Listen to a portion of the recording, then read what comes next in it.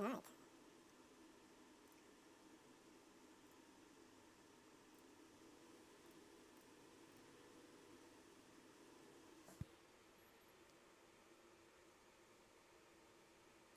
Yeah, freaking resolution.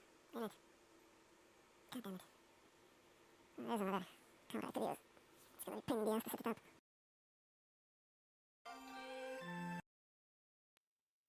And these to go halfway. Okay, I need a black connector. Oh, come on, be open. Why? Is there no connectors? What the fuck? Yeah, wrong bar. Right here. Yeah, there you go. Okay, so I've got that. I need two shafts. Yeah, that's shaft. Shaft's well enough. I need an L. L, L, L, L. I need another L. There we go. Red connector goes into it. Fitting somehow. Okay, like this. Like that, like this, and that, like that.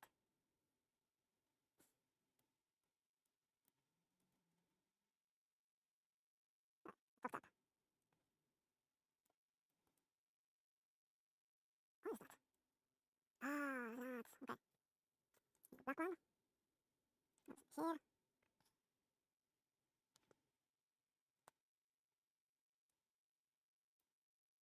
Okay. Oh, is it roughly similar shape? Yeah. Good. Another black one.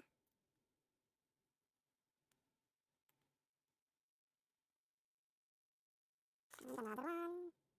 Right here. Okay. Now we take the frame.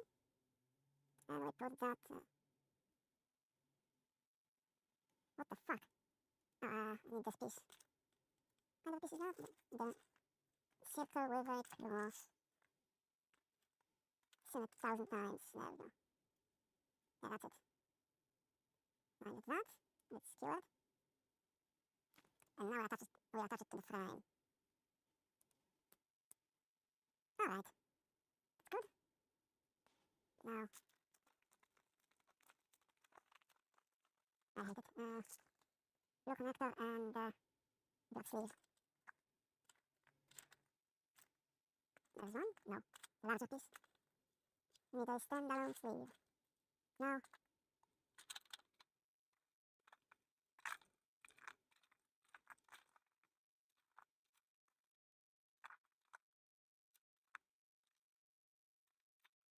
Nothing. There we go. Found it. Long way in. Go. And that's good. Let's skew it onto that. Okay. Ta-da-da-da-da-da. And then we leave it again. And we need that. Small connector. If we have to open this body now. And two grey pieces that seem to be thin. That's one. There's another one.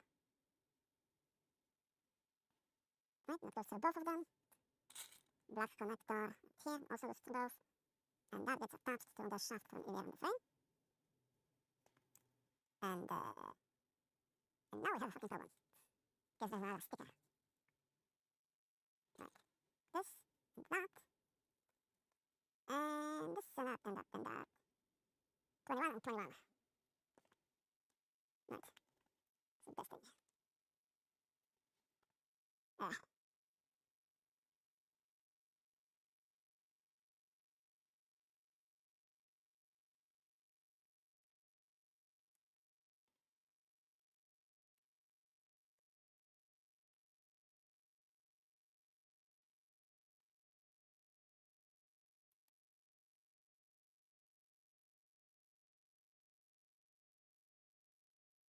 That was good, yeah.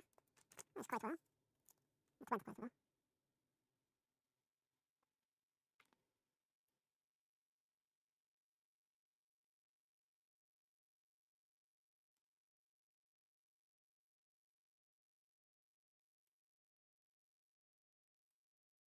Yeah, actually, that went super well.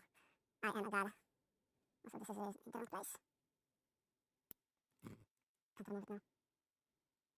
Where's the thing? I still have a thing here. Where is it? There we go. Push it from the other side. And there we go. Then that gets attached to the frame. Like so. You can move it a little. Right. Then we abandon that back again. For next section, blue connector. With fucking of those. What am I looking for? This thing. Is it another one? Okay, I got it. No, I don't. Fuck. It just looks similar.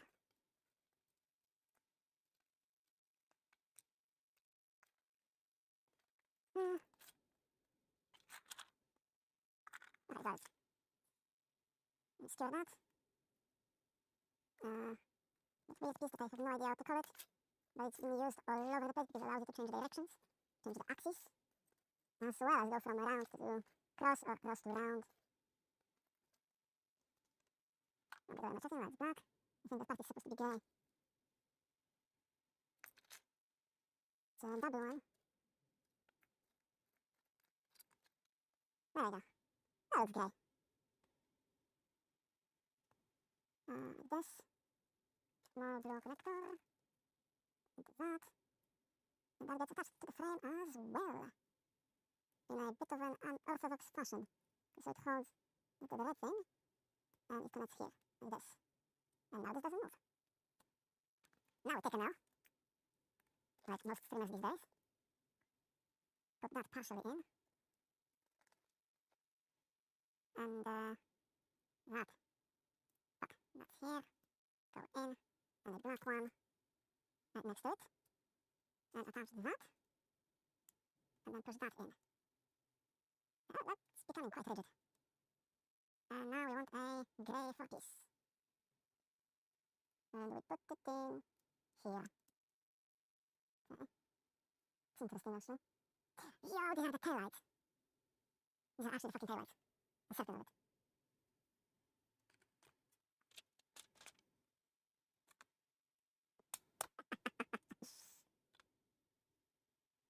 Now, what is the attachment? How the fuck do I connect it? Here? What is that about? Yeah, that would be one over, I guess. One in, we push those in, and hold.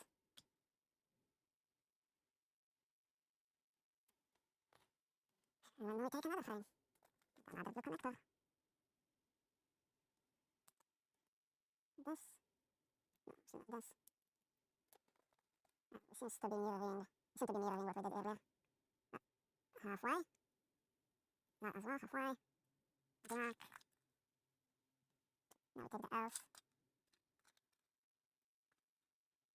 3 blacks.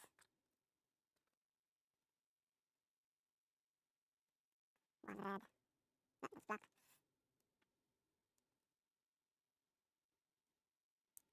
Wrong. There we go. Here. And here. There's that. Yeah. Where's this now?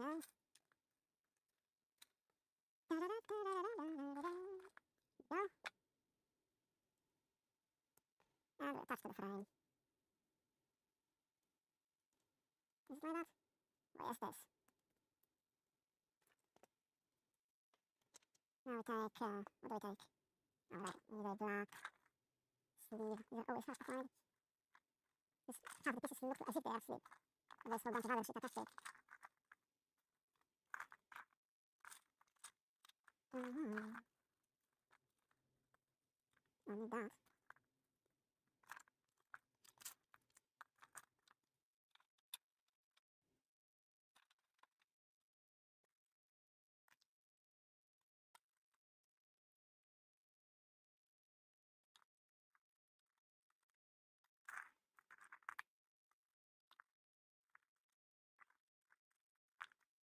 Yeah, these are always hard to find.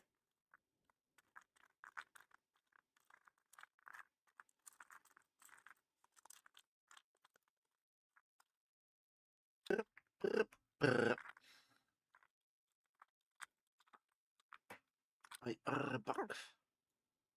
It's just a black tile. Like, What the fuck is going on here? just like that. Yeah, I don't see the fucking sleeve. I'm pretty sure it's there. Maybe it's in the stars. There we go.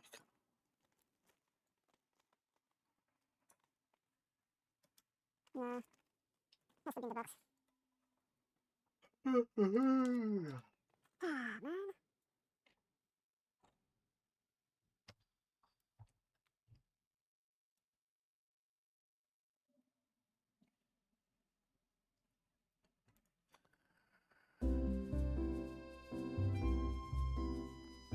Doesn't help that I'm blind. Too loud. Can't clearly clear the tile back. God damn it.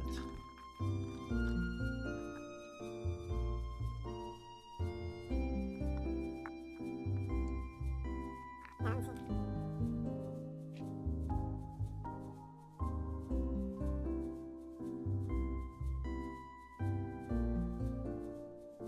Yeah, seems good.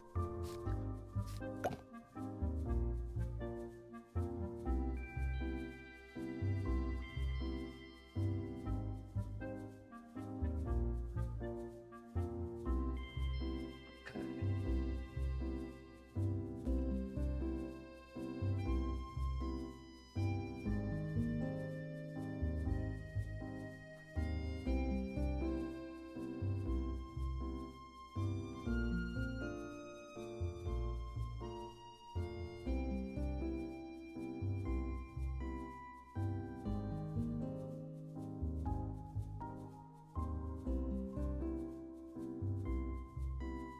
$60.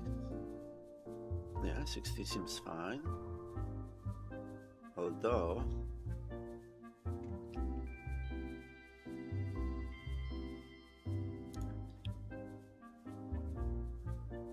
why am I so silent all of a sudden?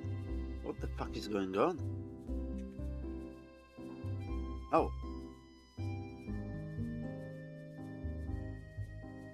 I think it's the angle. Oh, might be.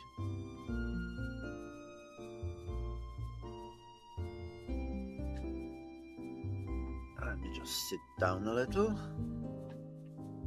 And I'm much louder now, okay. That goes to 50.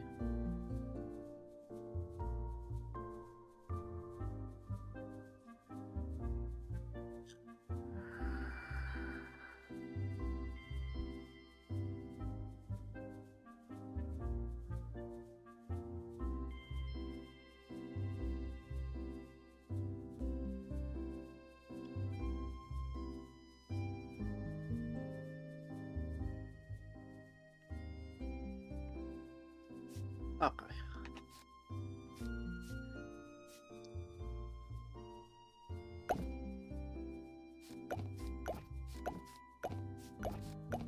Oh.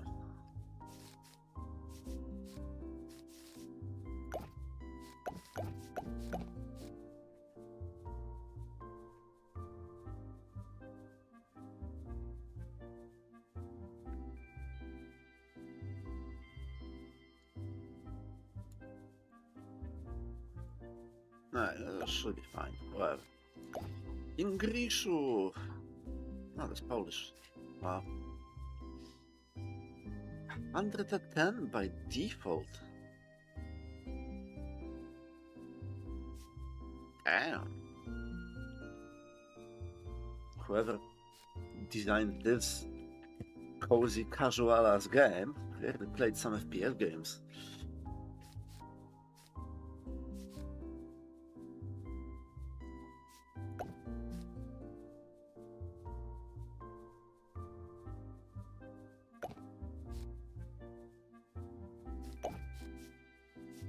Yeah, I wish 200 was there without VSync.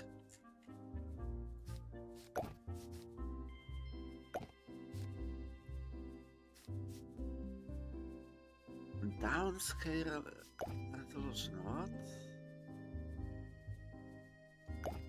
Ah, whatever.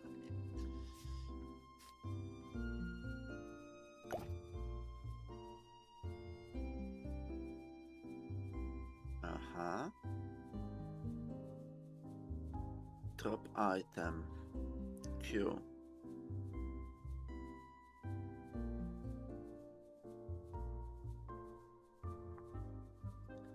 Pick up, interact, left mouse button.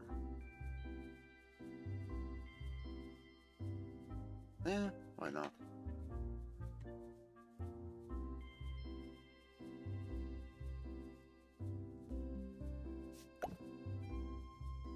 Okay.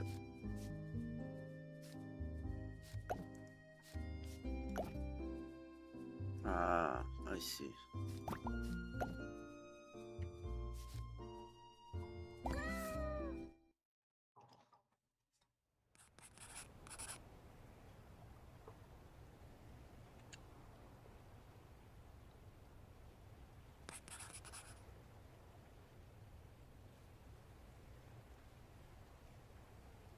Uh-huh.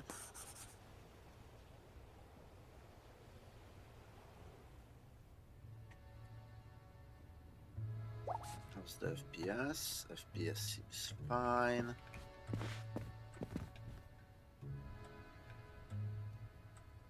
Ah.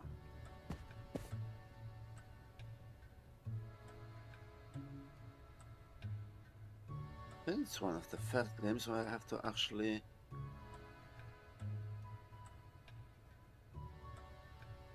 No. Even now seems fine. Yeah, what the fuck? Am I fat?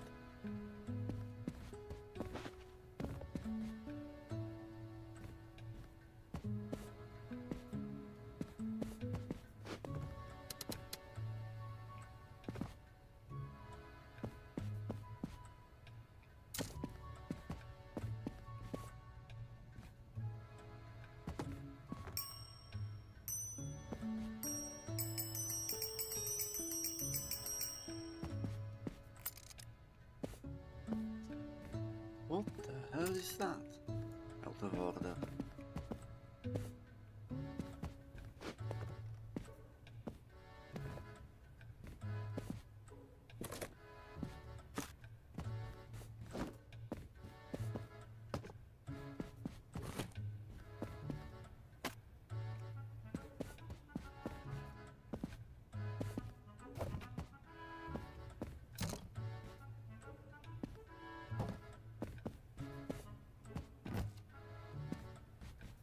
Out of order.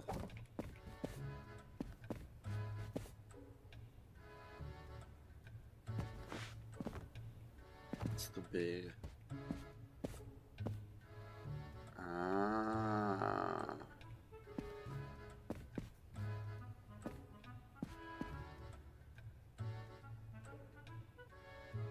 Oh.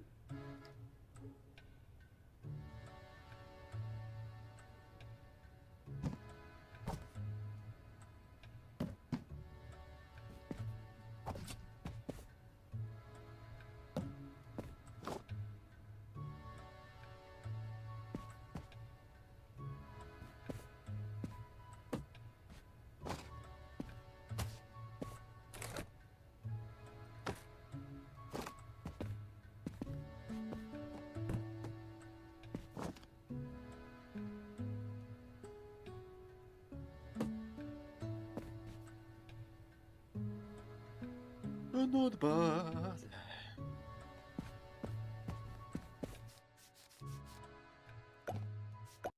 Night. Seems to work fine.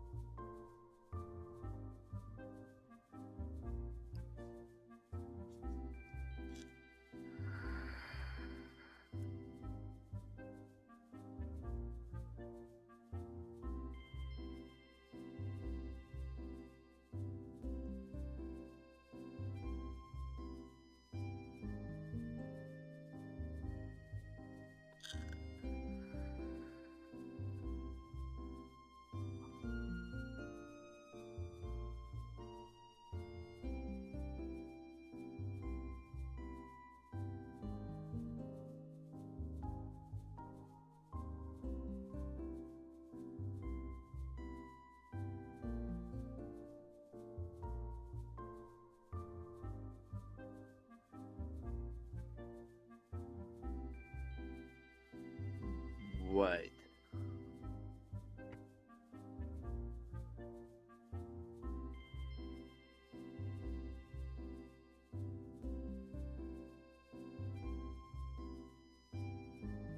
Sponsored by Squarespace.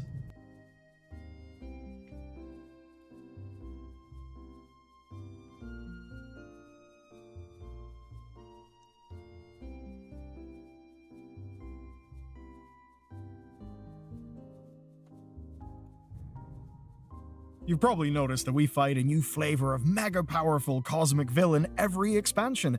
They keep getting bigger and badder, and each new layer of power kind of feels like it weighs the setting down. This is obviously unsustainable. It has to change, and it seems Blizzard actually knows how to do it. And their answer is to kind of nuke everything. In effect, to clear the board. That's the point of World Soul Saga, and it very much begins in Midnight's patch 12.2. This all comes from our knowledge of the lore in Warcraft's production, plus the huge leap that has hit the community like a lightning bolt. It almost sounds too good to be true. It includes a live-action Arthas show, an ARPG, a new real-time strategy game, the stuff of dreams, which absolutely makes it look fake. But here's the thing. There are parts of this leak that were not in the public domain, that were not public knowledge whenever the leak first happened many, many months ago in 2025. And the parts of the leak that line up are clearly not just a lucky guess, because it even gets a project code name right. But to get back to the story and the lore, we've got to get away from this leaked document and go to another part of the leak. Because buried deep in a comment section about, of all things pet battling, the leaker casually revealed the future of the World Soul Saga. They claim that a setting-defining event will happen at the end of the Midnight expansion. Something so big, it'll change the course of Warcraft forever. And they reveal the real conflict of the Last Titan expansion, by which I mean who we'll be fighting and why having a particular character as the end boss of the World Soul Saga makes perfect sense. And after laying that out, they then claim that it's all set up for a WoW 2.0. A true lore reset. And if that all sounds mad, I'd totally agree with you. But is it real? Well, it is highly likely at least parts of this are real. We recently did a video deep diving the leak's veracity, and a lot of stuff does check out. But today, we're here to talk about the lore of the IP that so many of us love. So be warned, there are spoilers. Not granular details, not dialogue of specific characters, but absolutely we're talking about huge structural plot beats from where we're at Midnight through to the end of the saga, and then far into the future. Here's the thing I've noticed. A lot of people who need a website don't have one, or they have one that doesn't look great. And it's often not because people can't afford it. It's because they just get overwhelmed halfway through building it and quit. Today's sponsor, Squarespace, fixes the problem entirely. Their new blueprint system walks you through building your own template. It asks you what pages you need, suggests fonts that actually work together, and it gives you matching color palettes that fit your aesthetic. So you're not just starting from a blank canvas hoping for the best. You're guided by 20 years of design experience that have been baked into that tool, and it then scales with you. Do you need native video hosting? Not embeds, actual native video with a proper player. It's all there in Squarespace, designed to work seamlessly together. And it means that whenever customers hit your site, it looks professional. And when they buy something from you, Squarespace Payments handles it all cleanly. So, you can build your site for free at squarespace.com/VellularGaming. And then, when you're ready to go live, use code VellularGaming, and that'll get you 10% off your first purchase of a site or domain. Here's how our story begins. Last year, a Reddit user called Fifth Yacht leaked an internal development roadmap for the future of the Warcraft franchise. It's pretty spicy, there's many goodies in there, but when we sleuthed through their account, we found way more prescient information. In this post about pet battling in 11.2's Koresh, user Zelmak shared their theory that Koresh wasn't initially intended as a patch zone, and that originally the Rootlands was set to be in the War Within. But the Rootlands then became Harrendar, and Koresh was built from scratch under Chris Metzen's new World Soul Saga framing. Well, the user, the leaker, Fifth Yacht, That's not the one I wanted.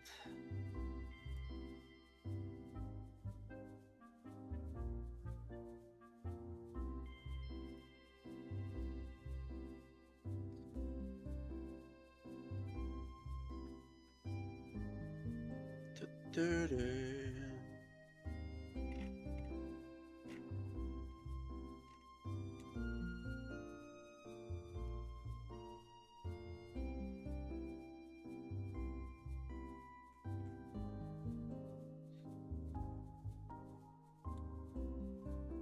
Oh, I had a thing.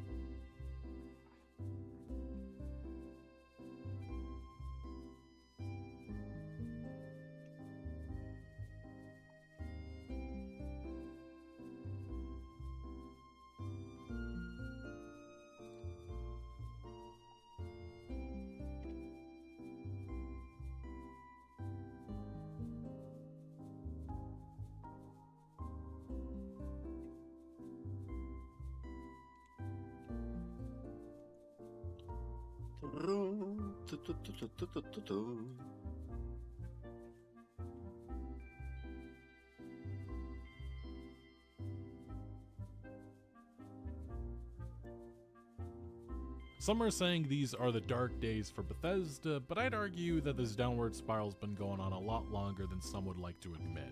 Like back to the private equity days, long before Microsoft even purchased Bethesda. There's just a lot of decision making coming from the executives that put Bethesda in the spot that they are right now, which is a lot of questions about its future. Now, former Bethesda boss Pete Hines a couple months ago just blasted Microsoft for how they were running Bethesda and co, saying it was getting damaged and broken apart, and this modern iteration of Bethesda is not authentic or genuine. He's talking about Bethesda Softworks as a whole, and he tried to make it out to be that when they were running things, everything was great, it was so managed, everybody loved it, but there were signs, there was cracks. Cracks were definitely showing. Like, obviously you can throw criticism at Microsoft for how they treated Tango Gameworks after their success with Hi-Fi Rush, but then you can throw some massive criticism on how Bethesda Softworks and Arcane Austin went about Redfall, or whatever that was supposed to be. That was a giant disaster that had Phil Spencer doing interviews, talking about how they needed to be more hands-on and all this other stuff, and well, here we are in 2026, he's out of a job and Xbox is going through a giant reset. But I think one of the biggest mistakes that Bethesda and even Xbox made together was that they weren't making the most out of their big-name franchises. They took gambles on some stuff, like we'll get to Starfield, but Fallout and the Elder Scrolls was left to live services that a lot of people didn't care about. And here we are in 2026, you have a Fallout TV show which is bringing tons of new audiences in, and there's no new Fallout games even on the horizon. And the Elder Scrolls 6 seemingly is still a couple of years away, so it's just, on one hand, I think it's frustrating, but also embarrassing that it's going to be like a 20-year gap between Skyrim to the Elder Scrolls 6. That's insane! But also, it was a massive mistake for them not to go all in on these franchises, and obviously Asha Sharma is feeling like they need to finally make that move. That should be the focus moving forward, and it isn't just like Fallout and the Elder Scrolls. This is all of the companies under Xbox are going all in on their big name IP. Now, this was a rumor that actually amounted last month. That was when we heard from the information, which they were citing sources, that Xbox is reportedly given green light to fast-track new Fallout as Microsoft considers spinning off business. Now, one thing a lot of us have been wondering after the success of New Vegas, where the fuck is New Vegas 2? Where's a spin-off like that? Now, as Jason Schreier reported just the other day, Obsidian Entertainment is in fact finally working on a new Fallout game. This felt inevitable. A non-BGS studio was going to be working on this IP, and it has everything to do with the state of where Fallout is right now. Because by all means, we're not getting Fallout 5 until 2034, 5 at the pace that Bethesda's going at right now. Like, it just genuinely does not make sense how Bethesda's been running and how there isn't a studio just focused on Fallout. Like I looked to CD Projekt Red. They opened a Boston studio just to focus on Cyberpunk, so they have 2 different games simultaneously being worked on. The Witcher 4 is being in development by its main Poland office, and then they have Cyberpunk 2 already in production. And we'll seemingly get new installments for both of those franchises in just a couple of years. Meanwhile, Fallout 5, who knows when it's going to come about, maybe in a decade or so. Yeah. But Asha Sharma, she discussed her massive reset, and she gave some insight about what's going to be happening with Bethesda and some massive changes. By that we mean kill everything. This is what she said in the statement that was posted to X, which was also given to employees. We are making reductions across other units, and in some cases, shifting investment to focus on higher priority projects. These changes vary in sizes across Activision, Bethesda, Blizzard, King, Mojang, and Xbox Game Studios. And in this announcement, she was also announcing that 3,200 employees were being terminated. I think she said 1,600 were coming later on, so more firings are supposedly on the way. But in the second part of her statement, she talked about how they were resetting their platform. And this is probably the most alarming revelation and aligns with some of the stuff we had heard over the years about Bethesda and how they conduct business. She said some parts of the company work passes through as many as 14 layers of management. You gotta think about that. If you have maybe a game developer on the ground floor, they have a good idea. They're going to tell their makes perfect sense though. If you look at Skyrim, Fallout 76, all those games, it actually makes fucking sense that it's been sanitized to hell. Their manager's then going to tell the lead above them. Then that lead's going to tell maybe a producer above them. Then that producer's going to go tell the director. Then the director's finally going to talk to one of the heads of the studio, or he's going to talk to the game. And somewhere along this chain, someone will forget something. Because you have the workers, they have an idea of something. So 5 workers come to a manager, lead, whatever, with an idea. So he has 5 ideas. He goes to his manager with other 3 managers. So that manager has now 15 ideas. Now he has to go to his lead or manager or whatever, and there's like 2 of them. That's 30 ideas. And it just keeps growing. There's no way they don't forget something and then that never gets He's made. going to talk to Todd, and then Todd's finally going to pass it on to whoever's in charge of Xbox Studios, and then Xbox Studios finally going to get up to Asha Sharma. That's kind of just an idea of how many the layers stupid. of bullshit that...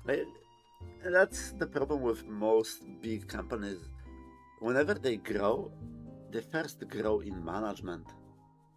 Just fucking useless. Most of these people are absolutely fucking useless. They don't produce anything, they don't have any original ideas, they're managers by trade. The only thing they can do is manage. In most cases, you don't even need to manage anyone there, but that a lot of these studios are running into. This isn't just a Bethesda or like this is industry-wide problem. And that's why you've heard a lot of studios like Claire Obscure, Expedition 33, like those devs talked about how them just being one team together, it allowed them to pass through and get ideas done a lot faster. yeah, and because of that you have a lot of cool ideas in the game. It's a decently, well, not decently, it's a quite a unique game at this point. Because they just talk to each other. It's like, it's all done on a forum, essentially. And forum, I mean, by forum I mean a gathering, not an internet forum. And yeah, it's just a much more efficient system. When you don't have hundreds of people to go through, and like there was a mention at one point, like somebody wanted to add an object to a room, and there was just tons of different people it had to go through. And that's a problem with modern game development, and that's something that has damaged and hurt Bethesda as they have gotten bigger. Another thing is, you should give people a little more freedom where they don't have to consult you. If someone wants to add an object in a room, that should be the artist's decision. That's it. It shouldn't go even any further than that. They just make it look good. And bigger in size. Our platforms, this is Asha Sharma saying, our platform teams are 40% larger than they were at the start of this generation, even as our player base and playtime have declined. That complexity has slowed decisions, blurred accountability, and made it harder to deliver for players. As we reset Xbox, we will simplify. And then she says, we will reduce management layers to no more than 5, and where possible 3. We will deliver success through a flatter organization that is built around makers. So seemingly, that's ideas good. don't have to go through, again, 14 layers of people. It can just I be was passed on skeptical, to but the that lead actually above, and sounds then kinda good. maybe a studio director or something. It doesn't have to go through all of these different channels, which can take a long time. I think people need to understand going through 14 channels of people can take months. And that's why you have these slow development, why games are taking 7 to 8 years for big name franchises. Then she further says that they are resetting how they operate. She says, as Xbox grew our headcount, we became more fragmented. Team, studios, and functions often operate independently. And this is one of the rumors that's been long-standing about Bethesda. They retained autonomy. It seems like that might be over, if that still holds true. She says it became harder to work towards a shared goal, make the right trade-offs, and get things done. And yeah, they're going to be working together more, which is probably for the best, because how they've been doing things the last decade or so, Xbox as a whole, has not worked at all. But like, this is something that was talked about, especially the bureaucracy side of this. Cart Coleman, who left the company, he blasted Bethesda earlier this year, saying that bureaucracy and broken promises was damaging Bethesda, and it was one of the reasons why he left the company. We talked about this in a separate video, but it was just eye-opening about how incompetent Bethesda is run these days, and that's why there is massive concerns for a game like The Elder Scrolls 6 if it's going to be worth it or not. And I'm sure Xbox leadership, somebody like Asha Sharma, knows they have to nail that launch. This can't be anything shorter than, it has to be extraordinary. And right now, how Bethesda's been going about game development, I think there's a lot of skepticism that they can even land anything close to that. Especially with the RPG genre getting, the standard has been risen from games like Baldur's Gate 3 and Cyberpunk 2077. People expect more, and a lot of people don't think that Bethesda can do that, and that's up to Bethesda, Todd Howard, and co. to prove people wrong. Now, this is where things get a little bit more interesting. Jason Schreier, he published his own little report about what's going on with Bethesda and Xbox as a whole. He obviously talked about how Bethesda is reducing their workforce, refocusing on its biggest franchise amid Xbox layoffs.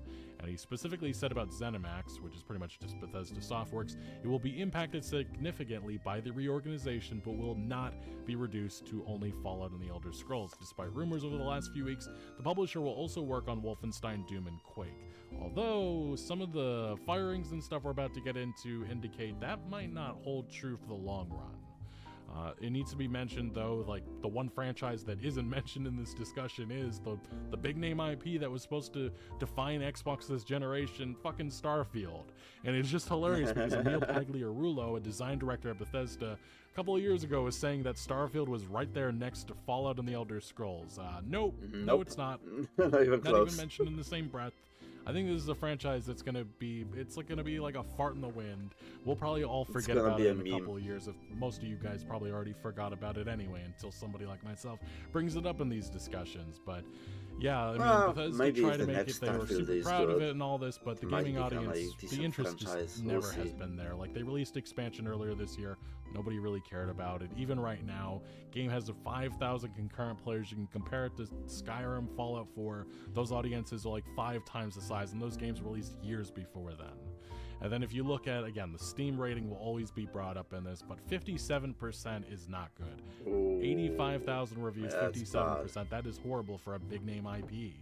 And that's why I think the longevity and Starfield, them still working on this, it just never made sense. And I wonder if this is it. I wonder if Bethesda is finally moving on and refocusing their resources to just give further support to the Elder Scrolls 6 and maybe the future plans for Fallout. But beyond that, though, there is the ESO and Fallout 76 side of this that needs to be discussed, because it also seems like they are being hit, and it might show a strategy shift that's happening in which these live services are no longer going to be prioritized. Like Bethesda, this is how Todd Howard kind of went about things. It was the fact that they wanted a Fallout live service, so Fallout IP was still making money. That's why it was supposed to go on until probably Fallout 5. But it doesn't sound like that Well, here's strategy the is going thing. You can have those live service games like Fallout 76, even though it sucks complete balls. But I think there's a lot of people that like ESO. Thing is, that cannot be your... Well, it could be, but not in Bethesda's case. It can't be their driving vehicle. It's something that makes money off of the fact that Elder Scrolls is big. But it's not the thing that built Elder Scrolls. So, to keep ESO alive, you need good Elder Scrolls games being released. It's not like WoW where... Well, even WoW. WoW was built by Warcraft games. You cannot start with the live service game or MMO, whatever, and then like make it out of nowhere. Like, how the fuck do I say that?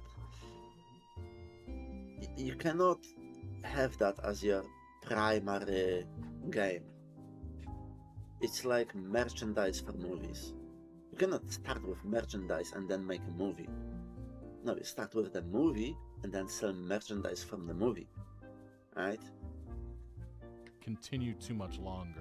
And that's the same logic that was also carried over for why ESO even exists in the first place. It's supposed to be the Elder Scrolls experience that people had between Skyrim to the Elder Scrolls 6. But this was a massive announcement about the reorganization that's happening under Asha Sharma's management. The ESO team, seemingly gutted by Xbox layoffs, says games roadmaps will be shifting. But there was a community manager kind of doing damage control, but the feeling is that ESO it's downsizing, and that's probably going to lead to lesser content coming in the future. But on the other side of this, it was also the announcement that Fallout 76 fans fear the worst as Quest designers included in Xbox layoffs. So all this indicates is that there's going to be less support for these live services, which might make more sense if they're working on other projects related to these franchises, which seemingly is something that Asha Sharma is pushing for. And pretty much confirmed now based on what Jason Schreier is reporting that's happening at Obsidian Entertainment. Now this is something that Juicehead said, content creator for Bethesda. He has some connections over there at BGS. He says, I don't know the exact number, but quite a few people who worked on Fallout 76 were laid off from Bethesda today. We also had Jeff Gardner. He's a former developer on Fallout 76, a lead developer. He says, I don't have this confirmed, but I've heard 35 folks at Bethesda Game Studios lost their jobs to layoffs today. Very sad to hear. And then Nate Perkypile, also a lead developer that used to work at Bethesda, said, I've heard BGS is 60 across the 4 companies. Such a bummer. So quite a few people laid off. Not exactly sure what that's going to result, like how that's going to change the outlook entirely, but it seemingly is. All of these niche other projects are out, and all the main projects, that's what they're going to be focusing on. So spin-offs and mainline entries, that is what these companies, especially Bethesda, is now focused on. But there also needs to be mentioned the Bethesda Softworks side of this, in which, yeah, Arcane was working on Blade. That project seemingly is in a big, we'll see what happens, along with Arcane Leon's future. Like, Arcane Austin was already shut down after Redfall a couple of years ago. A lot of people were very saddened by that, especially because of their work on Prey. But now this Dishonored studio could be done. And right now we have heard that Arcane's Blade is running over budget, and right now there's negotiations happening, trying to prevent them from being closed, so we'll see. We might never see another Arcane project happen again. It is worth mentioning that the former Arcane founder is maybe having discussions about reacquiring the studio, so something to keep an eye on if you were a fan of those Dishonored and Prey games. But then probably the biggest shocker though is this. It's the fact that id Software, after Doom the Dark Ages, which was actually a pretty solid experience, it seemingly did financially decent, well, roughly half of the id Software team has been laid off. That is shocking. Yikes. There's just so many questions about what's going to happen to id Software. Some of those are actually coming from some industry veterans that they've been sounding the alarm for a while now. Like George Broussard specifically was already saying that these massive layoffs were coming before anybody else was reporting it, and he said that id is essentially dead. That is crazy. Concerns grow that id Software could become a support studio. And yeah, another 3D Realms founder actually said, this post was about the insider news I got this morning that a majority of id Studios being laid off, including most, if not all, coders.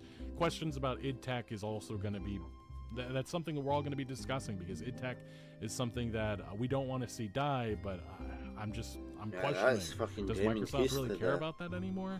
But this is what I mean. George Broussard said this. This is probably the most alarming quote about what's happening with id Software right now. He says reports are that 50% of the studio is laid off. Here are some quotes on other details, seemingly from what he's hearing, and this is again the co-founder of 3D Realms. He says tools, programming, Quake Champions team, testing team, all gone.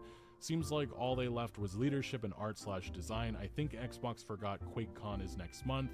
And then he further says it really does sound as if id is now a support studio for Bethesda/others. So the implication is that id Software, after the Doom the Dark Ages DLC, which I believe one just released like today or something, their focus is going to be shifting to assisting on Fallout and the Elder Scrolls. Jason Schreier says otherwise, but I mean, if you're gutting this team, I don't know where they go from here on out. And it's yes, insane considering that Doom brought them so much fucking money. as of recording this video, more news is starting to develop and come out, and the actual total of firings at id Software is far more. It's not half the studio, it's about 2/3. So id Software is dead. That's what George Broussard pretty much was reporting, and he was correct. id Software in its current iteration is dead, and seemingly they are a support studio. And the way that I think is things are developing, the way that Activision conducts business with Call of Duty is that all of these studios, they have like 14 of them. Some of those studios used to work on other projects, like Prototype was a big Activision franchise back in the day. There was some other stuff, Tony Hawk. But now all of those studios are just focused on Call of Duty. I think some of you know where I'm going here with this, but I think that's what's going to be happening with Bethesda. I think all of those studios, I think eventually, even after Wolfenstein 3 from Machine Games, I think they're going to be focused on Elder Scrolls and Fallout, big name IP that can sell.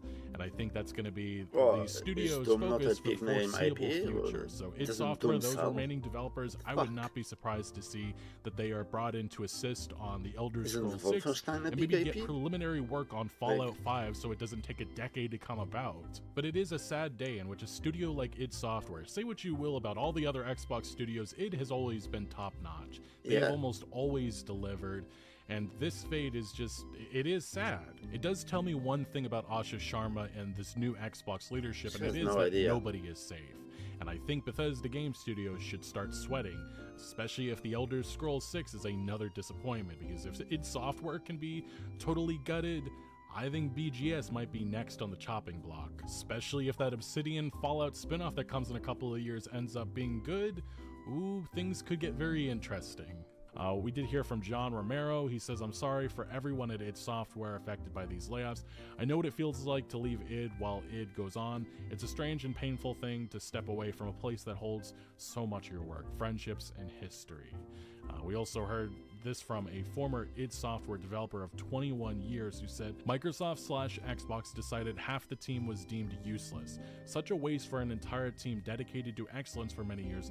Just really sad that this is how id Software, the pioneer inventor of FPS action games, is relegated to just another reorganization of assets.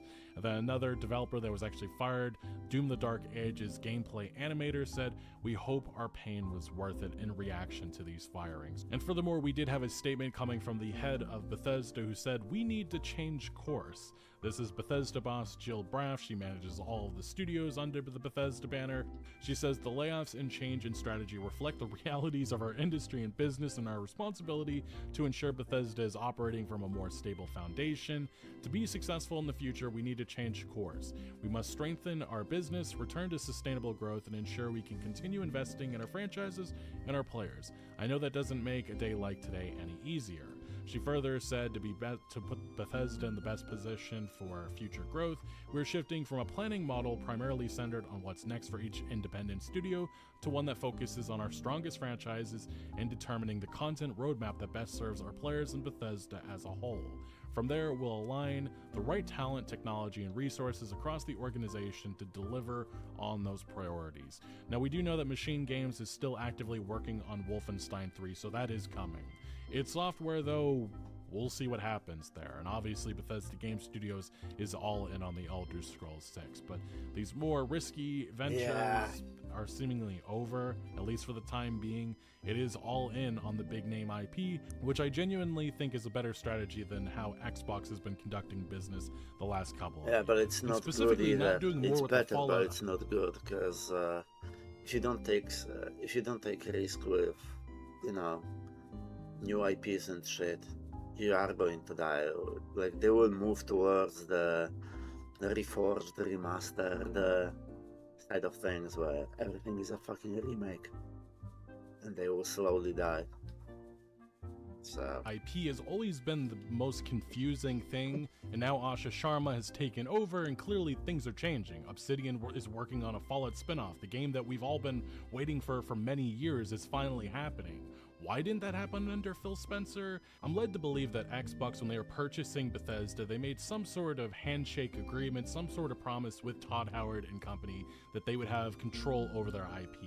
Obviously, though, things have changed, new management and such, and now Todd Howard and co. kind of just have to suck it up and watch, well, another studio play with the Fallout IP, which I genuinely don't think they're happy about, especially based on the following tweet coming from Chris Avallone. Yes, Chris Avallone, the co-founder of Obsidian, who also worked on Fallout New Vegas and was a lead on the DLCs, and he has a long history with Fallout pretty much.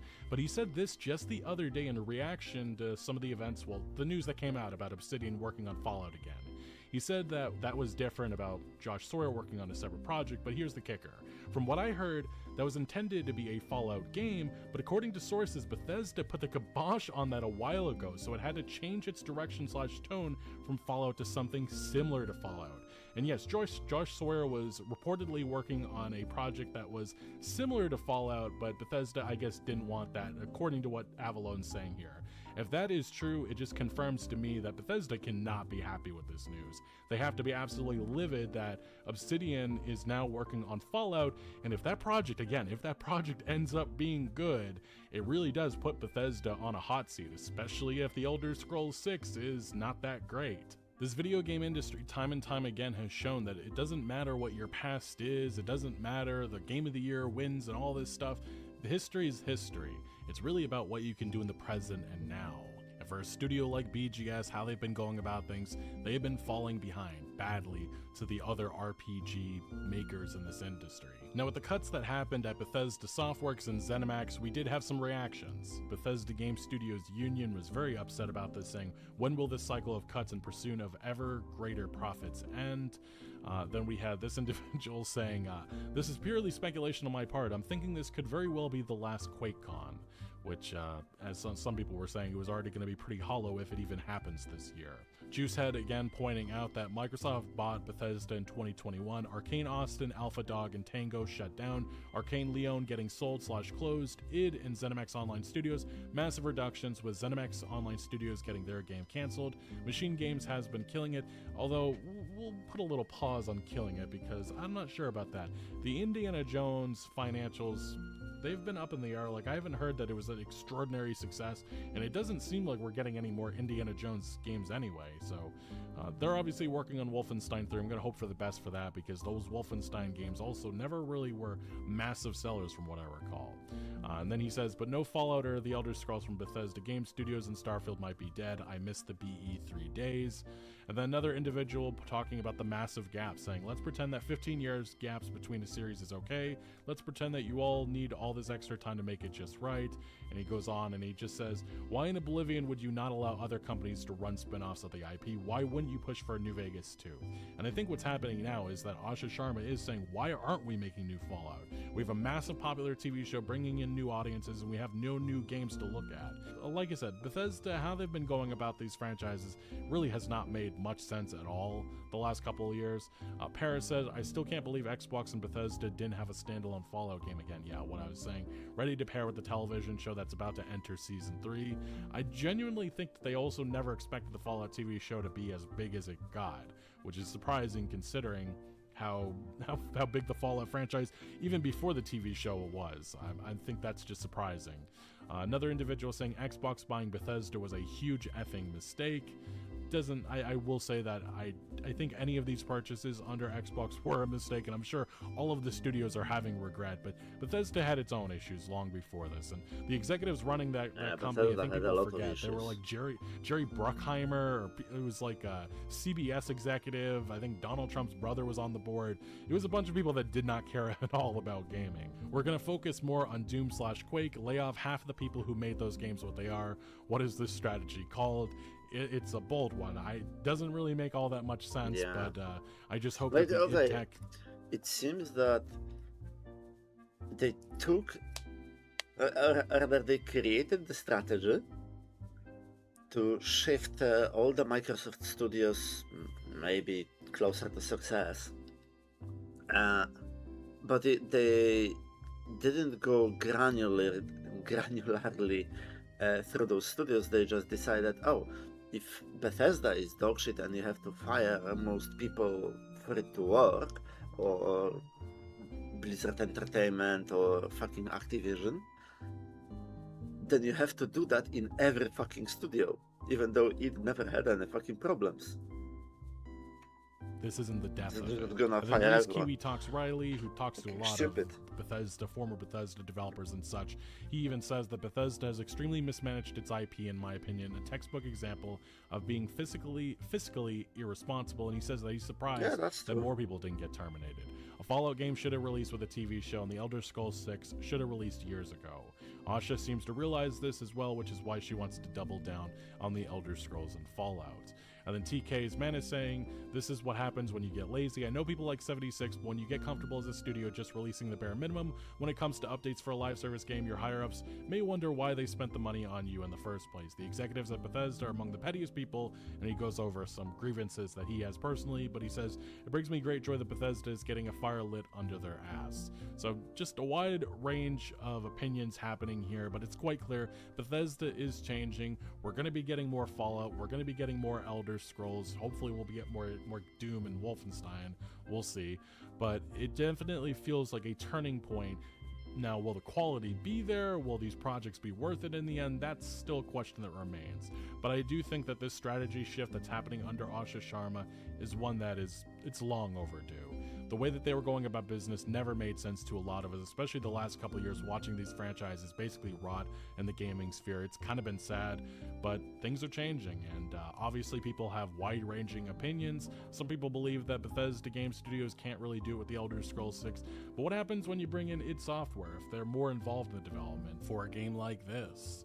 I think the status quo, how Bethesda's been conducting themselves, those days are over. The status quo, it has not been working, and this new management under Asha Sharma has realized that, and they put a new strategy forward. And I do feel like Bethesda is a little bit on the hot seat now. And things are going to be very interesting to see how these mainline franchises develop in the coming years. But anyway, what do you make of all of these changes? What are your thoughts on all of it? Let me know your thoughts down in the comment section below. Thank you for watching. Make sure to leave a like if you did enjoy this video, or if you found any informative value. Consider subscribing for more videos like this, and I'll see you later.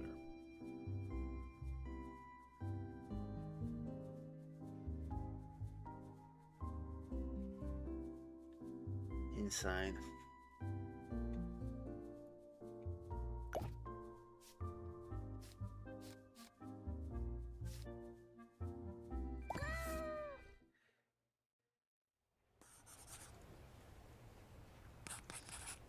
Right.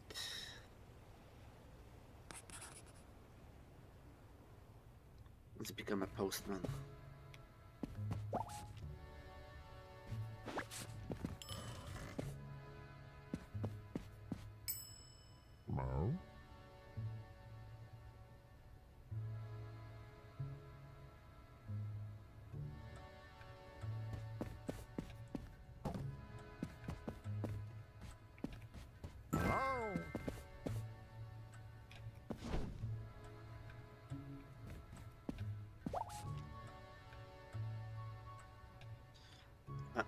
Two types of parcels, those for Cat's Island, which will be requested at the counters, and those for other destinations which will leave the island.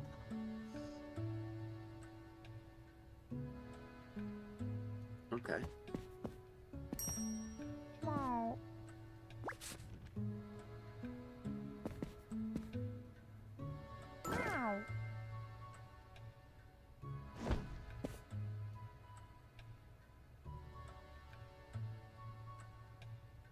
Stamp mode.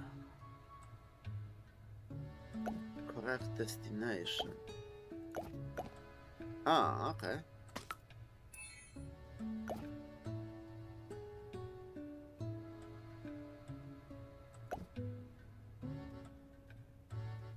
Look at the whiteboard.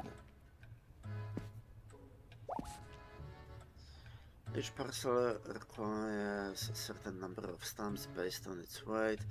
Any stamps in the correct category are accepted, only the number matters.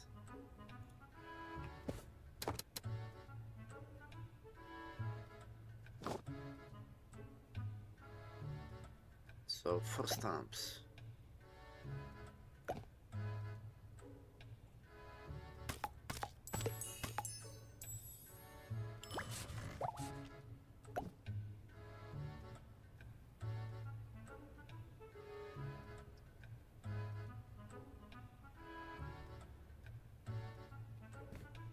Okay.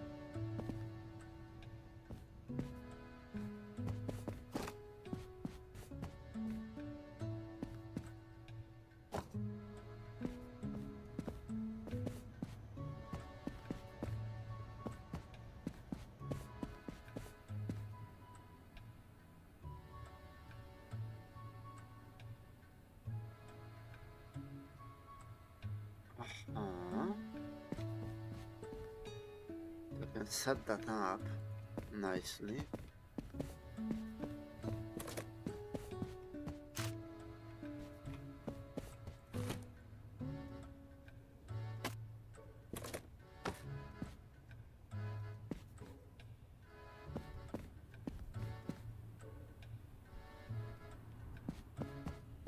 Seriously?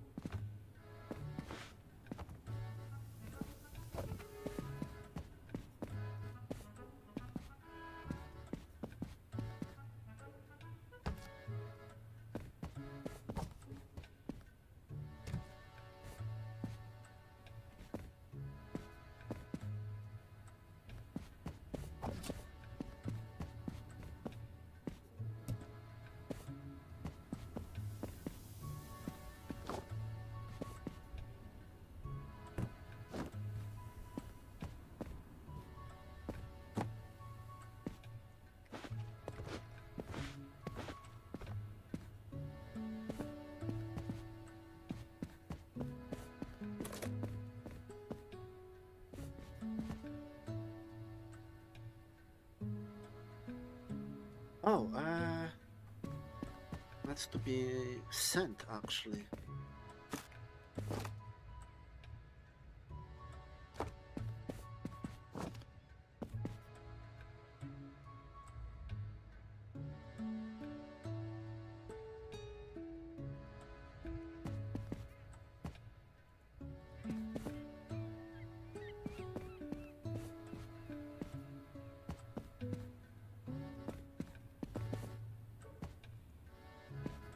What the fuck do I do with that?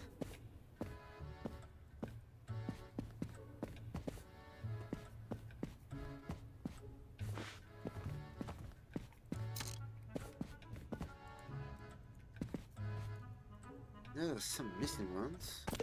There we go.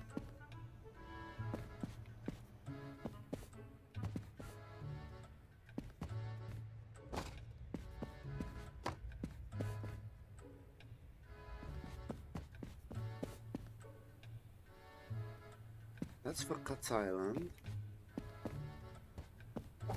That's being sent. I have to check these now. Cat's Island, okay. Okay.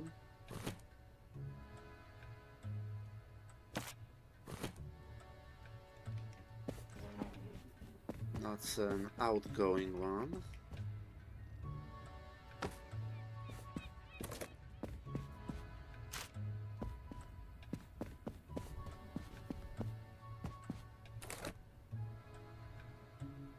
And so is that.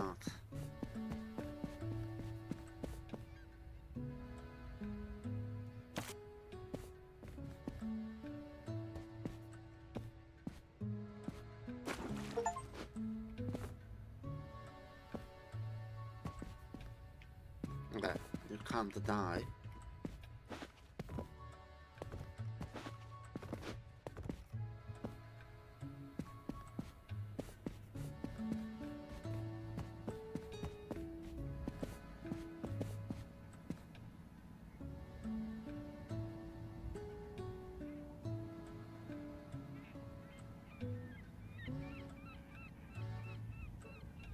Those are destinations, I see.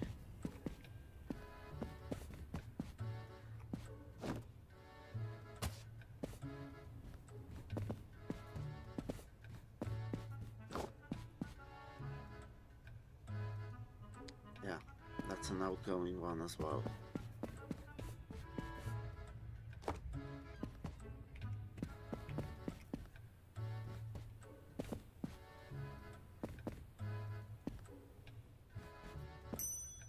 Mall. Take care of this shipment, please. Port Windy.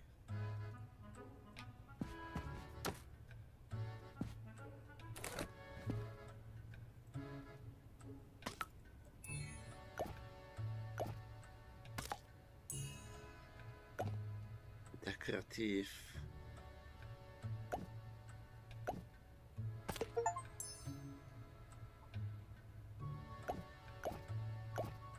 Strength. Wait.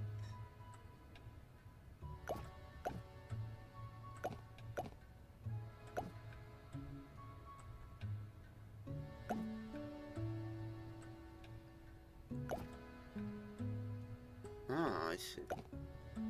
So I can remove them.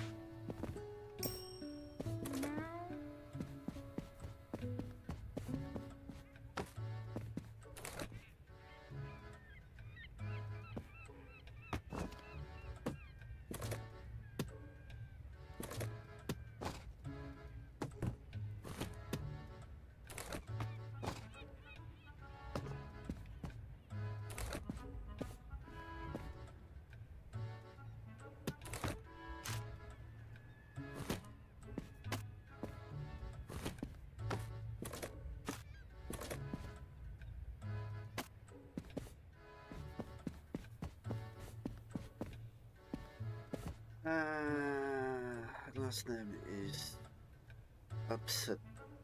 Upseteers. I was told that it's almost my height.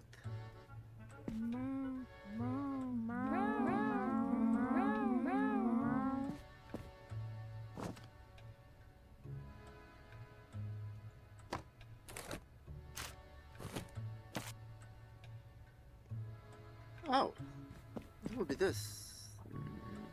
No, it won't.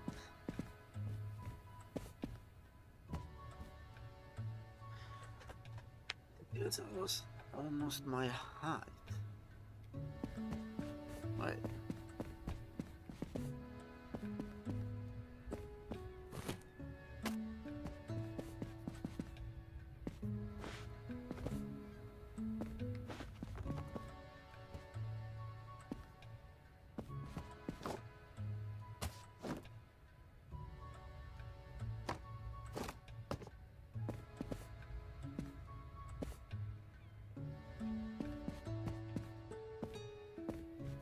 I don't fucking know, man.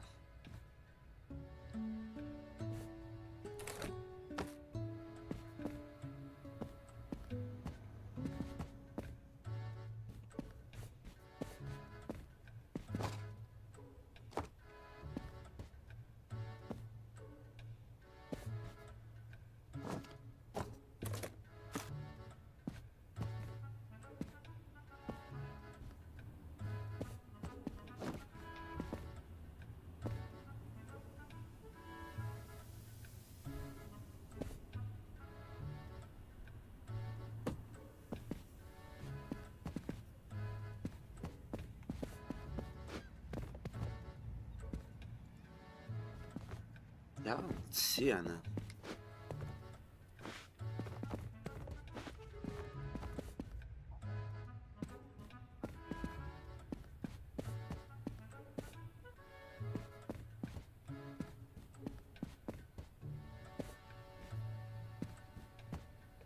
Oh. In the pile.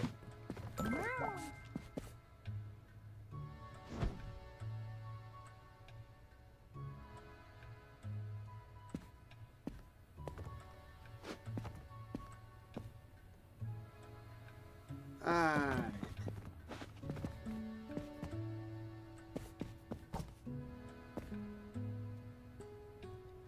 Cat's Island.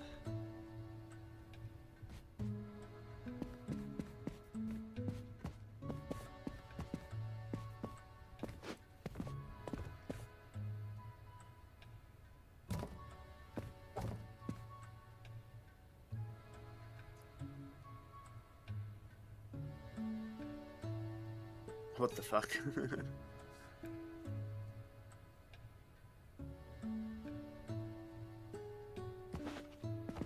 Windy.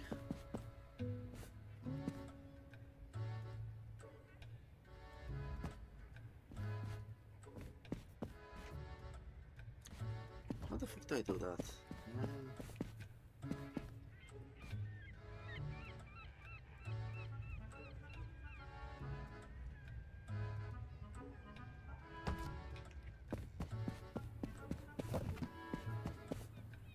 Cat's Island.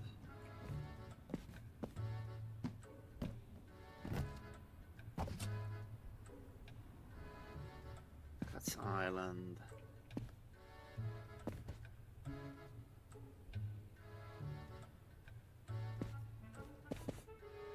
Actually.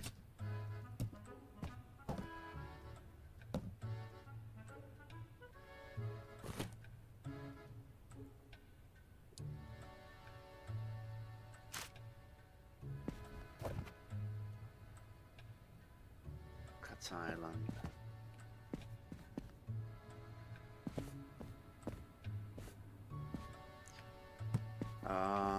Yeah, that's creating a problem.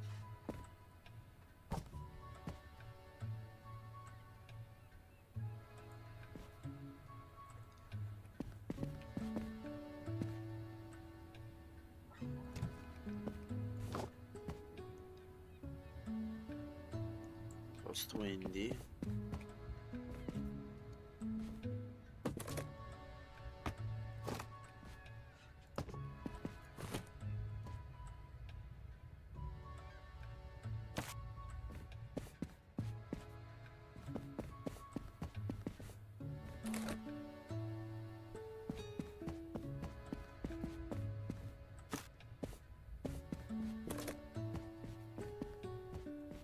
Cat's Island.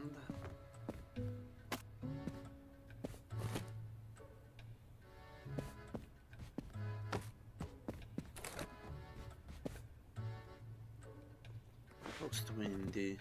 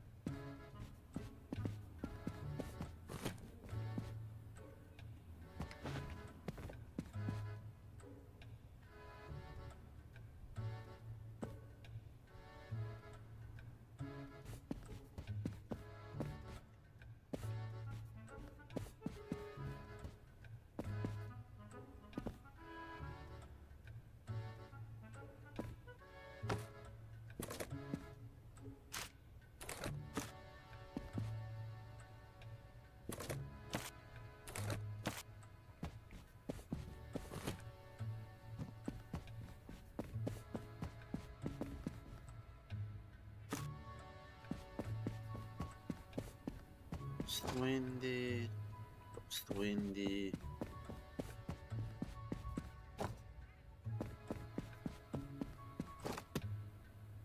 That's Island.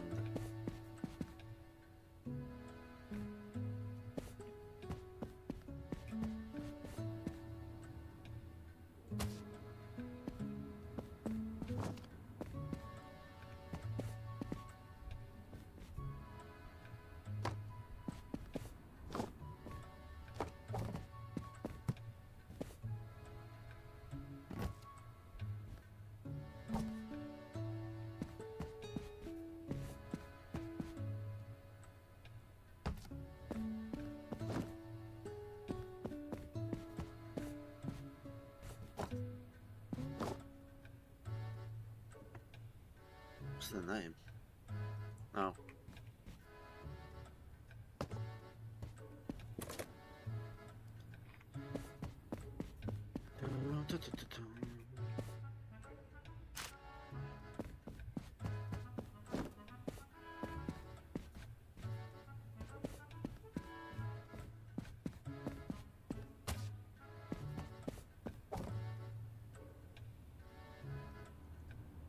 That's Island.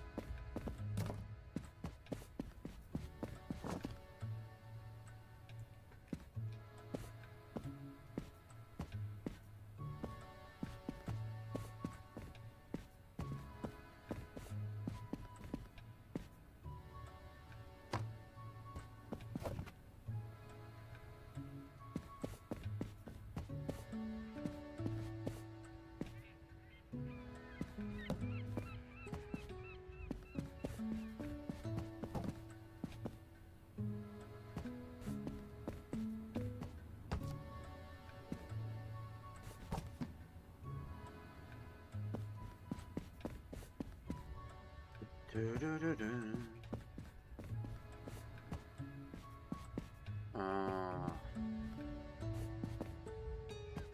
too high.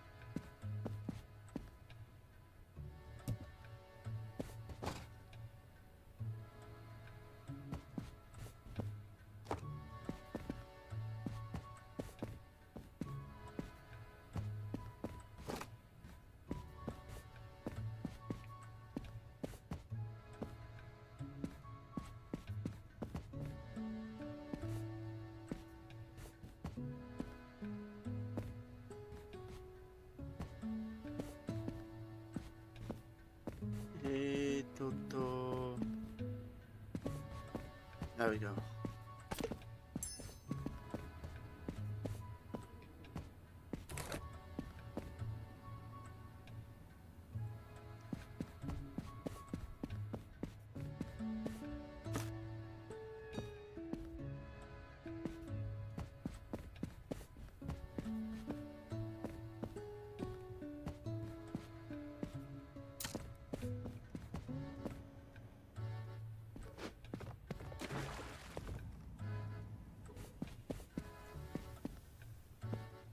Salt and water don't mix. Okay. This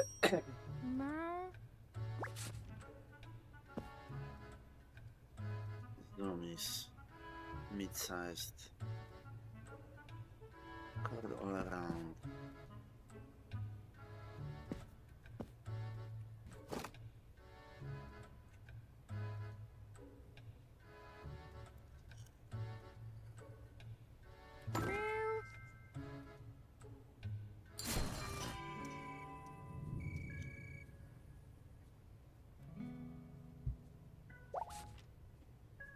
During that, the counter is closed and the captain arrives to fulfill his request to progress.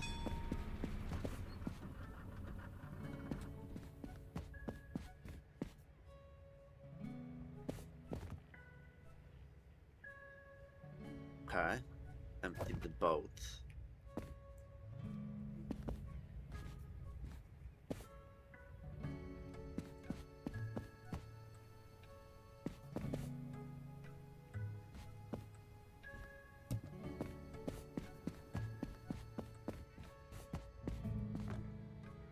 Okay.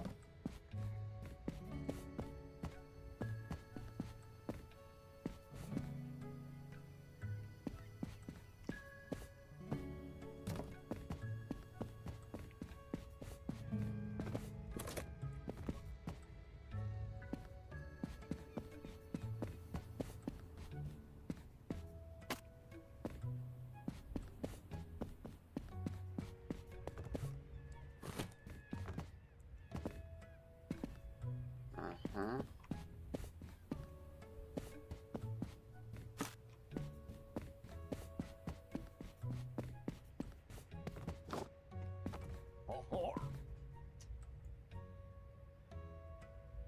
Okay, cool, good to know.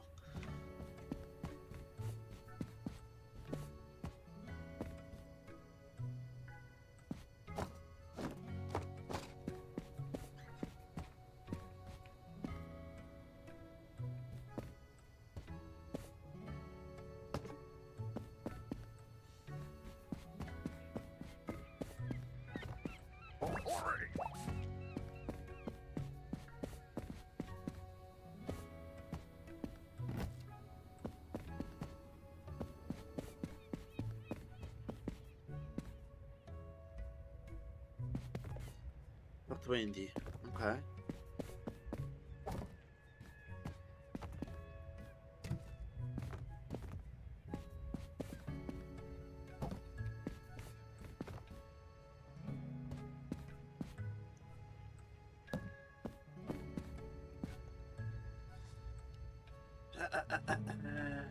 Talk to the captain to know which parcels he needs, load the boat as much as you want, and ring the bell on the dock once you're satisfied.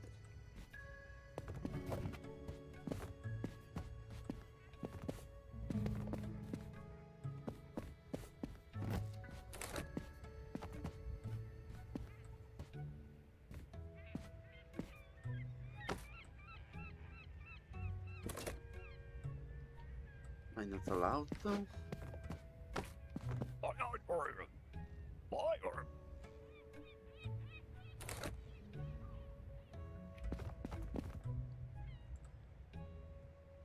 We'll do this.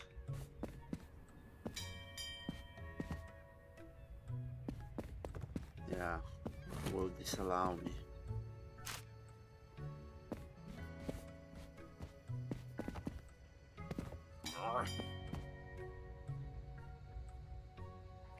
Don't touch that.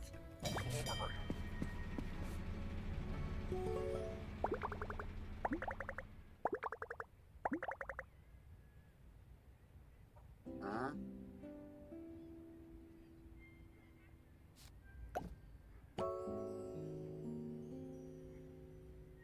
Unlock the scanner.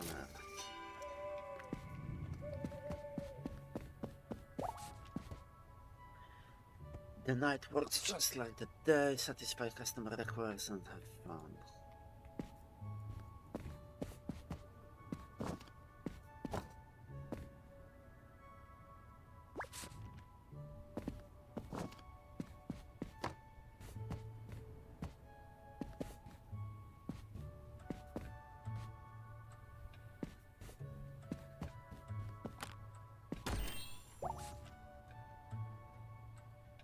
Place a single parcel on the conveyor belt to scan it. If the scanner detects anything, add a stamp that matches the indicated constraint to the parcel.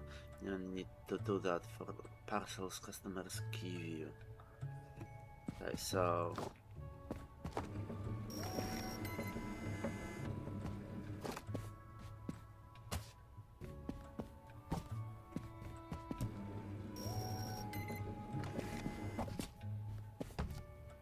Is that one with a constraint? Yeah, I don't see one. Okay. Meow. Oh my god. Fragile and heavy. You will now handle fragile and heavy parcels. Fragile parcels can't have anything above them. Heavy parcels will crush everything under them. Okay. Damages to the parcels happen between shifts. Ah, okay. How was your business trip? Was fine. I did what I could and then I returned home. Shit's fucked up, but what can I do? Snafu. Situation normal, all fucked up.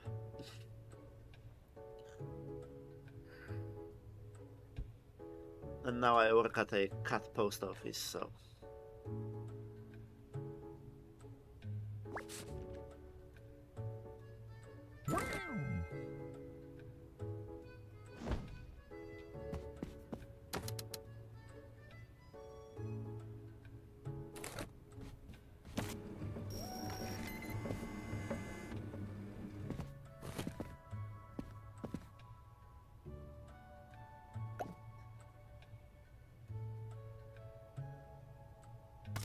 We do this. Heavy.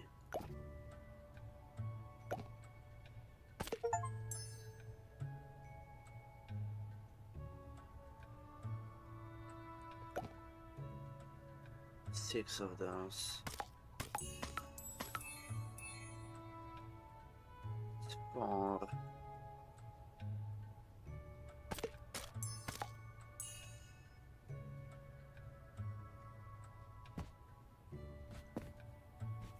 Well, that's why relaxing is working in the game. Yeah.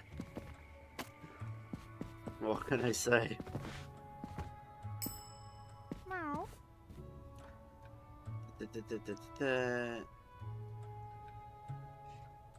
Momo autumn för cube shaped.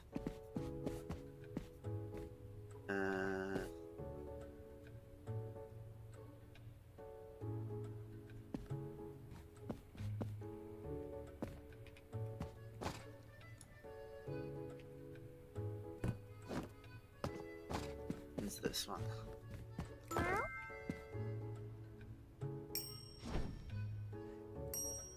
Meow. It's for my life with puffball. It's a box with handles, easier to carry. Ah, I think I know where it is. Oh, no.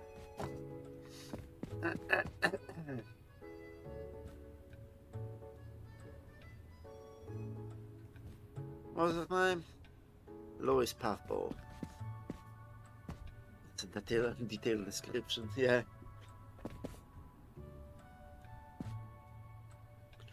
Louis Puffball. Oh, there we go. No. Have a nice day. Next. Meow.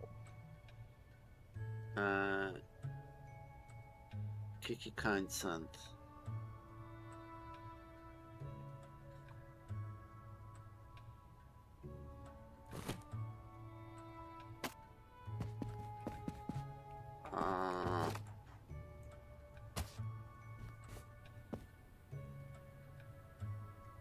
There's new stuff spawning here. What the fuck?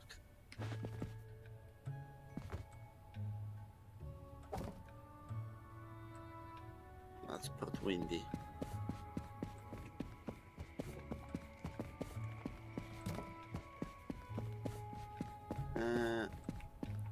Kiki, kind sand. There we go.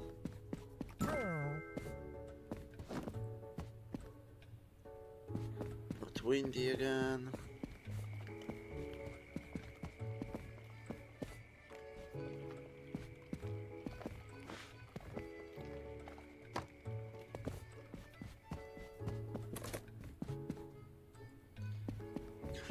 Windy.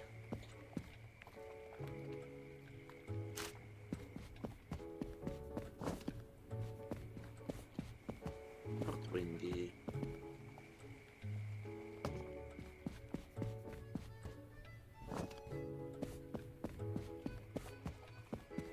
Not windy. Not windy.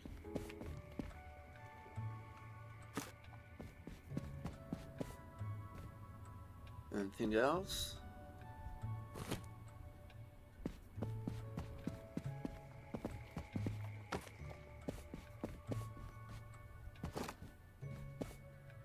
Oh.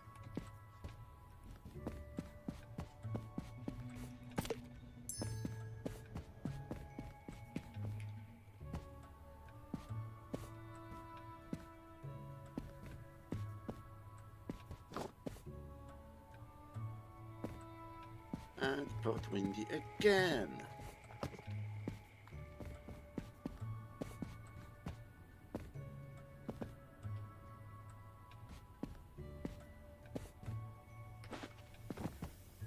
Okay.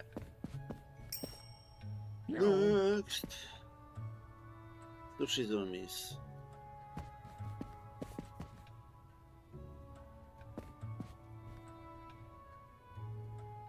How do you zoom?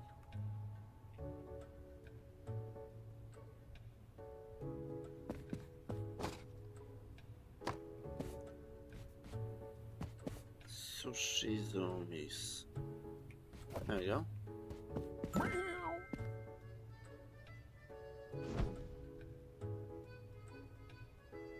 Really? It is morning? No, it's night. It's straight up night. I would like to send that.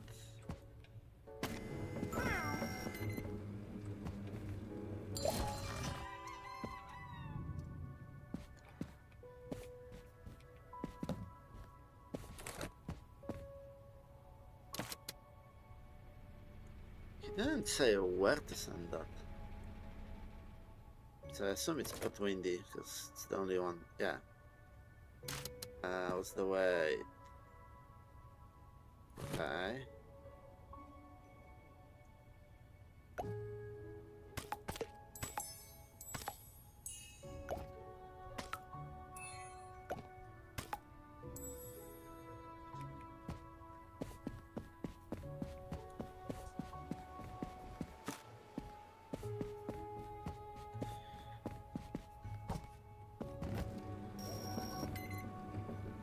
Heavy.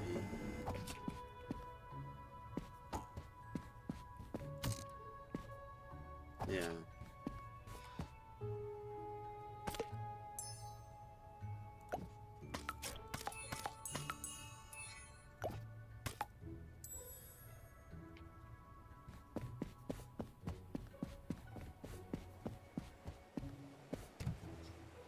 Okay, who came up with the idea that the heavier it is, the more stickers you should put on it? I don't know. But with some things it does work like that. Yeah, whatever, mate. Alright, Mallow Q.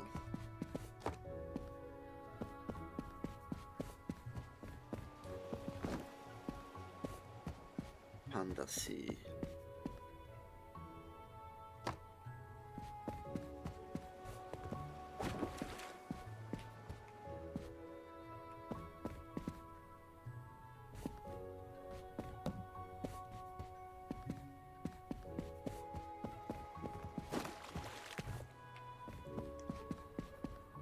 Utah N.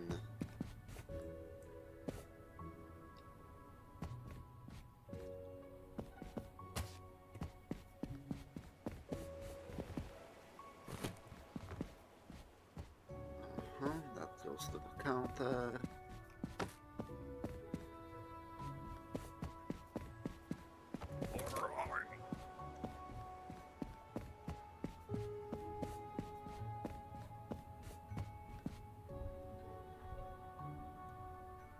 Yeah.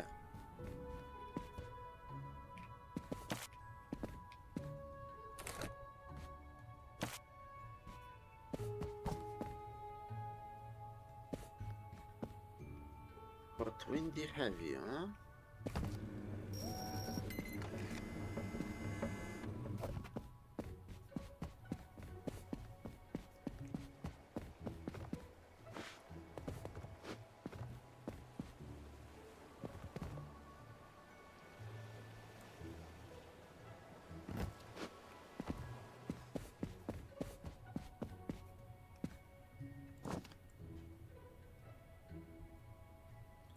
Another heavy for Port Windy.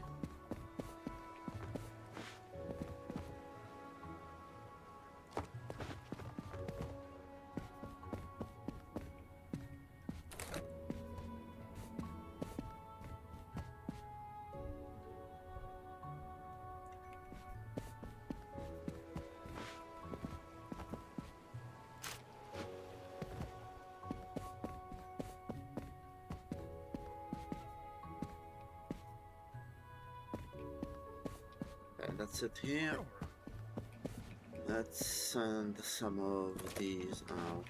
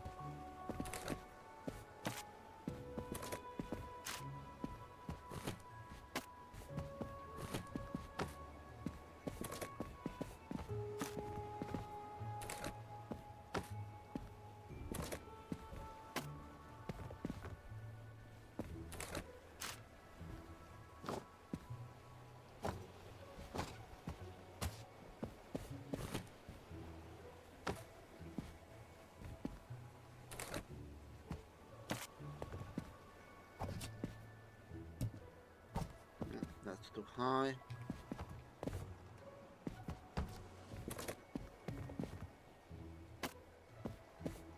I just found out that in the old days, before 20th century, the heavier the package, the more stamps had to be affixed to it so that the shipping cost would be paid. Yeah, essentially, stamps used to be currencies. You would just, the stamp would be worth a certain amount of money, and the more expensive the package, because it's either heavy or it has to go further, the more stamps it was. That's it. It was a very simple system, but it worked.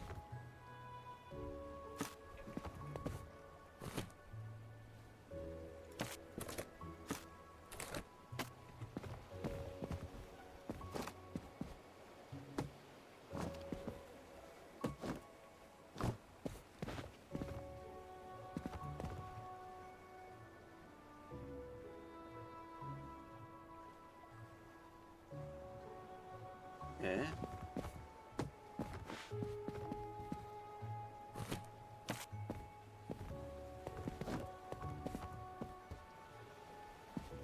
Oh, why won't it fit? What the hell?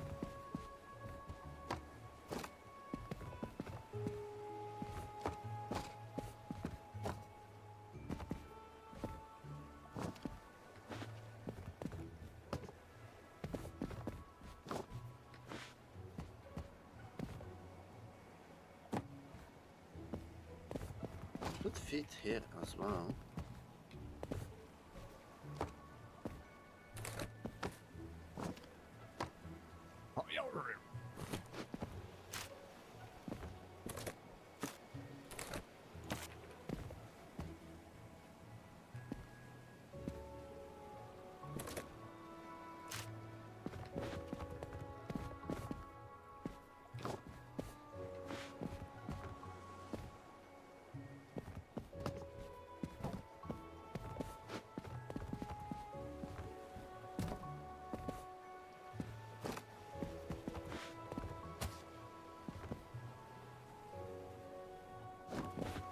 Oh.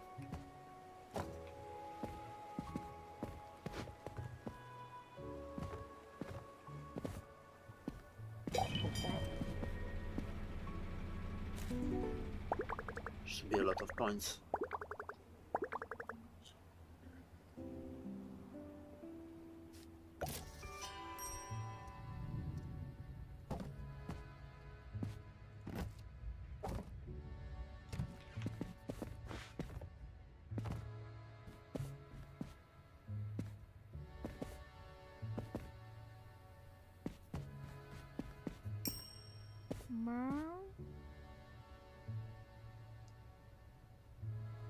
Nose book.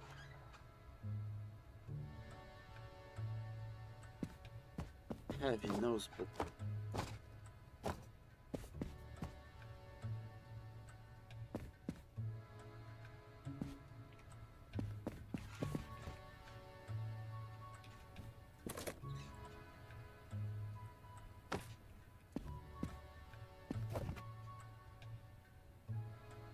It's not a heavy. Do you think the same as me? What do you mean?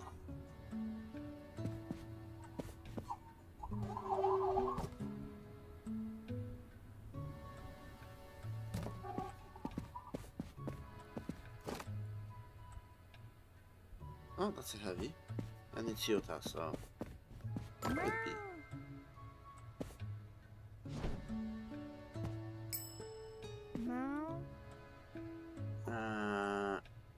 Quill Hunter.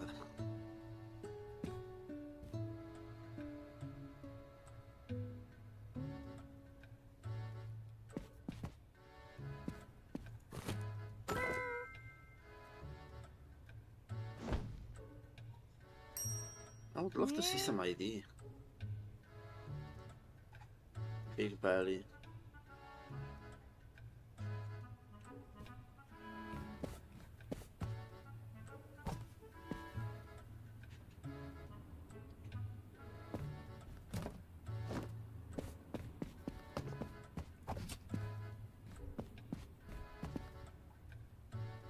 Is Zaina fucking...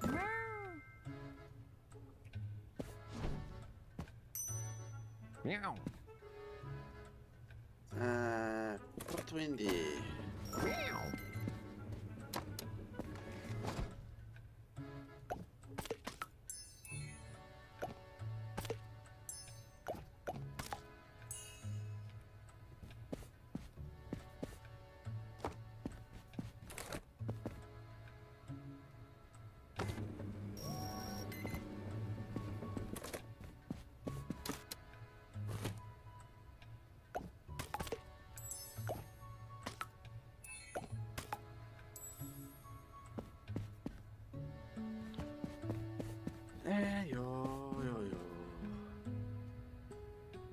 Should move all the Port Windy stuff onto the side.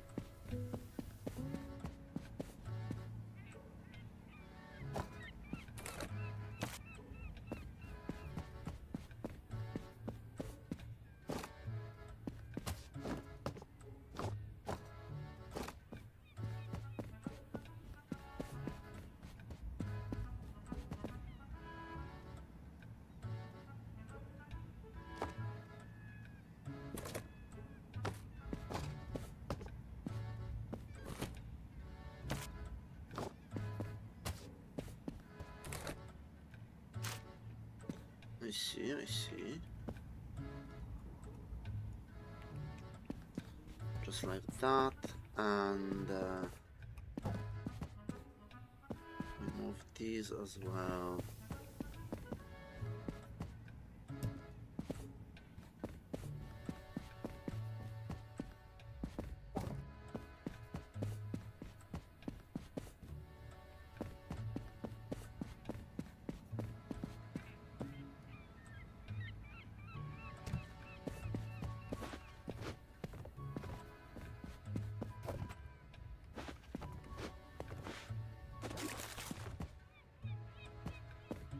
Oh no, I damaged the box.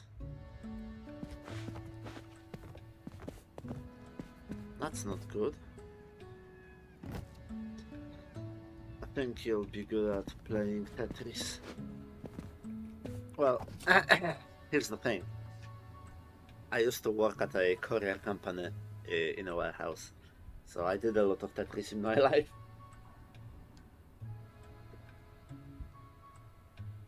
Oh, it's fragile. It's proper windy.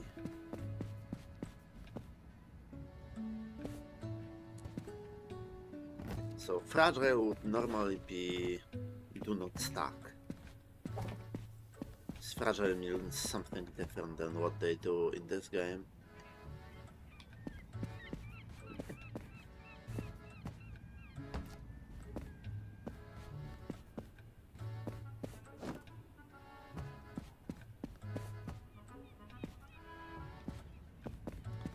Heavy, not super heavy.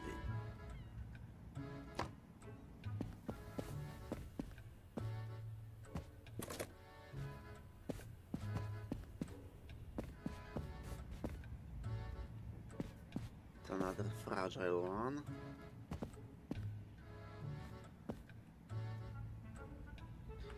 Yeah, I'm missing a button to crouch.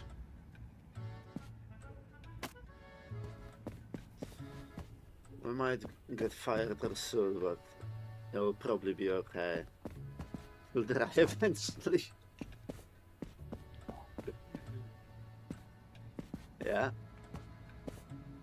Can't argue with that.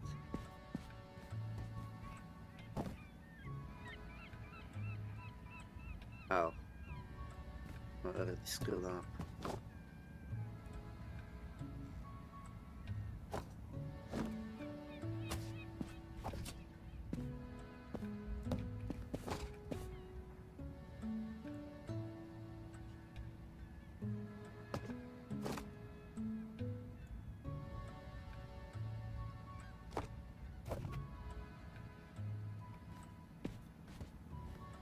Oh, I can't. Okay.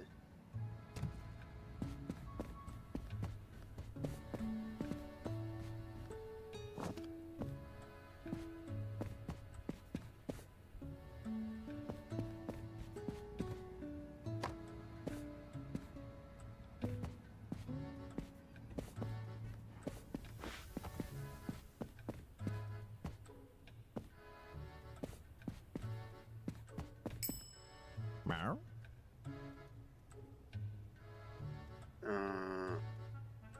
Reveal our ribbon.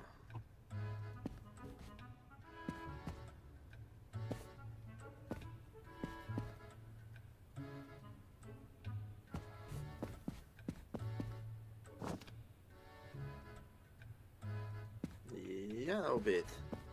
Meow. Meow.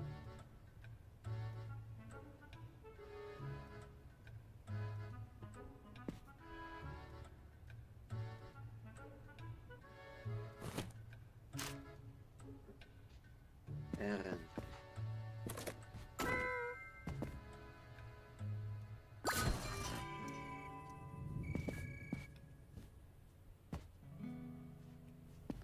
Captain has arrived.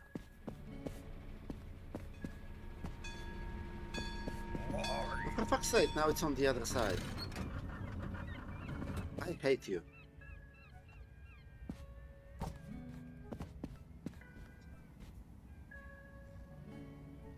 Heavy.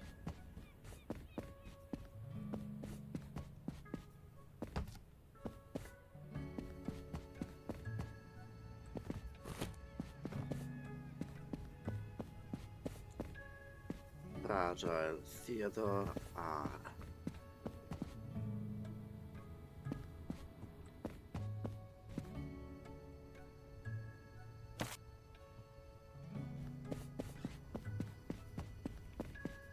Yeah, I don't like it because I don't see it.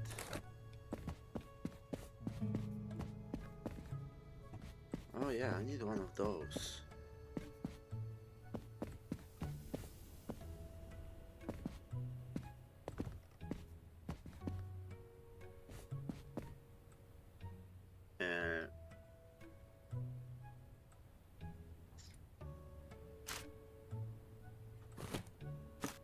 Yeah, I guess that works.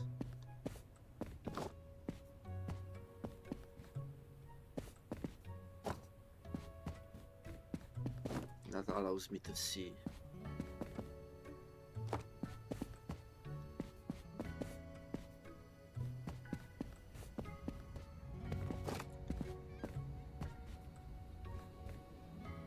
Heavy.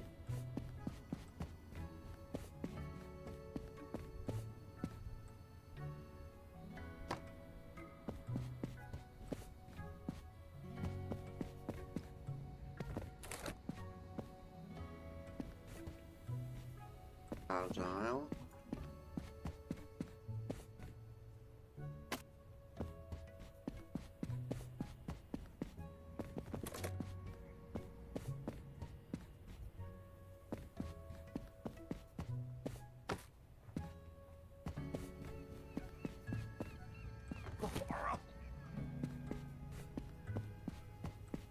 Heavy.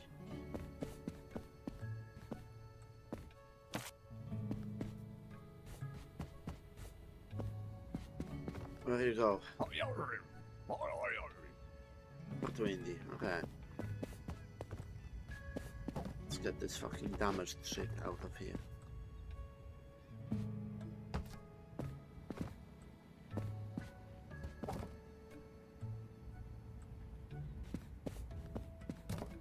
Didn't I have a heavy somewhere here? It's fragile.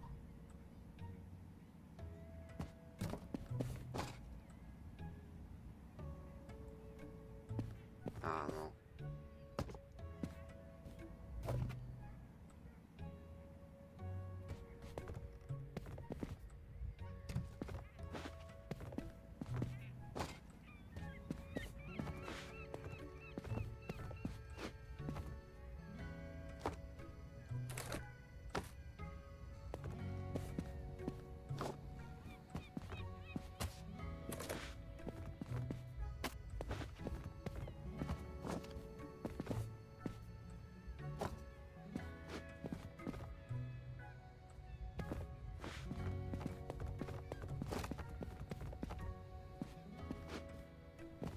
Bitch, you need a bigger boat.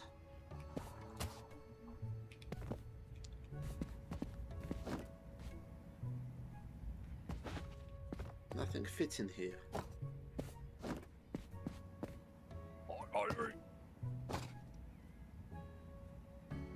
It's yeah, it's not a heavy.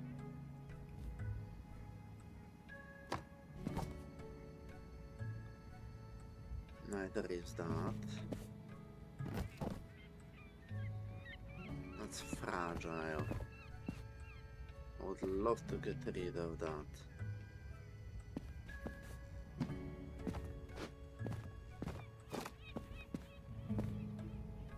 I wonder if they get darker the older they are.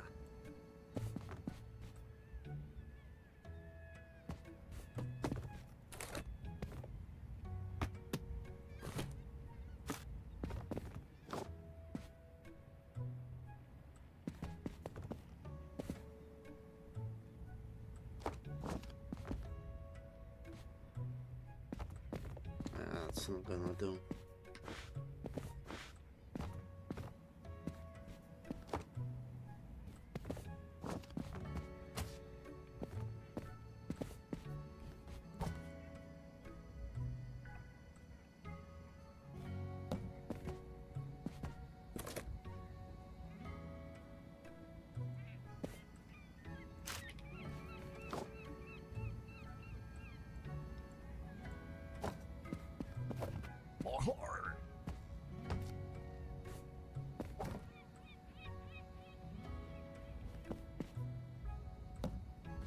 Okay.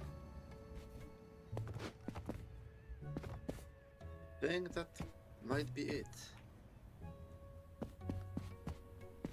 Alright, new packages spawned here.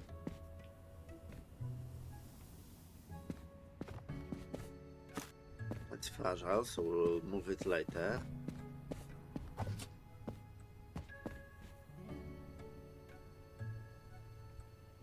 It's a normal one. But It's too big.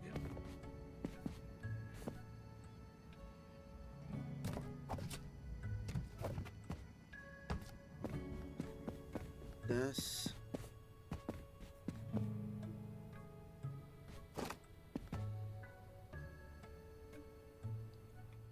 Fragile.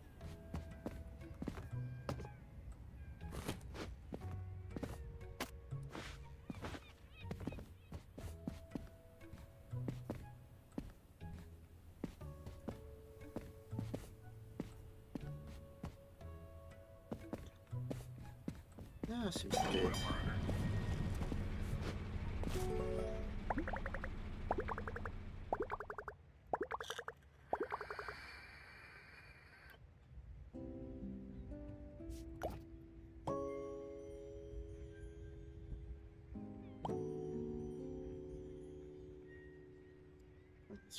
Shift to sunny shores, okay?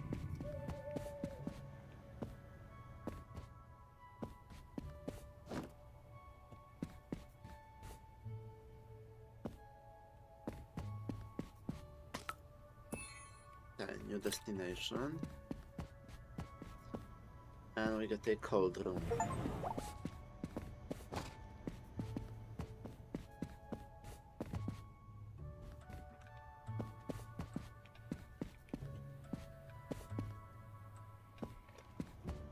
Where does that go?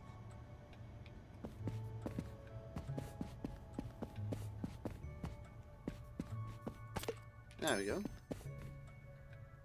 Some parcels will need to stay in the cold room to not get damaged. Check parcels customers give you with the scanner and add the magic stamp. And store them properly.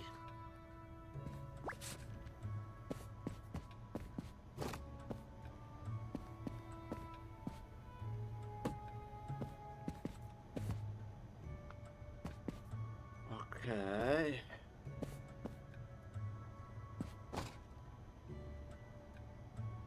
Sunny shores.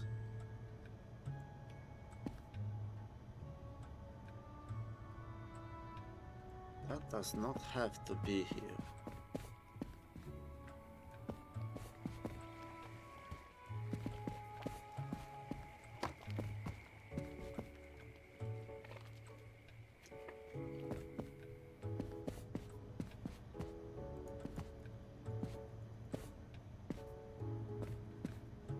Ah, dark room there. It's supposed to stay in the dark room.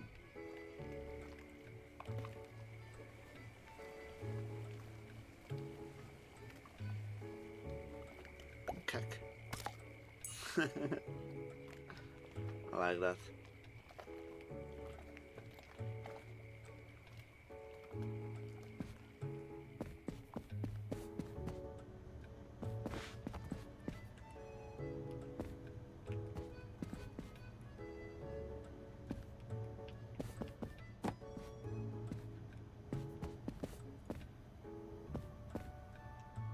Well, that will get damaged anyway now. Whatever.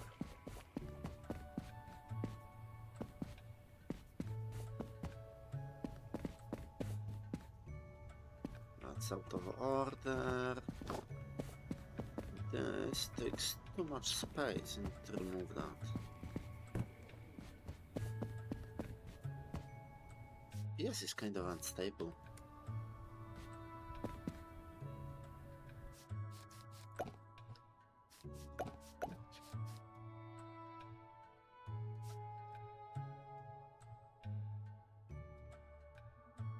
Let's get rid of AI.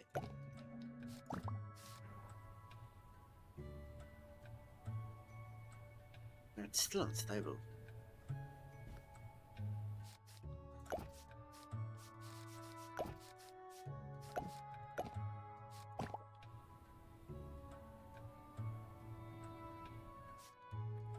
Oh well.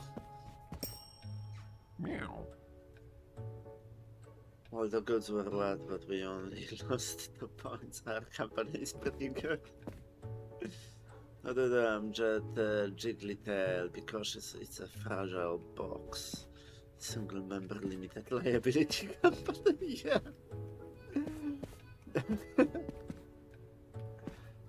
Jet Jigglytail.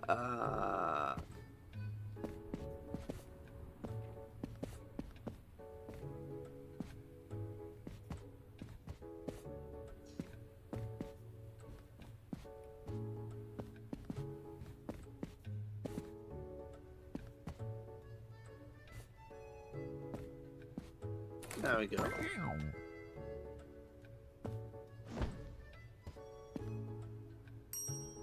Meow. Dahlia Night Eyes.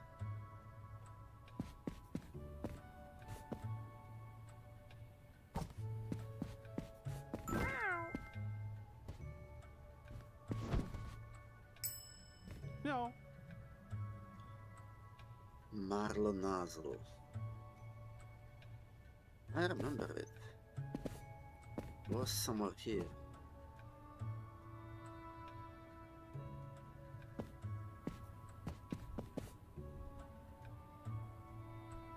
Oh, that's Mallow.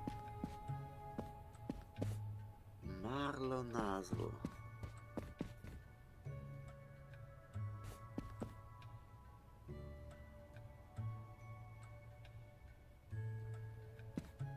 I don't see it.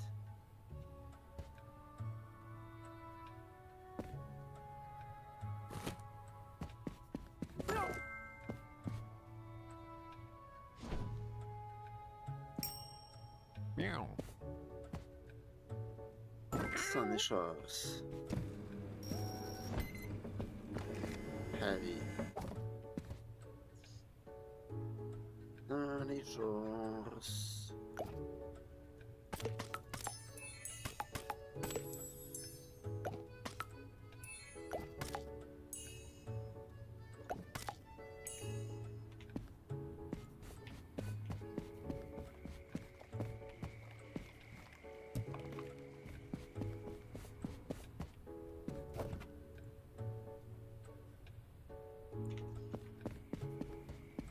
Fragile.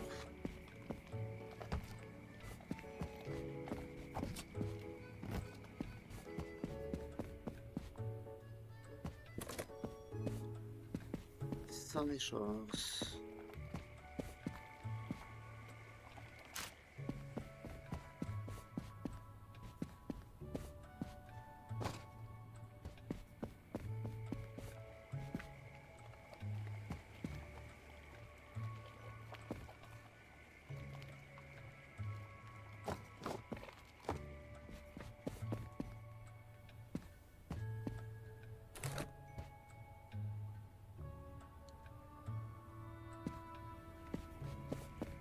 Should be in the night room. They don't have the night room.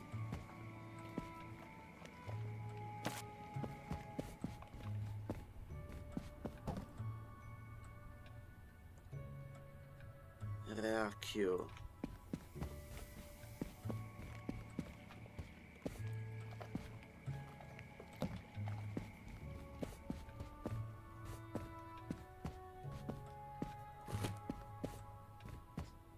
Sunny Shores, Fragile.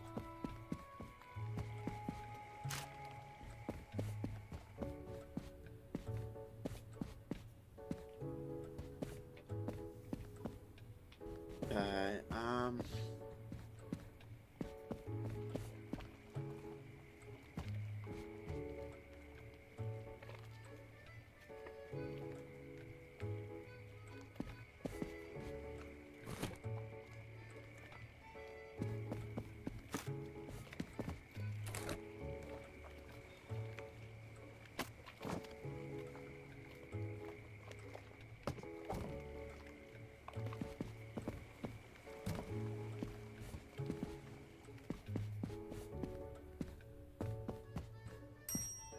Meow. oh wait. Oh yeah, there's new stuff that spawned here as well.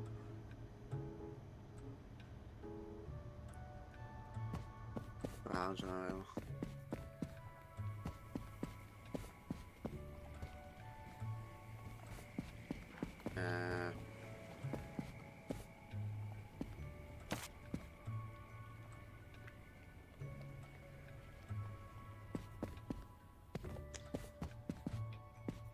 But windy. Sure.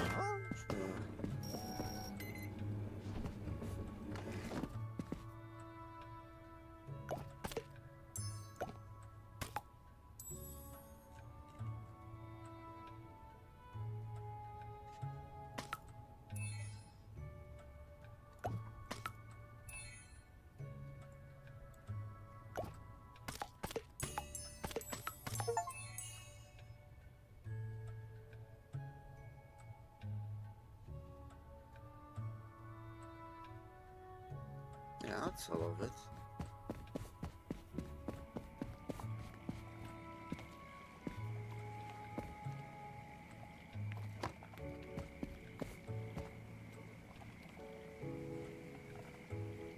We'll change that. Once we empty it, it should work.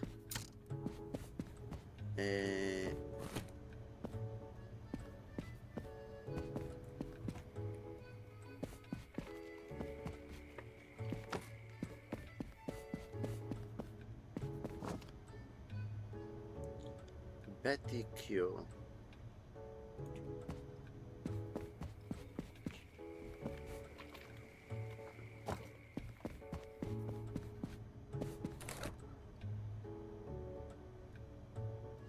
Oh, I think I fucked up.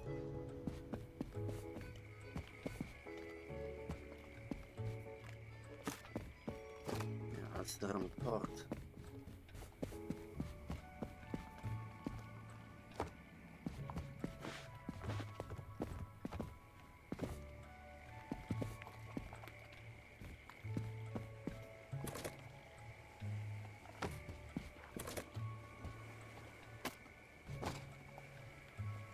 Okay, it's fine now.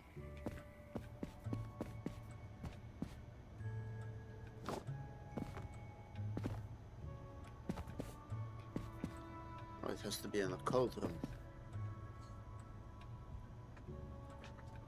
That goes to Sunny Shores.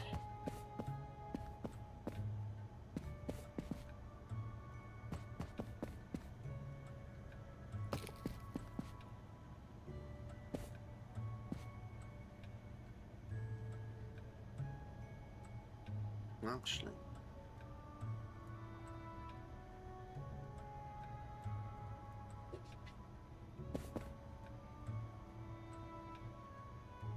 What of that?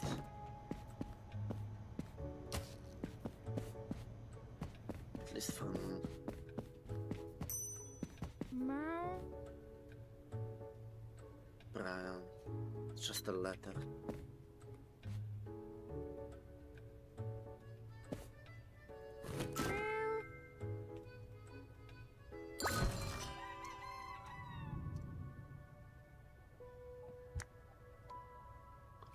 Right.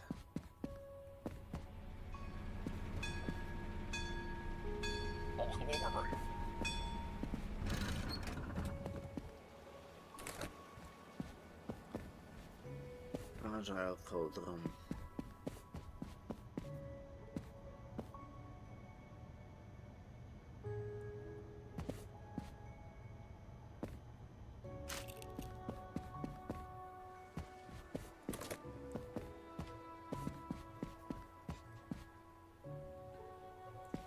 That's a regular.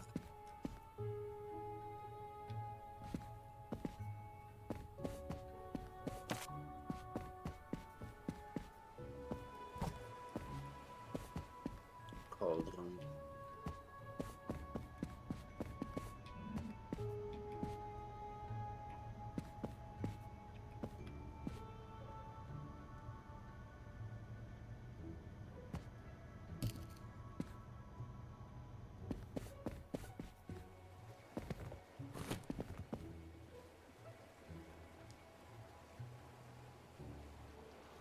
Cold room again.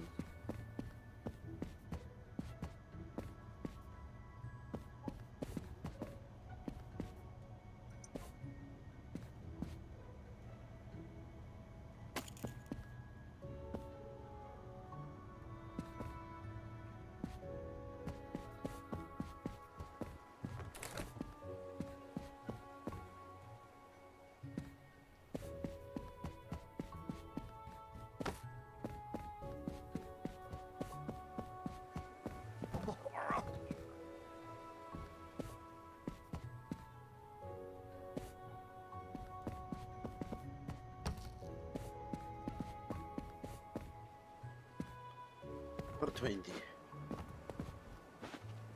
Okay, let's go then.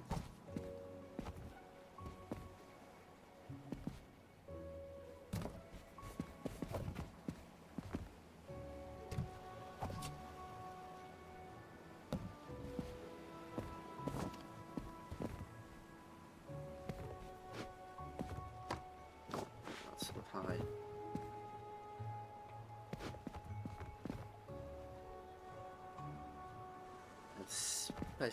These spaces are kinda weird.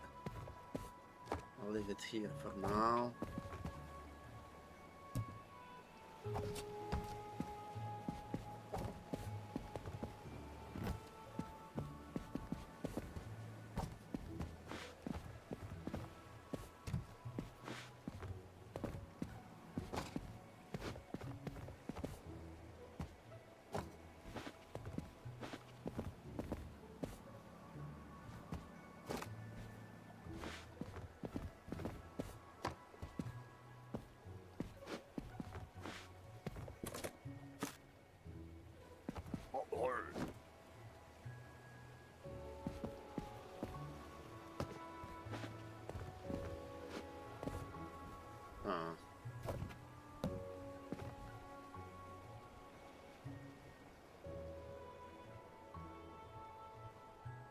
Yeah, normally I would take these and rotate them sideways and push into here, but the game does not allow me to do that.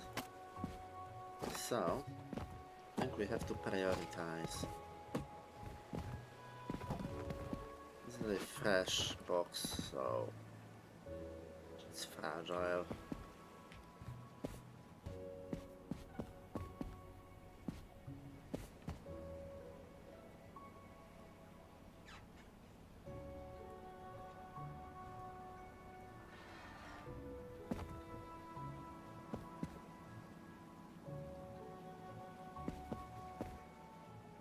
Nah.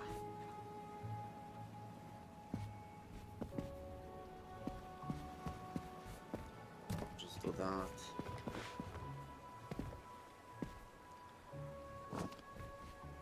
These are fairly old.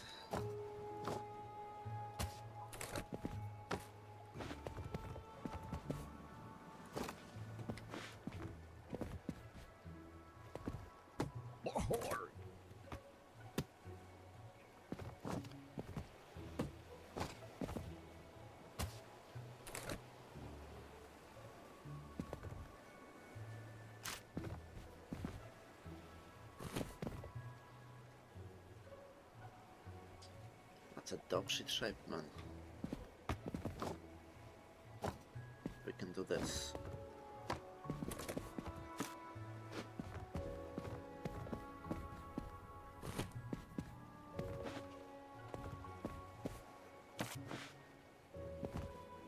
That's almost everything sent. Just one package left. And whatever we find in here. Windy. No fragiles or anything.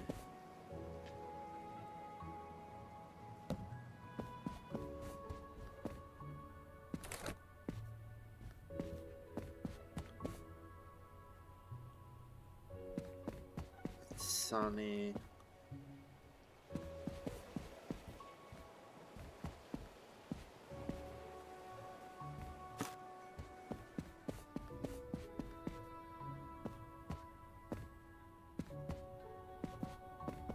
Damn, I actually made some progress here. Right, let's see the cold room.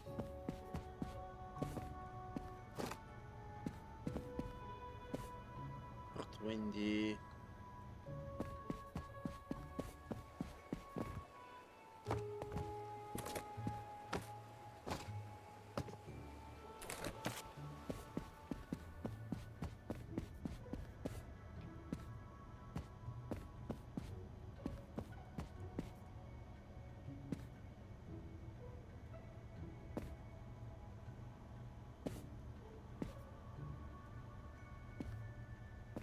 Okay, that's it. That seems to be it.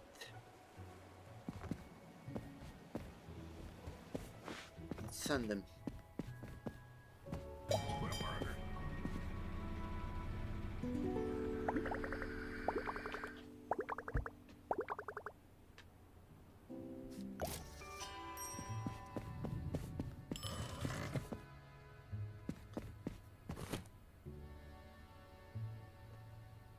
Port Windy.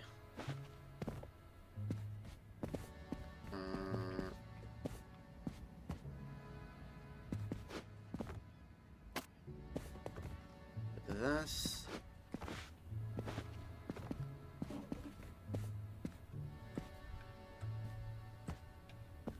That was just one. Oh, okay. Weather. And water respawn here. Nothing. Okay. Meow. Message from Mama. Her last name is Grafer.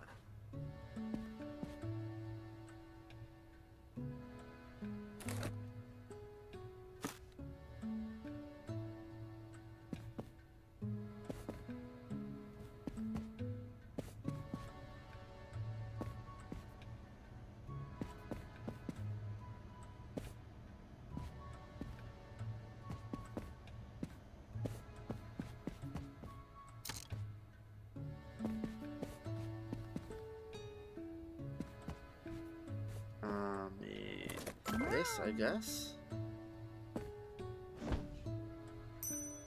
No.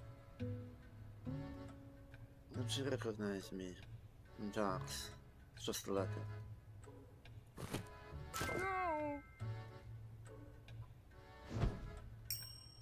Meow. Udo Wantów.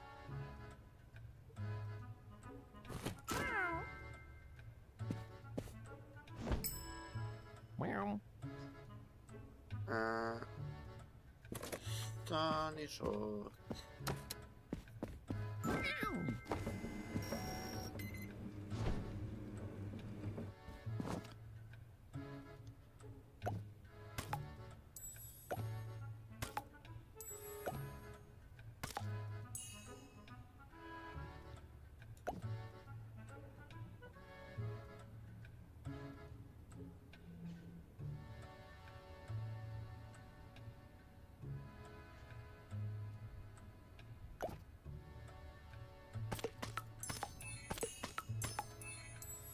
Where are these like? Oh, because there's new stuff in it. Okay. Once I put the heavy thing on it, do I still have to put everything else on it? Like the stamps?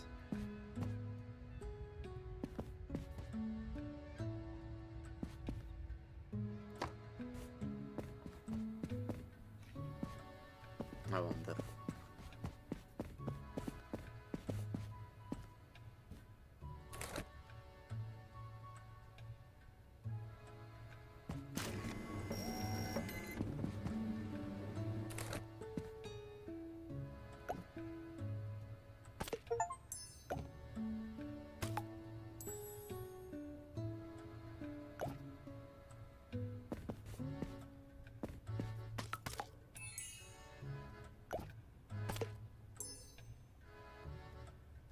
Well, I think a cat would buy that's heavy.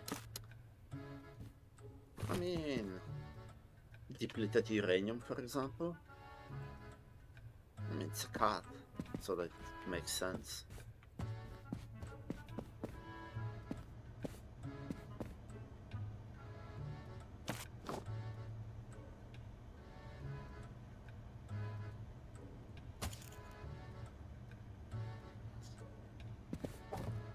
Oh, what is that?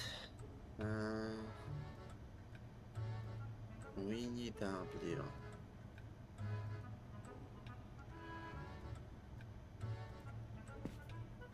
Nothing special, except for the fact that it's big.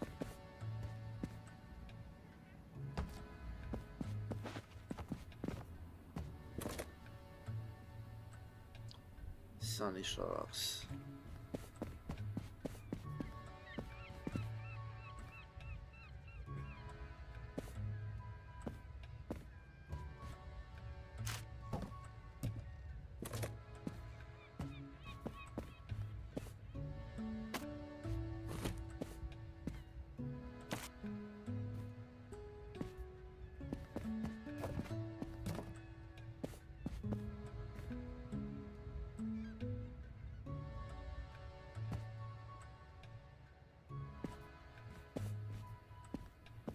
We'll see about that. Sunny Shores fragile.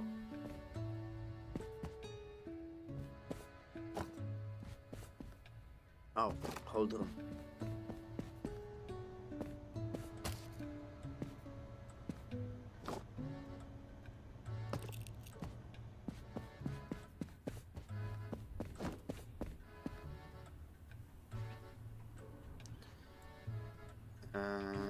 Just Sunny Shores, nothing special.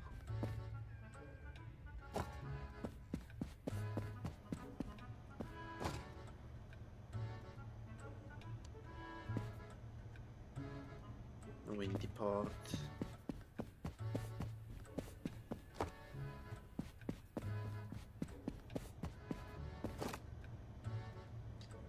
Sunny Shores, nothing special.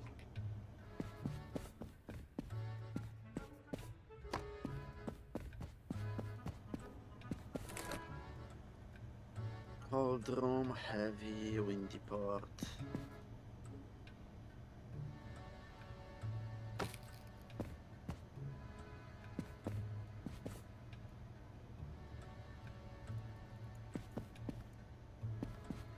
Okay, that's done.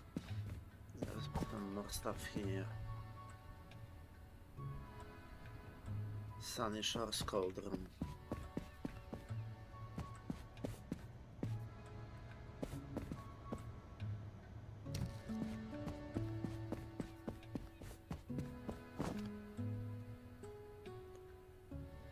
Sunny Shores.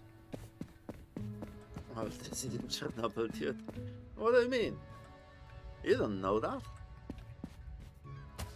What if the cats are trying to get like a nuclear reactor going or some, you know, proper weaponry? Cold room, windy port.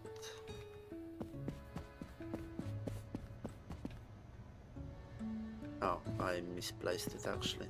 Fuck. No, I didn't. That is supposed to be windy port.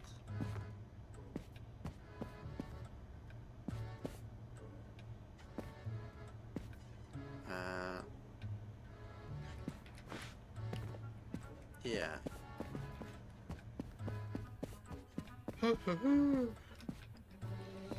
Okay, next. Meow. Meow. Sunny Shores. Meow.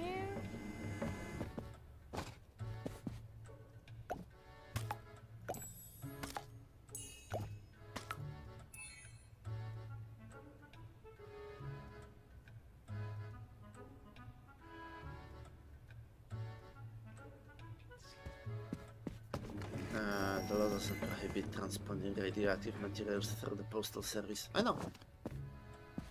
You can have radioactive materials on a plane as well, including planes with passengers. There's just certain rules you have to follow, that's it.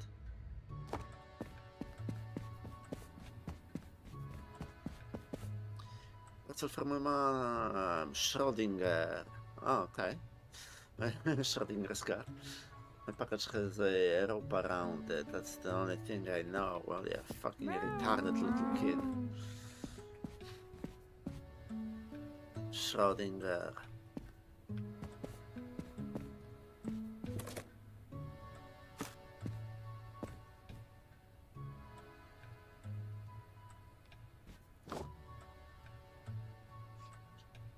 Is this it? There's a rope around it. That doesn't look like a rope. Yeah, that looks like bindings. I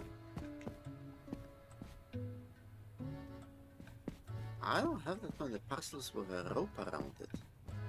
This looks like a rope. Oh, new shit spawned. Cold room, Sunny Shores.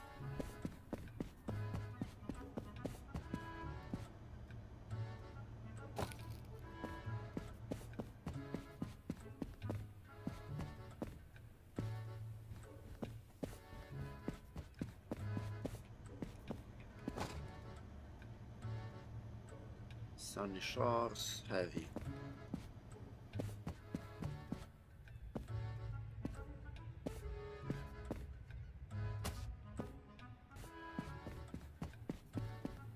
Yeah, kid, listen, this might be it, but I'm not sure.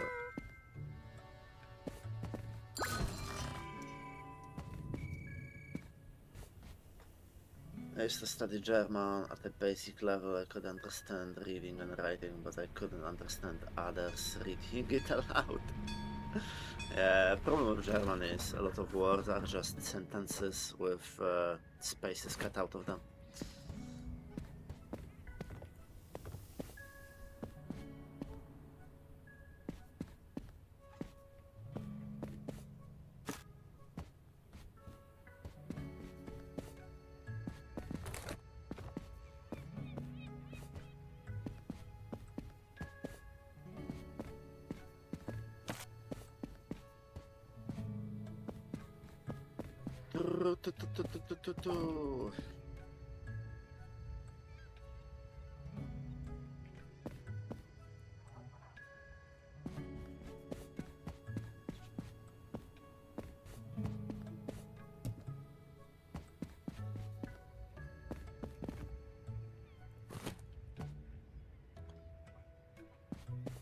Tanya G.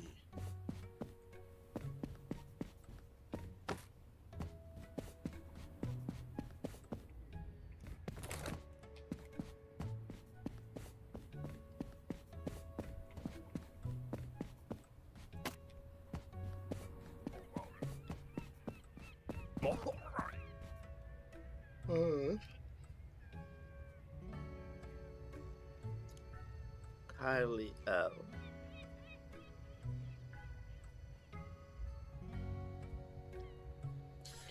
And I swear when I hear an angry German speaking furiously, I immediately think of something else. Yeah, whenever I hear an angry German, it reminds me of an angry Austrian. I feel ya, mate.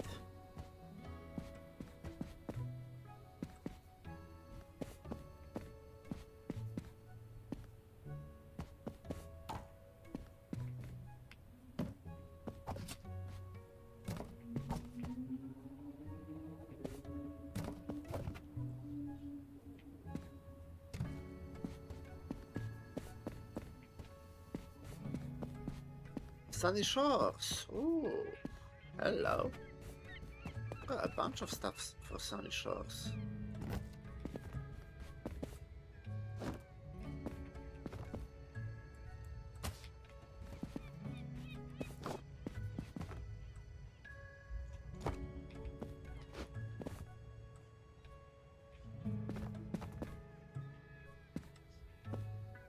A whole bunch of stuff.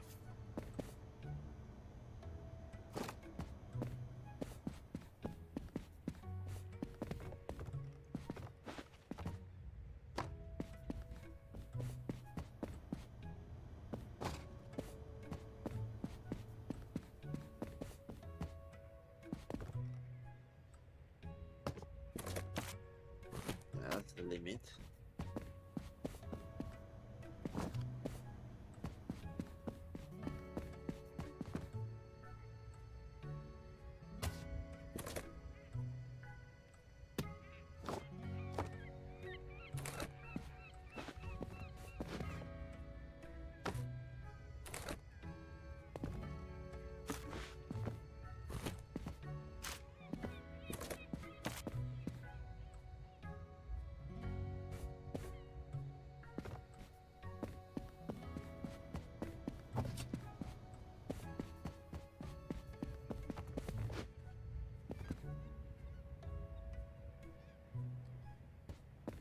Okay,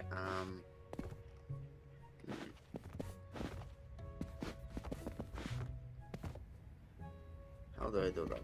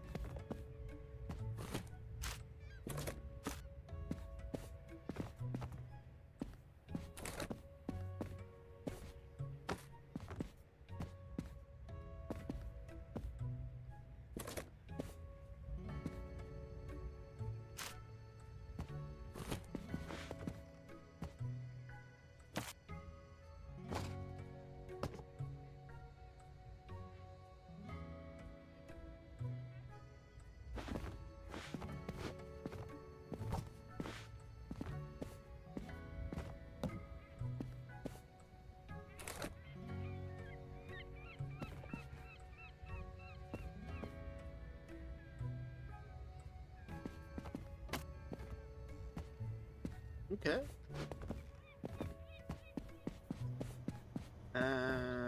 That's all for Sunny Shores. I have just the regular packages now.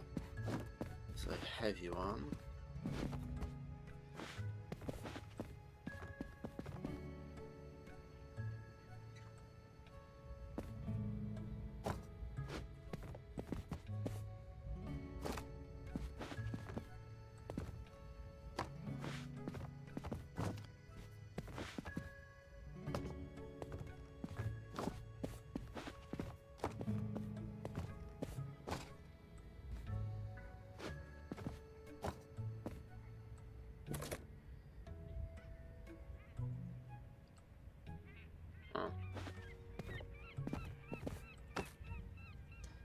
I will not be able to send everything.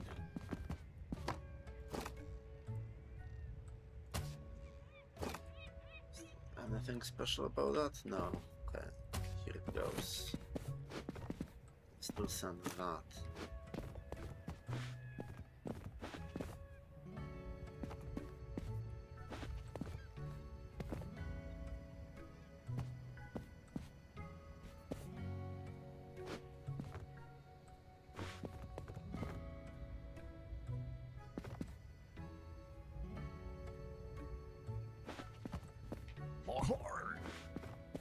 Yeah.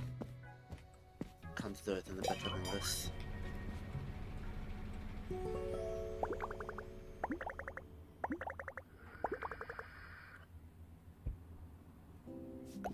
I unlocked something.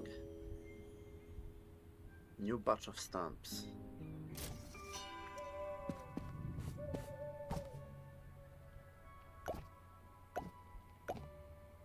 So decorative stamps.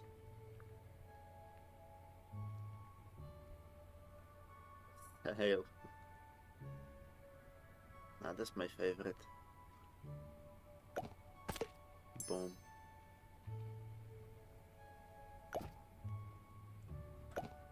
Strength, and these are just weight ones. Destination. Yeah.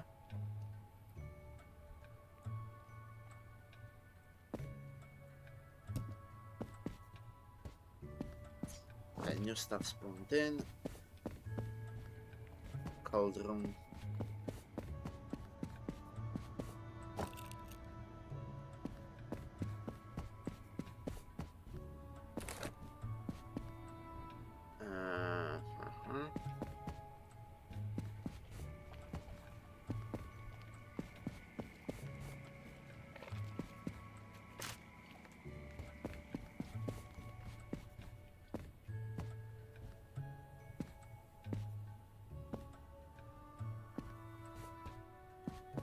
Let's check the cold room if anything spawned here. Yes. Sunny Shores. The regular one.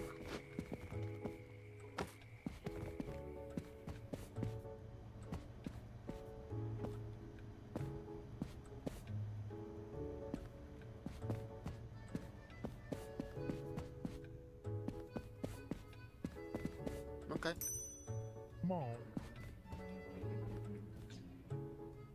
Golden to Tanya. Just a letter.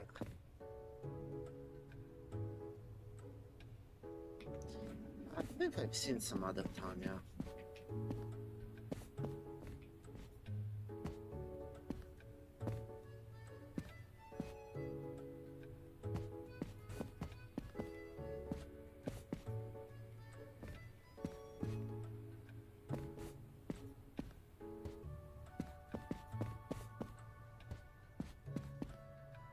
No, okay.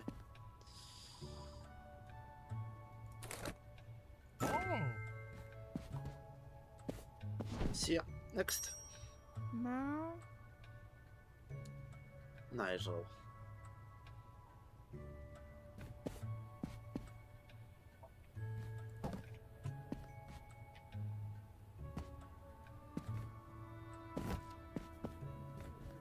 many more Nigels? That's the question.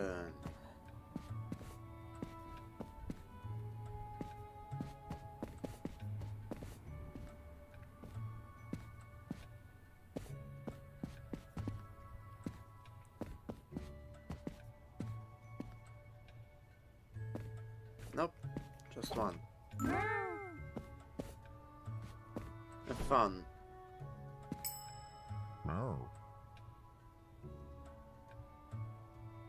Tanya Moody Whiskers.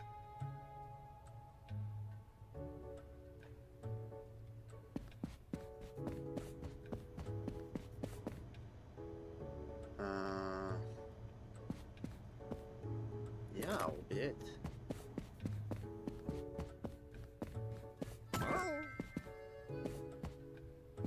Probably fish. Or depleted uranium. Theodore, it's a fragile box.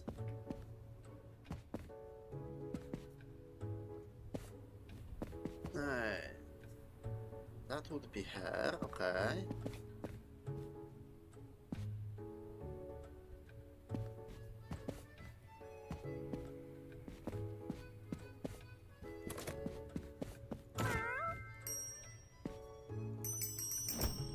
Meow. Dusty fur. It's just a letter.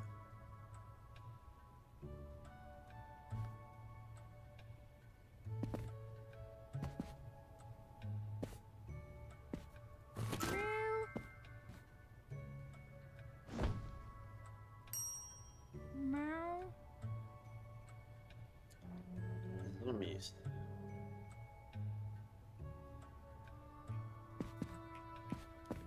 I think I remember something else with zoomies. I might have already given it out though. It's not the first time I hear that name.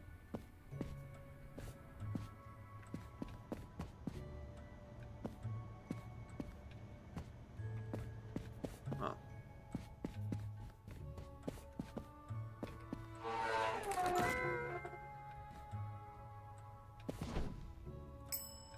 No.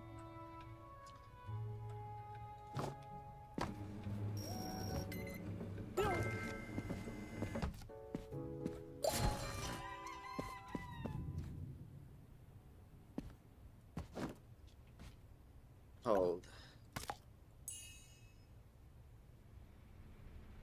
Sunny Shores.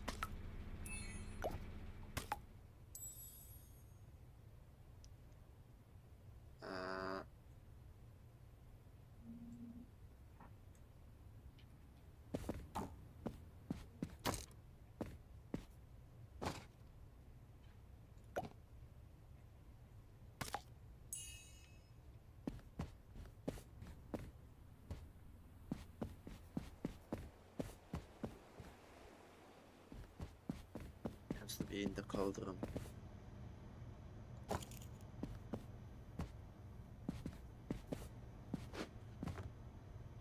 Oh. Okay.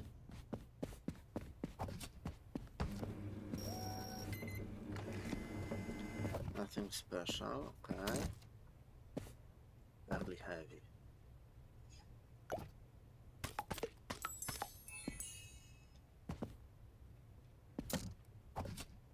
Yeah.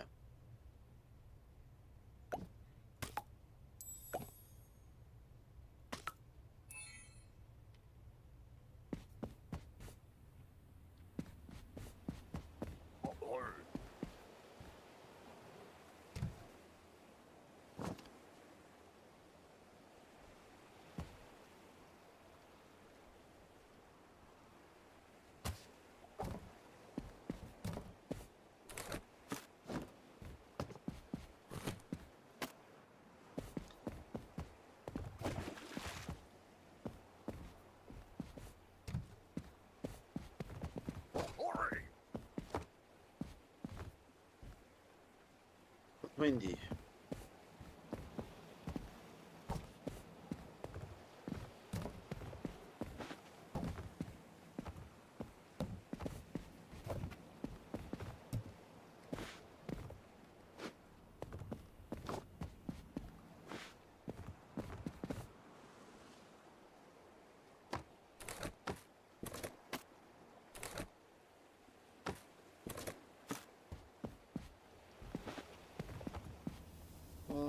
windy.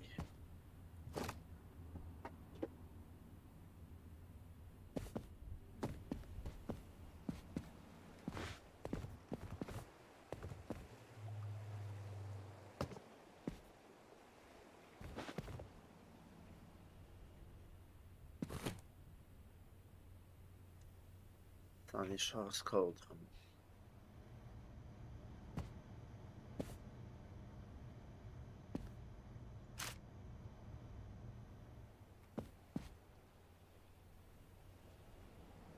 What the fuck am I doing?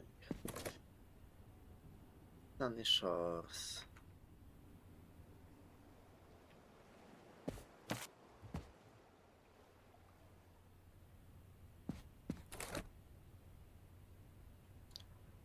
Not windy.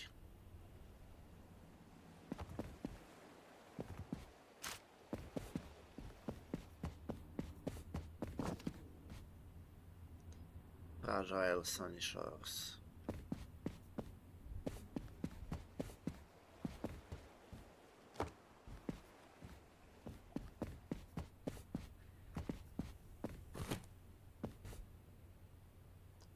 But windy. Nothing special.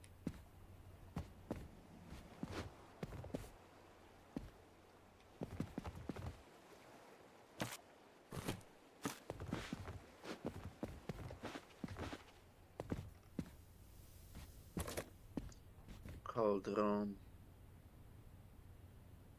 That's heavy, isn't it? Yeah.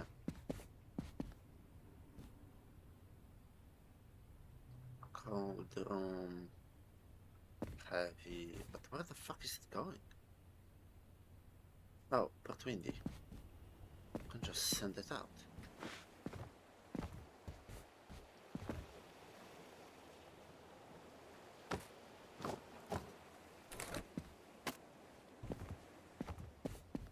Just like that.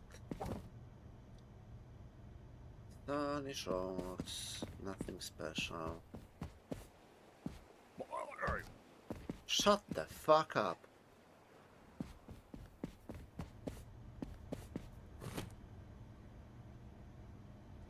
Port windy.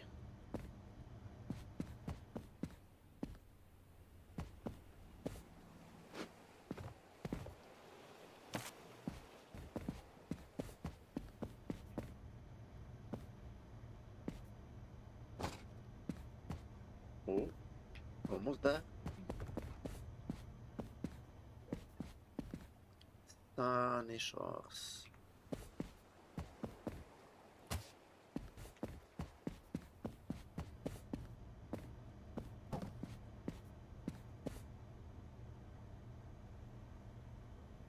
Heavy Sunny Shores.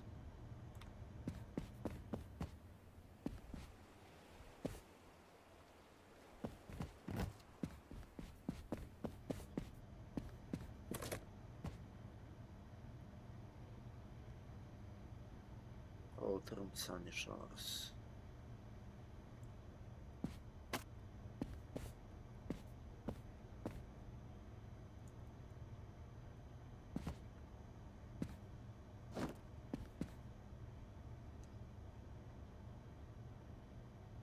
Not windy.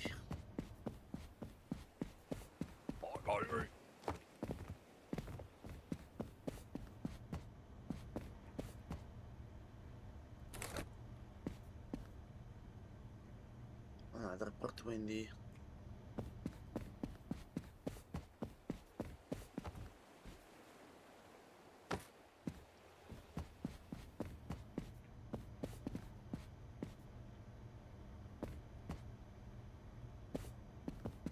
Okay, that's it. Oh, there's new stuff here again. Port windy.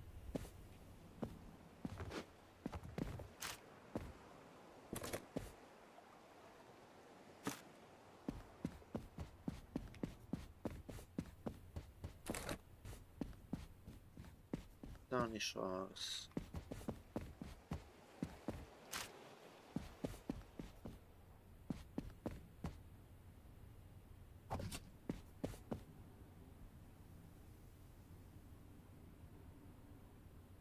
Sunny Shores.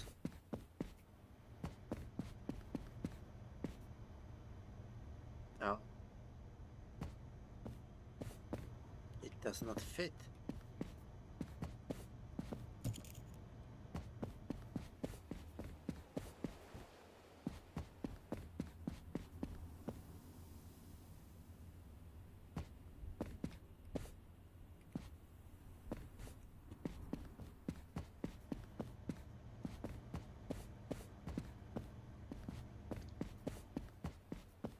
Okay, anything else for Port Windy? Anywhere? No. Okay.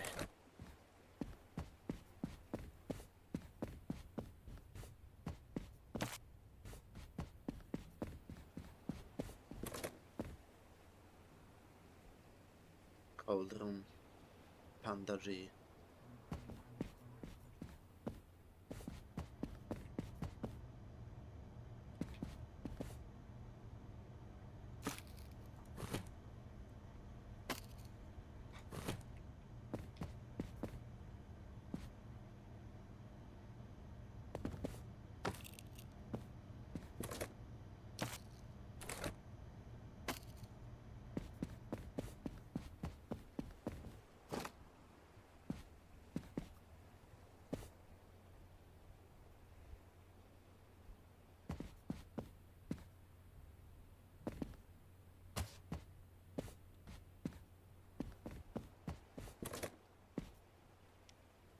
Fragile.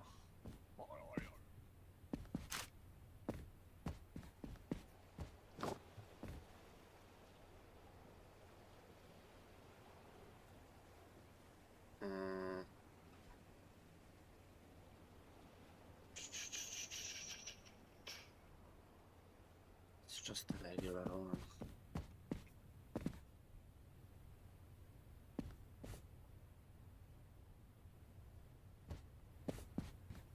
These are annoying. Don't fit anywhere very well. When they do, you can't see what you're doing.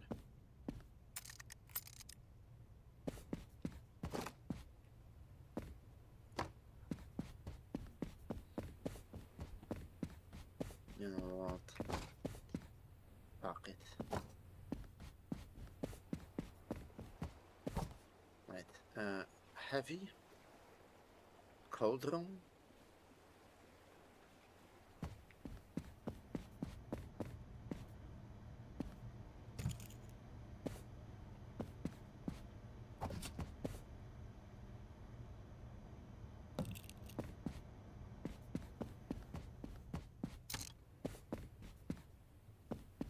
Send it over.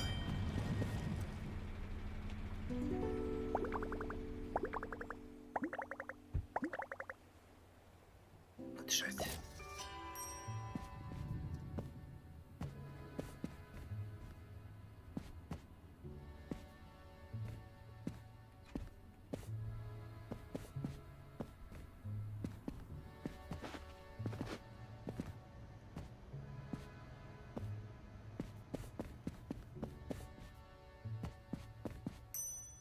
Meow. Litter box. Cube shaped. Litter box.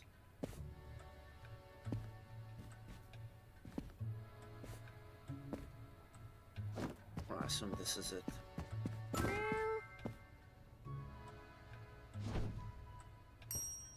Meow.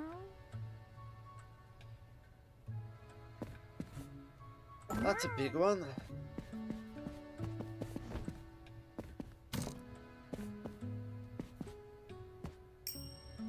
Wow. Wow. God damn it. Wow. Wow.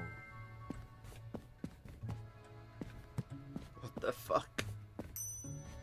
Meow. Everyone's sending.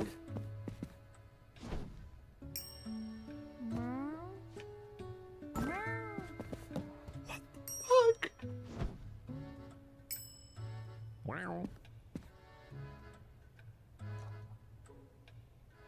Tatum Even Claw. Damn.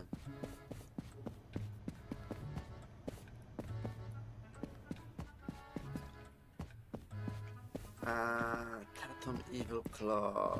Oh, it will hold. Is that heavy? Yeah, it is.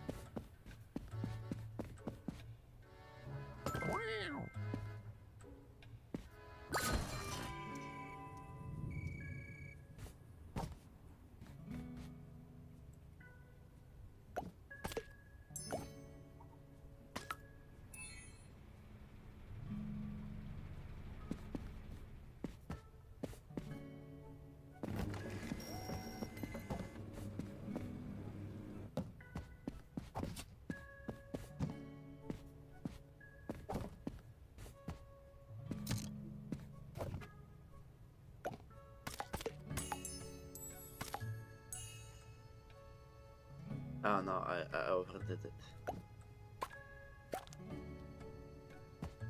Yeah.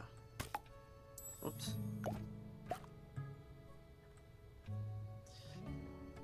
There's any shores, nothing special.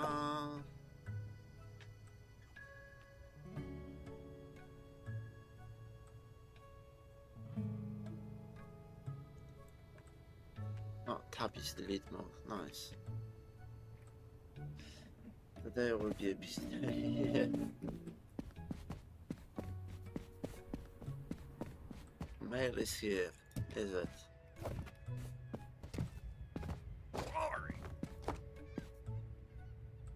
Sunny shores. Perfect.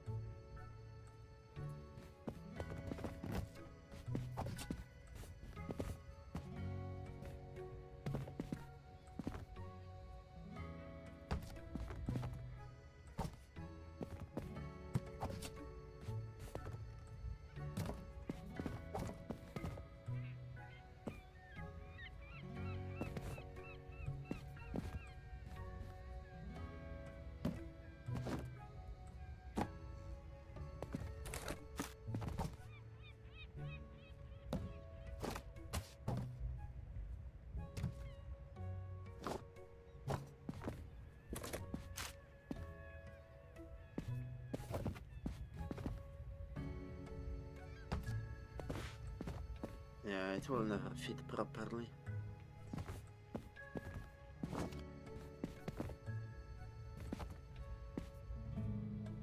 We'll do that in a second.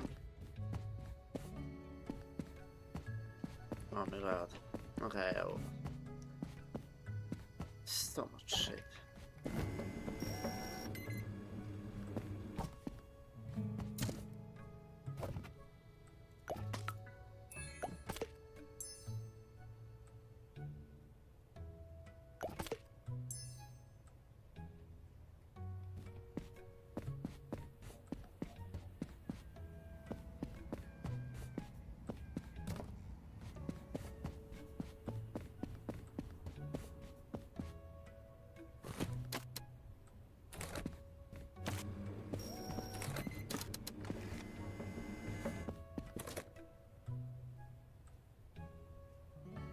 Oh, I forgot.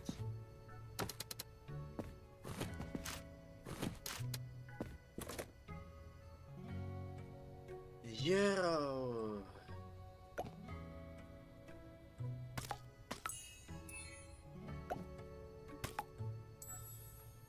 Cover the name. That's what? Port Windy, Sunny Shores.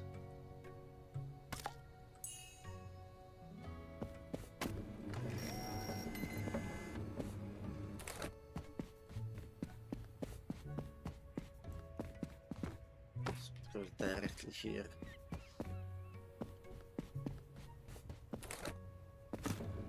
That will be heavy.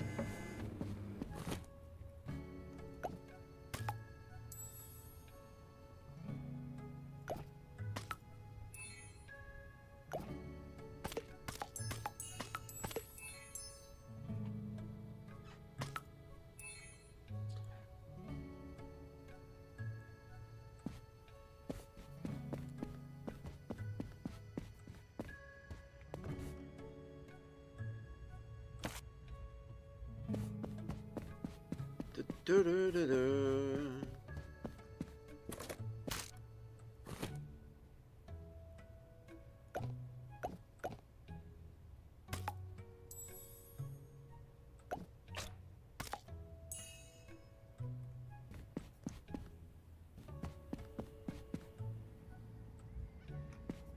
Hope I don't miss anything.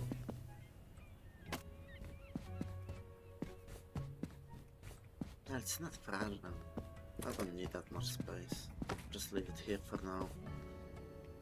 Oh my god, there's this stuff as well.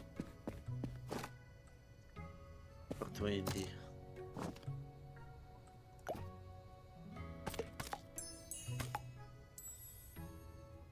Oh no, yeah.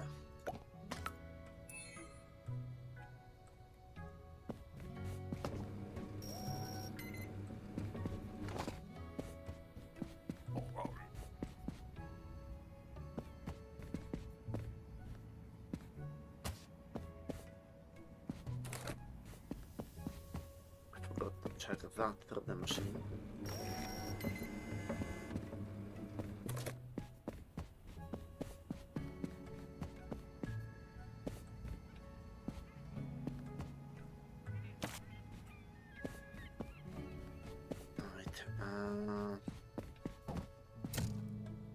Only sharks. Heavy.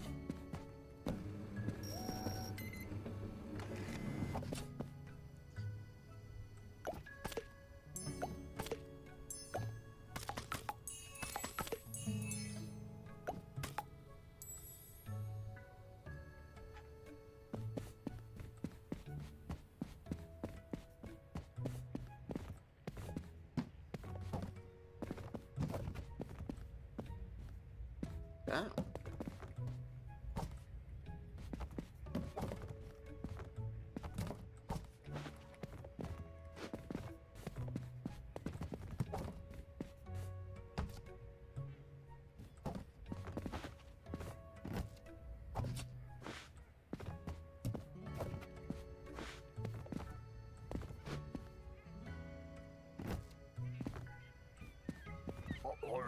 That's a big one. Oh yeah, I don't have that for so many sharks.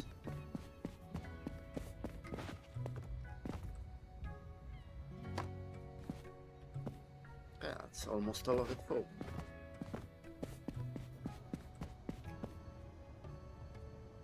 And this. Oh my god. There's not enough space on the boat.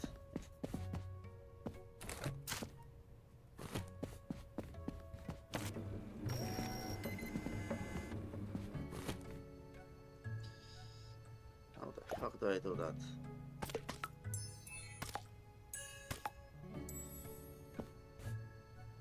Yeah.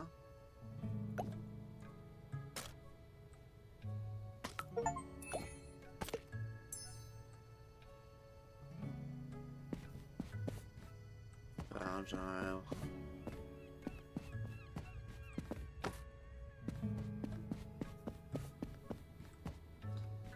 What about fragile items in packaging?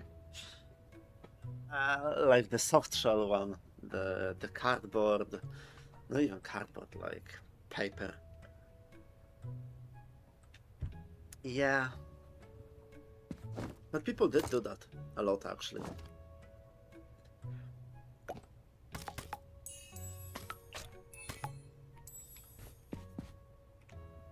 Actually did that a lot. It's mostly stupidity, obviously, but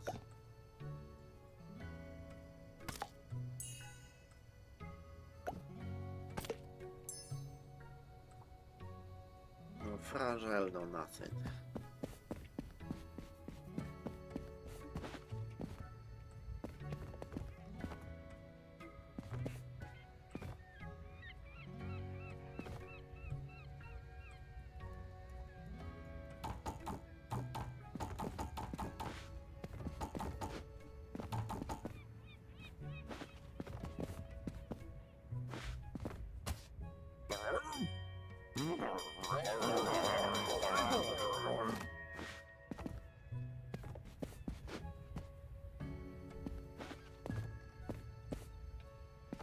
Not enough space.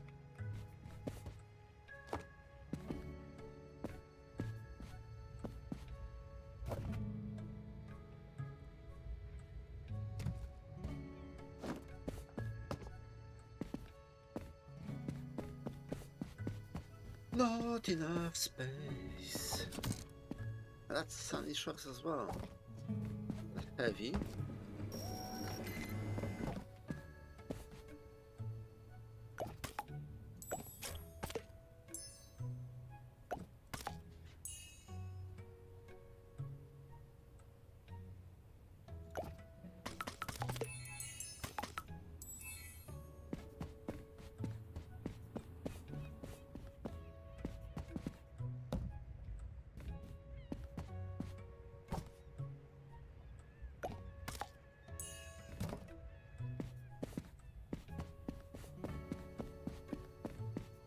Okay, I finally managed to get rid of these.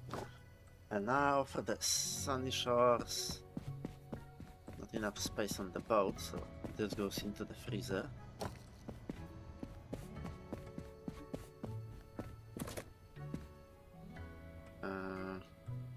Heavy Sunny Shores. And that will not fit anywhere either.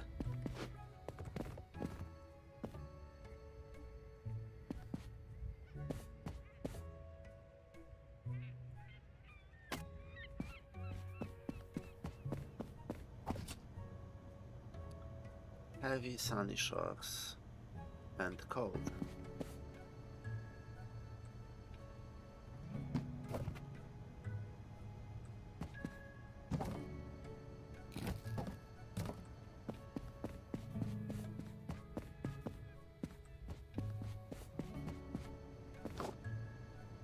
Fragile Sunny Shores.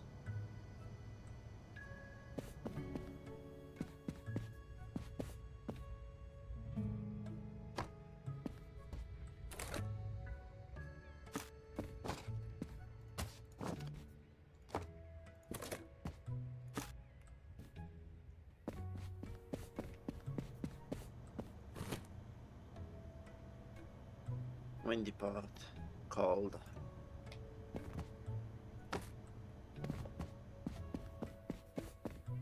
No, anything more here? Of course there is. Sunny Shores, just like that.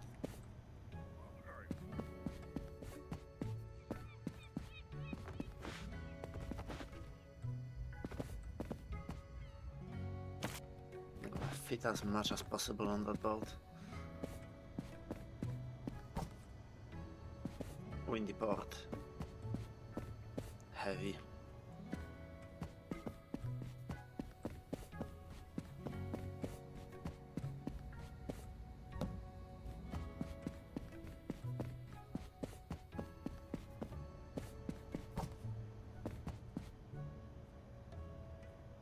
Windy port.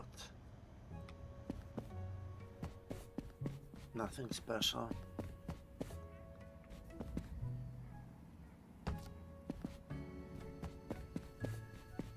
There's a bunch of big parcels.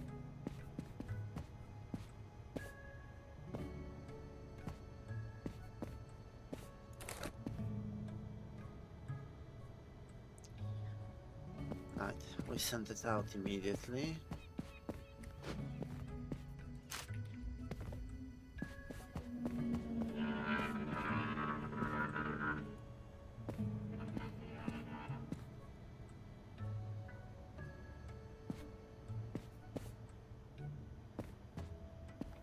Okay, nothing more. Well, at least there is the stuff. Sunny Shores.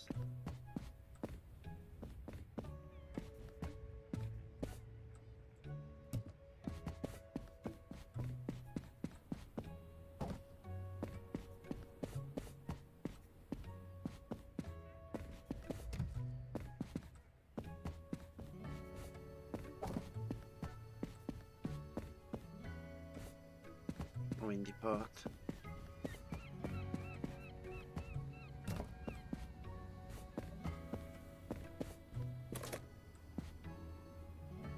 Windy port again.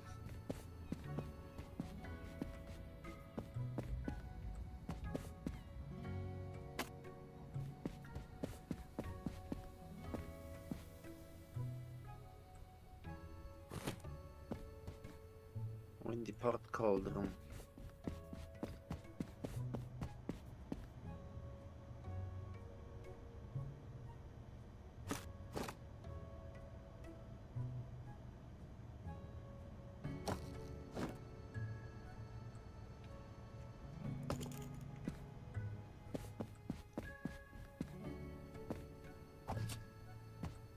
Sunny Shores. There's a lot of stuff for Sunny Shores. Oh yeah. Wrong pile. Bastardy's nuts.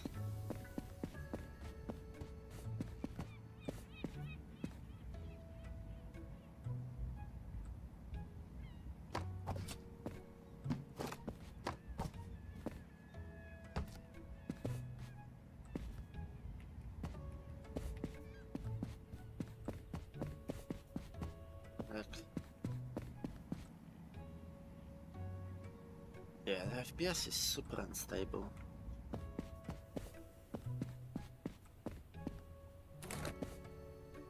Sunny Shores, Fragile and Cauldron. Cool. We send it out immediately.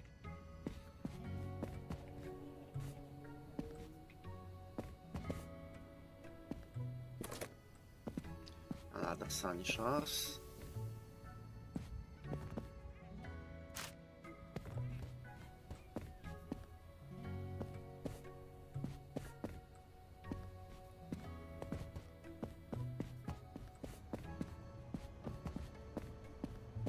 Okay.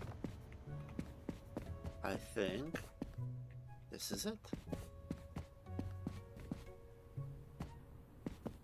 Yeah.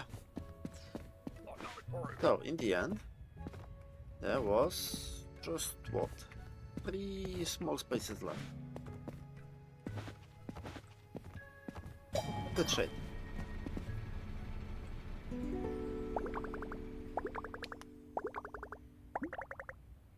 Damaged parcel's penalty. Ooh. I have damaged something. Ah well.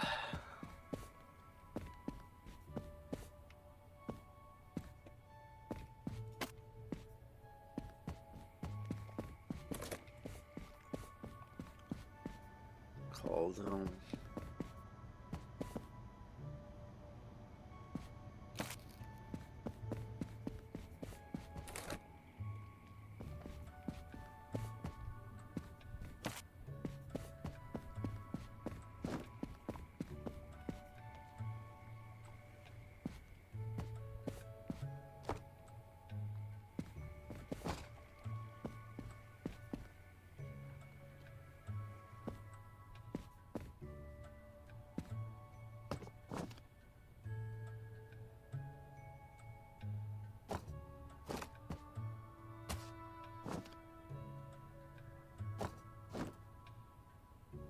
Ah, that's fragile.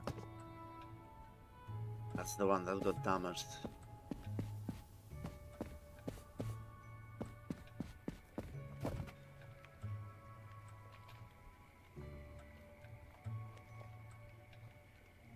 Oh, that's just nothing.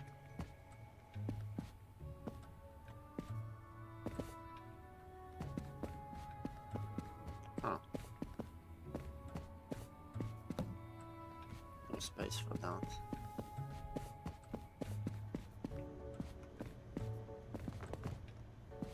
Okay.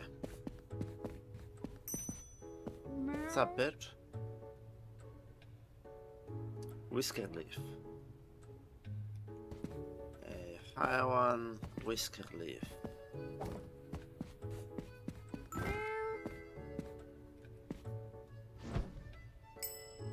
Meow.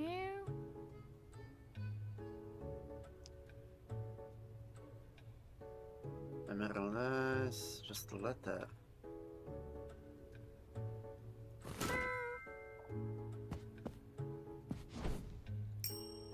Meow. Meow.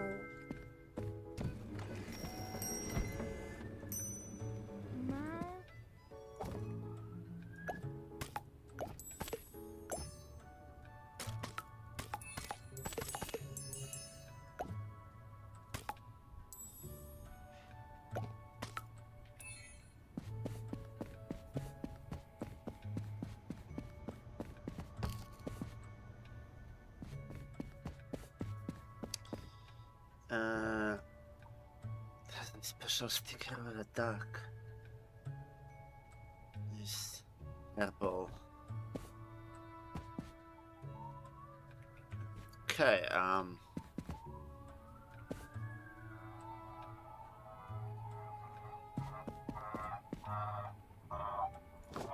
will be this one.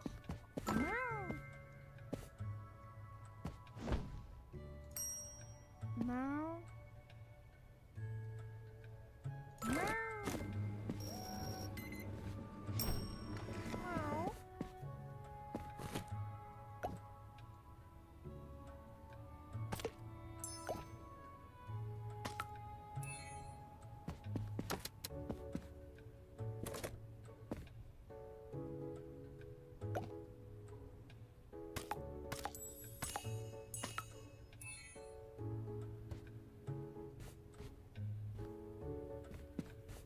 Port windy, fragile.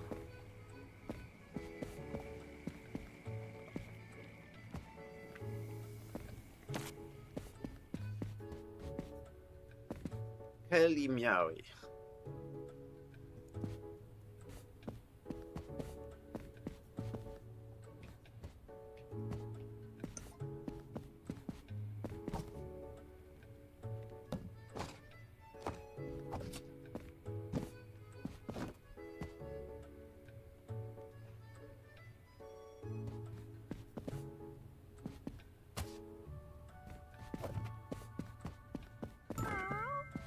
No?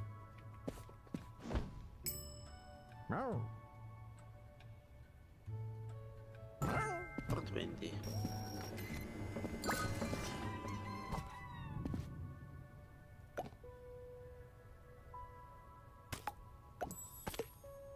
What was that?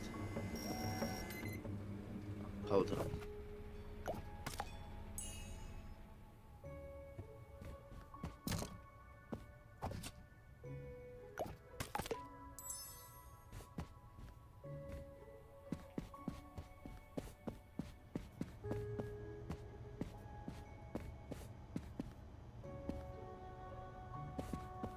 Yeah, there's not enough space here, mate.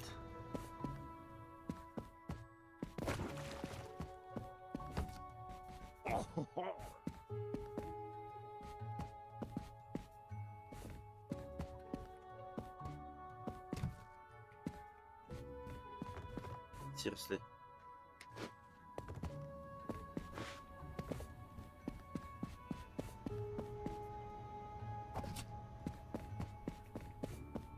That goes out immediately.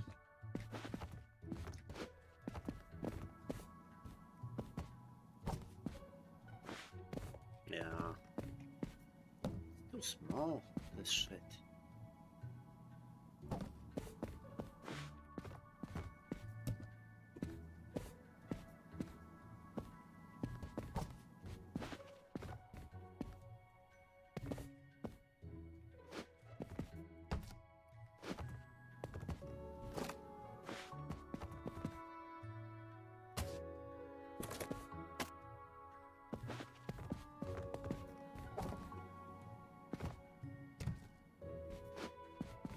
Yeah.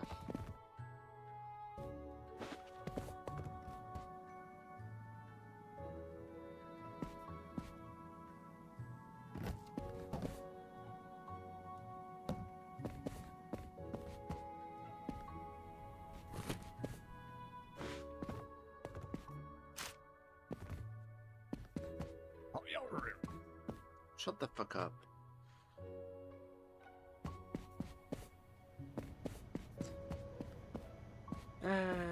Port windy.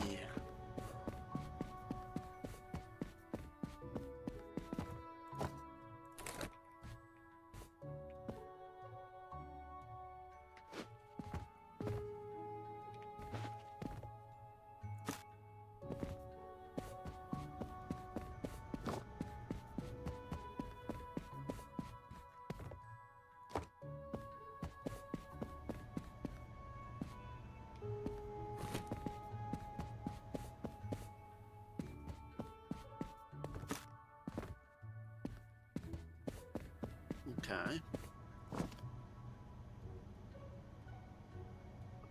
Sunny shores. Any fragiles or anything? No. Port windy.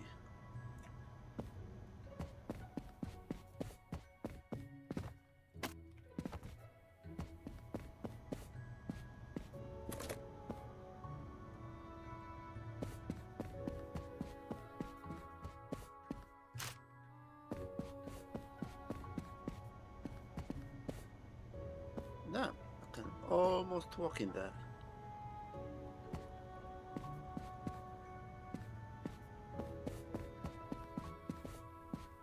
Oh yeah, there's pile as well. Sunny shores, cold room.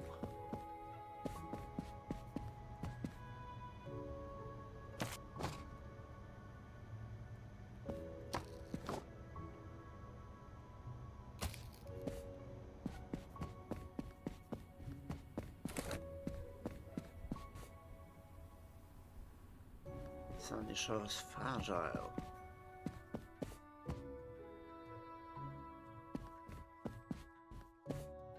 Fragile. There we go.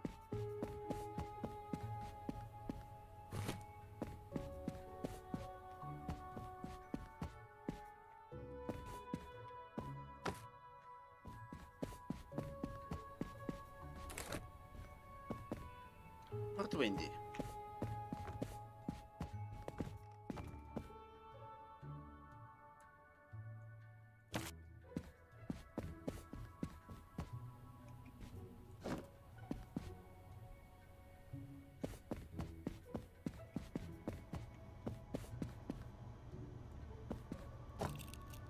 Just like that.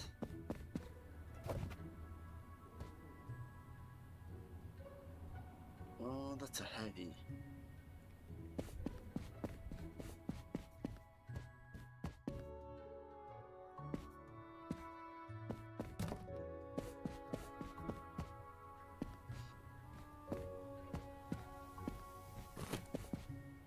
There you go, port windy.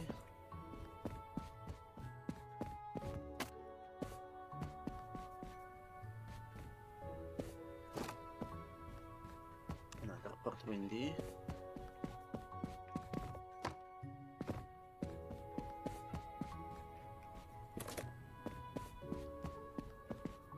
Sunny shores.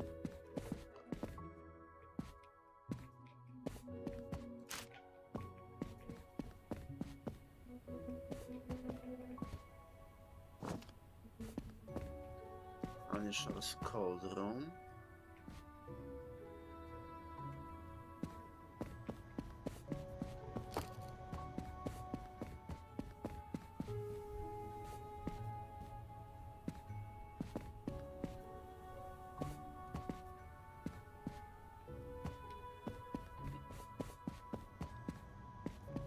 Oh my god, more stuff here.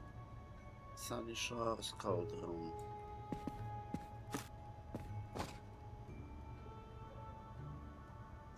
Same.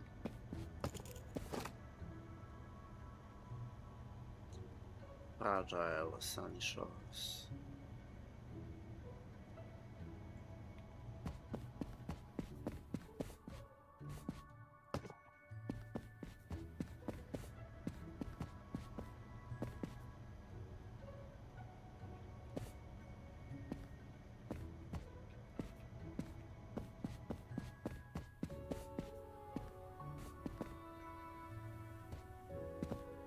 And I think that's it.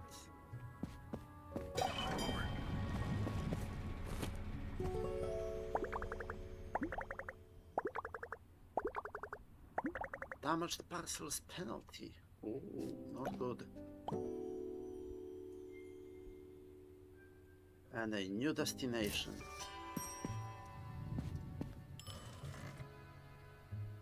Ah, that got damaged.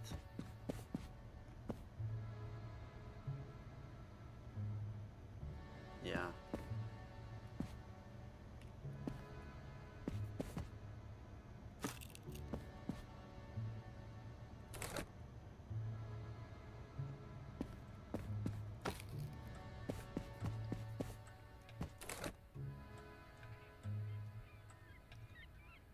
Fragile.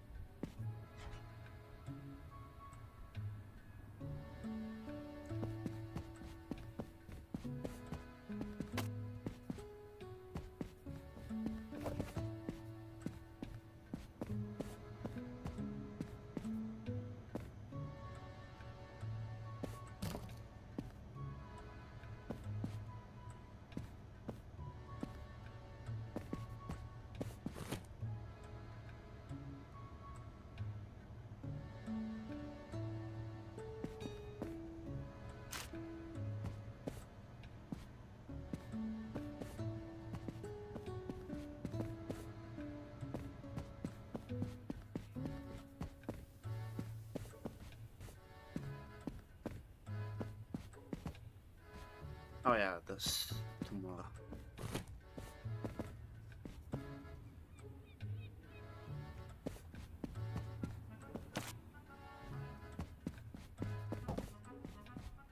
Demi F.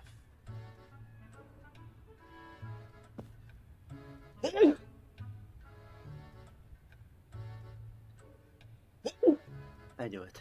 God damn it. Okay.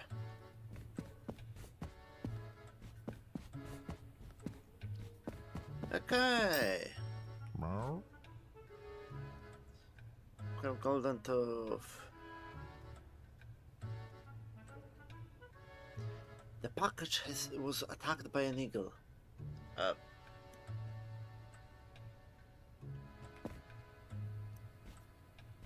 Okay, I mean, I'm just going to accept that.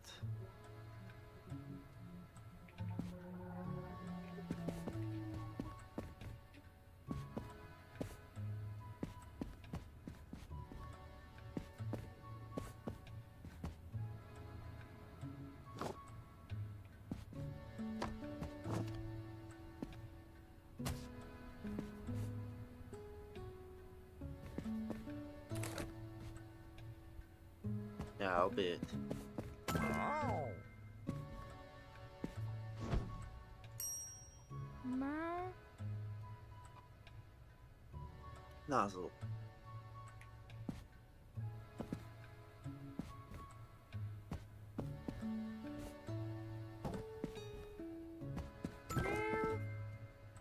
Yeah, good luck with carrying that kid. Meow. Meow.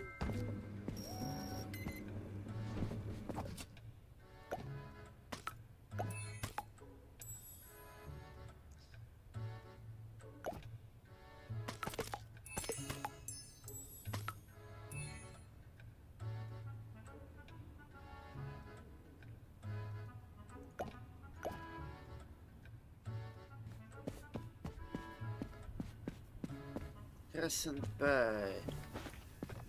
Yeah, I don't have space for Crescent Bay now.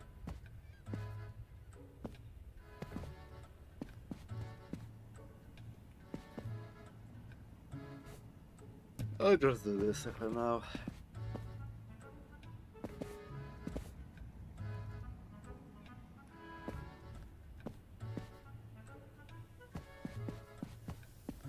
Bullshit. Meow.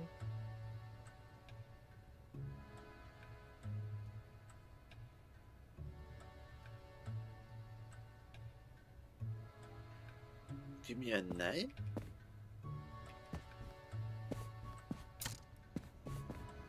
fish, so I assume it's somewhere here.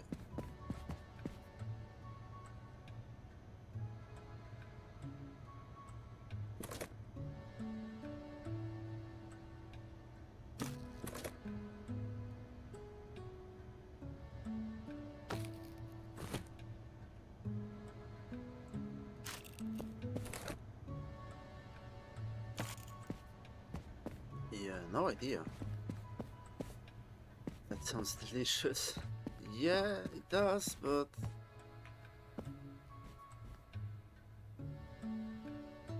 Meow.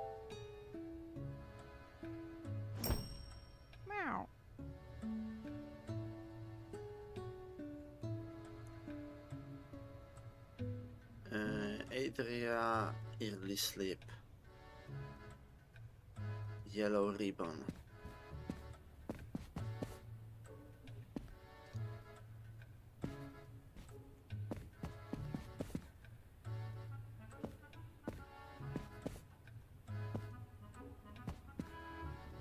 Yeah, Meow. there you go, sir. Meow. Felix early sleep. Okay.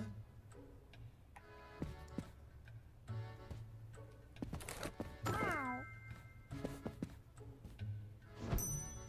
Meow.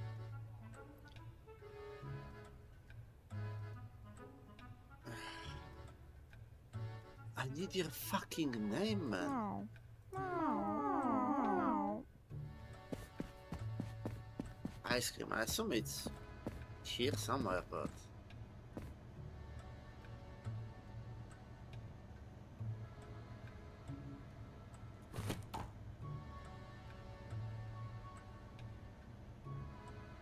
nothing here that would say it's ice cream.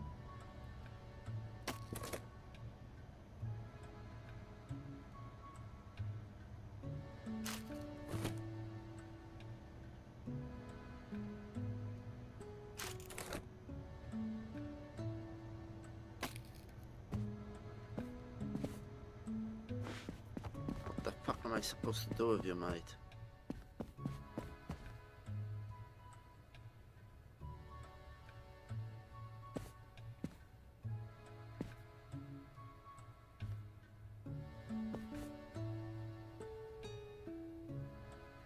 Box of ice creams. Okay, I'll see. I'll just give him a random fucking package. There you go.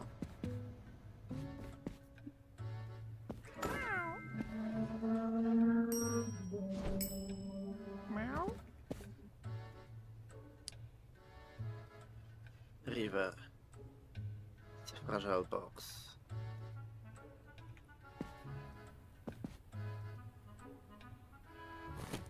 There you go. Meow.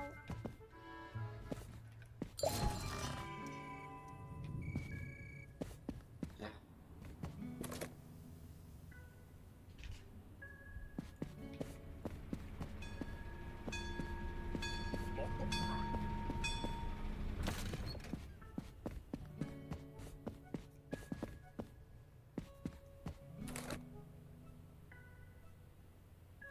Windy Port.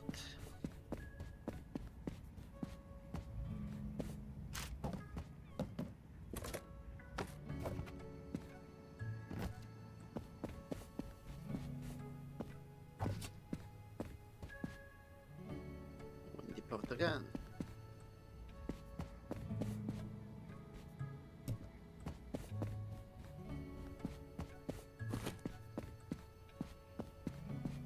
Crescent. Nothing special though.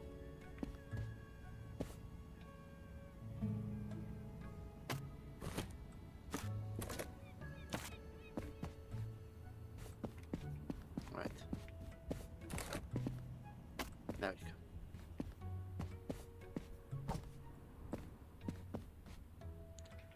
Windy Port.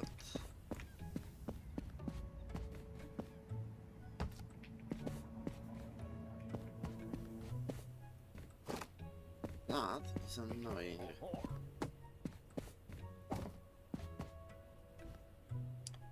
Windy Port.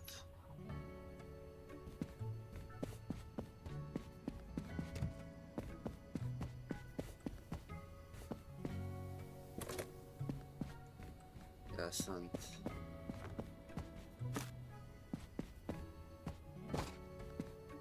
Crescent.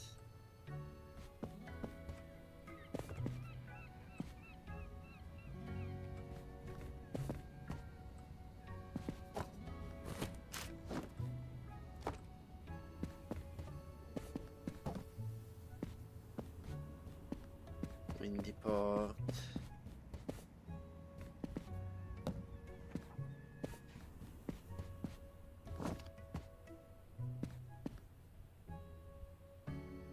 Cauldron. Right. That's a 3. It's a 4.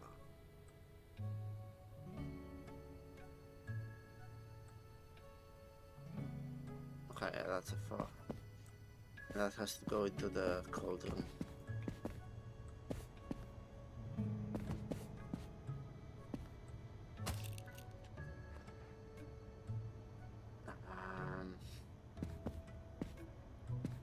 Yeah, I'll have a windy port one. I mean the crescent one. So I will have to reorganize this shit.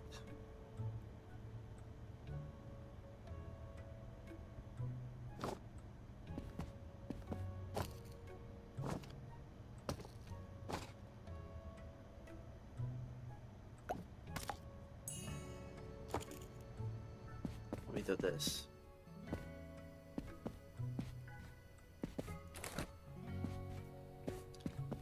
Fragile, sunny.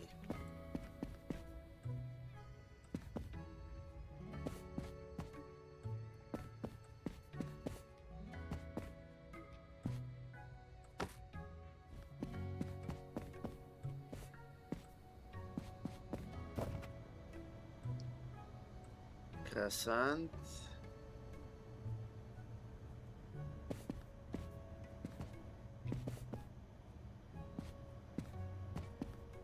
Yeah. Again, no space.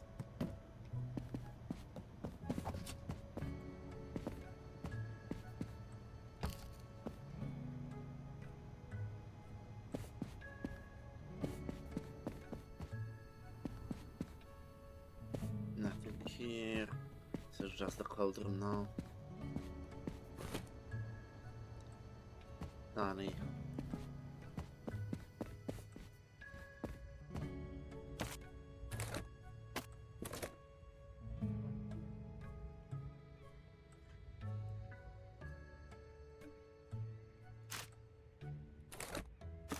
There we go. So it's visible that it's fragile.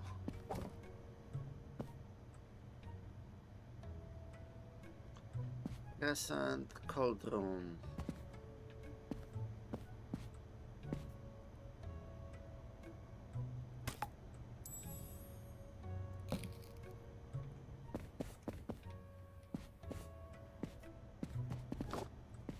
Crescent.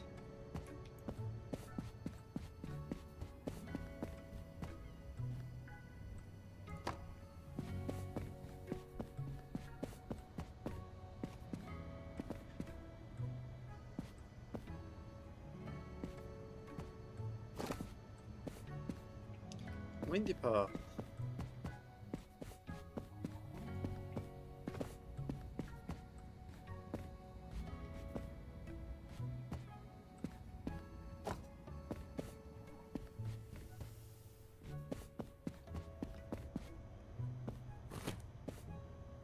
Crescent.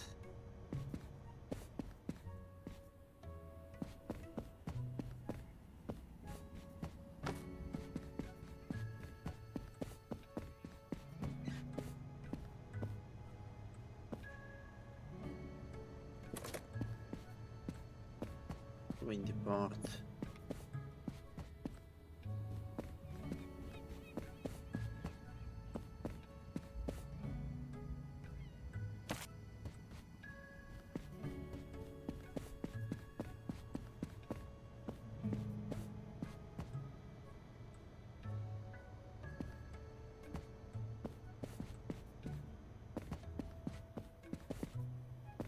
Okay.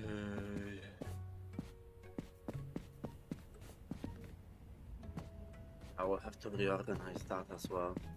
Holy shit, where's my FPS? Okay. What if... Can't do 100 either, like... What the hell?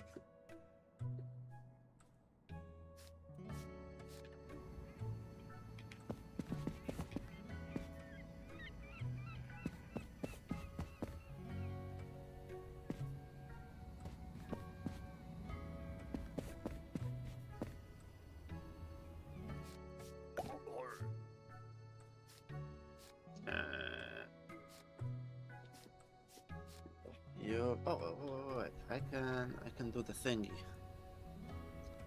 The lossless scaling thingy. That will fix it.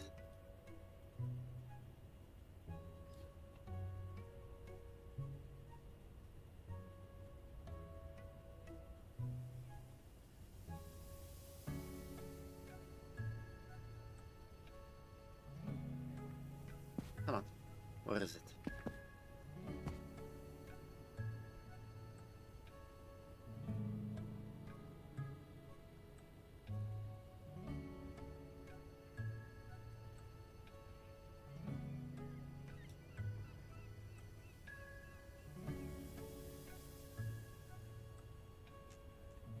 Hey?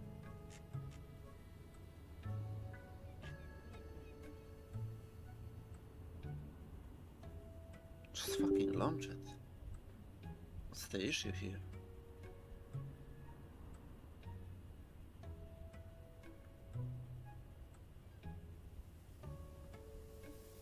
There we go. Thank you. Okay.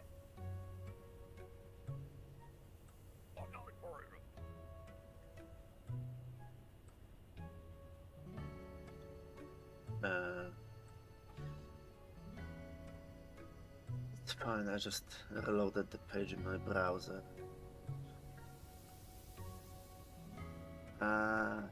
Yeah, but I can feel the stutter.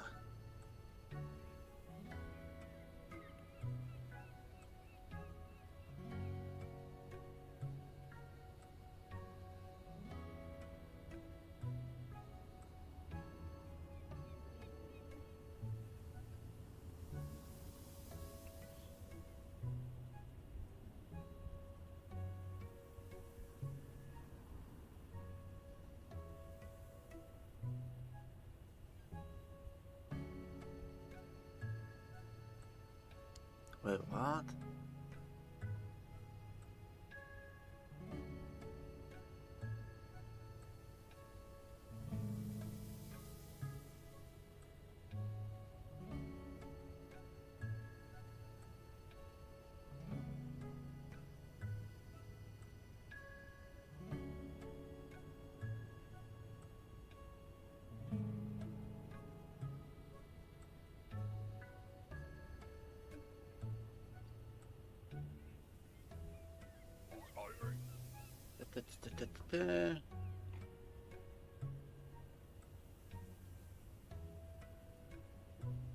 We'll see.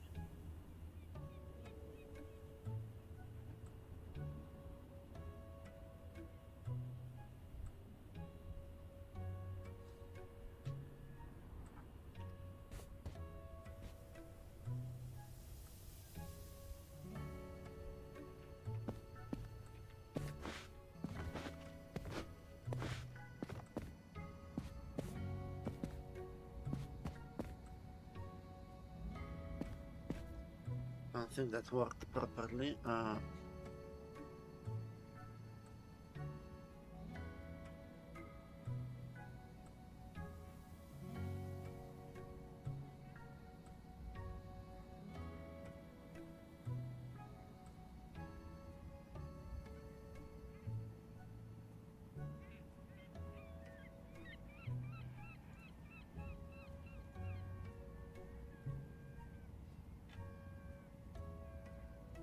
If I do that,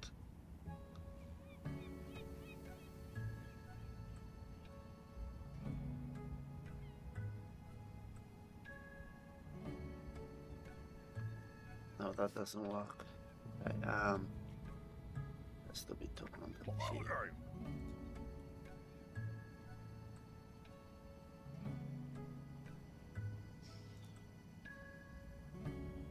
Scaling pipe. Ah.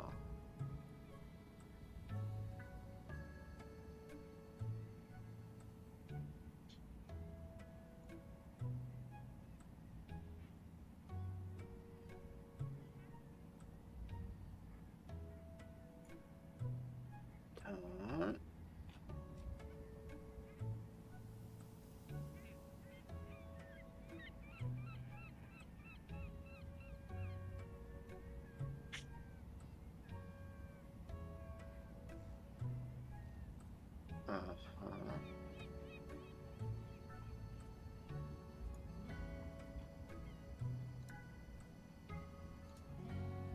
Will that work?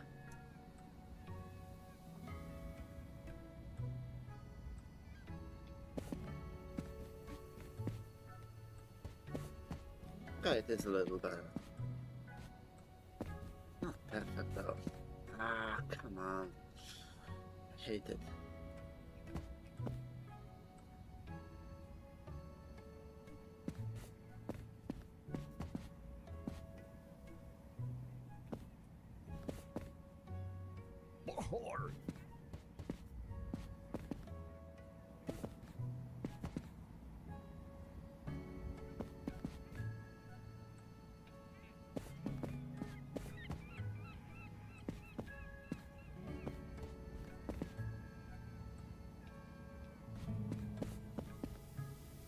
Yeah.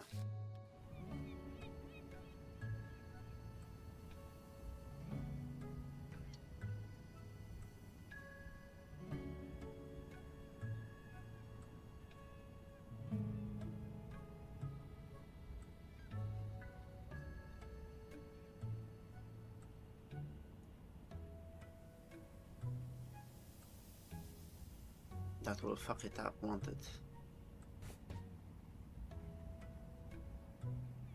Yeah.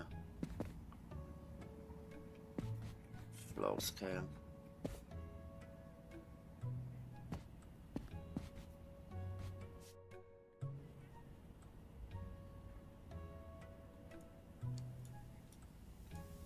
Okay, this should do. Any more packages? No. Any more packages here? Also no.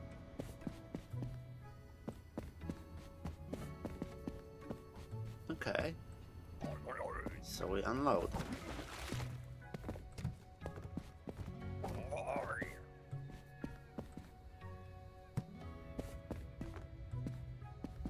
It's the small one.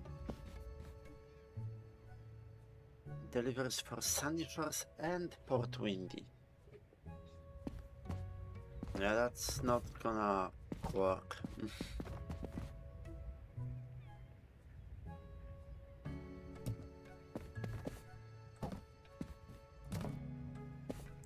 Let's get rid of the big ones.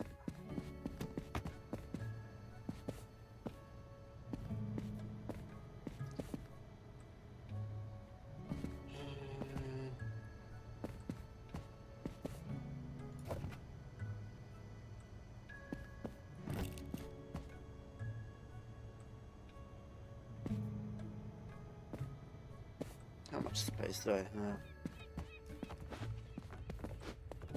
Yeah, not a lot.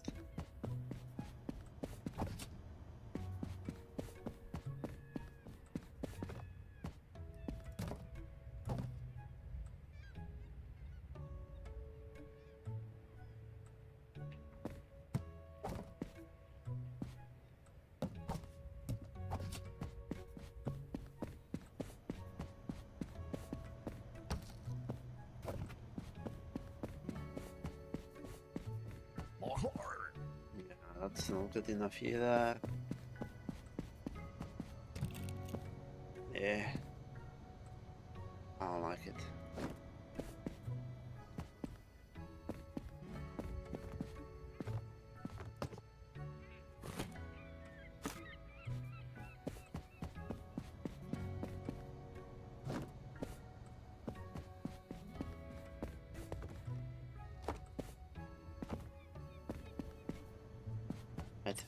Be right back.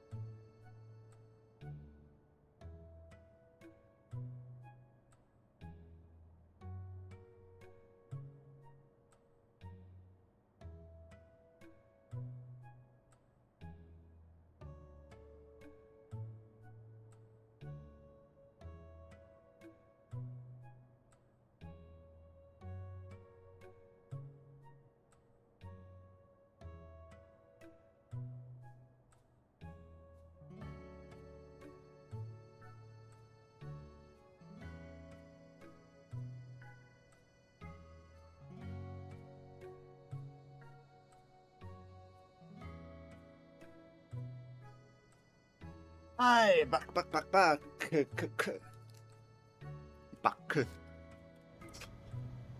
What was I doing? Oh yeah, Windy Port and Sunny Shores. Yeah. Meh.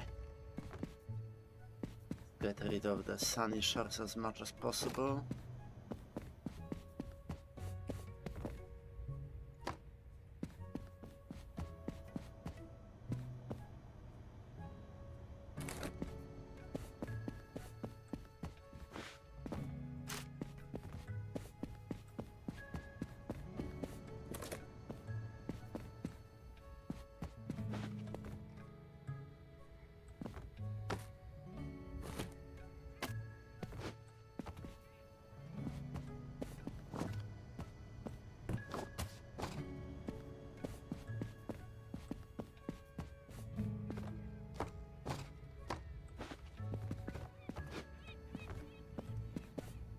Alright, okay.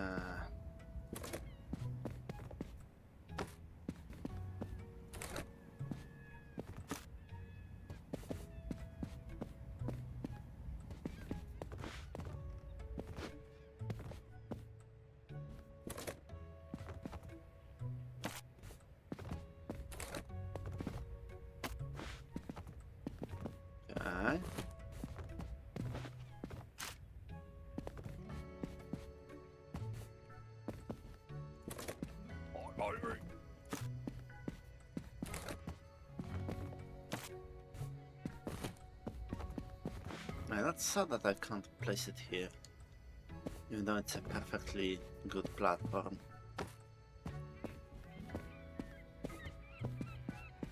Quite sad.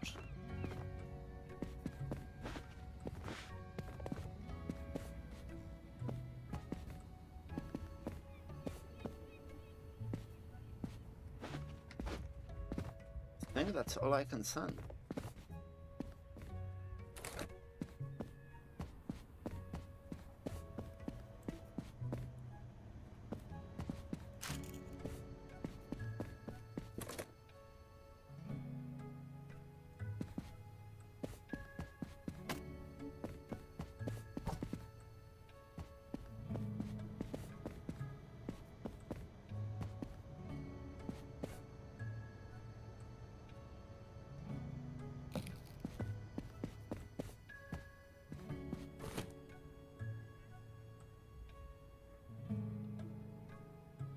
Why is that?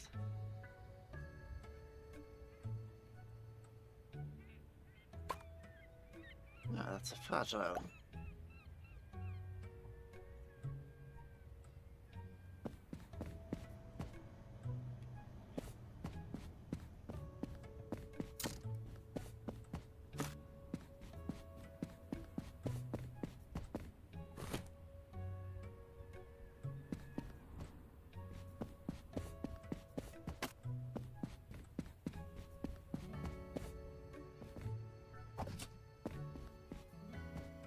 Utah B.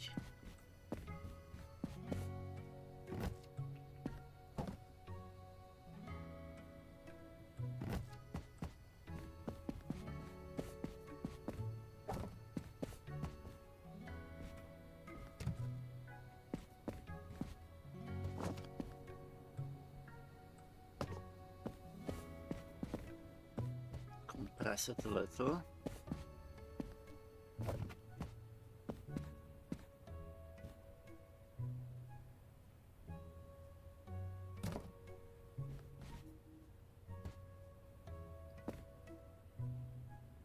Yeah, however.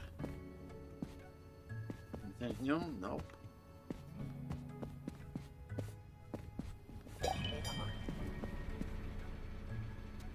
Do we get any damage?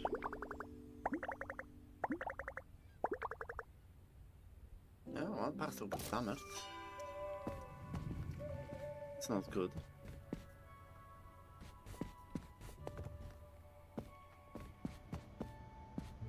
I have no idea which.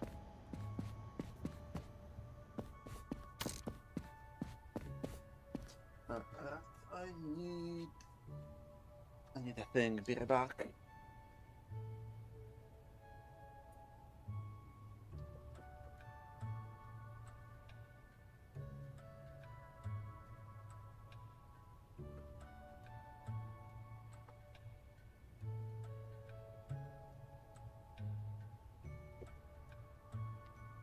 Got it.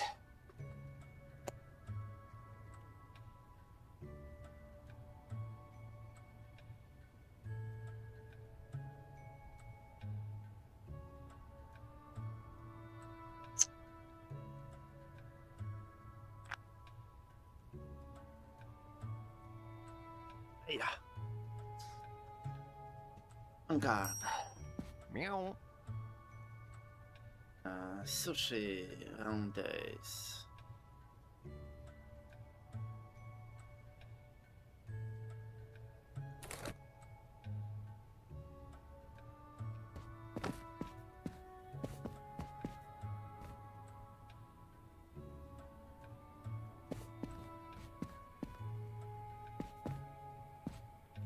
The packages just keep accumulating, sort of.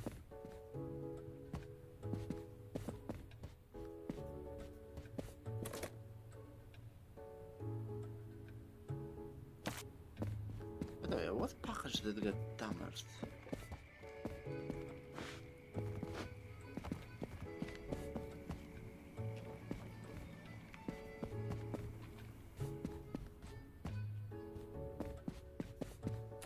Meow. Meow. Can I take care of that? Yeah, sure. Cold. Oh, come on.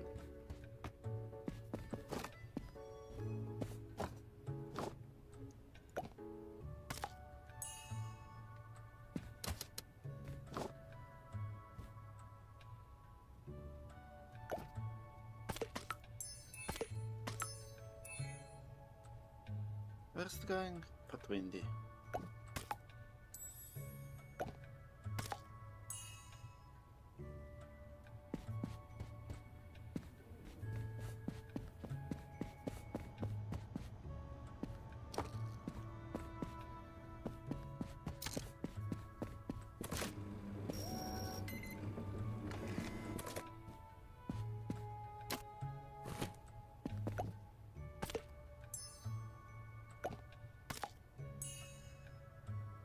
Doesn't die.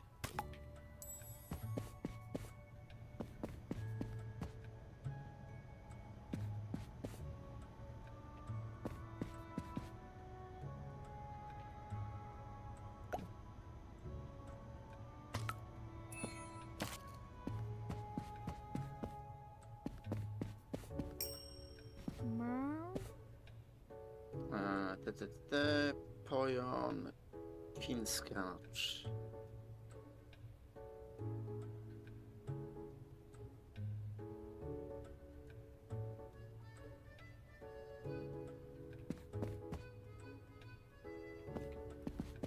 Wait, seriously? Maybe in the cauldron. Poyon King Scratch. No, it's not in the cauldron. Not in the icebox.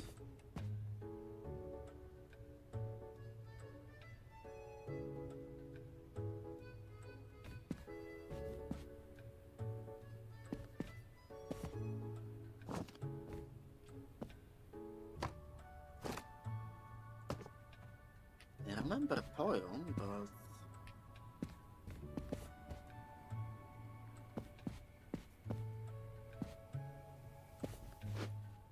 what the fuck? I don't have your package, man.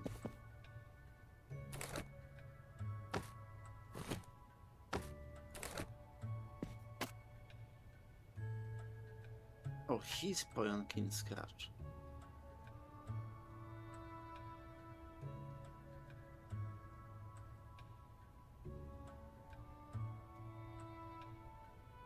So it will be this. Meow. Meow.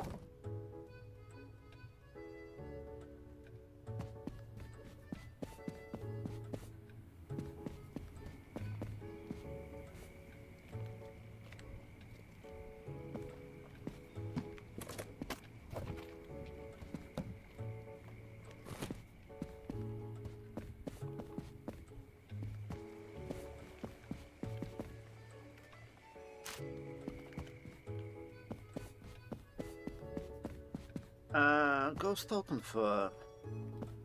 I remember that. I think it's here, yeah.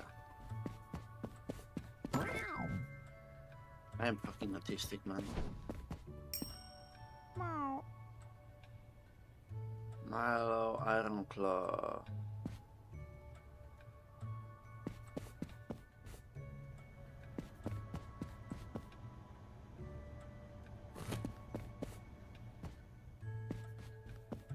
Meow.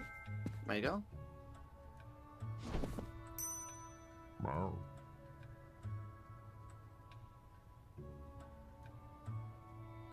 Attacked by an eagle. Okay.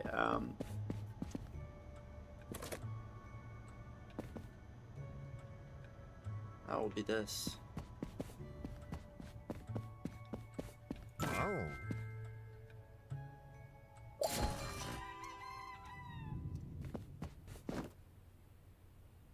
Sunny. Nothing special.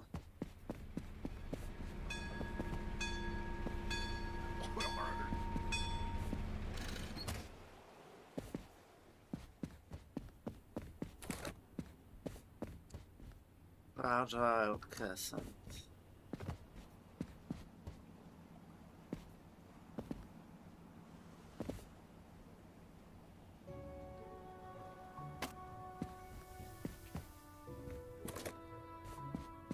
Sunny.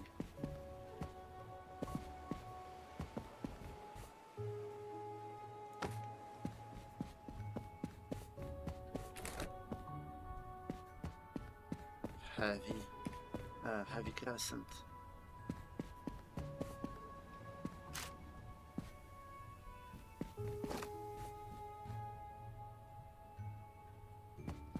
Cauldron Sunny.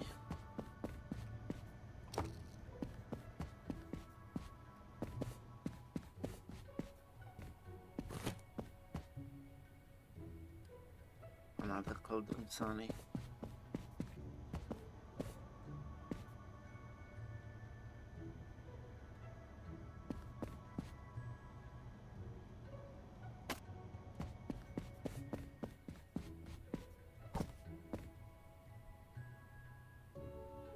Windy Part.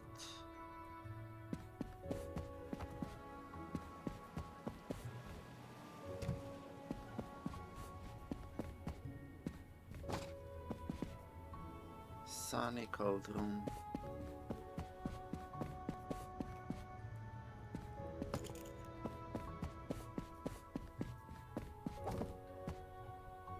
Crescent Cauldron.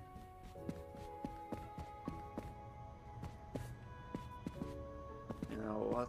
Time to reorganize this, I think. Prime time for that.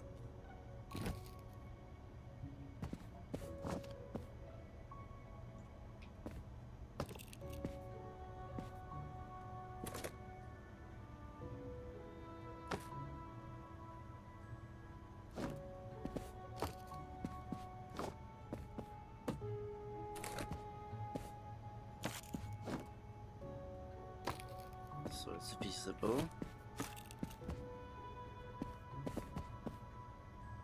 Yeah, that's how we will do it. Windy Part.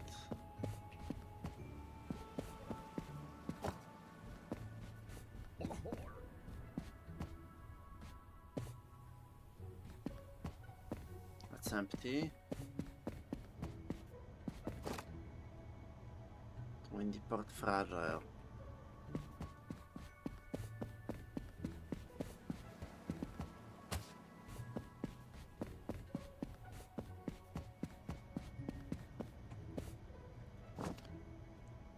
Crescent Cold. Crescent Cold again. Is that fragile? No.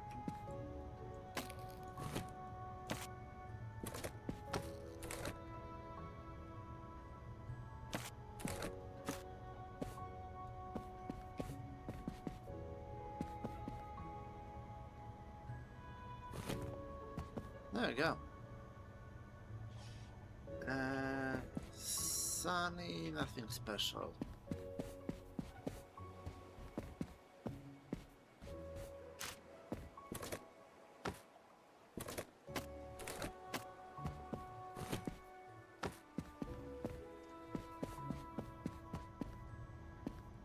Damn. That got unlocked.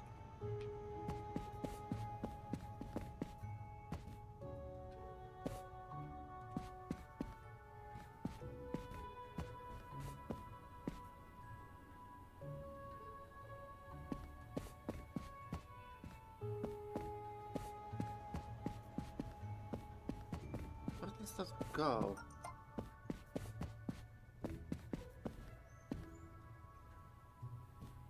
Am I stupid?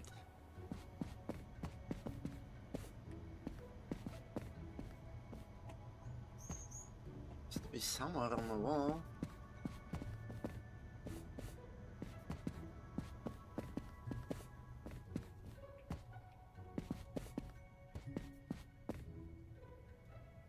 Eh.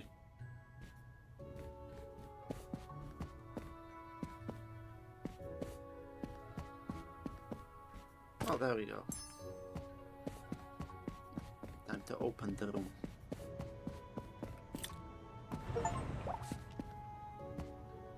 Some parcels will need to stay in the dark room to not get damaged. As always, check parcels customers give you with the scanner. Note that those parcels won't get damaged during the night. I see.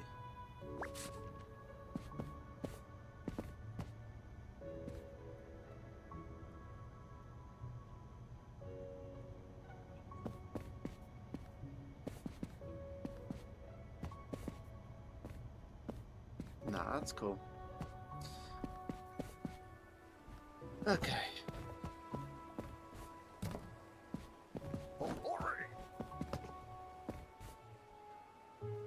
Crescent Bay and Port Windy.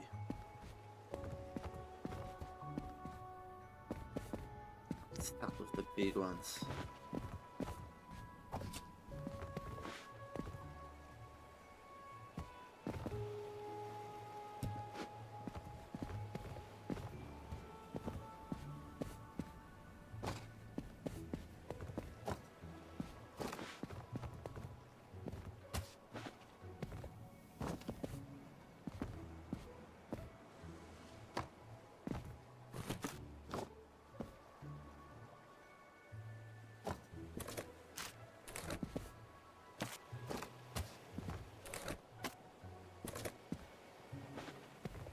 That's good. I'll leave it at that for now.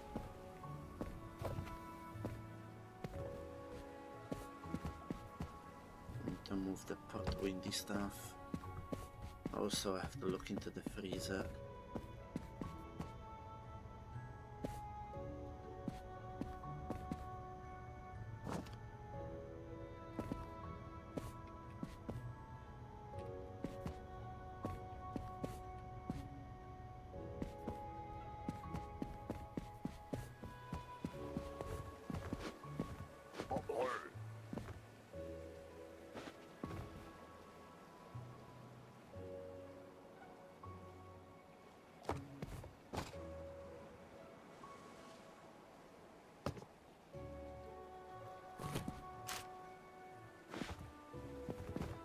Okay.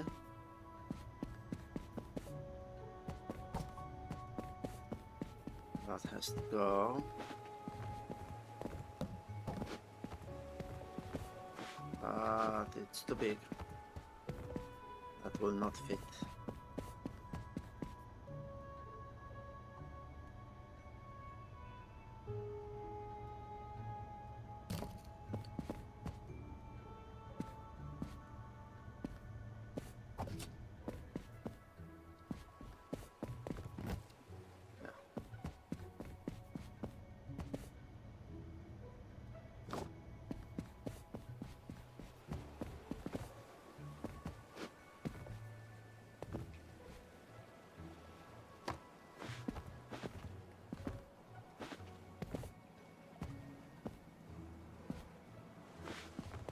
do that in a second. Optimize the space as much as possible, dude. Yeah, I'm trying to. I am trying to do just that.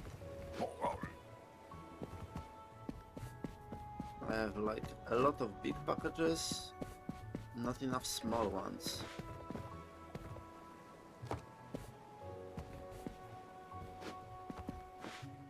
And the ship is kinda small.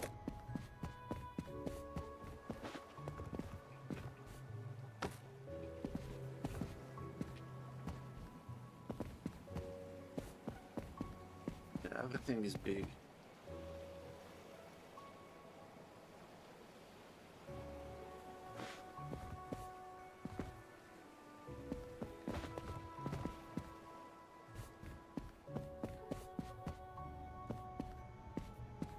And I think this is it.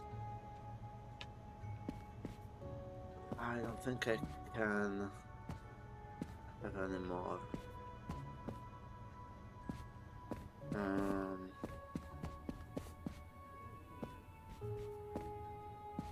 Oh, nothing new spawned. Wow. Ah, we can have that.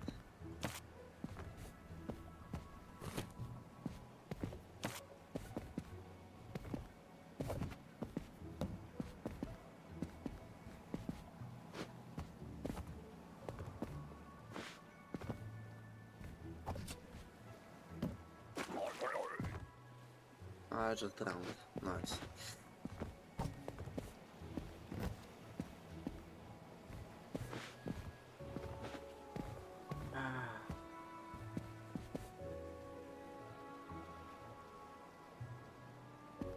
Yeah. Just not gonna divide very well. Fragile.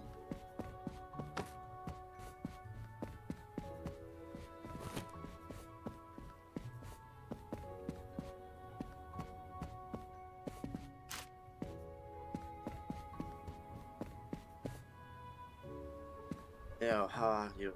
Just speaking English, I'll use instant translation and Google Translate to communicate. How you doing, mate?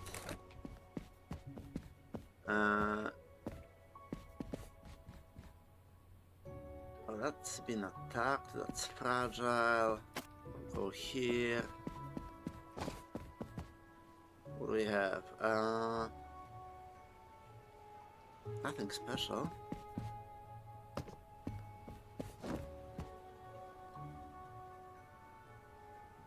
Again, nothing special.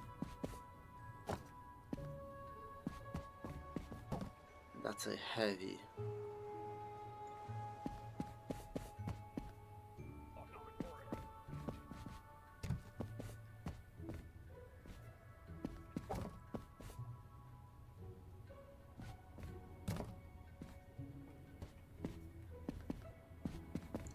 Not the best. Not the best. How was the World Cup, by the way? France had some success.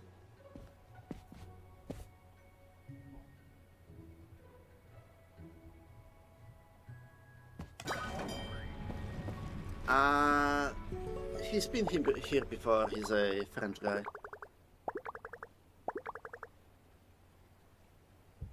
Another penalty. But what the fuck is that?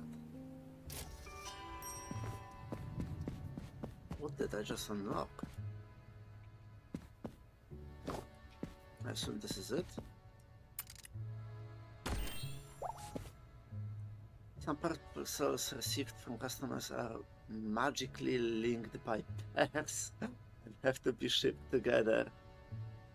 Once night falls, place them under the light of the Revoluna to be guided to their soulmate. What the fuck?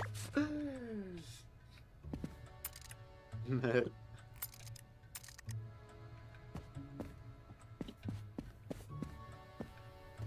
Okay, we'll see about that. And in the meantime, customer. Meow. Backseater. Actually supposed to be huge. Oh, be this one? I think it's this one.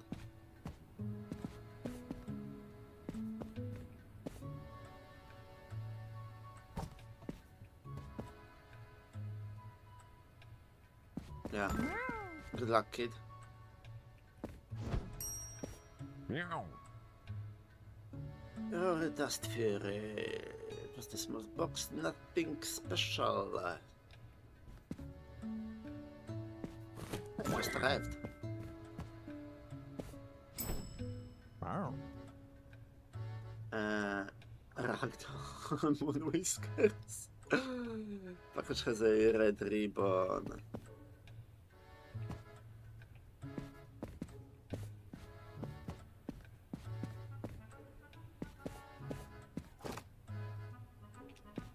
It's this one. Oh. Oui, I am French.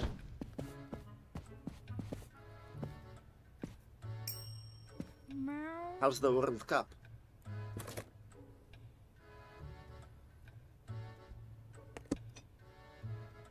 Crescent Bay. Fragile.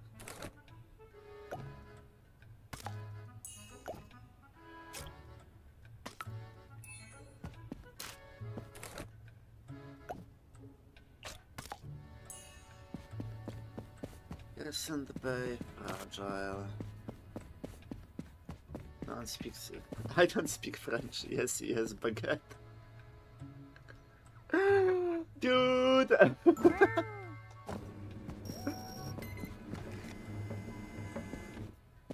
Oh, what the fuck is that?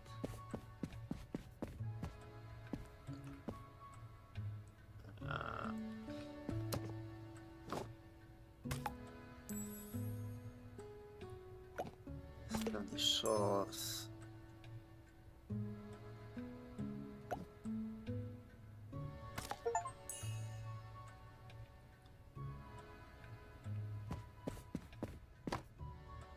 Okay, I will do that. Meow. That's what people think of us when I say I'm French. Yeah. Whenever people realize I'm Polish, they just scream kurwa into my ear, so it's kinda how things go, isn't it? Cold one.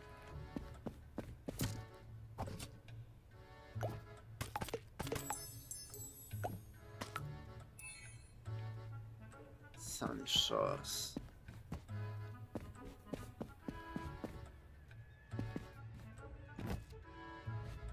Okay.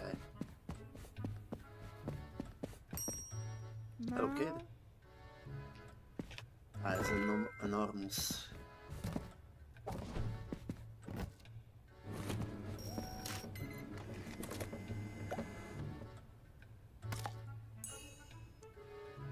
Let's go, Crescent Bay.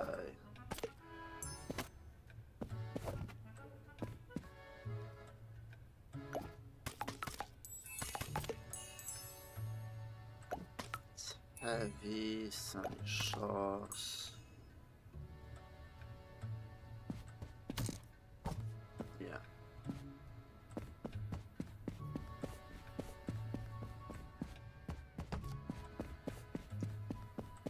I played with some French people a long time ago. They taught me all the important words. Yeah, merde. All the important words.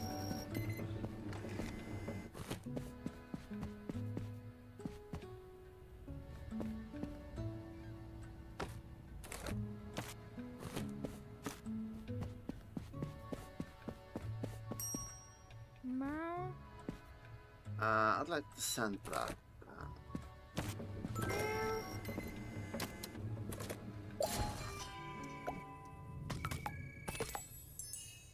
Oh no, fucked up. Okay. Sunny.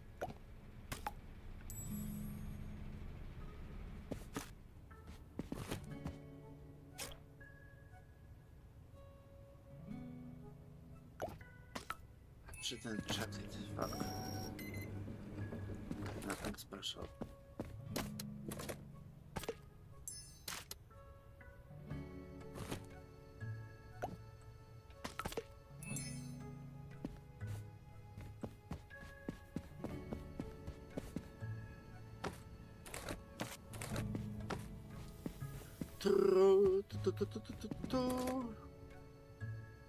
I am the gayest postman.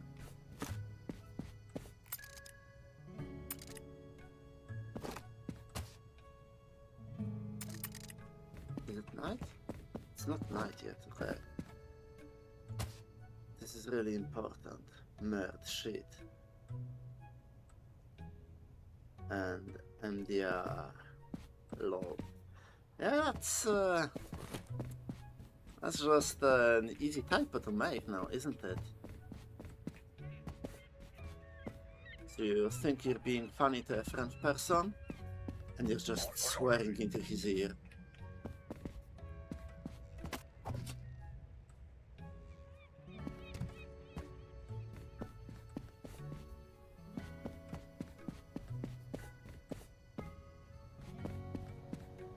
Okay, those piles are gone. Sunny Shores.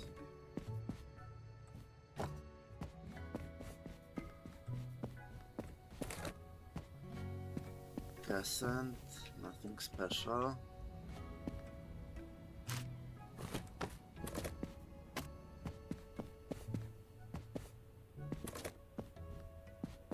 Crescent, nothing special again.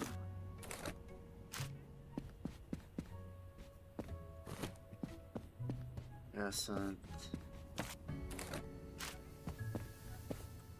Well, I hope this live session doesn't turn into an online French lesson. Oui, oui, baguette. Renault, Citroën, yeah. No, yeah, he's German, fuck. Well, close enough. Fragile.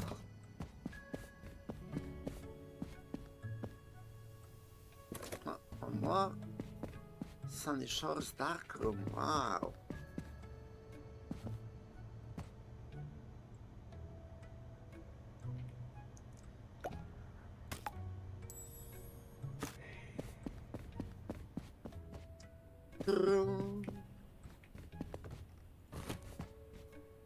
Crest in the dark room.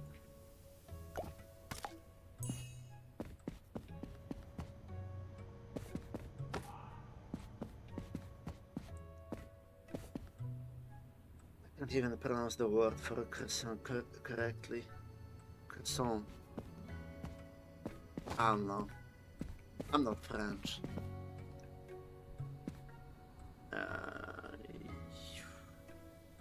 That's a heavy.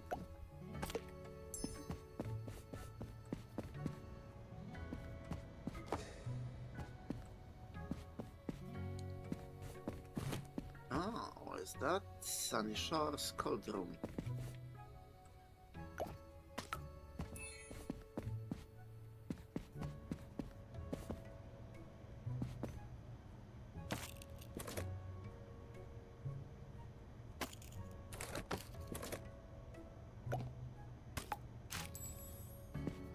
There we go.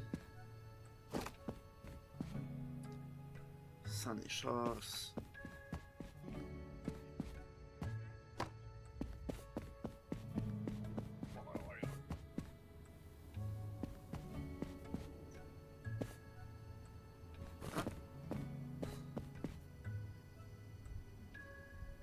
Windy Port Fragile.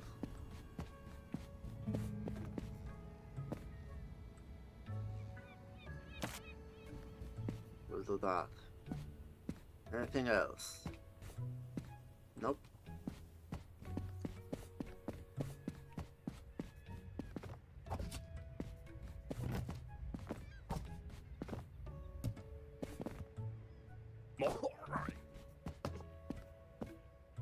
Where are you off to?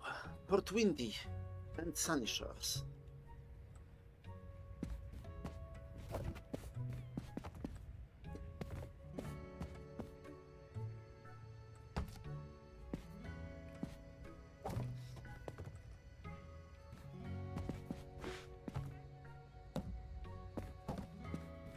that doesn't fit. We'll switch. Go into the cold room.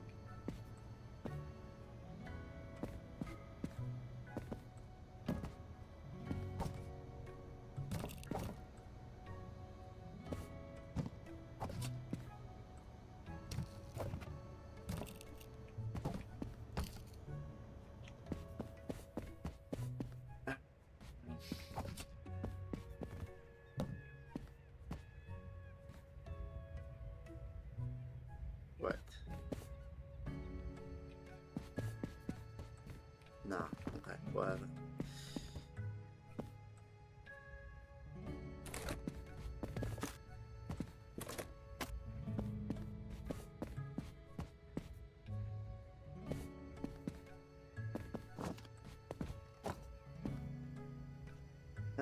Long time no see. I won't be staying here for long anyway. I just wanted to ask how things were with you.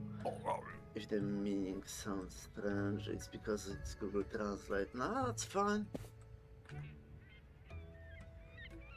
I use live caption too. No, I'm fine. I've been away for a week for like, well, not business. I was just, working away from home. And I just returned. Got some indie game to play, to relax. I've been watching the shit show that's happening with the World Cup in the US. That's fun. They're completely clueless. And yeah, I will be playing Star Citizen later today probably. There's a bunch of new stuff I want to test out. I need to make some money in that game, as well as farm some gear. So yeah, that's that.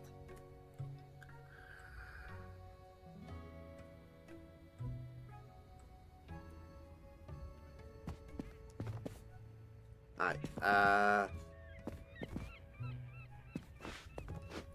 I need more packages here.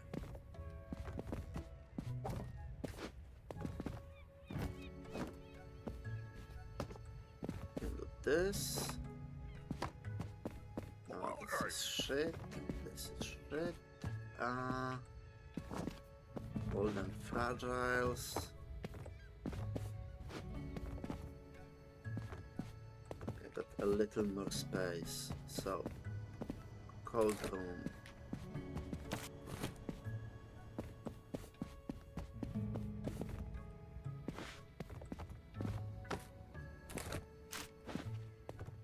Okay.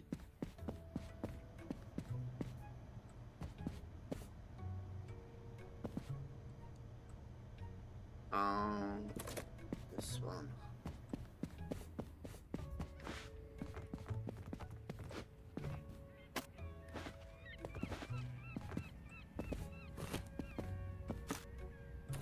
And the wheat dipper ones.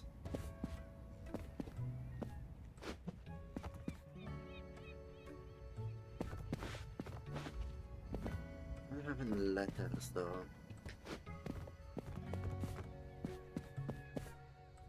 Yeah, I think this is it. Heavy.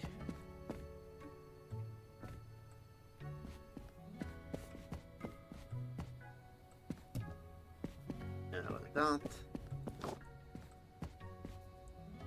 That's a cold room.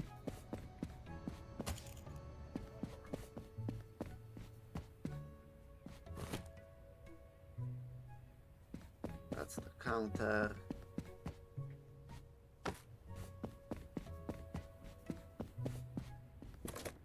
Some packages have been here since forever. Fragile.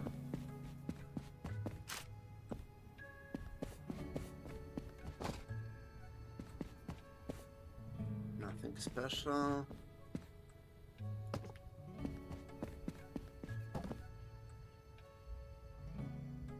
It's nothing special as well.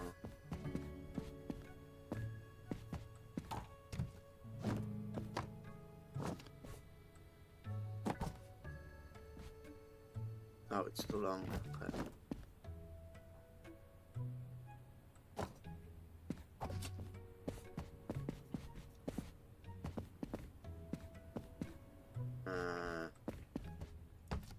There we go. That fits. Nothing new in the pile. Oh, we sent it.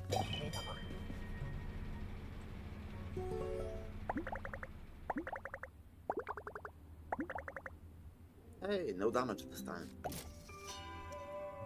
Now it's the night, so we can check this thing.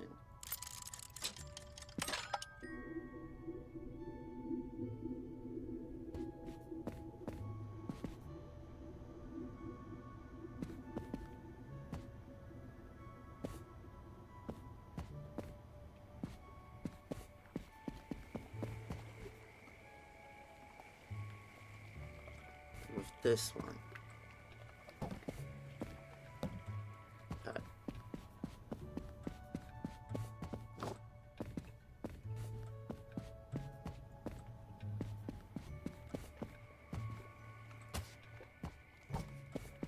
Is this bound? Okay, generally everything is fine. God bless you. Maybe at least better than what's happening here.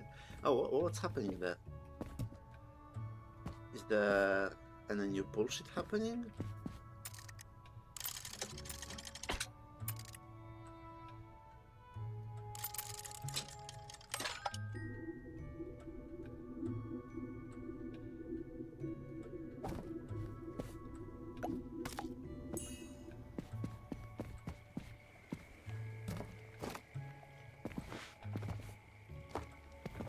It's not fragile or anything. Yeah, okay.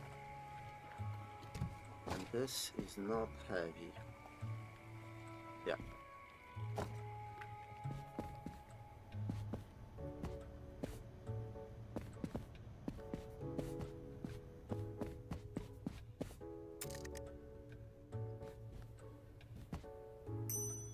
Meow. Hello.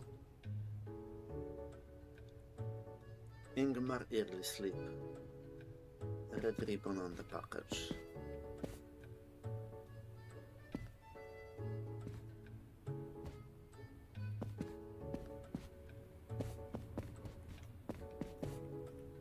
Oh yeah, it's this one. Meow. Good eyes. Mid-sized. Cord all around.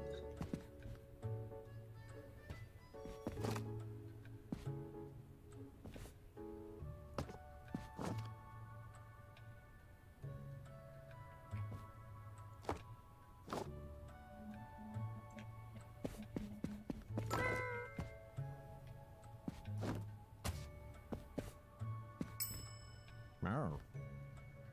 It's for my wife, Imani Tabi. Imani Tabi. Oh, there we go. That's the one. Doo-doo-doo. Next.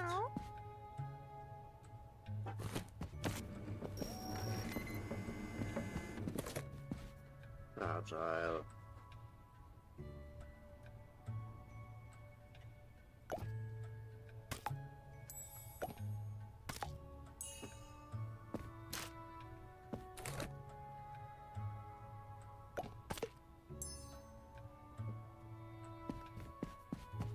Okay.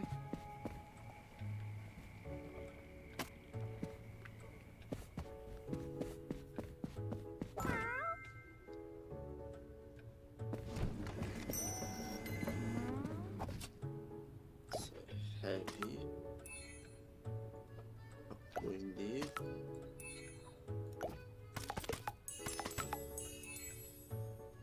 Alright.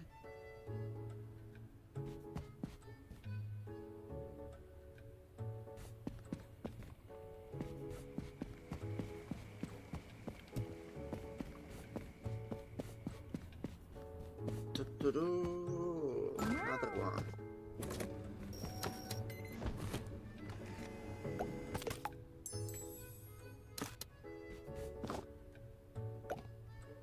Cold room.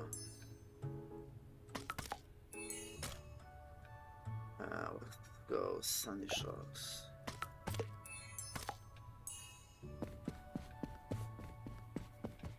Oh, I have to check the weight. Very heavy.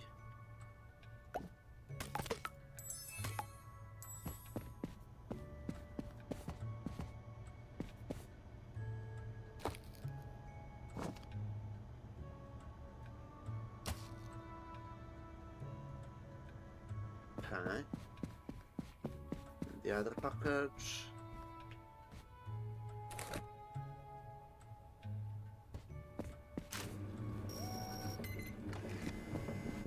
Also cauldron.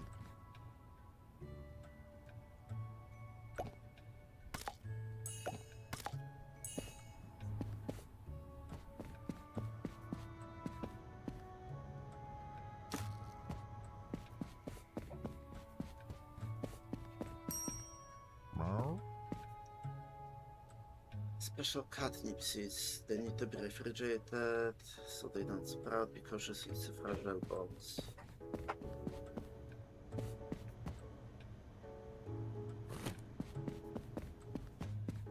It's this one. Meow. Doesn't look like it.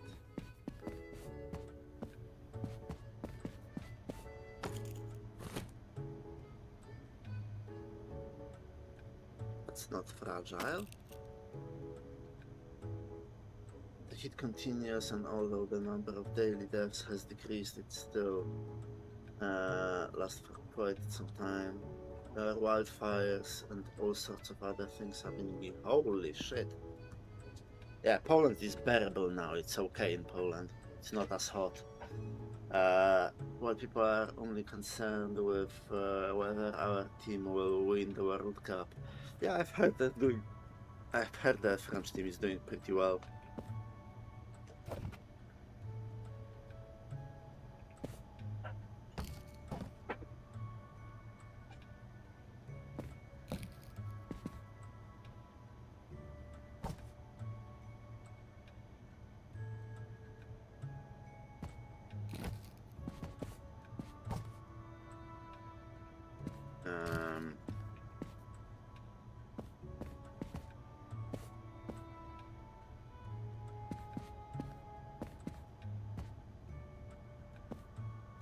I don't see his parcel. Oh, maybe this. It's not fragile though. God damn it. Meow. Be cautious, it's a fragile box. Special catnip seeds need to be refrigerated so they don't sprout.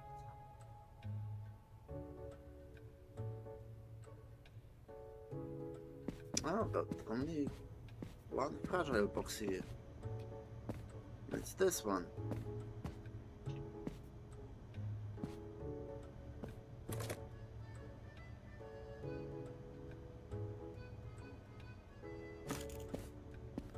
Huh.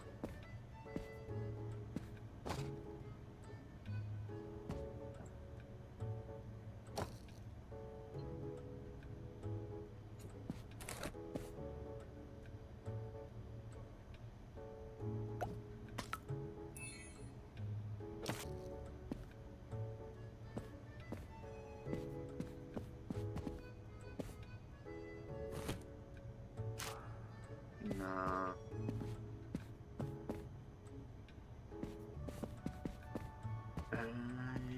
I heard that the European fans, when they went to the US, they're showing how to actually be fans of a sport. So that's the videos coming out with that are amazing. Okay, I think I lost his package. I don't think I have it.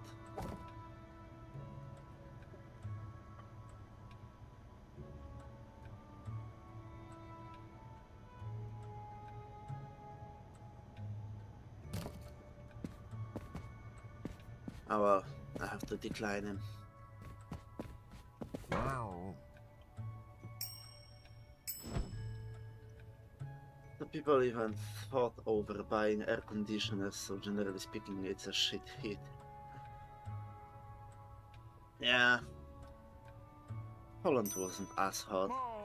I don't think people died here all that much.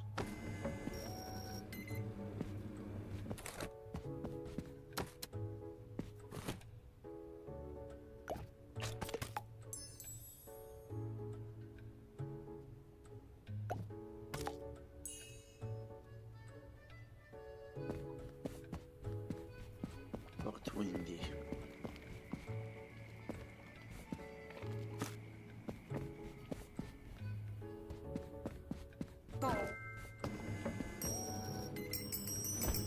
Meow.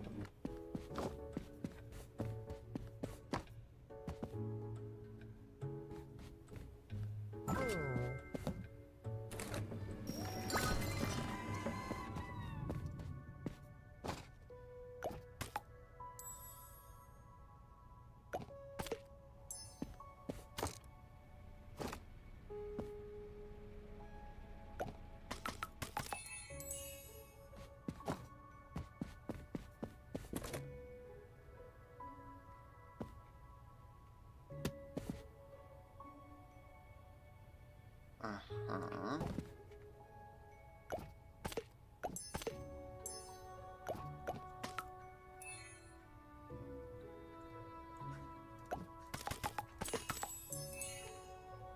Okay. We go into the dark room.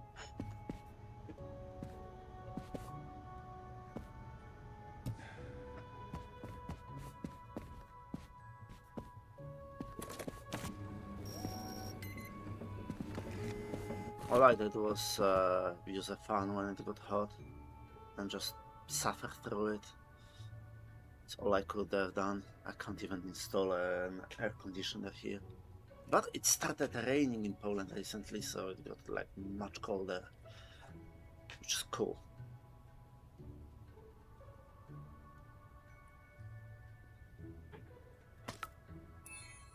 Oh shit.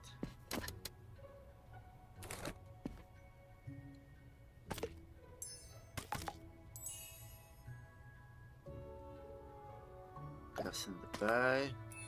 What was it? Hold.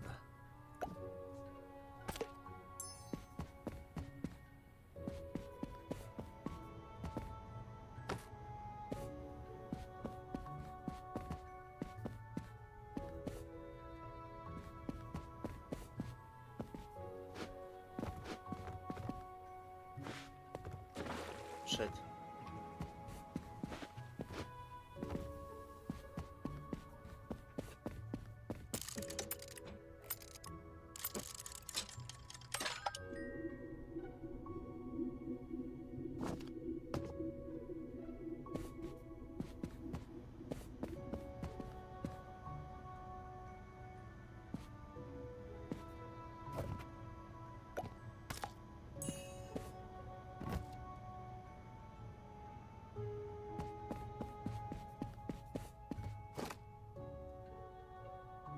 And that's not a cold room one.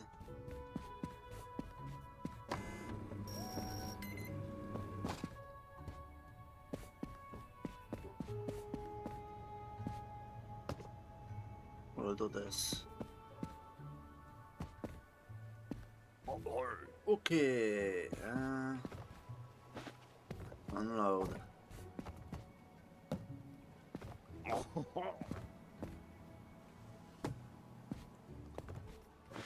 Gas and Bay and Port Windy.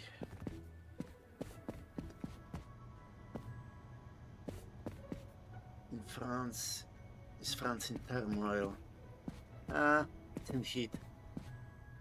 That doesn't sound good.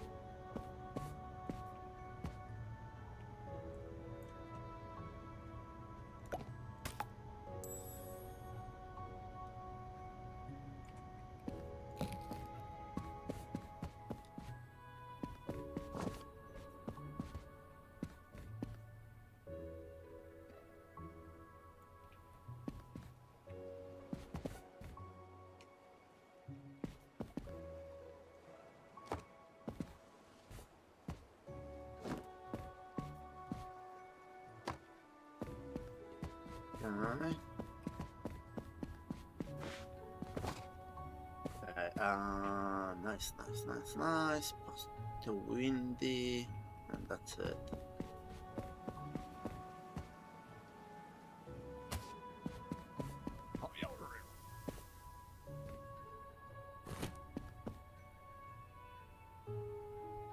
Sunny shores.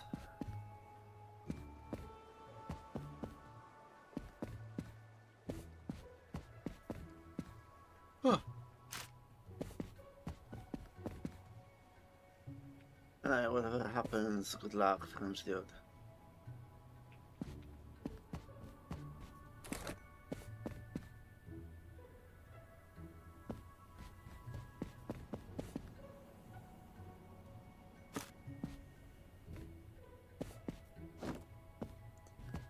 Dark room fragile.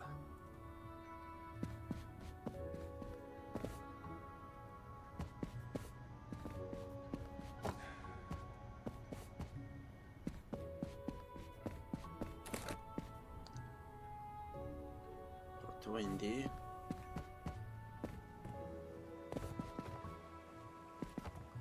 I'll send it in this batch.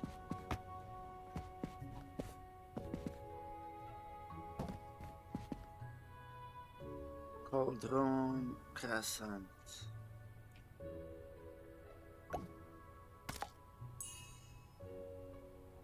Heavy.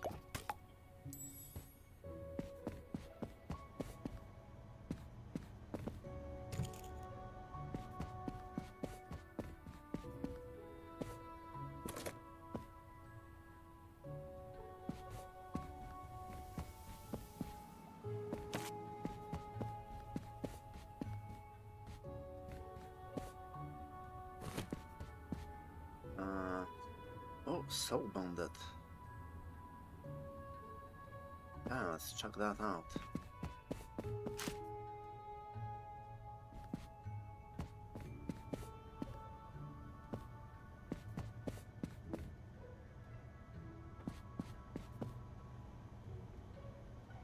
This one, eh?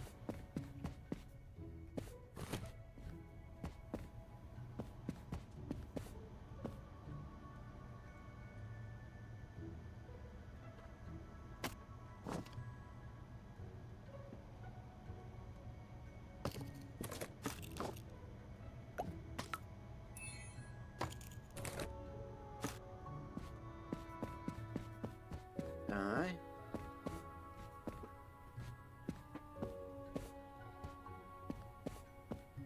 That's the bit. Okay, Crescent Bay, Port Windy.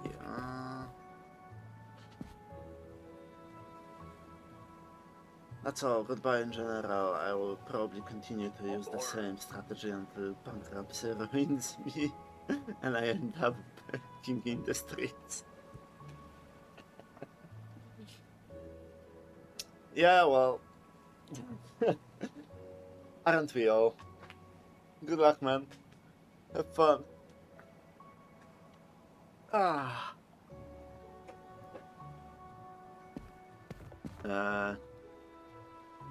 Yeah, allons-y.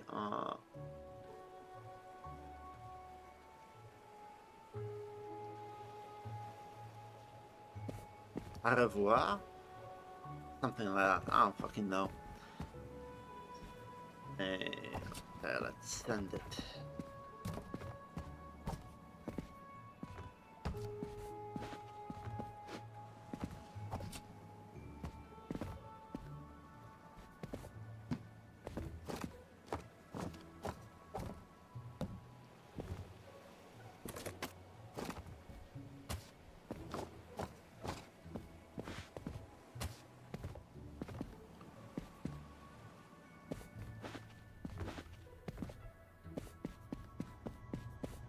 Sunny shores.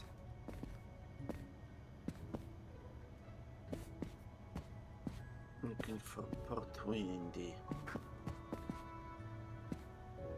Well, that's just that.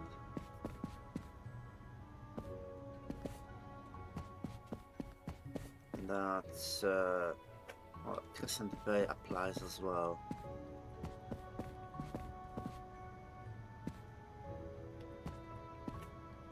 big boys here.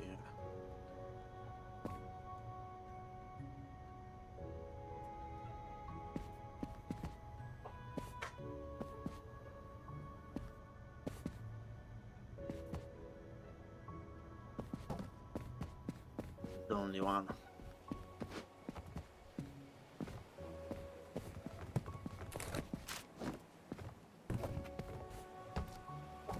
Too big anyway, okay.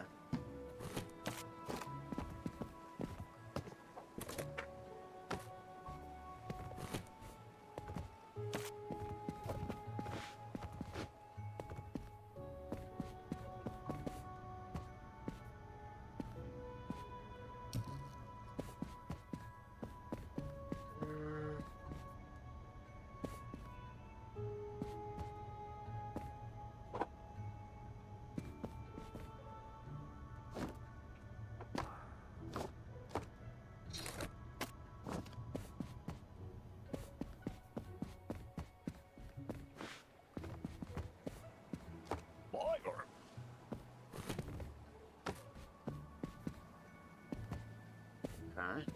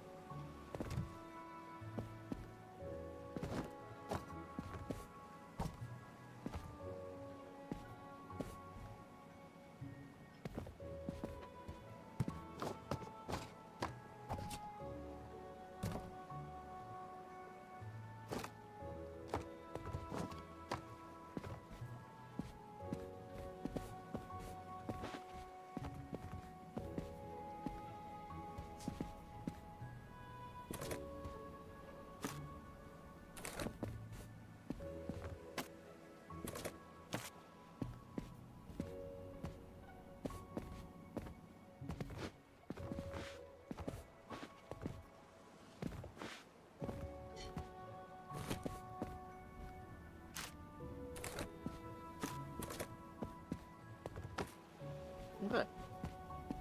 That's perfect. Still wish there was more space on it. Alright, oh, nothing special.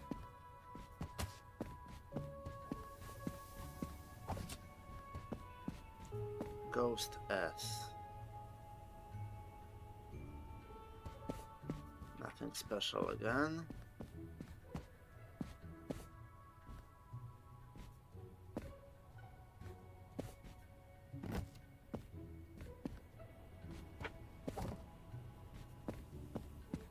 That's a darker one.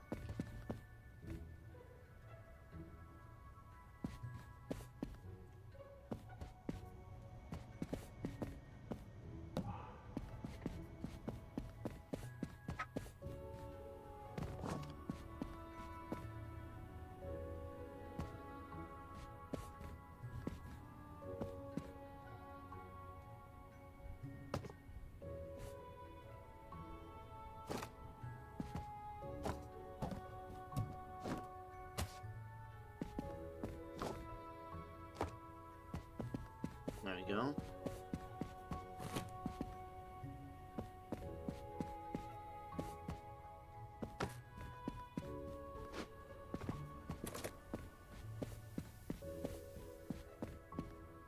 Oh, cold room.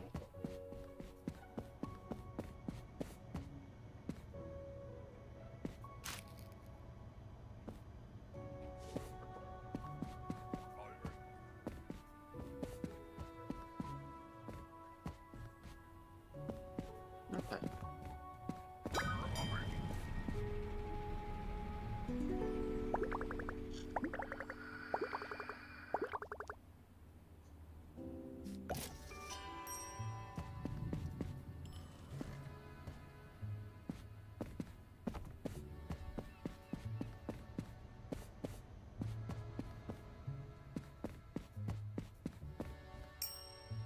Wow.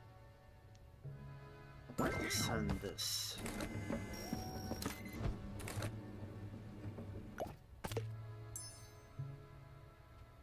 Send by.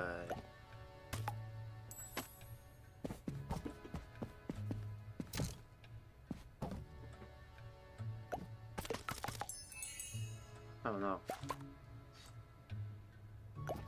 Sunny Shores.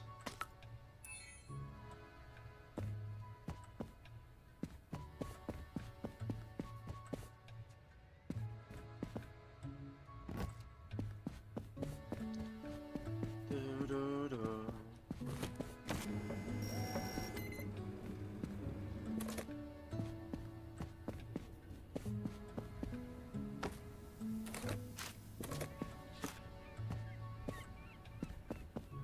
Next. No. For my wife, Demi Longtail. I think I've seen that mean-sized.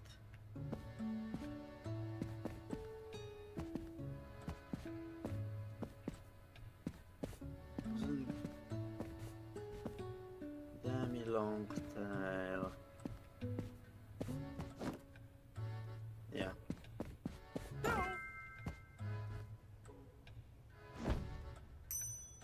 Meow. Harry Paws. My grandpa told me the package was attacked by an eagle.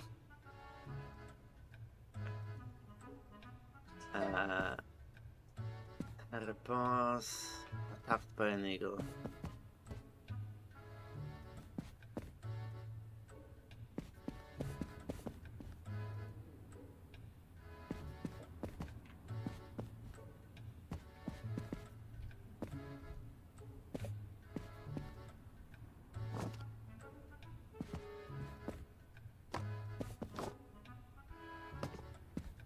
Huh. I don't see it. We all know who did it.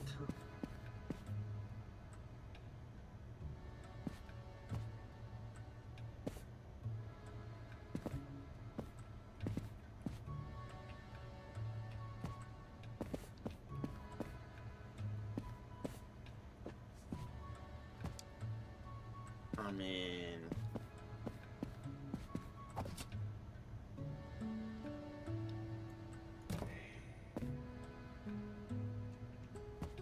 I don't see it. What the fuck? Her last name is Harry Paws. Attacked by an eagle.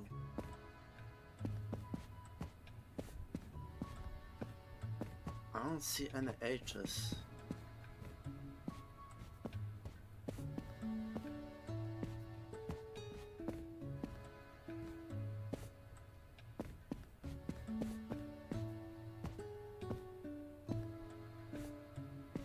Yeah, there's not a single one here.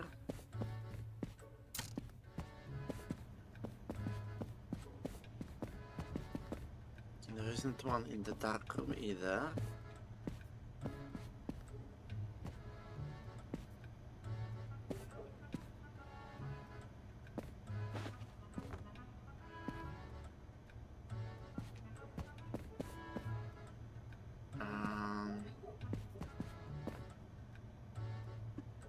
Watch out for the packaging inside. Yeah. Right. Nova Sea.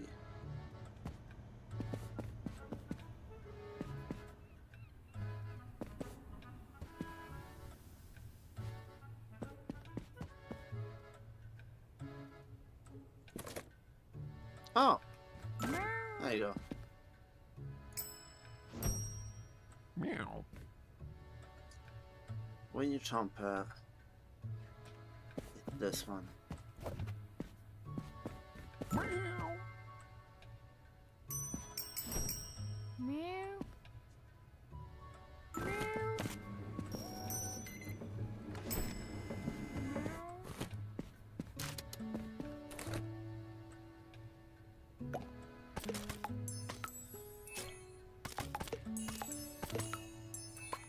That's too many.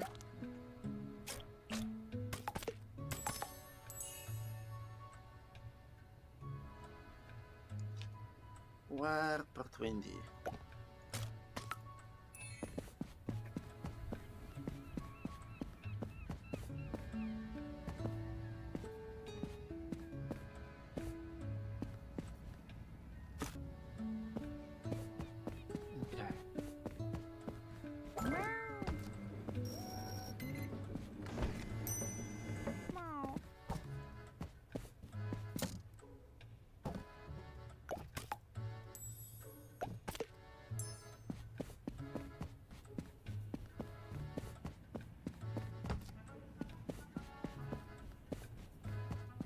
fuel.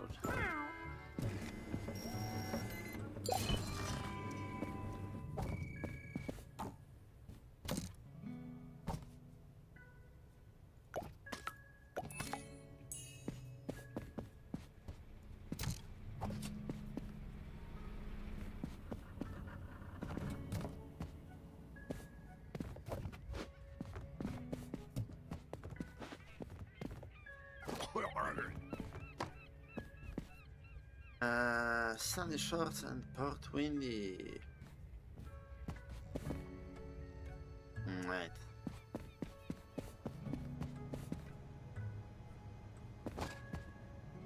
There's a whole bunch of stuff for Sunny Shores.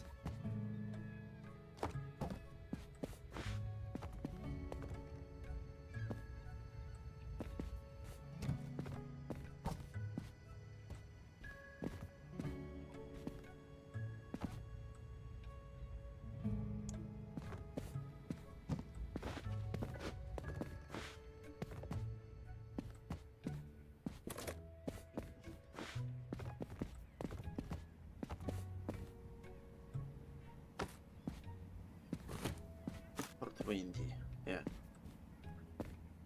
So we take all of these. Oops, package got damaged.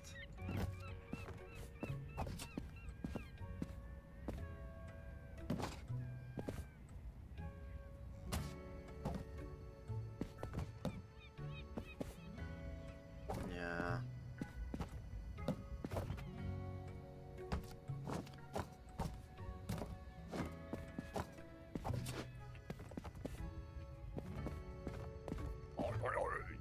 It's just not gonna fit.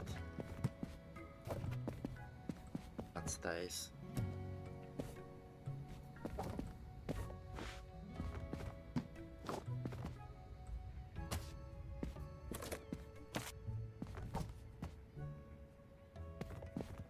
I'll think about that in a second.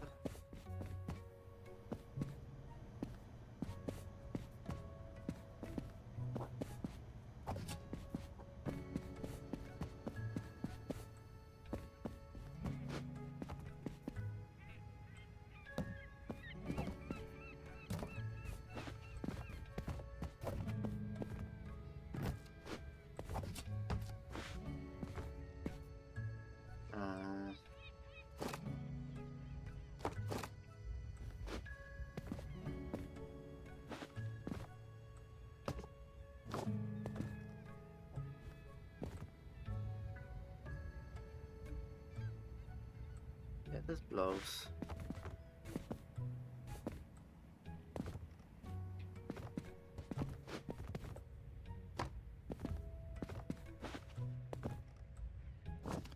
Actually,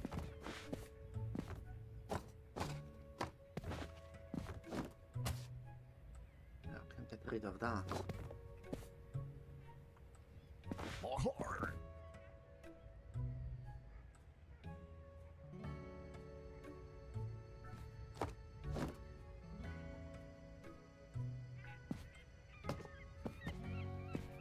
That's pretty much cleared out.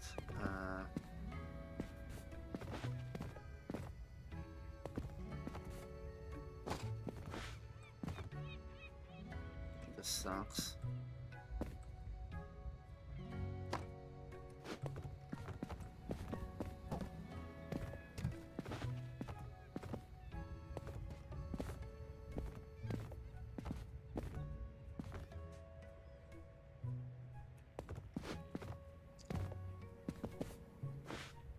Do I have anything small?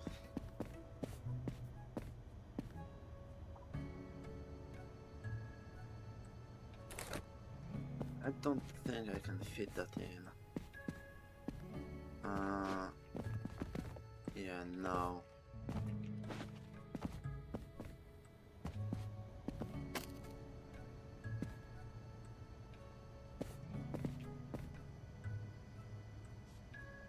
So much stuff, man.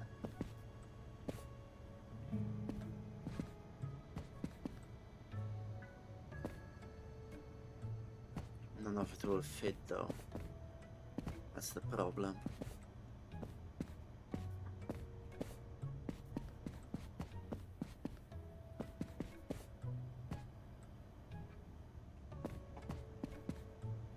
Oh, right.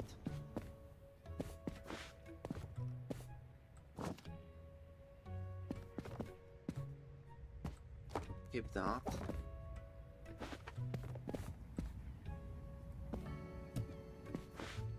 I'll send these though.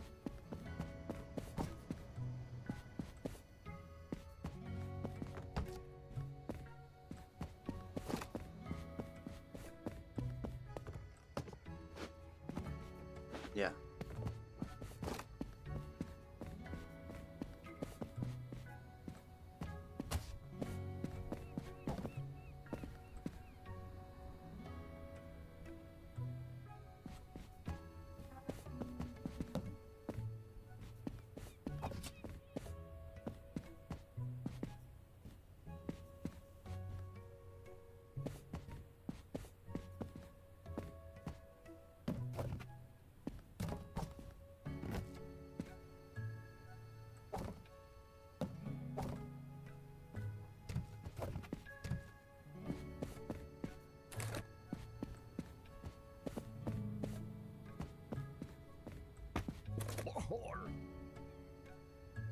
All that has to go into the code room.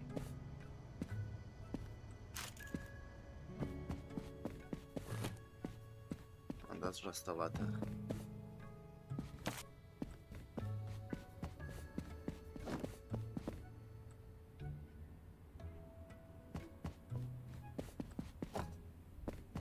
Okay. Yeah, send him out.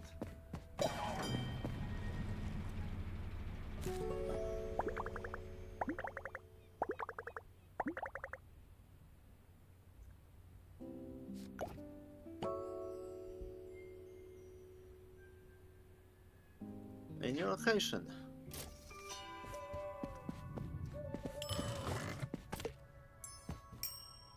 Meow?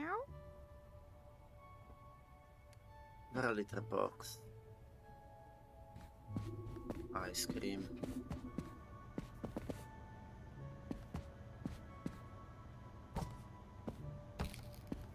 It's this one.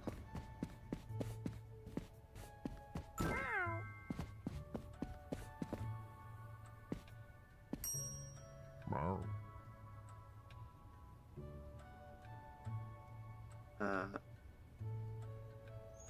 Heavy. Tatum Uncle Biter. Alright. There you go. Good luck carrying it home. Meow? Consent.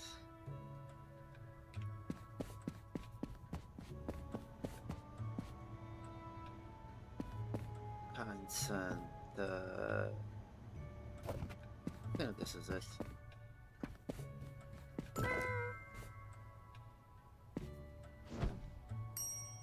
Meow. First one of mid-sized package. Covered all around. Yeah. Meow. Meow. Yahya Quill Hunter.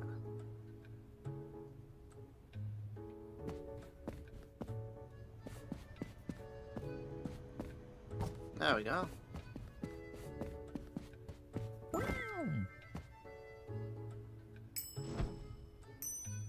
No. Standard die.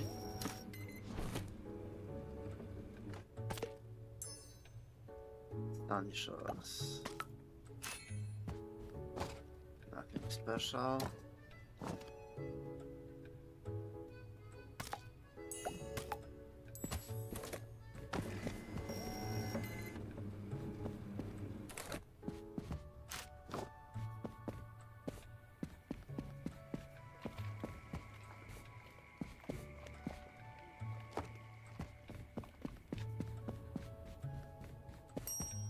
Meow. Uh,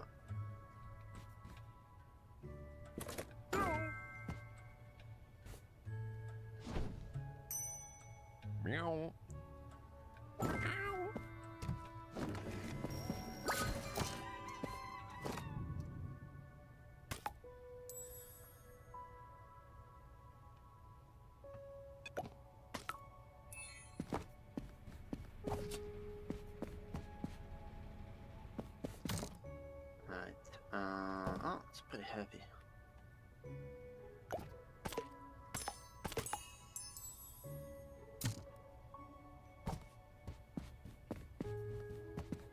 And Port Windy.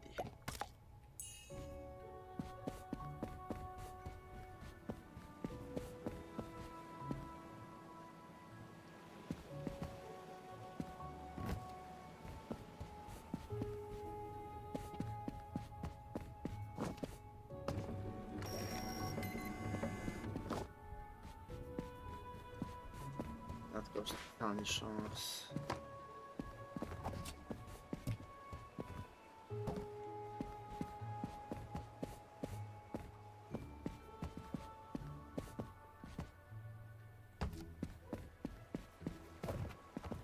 Yeah. That's a lot of stuff. Crescent Bay, Port Windy.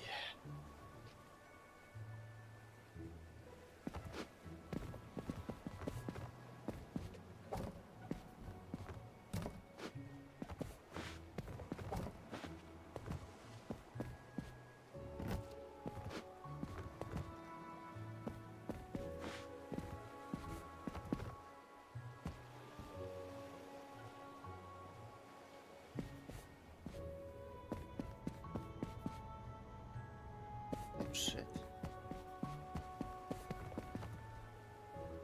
Port Windy, okay. Crescent Bay. This stuff.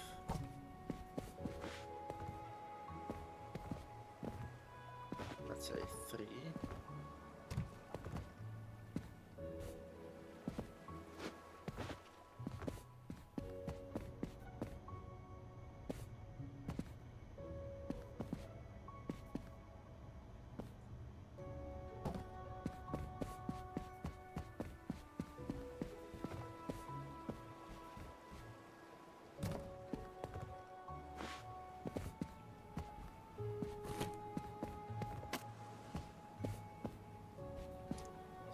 Bye.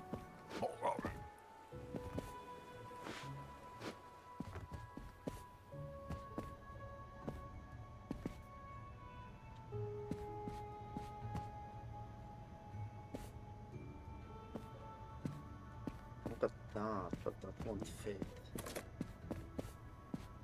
Take this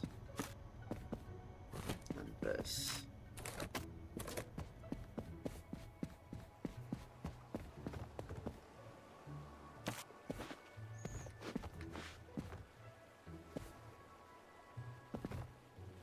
Everything else is too big.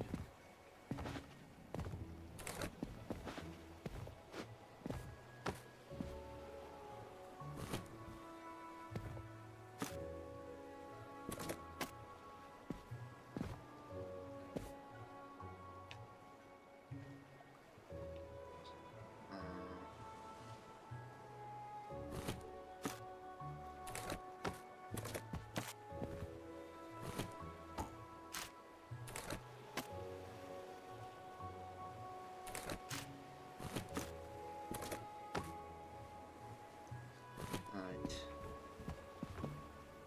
There's a whole bunch of space here as well.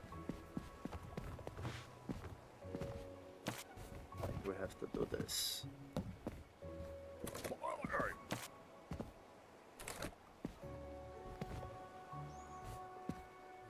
Do that for now.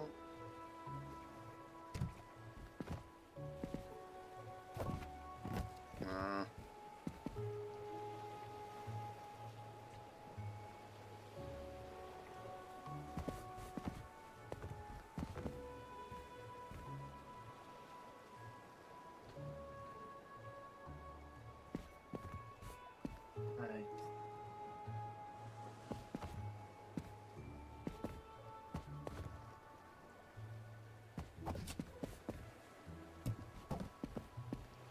That is a shit shipment.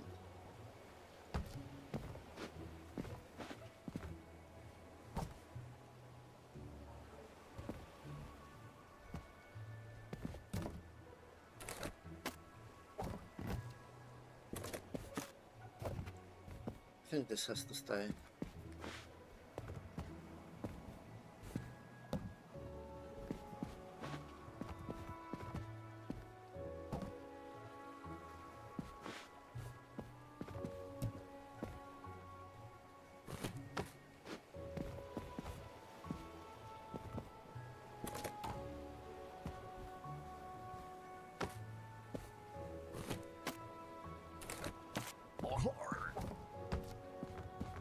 Just like that. Okay, and need to remove some stuff from the freezer. Crescent Bay. That's not big enough though.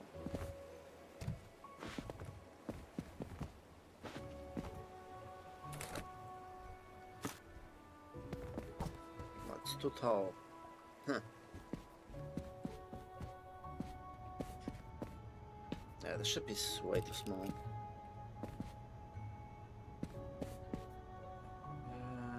This is local.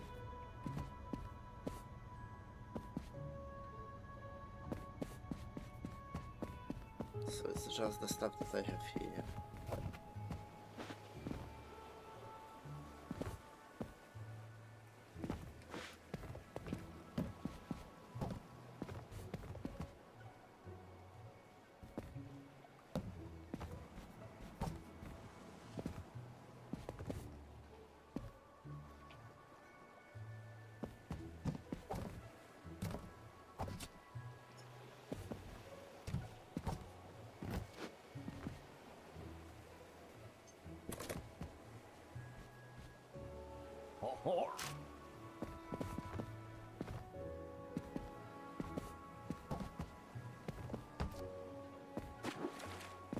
Oops.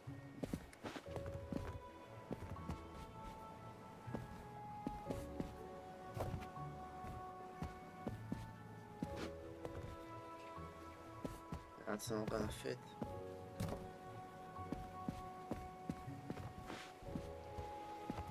A bit shit.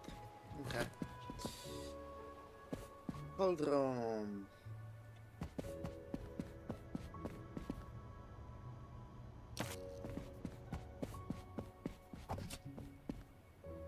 That's heavy, isn't it? Yeah.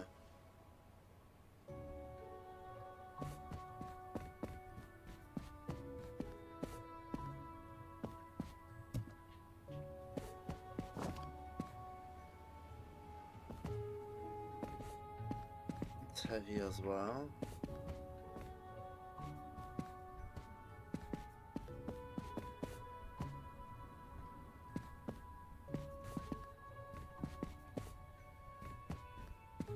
Yeah, that doesn't fit anywhere properly.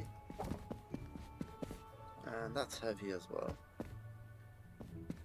This that fits in.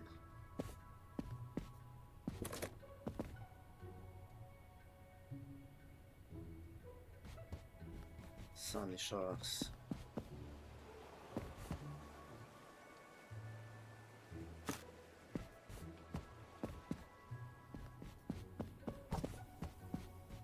But windy.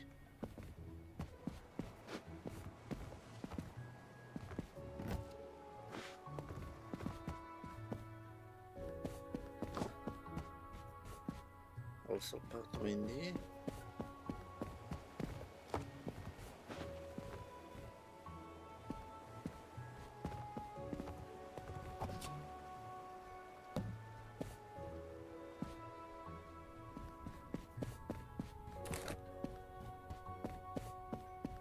Sunny Shores.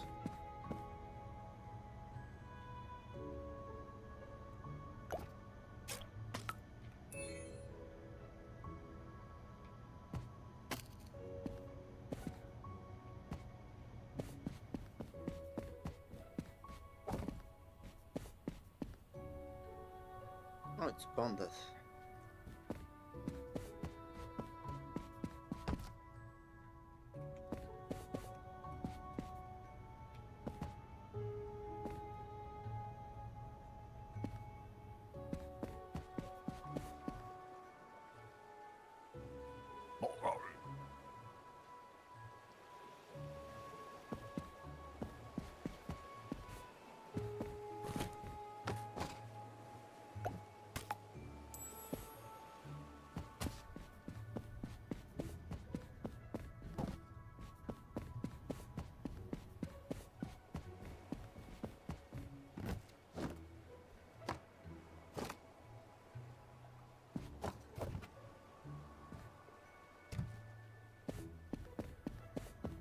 These two are together.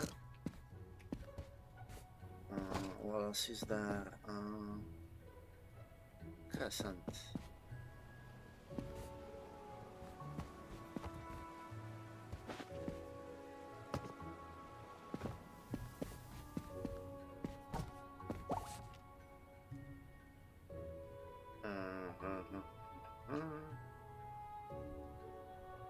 Sunny Shores.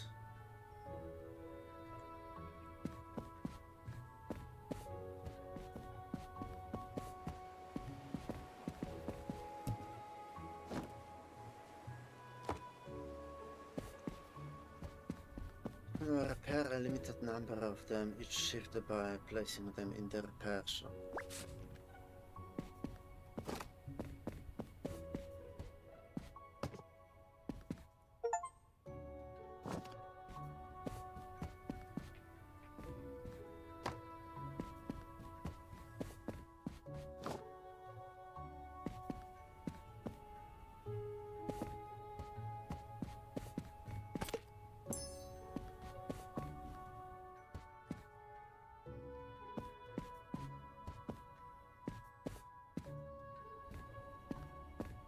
Oh. Oh, there's still more. Fuck. Okay,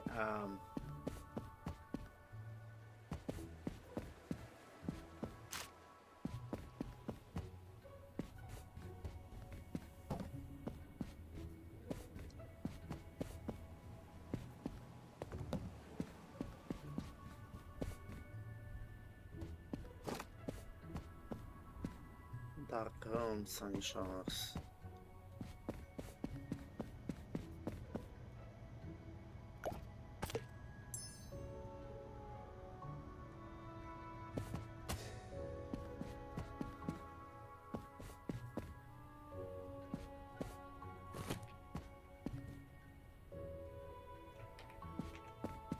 Send that out immediately.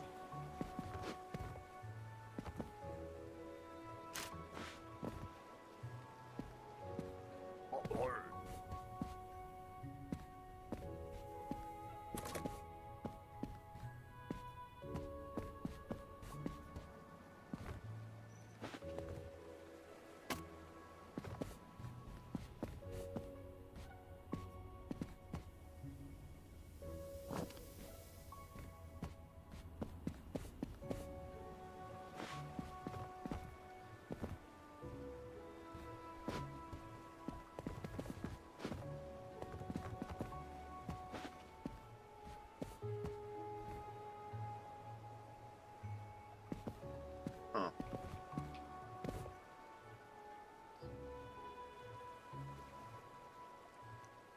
Can I make space if I reorganize it a little? The question here. And I don't think so.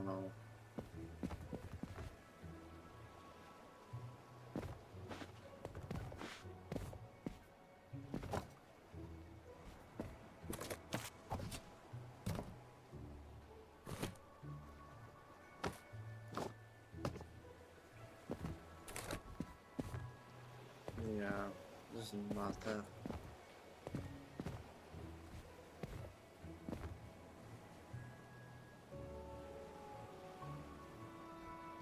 Actually,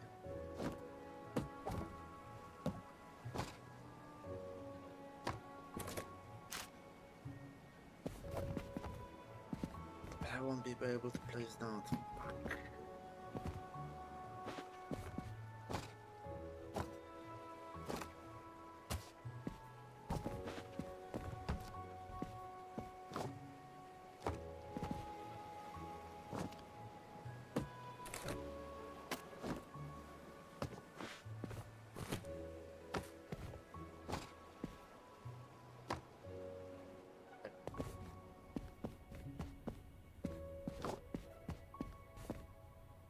Hold on that.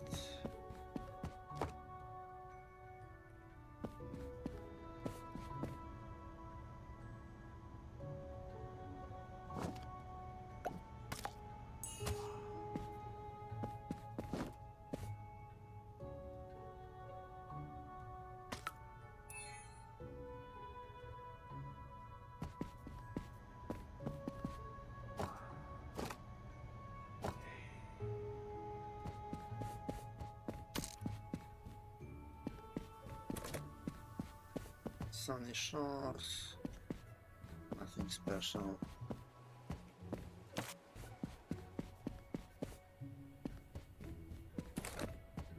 Sunny Shores, nothing special.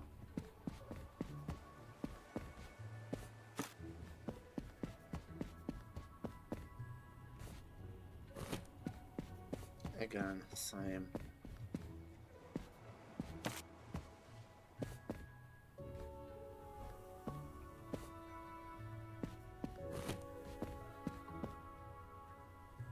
Dark room.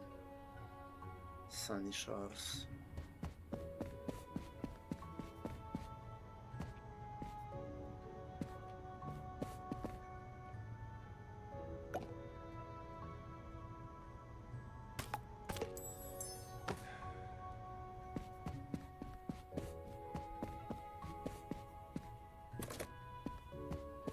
Uh-huh.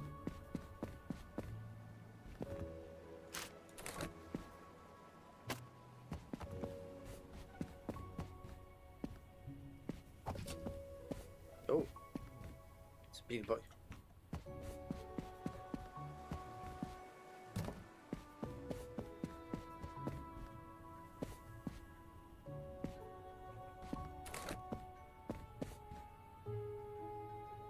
So, a whole bunch of shit. Fragile. Oh, it's the new location. Okay, fuck.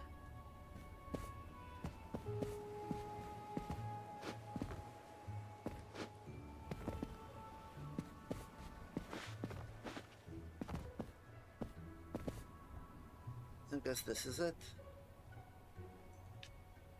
Anything special? No.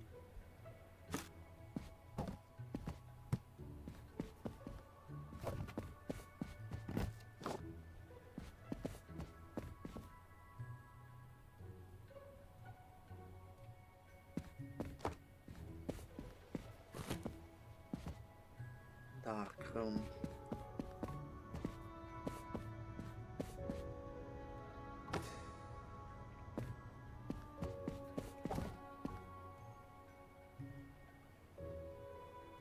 Heavy. Is that a heavy?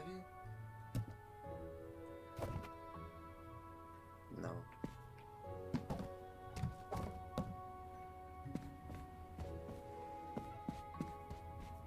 Oh, new packages again.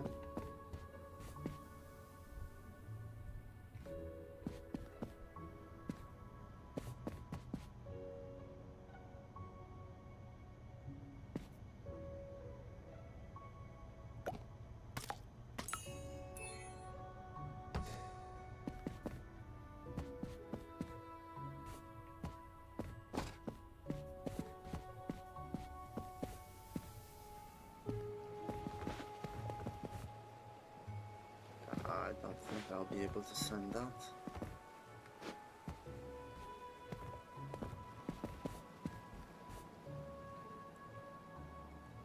Nothing special though.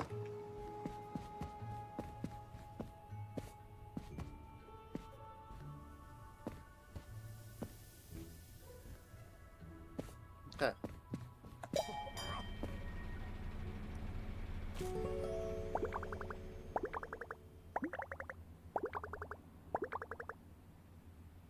Damage to parcels penalty. Oh.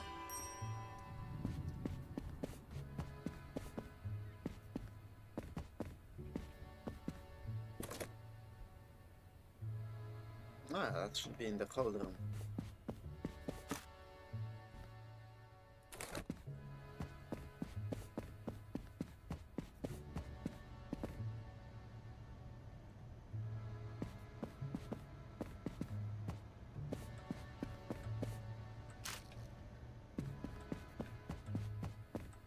Anything else? God damn it.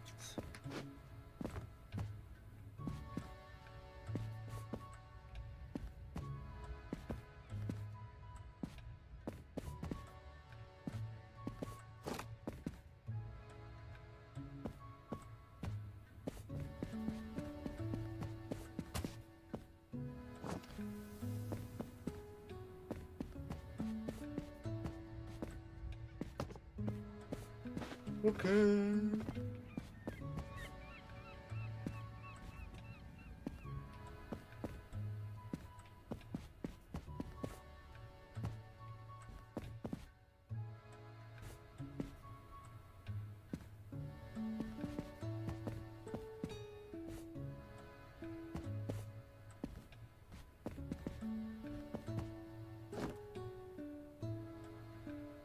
No, that's fine. Yeah, let's see what the damaged package is. The other one. Had 2 damaged packages. Unless I fell into the water with a package and forgot about it.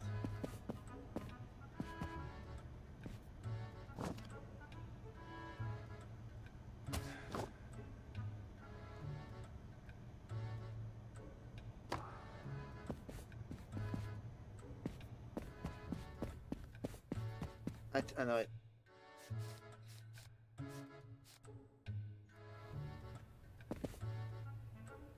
That is it for this game.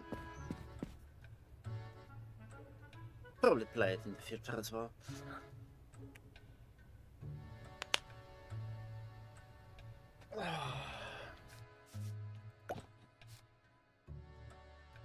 Two minutes, that's fine.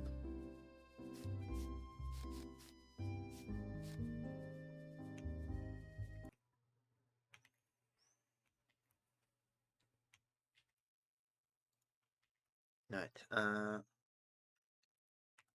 Star Citizen.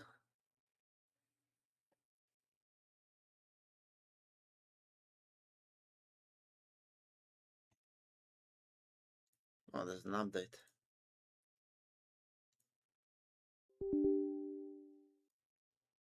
Return of the Xeno threat. Okay. See the website.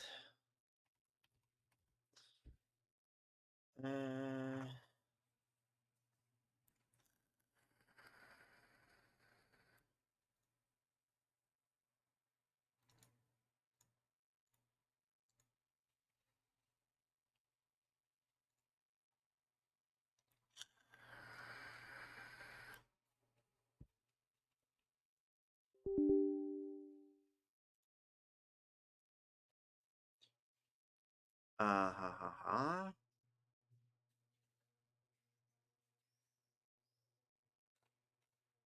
That's a new priority mission.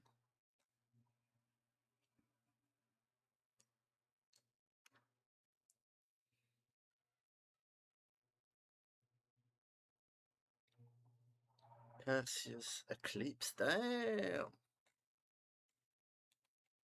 Okay. I'll have to look into that.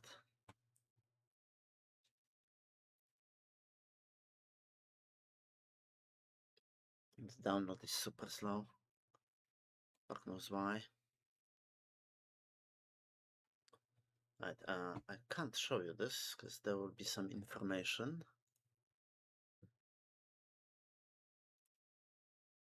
My hunger.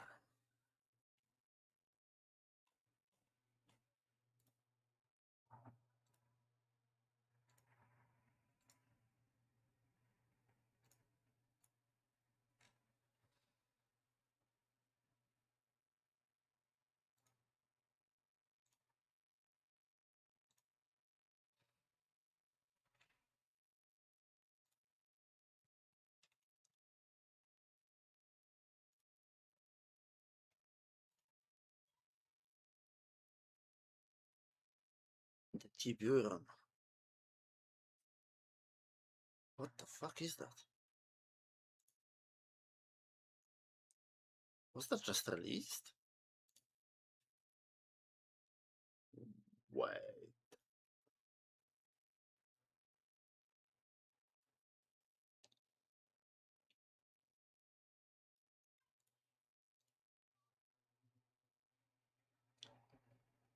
Uh,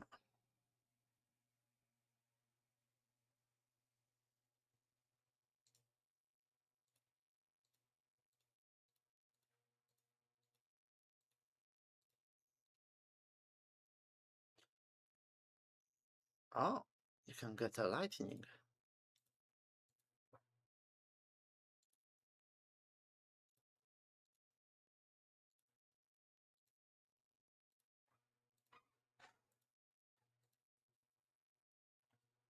I remember that shit.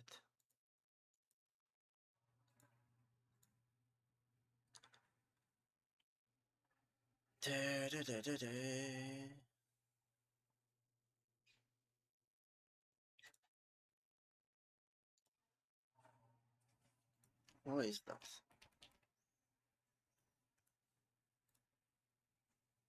Has to be new.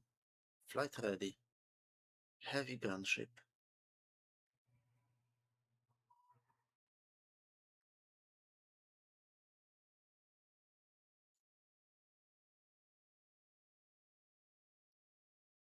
It's a large size.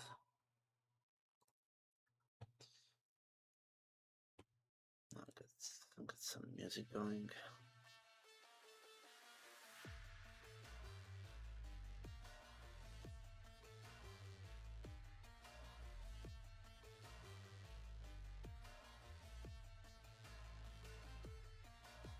Weaponry. Aston laser.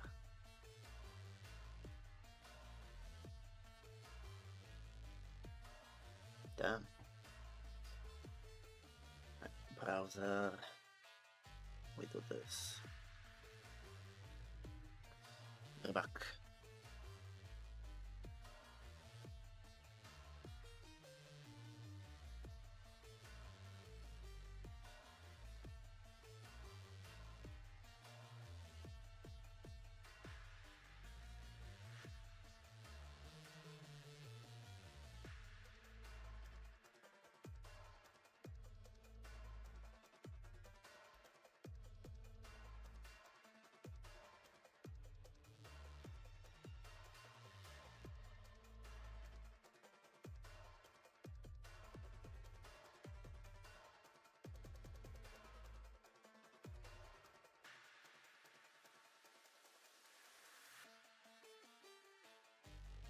And back. Right.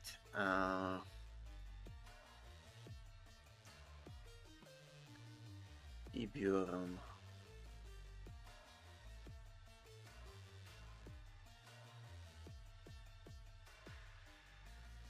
I didn't know it existed.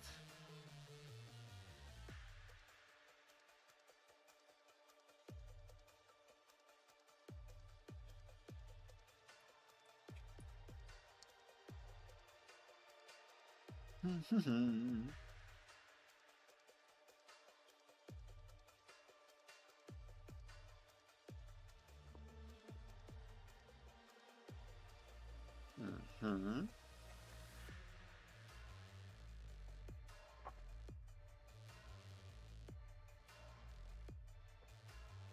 Star Lancer.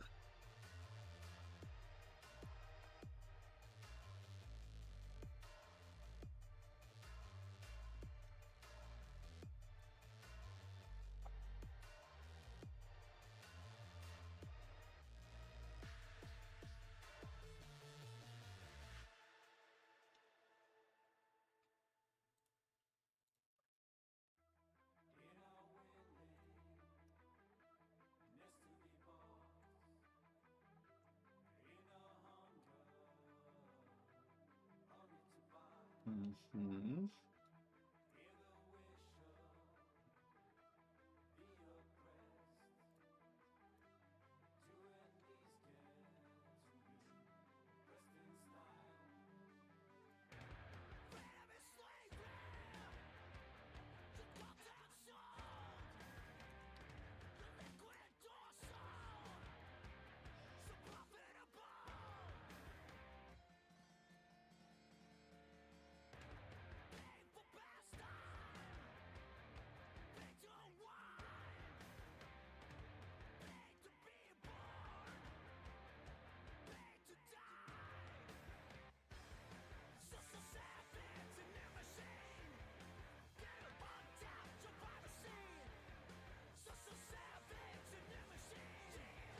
I don't see FIT lightning though.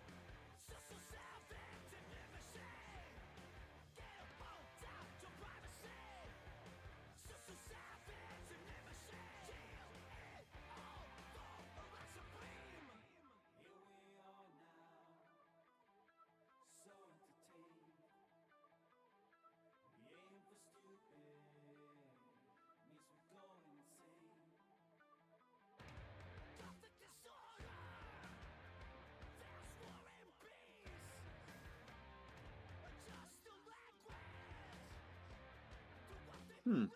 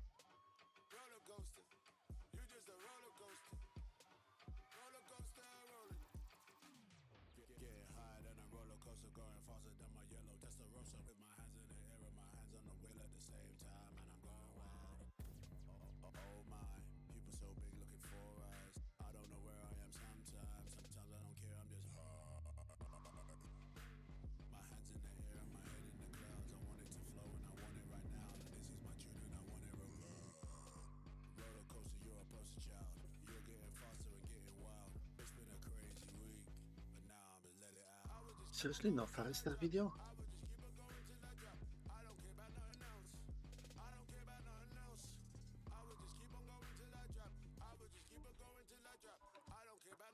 Hmm.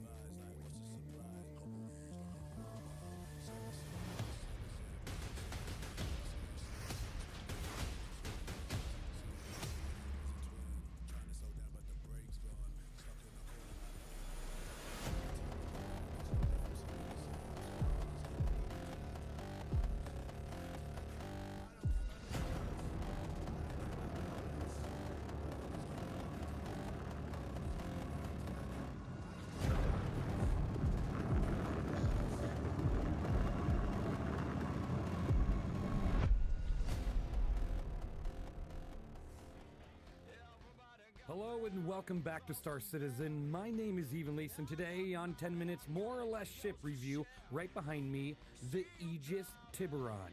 Let's go ahead and take a look.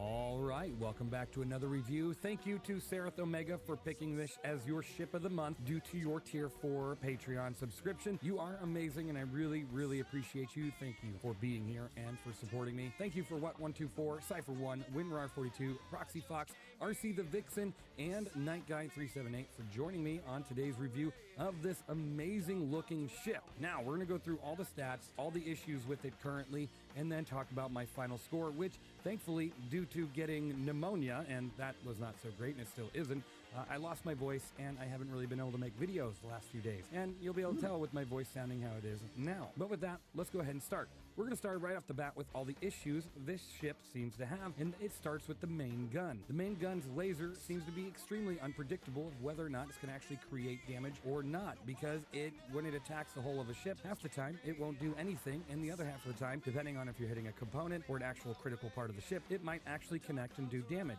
Some ships, even like the Pitbull, won't be damaged at all, which is really weird, and hopefully they'll get that figured out, because the Idris P's laser also has that issue as well when you have it equipped to the Idris. Now, I don't know, it might be a server issue, it might be something more on the side of the laser, but whatever it is, hopefully will be corrected sometime sooner or later. Now, the biggest issue with this ship on top of the laser is the fact that if you have any of the guns manned, it takes away the pilot's radar, the pilot's pip. It really messes this ship up when it comes down to actually being able to use that main gun. While also not having those guns manned, the pip on that laser is all over the place. It is sporadically jumping left and right, down, up, all around, and it doesn't look so good when you're trying to, do any sort of combat. You kind of have to guess where you're going to be hitting. So that's a lot of already mentioned issues. Now let's go ahead and talk about the stats of the ship. This ship, if you're taking a look, is $700 war bond, or you can buy it for $775 store credit. You cannot purchase it for UEC in-game yet, because that usually takes a few patches until you're able to do that. But with that in mind, this ship is a pretty big ship. It's in comparison to the Hammerhead, which I'll show you an actual comparison of those two ships here in just a moment. It does have a 48-minute and 36-second claim time, or a 16-minute and 12-second expedited claim time, which is not terrible for the size of the ship and what power it does bring, even if you just run it solo with that big old laser, which, talking about that laser, it outputs a total of 18,000 damage per second, but only if you're within a kilometer of your target. So you have to be within 1,000 meters for that overall damage output. If you're anything past that, it has like a 2.6 kilometer max distance on that gun, but anything between 1,000 to 2,600 meters, the damage drops off, and it drops off significantly. I'm talking about only about 9,000 damage, anything past 1,000 meters, anything past 2,000 meters, and you're even worse off than that. So you have to be pretty much hugging any ship that you're going to be attacking with the Tiburon, or you're not going to be doing the damage you would think you would be able to do. That is the one size 10 Supremacy 10T main laser weapon on that. So it is a size 10 laser, but right now it's not acting as much because a 1 kilometer max for that damage output is no good. Hopefully in the future they'll give it a 2 kilometer max for that damage output with an overall distance of 4 kilometers. So it's a little bit more, of a competitive ship, because currently in any sort of PvP engagement, you're probably going to get ripped apart by anything across the board. I'm talking about anything like a Perseus, another Hammerhead if flown correctly, or a multitude of other ships can just watch this thing burn out alive just because, there's a lot of stats and reasons behind that. Not only the laser, whether or not it's causing damage or not, but because the fact that its max damage output is within a kilometer, which goes hand in hand with your maneuverability, which we're going to get into in here in just a second. You have 16 size 3 Arrestor 3 cross-section missiles. You have 16 size 3 Viper 3 infrared missiles, And then you have a lot of turrets on this thing, giving you the rest of your damage output, which honestly, I think that's where this ship shines, is those turrets when they're manned. You have 14,005 burst turret damage per second due to the 4 size 7 C07T ballistic cannons, and then the 4 size 4 CF447 rhinos on the back, giving you some rear coverage. Now remember, these are all stock weapons, and those remote ballistics are bespoke to the ship, so you're not swapping those out, not yet at least. They'll probably make a weapons kit sooner or later down the line for it, and that would be pretty interesting. I'd like to see what else they'd want to put on there. Now, talking away from damage output, because those guns are awesome, and they do a lot of damage, and when they start ripping into things, they just shred, right? But they have a very slow round speed. They're hard to hit smaller targets. This thing is kind of like a rock in a hard place. It really is, because this ship is supposed to go after ships its size or bigger, but then you have to be within a certain distance to even use its main gun, and then your maneuverability gets completely in the way of that. You have 211,200 quadrant shield, which isn't terrible by any means, but it's a quadrant shield, so you have 4 faces, which takes away from that overall shield, which puts you in a tough spot, because the second one shield gets ripped apart. Like if someone rips apart your back shield, they can just rip your engines right off this thing within a matter of moments, and then this thing becomes dead in the water. Now you also have 25,740 armor. This is probably like the best thing about this ship, is the armor. You have a lot of it, and then it has a 531 deflection physical and a 380 energy deflection. So while most people nowadays are going to be equipping like cannons and stuff, and makes that kind of armor pointless, hopefully we'll get a cannons pass sooner or later, that armor is there. So if somebody's using repeaters or things that are under that alpha damage requirement, it's not going to be causing any damage to this ship unless they somehow hurt that armor beforehand, like with missiles or a different ship. Now you also have only 187,200 ship HP, and I do say only because the Hammerhead has double that. And I don't know why they cut the ship HP in half on this ship, especially since you have to be so close to another ship to actually use its main weapon. It doesn't make too much sense. Now, I'm going to talk to you about the speed and the maneuverability. 150 SCM with a 330 forward boost, a 160 backwards boost, and a top nav speed of 975. This thing is already pretty slow, but it's slower than a Hammerhead. Again, the direct competitor to Hammerhead, for some reason, she's slower than the Hammerhead. And she's supposed to be, running and gunning against ships her size or bigger. And then you look at its maneuverability, also worse than the Hammerhead, at 13, 13, 20. Yeah, it seems they cut all the stats down just because you have the laser. I'm not going to lie to you when I say this. I took this thing crewed against a not crewed Idris, and since you have to be within a kilometer to actually start outputting damage with that laser, or at least a decent amount of damage, that thing was able to maneuver on us, which wasn't so hot. Yes, if I kept my boost intact and I was able to kind of get around it still, but I was fighting it way more than I felt like I needed to, especially against a ship like an Idris, which shouldn't be able, in a technical term, statistically, it doesn't outmaneuver, but in game, it definitely was starting to outmaneuver me a lot because I was having to engage at such a close range. Overall, we were winning that fight until a bunch of fighters showed up to assist that Idris, and then we ended up losing that fight. It was a fantastic time and we had a lot of fun, but that just kind of shows you that this ship really struggles when you are further than a kilometer out, or if you're closer than a kilometer, you are having to fight your own maneuverability, and that's not so hot. Now, you have a total of 50 flares and 24 decoys. It's about average. I mean, it is just kind of what it is. Again, a boat this size shouldn't have that little amount, but it does, and you kind of have to play with that. And then you have 465 SCU hydrogen fuel and 6.7 SCU of quantum fuel, which is pretty gnarly. It is pretty gnarly amount of fuel. It allows you to go pretty much anywhere with no issue, and that's always a fantastic time. Now, let's talk about, we're going to pass the 10-minute mark. That's just bound to happen with these big ships, especially since I want to go through the entirety of this big ship and tell you everything about it. With most ships, though, I'm going to try to aim for under 10 minutes, but not with these big ones. These big ones are going to be a little bit more. Now, let's talk about the interior of the ship. First, we'll start on the exterior. You do have 3 entry points from the ground. You have 1 elevator on each side of the ship, which you can enter via here and right on over here. And then you have a ground ramp cargo bay entrance, which is right on back here. Now, this cargo bay is just like the Hammerhead. It does have a total of 64 SCU on the grid. You can carry 2 32 SCU containers back here, or like I did yesterday, a pit bull. You can put a pit bull back here, and it's a lot of fun. I took that pit bull out, and we had a great time. A good counter with PvP, and had it's just fantastic. Honestly, I think the pit bull is probably my #1 rated ship in the entire event. Seriously, it's such a fun time. But let's go ahead and board. You know what? Let's start from the back. Let's start from the back and make our way front. This is a pretty easy ship ship just like the Idris, but it's only, you know, it's 2 floors, but it's pretty similar, right? It's circular. Now, in the back here, you do have a radiation hazard. I'm kidding. It's not really a hazard, but when you get back here, you're going to see what I mean. You definitely don't want to be working back here without a mask or a helmet because there's going to be certain particles that you just probably don't want to breathe in. If you do, it's not going to be a great time. Now, another struggle of this ship is the fact that getting into this thing fast is never going to happen. You're going through the cargo ramp, you're going through the front elevators. It takes a forever amount of time, and that is just something you have to deal with some of these big ships, which means that you're not going to be able to get into a combat situation as quick as you're hoping. So if you leave this thing completely unmanned in a combat area, that could be a really big struggle for you. Now, when you're back here at the main area, the engine room, the cargo room, where you can put some ground vehicles, which I'll show you on the review side, as well as cargo, like I said, 64 SU here. You have your main engines, one on each side. Go ahead and take a look over here. Beautiful, beautiful. Breathe that in. Take a big old puff of that because, you know, nothing's better than chewing 5 gum. So make sure you do that. Have some little screens all around. Here's the cargo drop down right here, or if you're on top, you can just pull it up right there, which is pretty nice. And then this is your rear turret. So the rear turret here is that quad 4. Now, I'm going to have to tell you, this is probably one of the worst viewing turrets in the game, and it is just like this on the Hammerhead too. You get into this thing, and you're like, all right, let's do some combat. And then you get flipped upside down, and then you get brought into your worst nightmare of any sort of gunning situation, because the entire time, you are literally upside down trying to fight things. And I'm sorry, but this is just not a comfortable experience. I really wish you would just get into the seat and would just lower you into it. I'm not sure why we have this fancy get you sick contraption here, but it's definitely there. And so I definitely recommend taking some motion sickness pills before you man that gun for a good majority of time. Now, if you're looking around, you do have some components back here. Obviously, nothing here yet. This is like a battery component.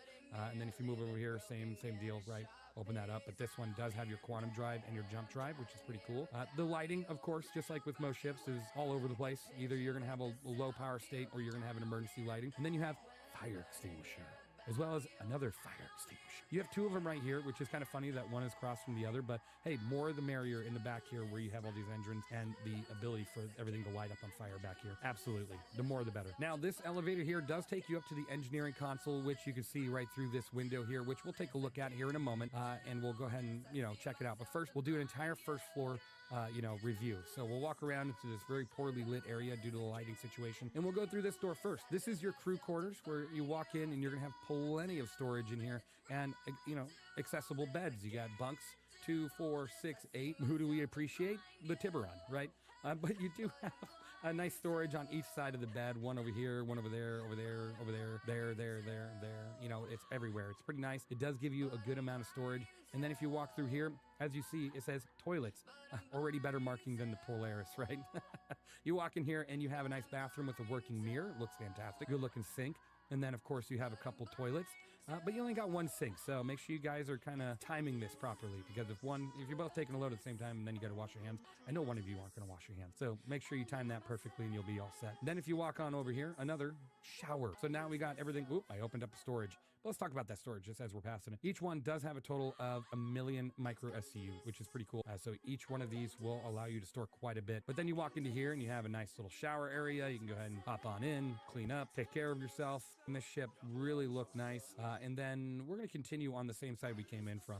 So we'll go ahead and make our way over here. You have a nice little fuse panel relay area. Right behind that, you do have more components. Now, this is mirrored on the other side. So if you're looking at the other side, it's pretty much the exact same thing. And then you can open up these doors here, one there, one over here, another engineering terminal. You have all your power systems, your coolers, everything spread throughout these sides. So they're not all bunched up on one side, which is fantastic. We'll go ahead and close that on up and we'll make our way out of this room. It's a really nice looking room. And then if you make a right turn here, you have some escape pods. 1, 2, 3, 4, and then the other 4 are right on over there on that side. Now, this is one of your remote size 7 guns. You had hop in there and have a lot of fun with that. Like I said, it's a remote.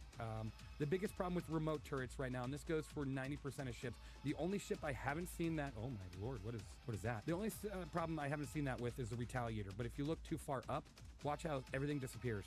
You no longer get a reticule, you no longer see pips, you no longer see anything. And that's a very big killer on a lot of ships right now that have turrets. That's the Hurricane, that's the Gladiator, that's this ship, that's the Idris. There's so many ships that have turrets that are affected by that bug. But those ships, sooner or later we'll get a fix for these remotes because it's fantastic. But if you hop into any of the remote turrets on the Retaliator, not a single one of those issues.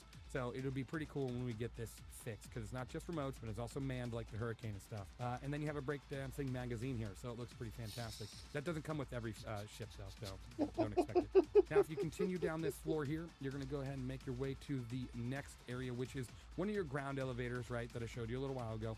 Keep on going over, another relay area, and then another remote turret. This is your front underneath remote turret near the cockpit, another size 7 weapon, and then you make your way over here, and this is where an airlock used to be. You used to be able to dock the hammerhead here, but no longer right here. This is an armory now with suit locker access and a bunch of weapon storage. So if you go here and you open up all these all open just like this, and you can store rifle after rifle, and they're actually properly marked too. LE sniper shotgun over here, a special weapon storage, so something like this big boy here, you can definitely put it there. And then you also have storage underneath, which is holding 600,000 micro SCU right underneath this weapon storage. You can go ahead and close that up even when they're loaded with a gun, which is pretty cool. Another sniper and heavy weapons area, shotgun, more storage under every one of these. Every one of these has storage. Then you make your way over here, more storage for rifles and stuff and handguns and all that. Another special heavy weapons rack right here, which looks pretty nice. And then if you move on, you got 3 more of these on this side. So you got plenty of storage on this ship. On the front, on the middle, everywhere you want to be, this thing has storage. Another remote turret there, the bottom, the port side, size 7. And then this is your piloting area. So you have an elevator or you have the ladder. A lot of people just jump down the ladder, right? Instead of taking the slow elevator here. For some reason, a lot of our elevators in the game are just dramatically slow, but it is what it is. And then you just make your way through. Right next to the open button, you got the elevator button. This always frustrates me because it's always in the way when you're trying to operate one or the other. But this is the pilot seat. And right here, Sarah Omega, again, thank you for your support and your contribution. Amazing. You get the pilot seat to the left and the co-pilot seat to the right. Now, I do have to tell you, the pilot seat does operate the missiles, the laser, and the ship. If this seat isn't occupied, the co-pilot seat also does the same thing. You can use the laser, you can fly the ship, you can use their missiles, you can do everything from either seat. So you don't have to have both of them manned. Honestly, having both of them manned kind of bugs it out too, because if you have these both someone in both seats, it kind of kills your quantum system once again. So you have to make sure you're only manning one. The second seat's not really required unless you're worried that your pilot's going to get, shot up and killed. Then the second one would take over, right?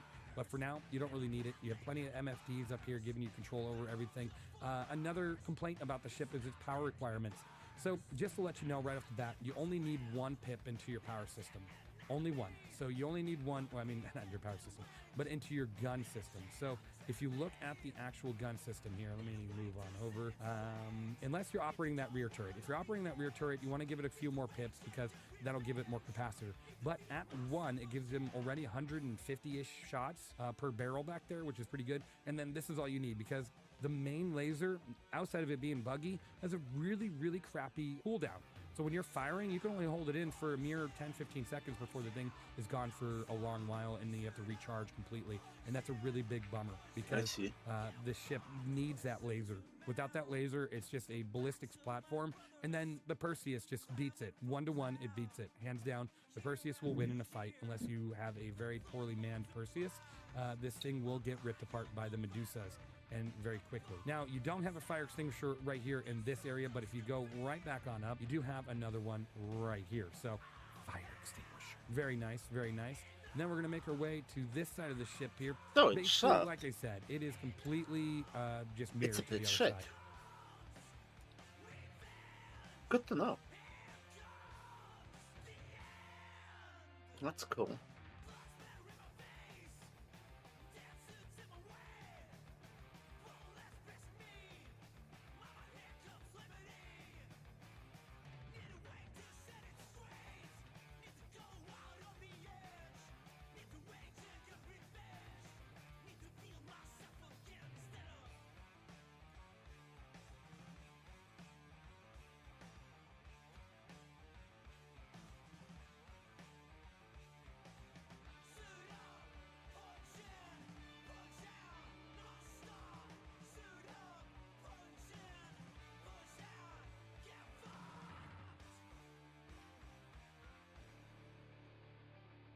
Da, da, da, da, da.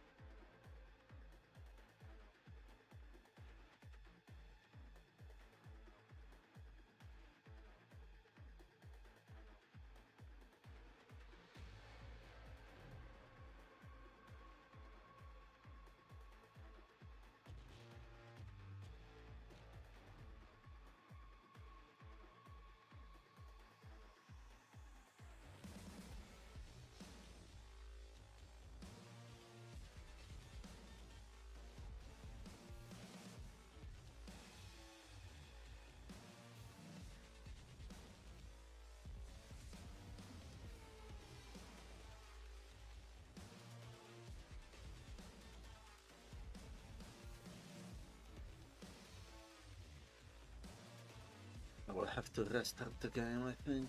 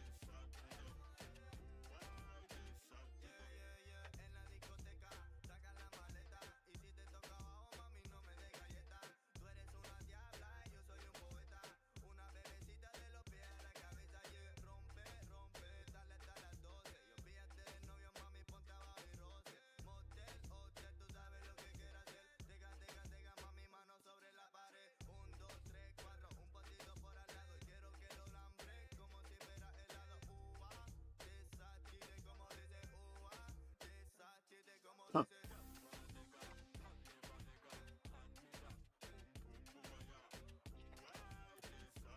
I need to restart.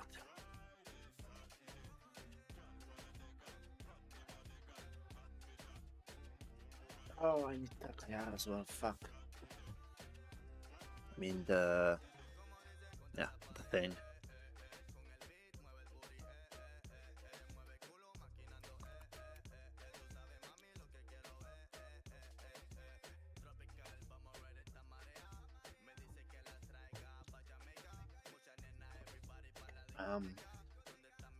I need to fix things.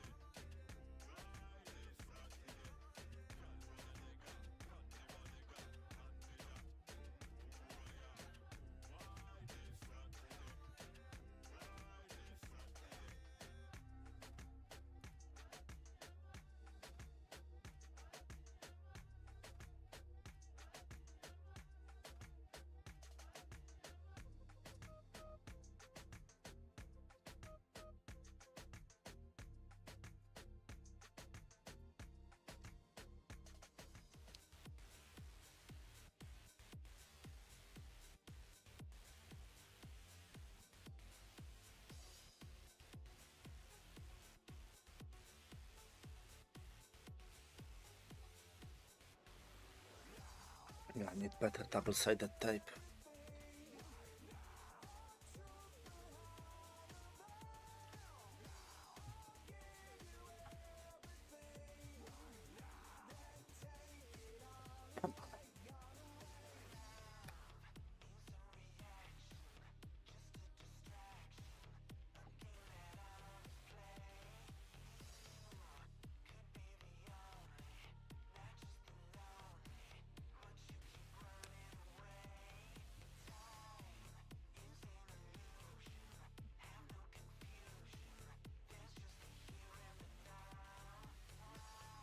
Almost there.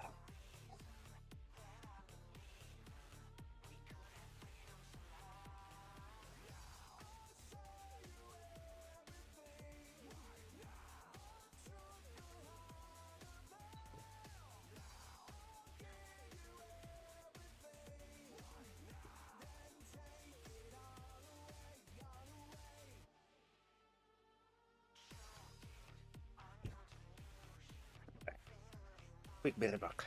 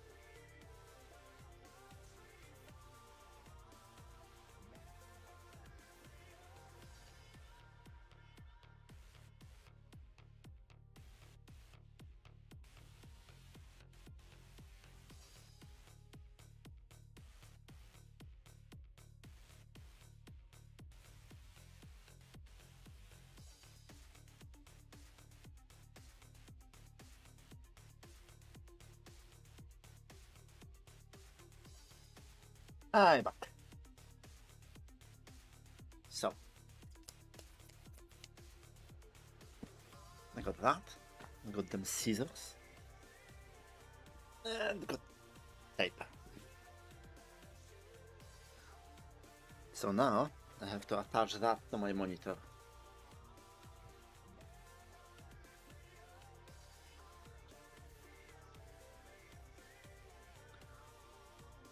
Oh, there's one more strip I have to remove.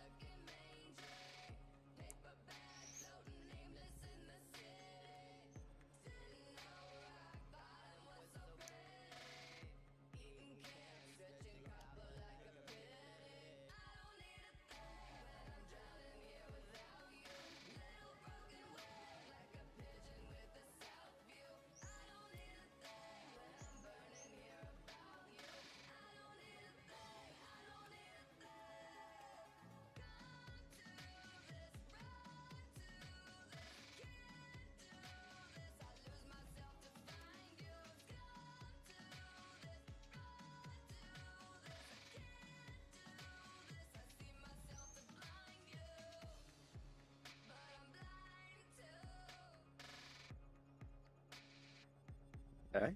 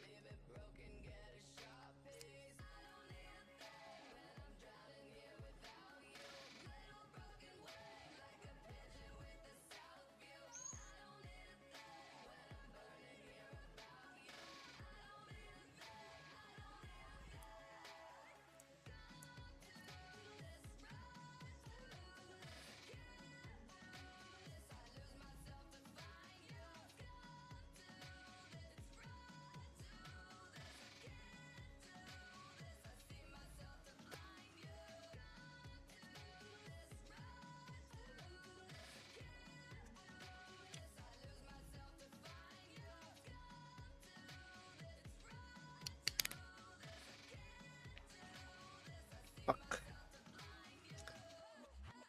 Now I need the tracker calibration thingy.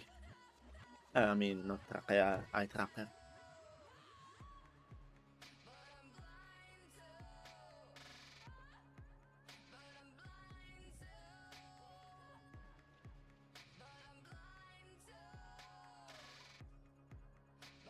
Set up display.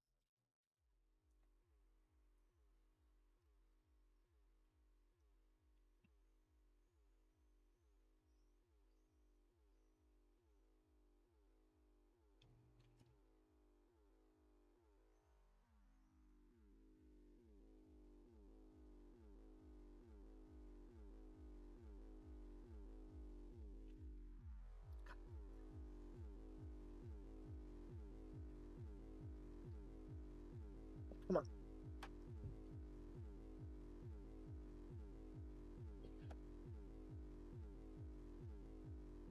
God damn it, man. That's some strong shit.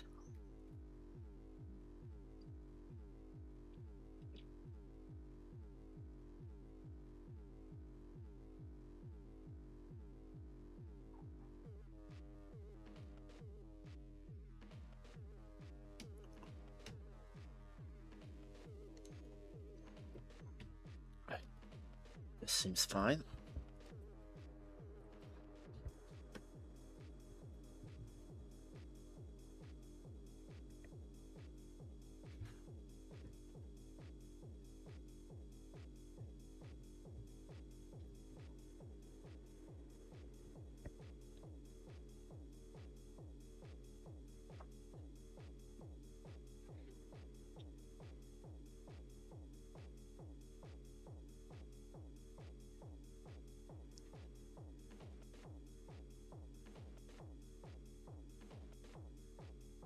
Where's the tape?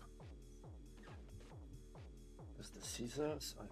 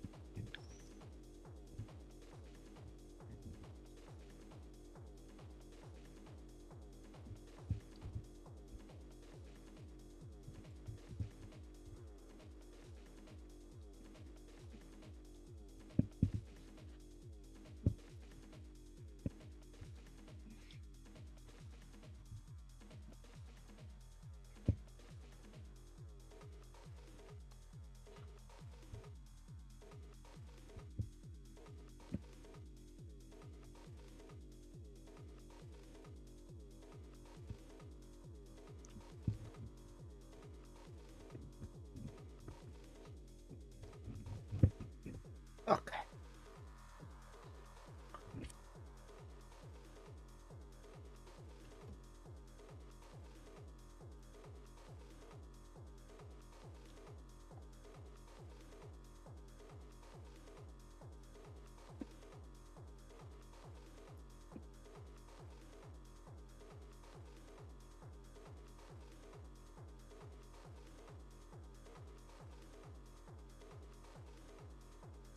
Okay, alignment seems okay.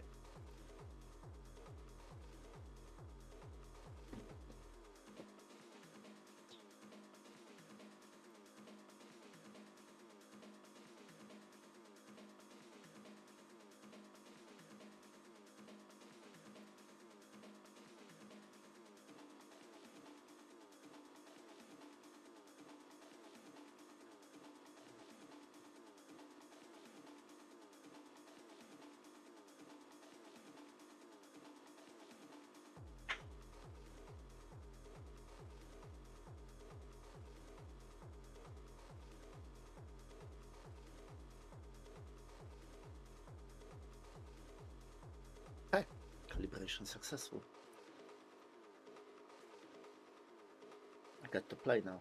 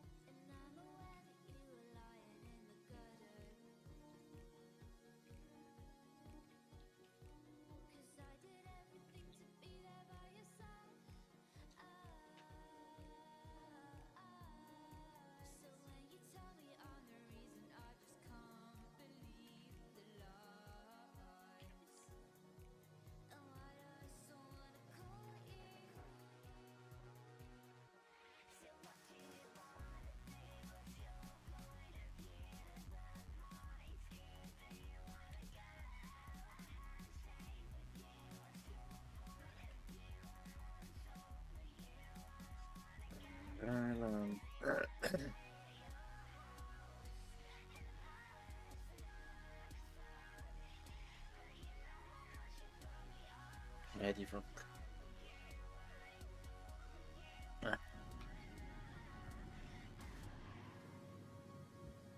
Let's fucking go.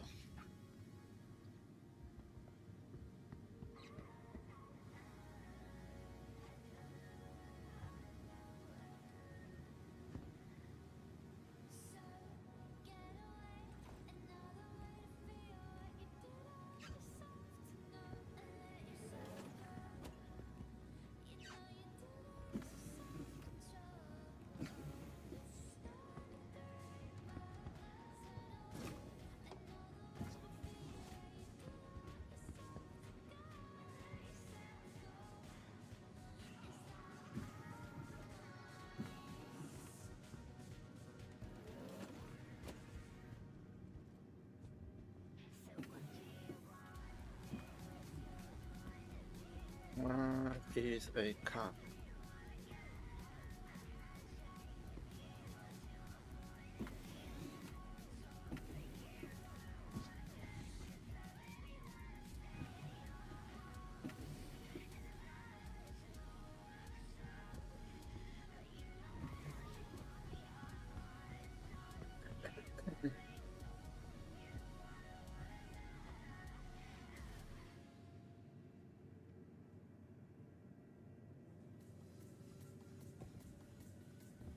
Gone.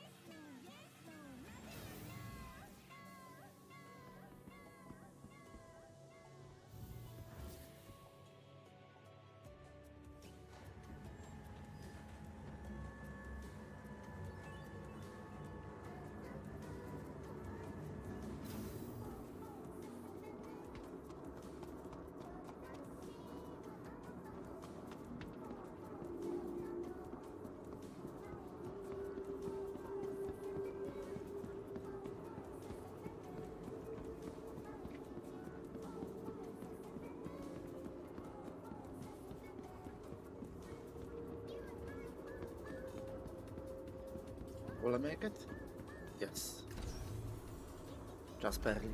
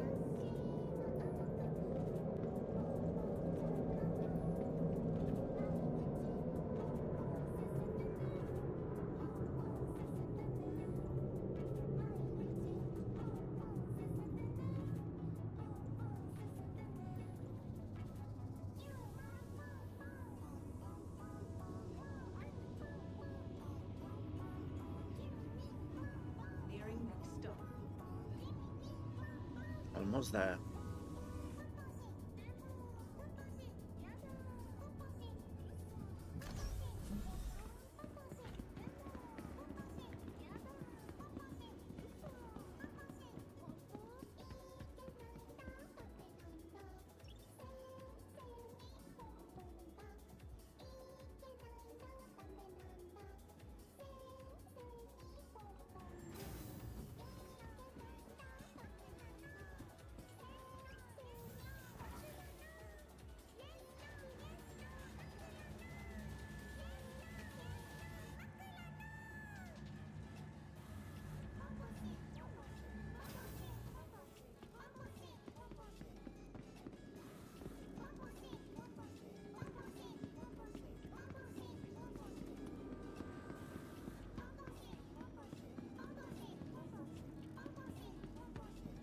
Moi, tu sais, alors 5,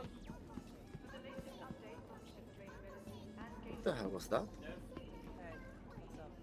I think it's a bit backwards that more people streamed the Saddleball Championship in the last election. People need to get their priorities straight. t'as de quoi fabriquer le deuxième parce que vraiment pas.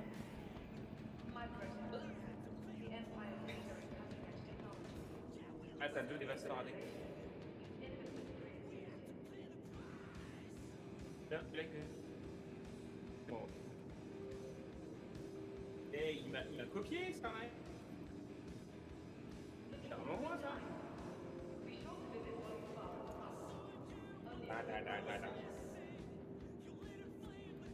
Non. Moi, presque moi, ouais, la même quoi. Ah non, moi j'ai la version. J'ai la version. Damn, everyone can hear your voice. Ouais. It's the first time I can see actually VoIP working. Il y a quelqu'un qui vient de s'incliner et de poser un pingouin devant moi, je sais pas pourquoi. Invite parti. Ah, c'est déjà parmi. Carreau 2.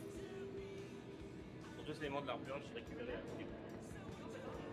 Bug. Ouais, non.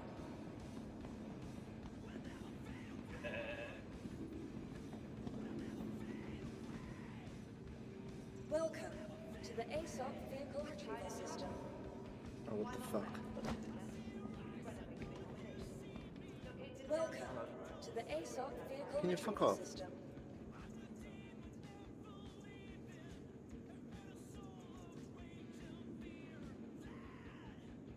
Still bomber. Okay.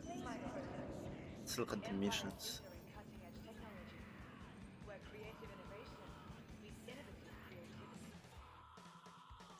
Can the game be changed?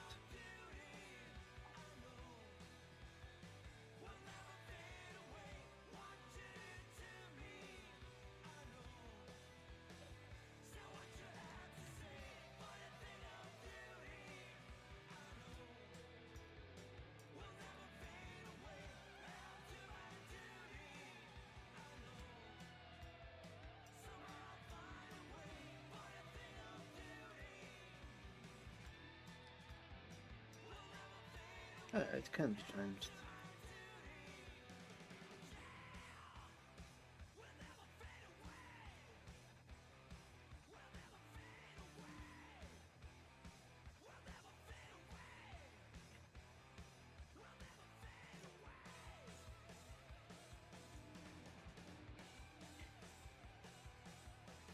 Yeah, that works. That works, anyway.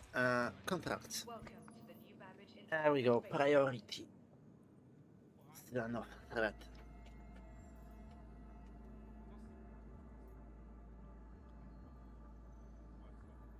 For the latest updates on ship availability and gate assignments, please use one of the conveniently located terminals. Uh-huh.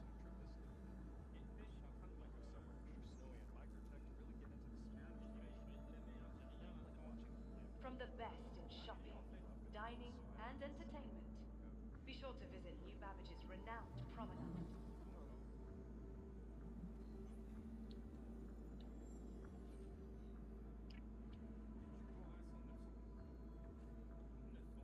Be sure to explore all New Babbage has to offer. Whether it's the latest in cutting-edge technology or the beauty of our award-winning gardens, this city of tomorrow has a lot going on today. Oh, so if the ships have enough, do enough damage and they won't be able to resist joining in the action. From all of us at Micro, Once they're out in the open, they'll be our main target. Do you want to change? Do you want a change of pace? What do you mean by change of pace? From what to what? remember, your belongings belong to you. Keep a careful watch on all personal items. I might be doing some fighting this time around.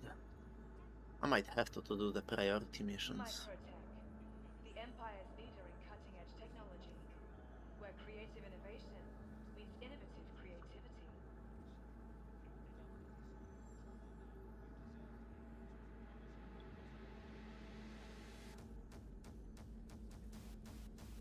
Ready to upgrade? Located in the plaza, the factory line has all of Microtech's latest offerings.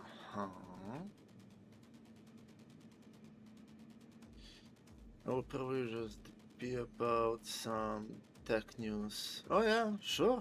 Go for it. Your belongings belong to you. I like tech.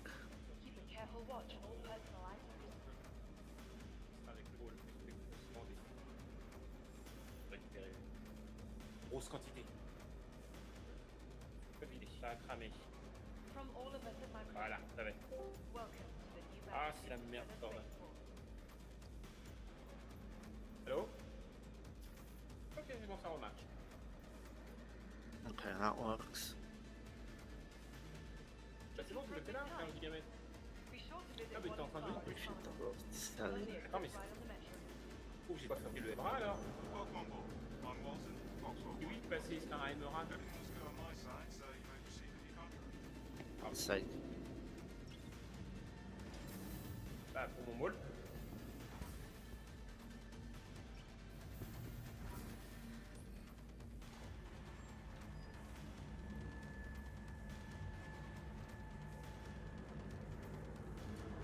What do I think about Steam Machine?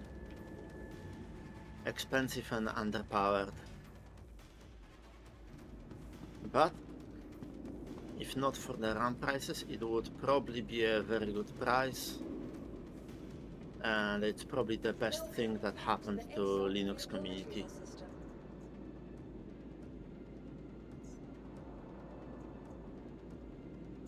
Your vehicle has been moved to our storage It's, facility. generally speaking, it's a very good thing it happened.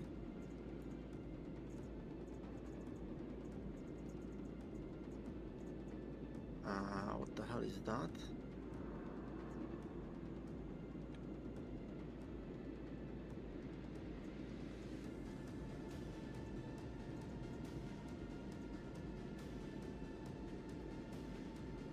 And,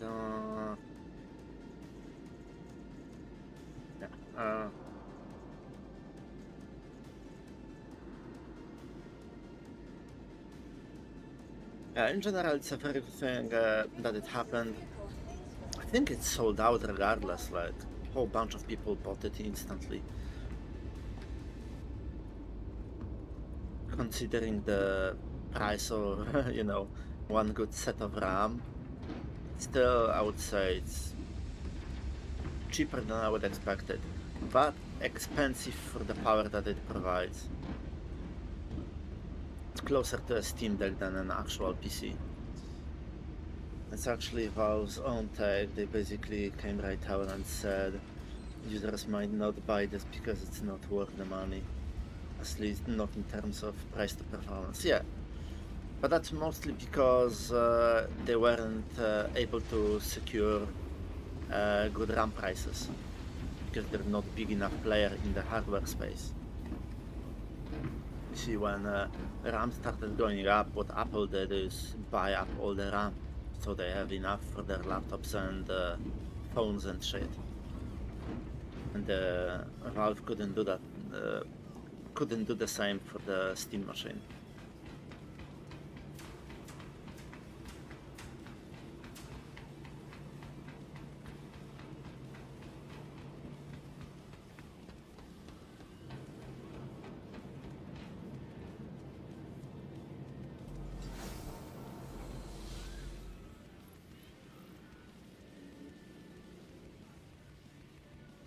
Yeah, it's still selling out because it's still a cool piece of tech, and you know, if you want to build a PC now, good luck. Steam Machine costs as much as just the set of RAM sticks I have. Actually, my set of RAM sticks was more expensive than the Steam Machine. So, well, it wasn't more expensive, it is now. Because I bought it right before the price hike.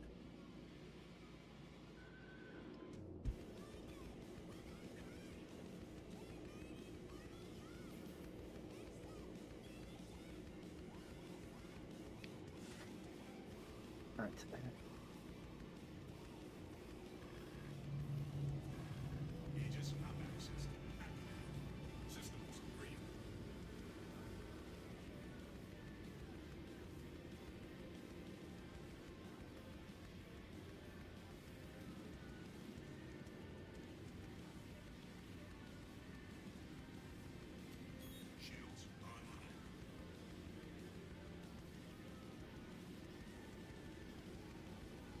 Uh-huh.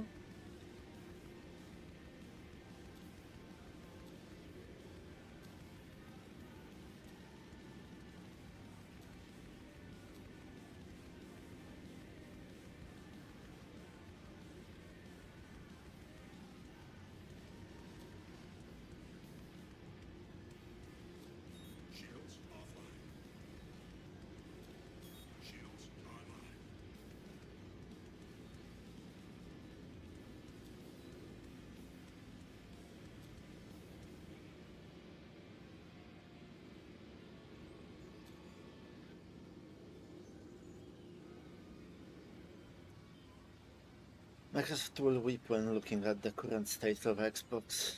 Yeah, and they fucked it up even further.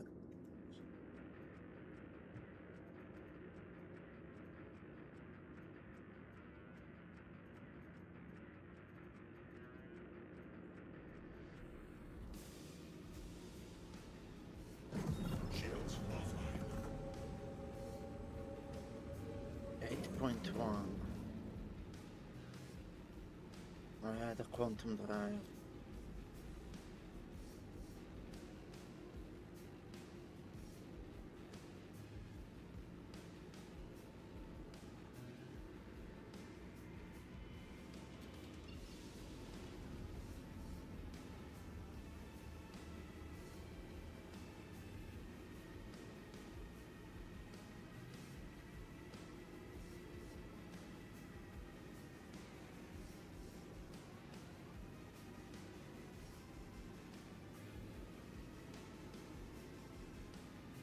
Okay.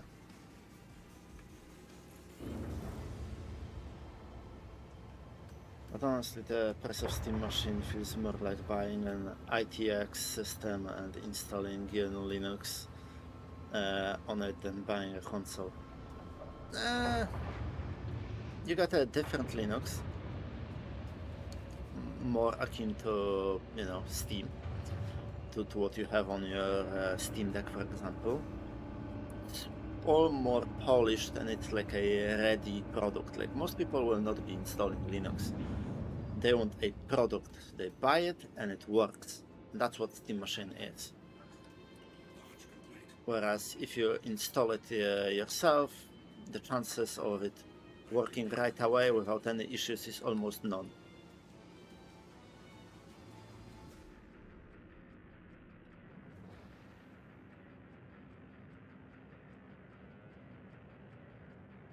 This is one of the sexiest ships in the game.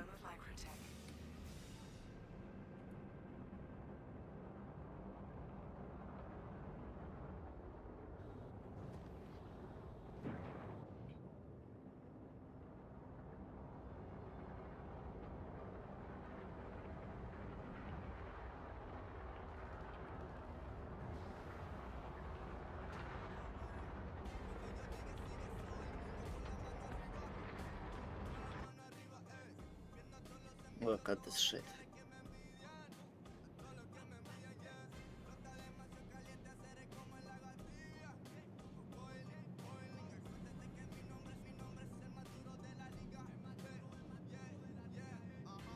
B2 Spirit, yeah, kinda. That's why I like it. It's very similar to that. And it is a bomber, except with torpedoes instead of bombs, but yeah.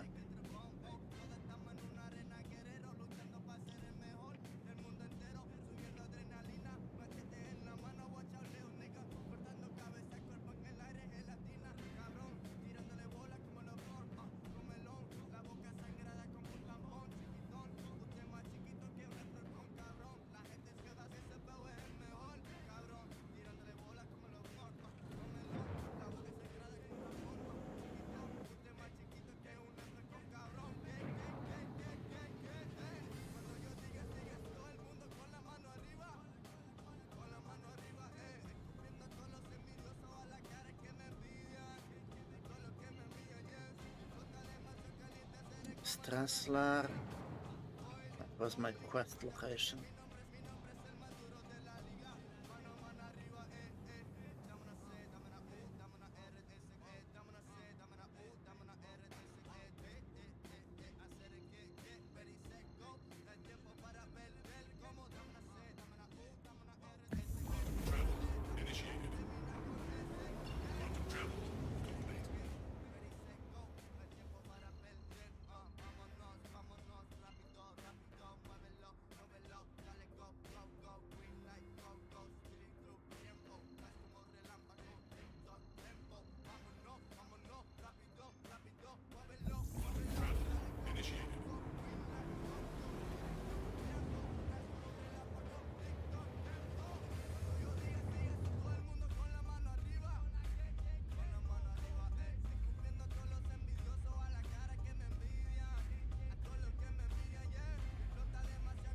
Has a beautiful shape.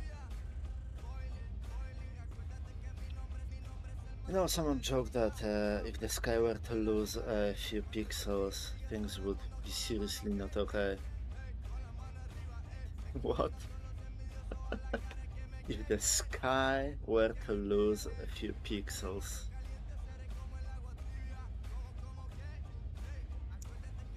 I mean, from astronomy point of view, yeah, it makes sense. You lose a couple of pixels, you know something big has happened. That's really fucking bad. Like, because that means a couple of, not even planets, stars disappeared. Got destroyed, whatever. They're no longer there. And those stars are like a long distance away from each other. Like, they're very far apart. So, that would not bode well.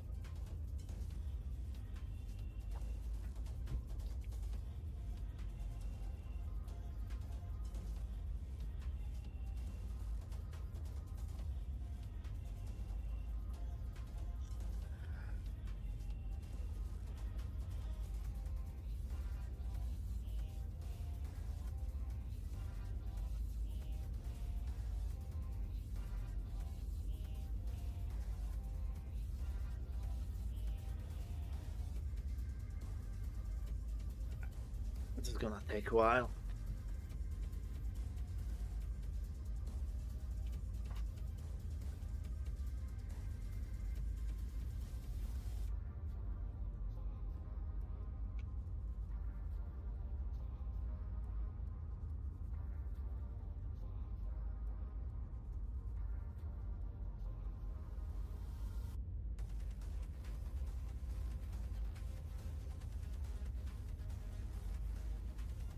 Yeah, that's better. What do you expect from the nerd joke? Yeah, I mean, I'm glad that it makes sense at least. But if we lost a couple of pixels from the sky, like a couple of stars disappeared, that means something really fucking bad has happened. And we might be fucked ourselves at this point as well. So yeah, there's that.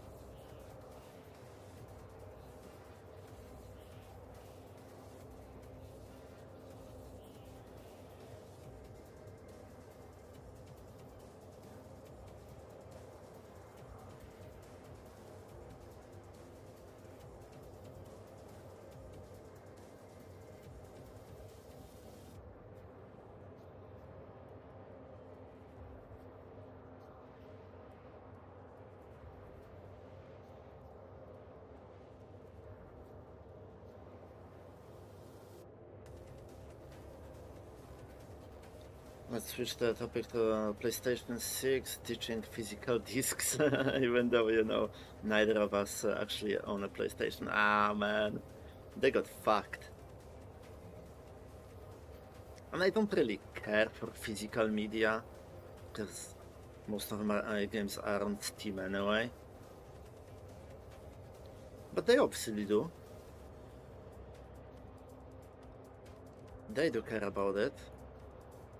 And just what was it, like PlayStation 5, I think, whenever that released, they were like laughing at Xbox and clowning on them because Xbox tried to do the same thing, and they were making those commercials where PlayStation says, "Oh, this is how you share a game on PlayStation," and they just would hand the physical disc to the other person and say thanks, and that's it. That was their campaign against Microsoft. And now they ditched it themselves. Which is insane. But yeah, I mean, what do you expect, honestly? It was pretty much bound to happen. Everything is going towards subscription and everything like that. And you can't subscribe to physical shit.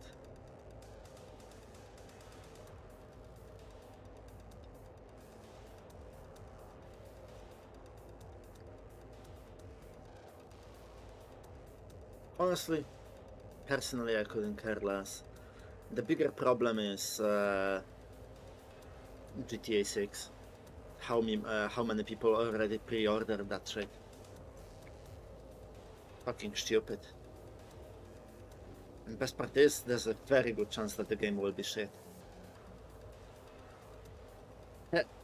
Funny part is, they said the game will be $80 instead of, you know, 50 or 60. Which was a big bump, but to the investors it wasn't big enough bump. So when they announced that they're gonna charge $80 instead of like 100, for example, or 120 or some bullshit like that, their stock price fell like an insane amount. Because the investors wanted even more. Okay.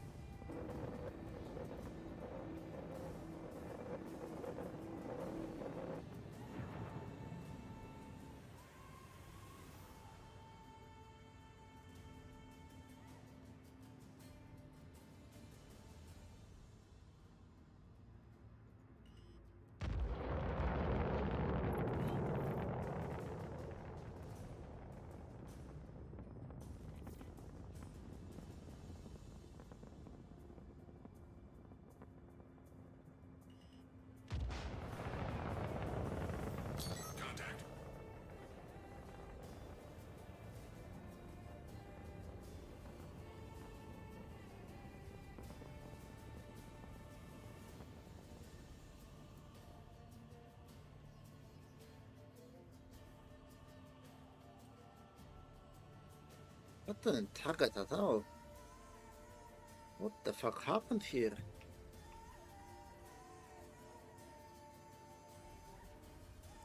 I missed my torpedoes. Oh no, it's changing.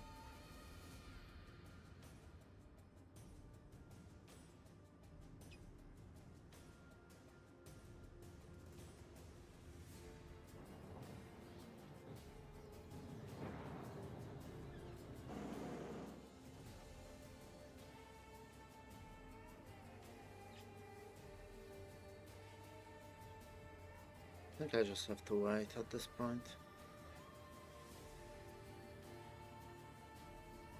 Actually, I think Sony likely wants to teach the disk drive to cut down on FPS 6 hardware cost.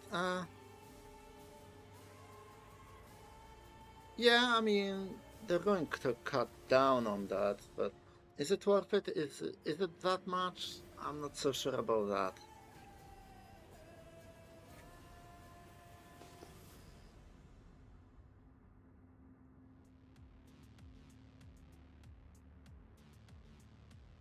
What is that?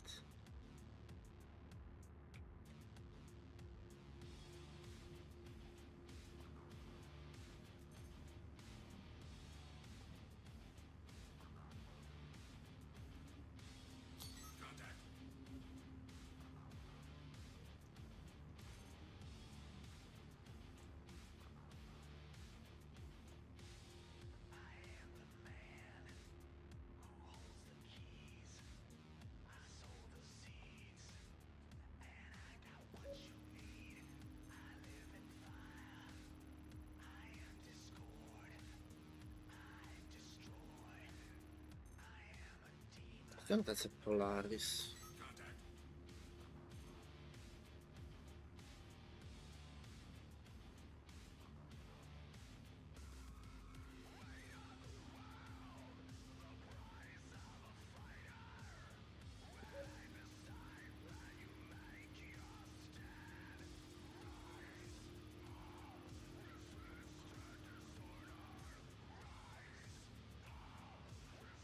Versailles Mantis. That's an Idris.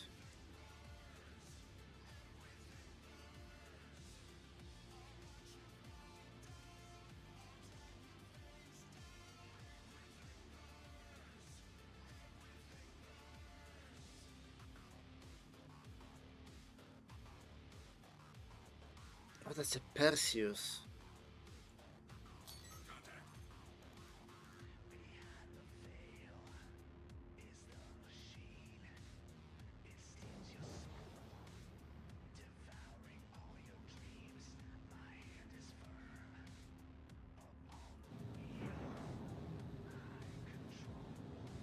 Yeah, they're about to die.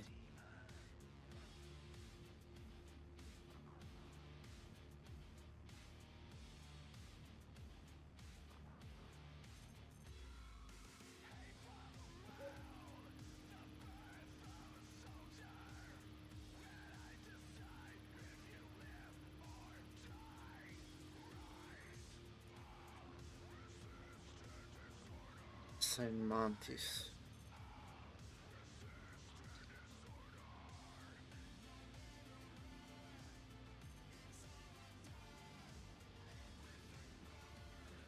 That's not even close. Okay, I need to restock.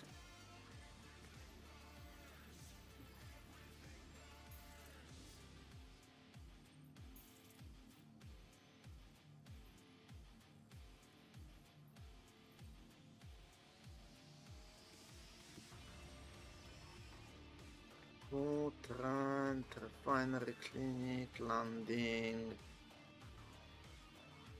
vehicle services.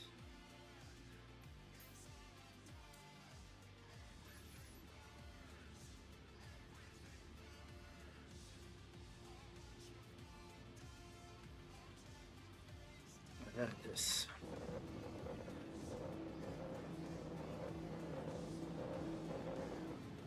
Shields offline.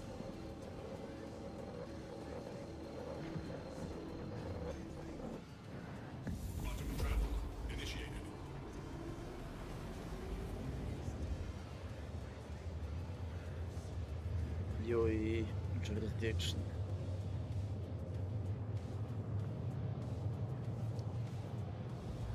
Crusader 1.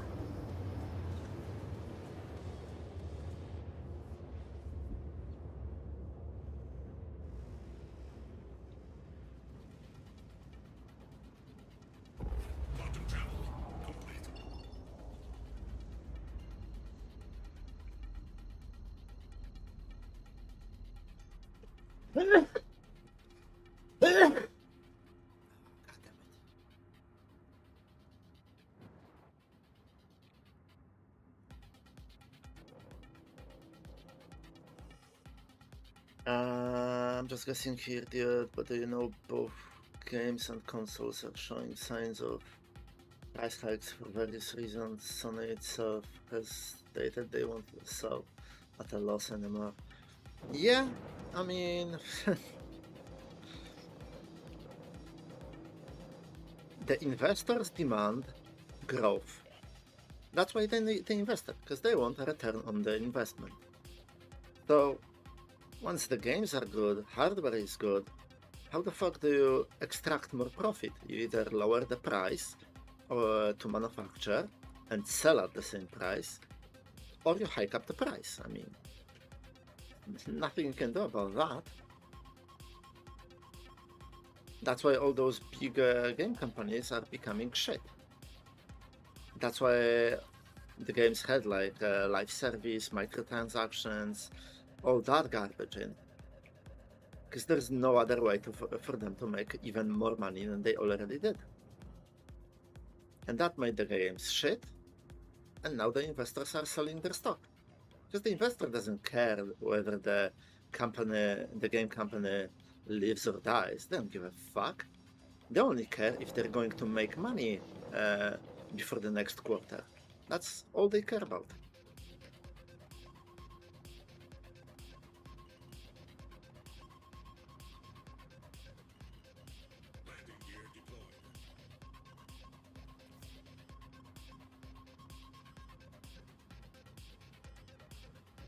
A little too fast.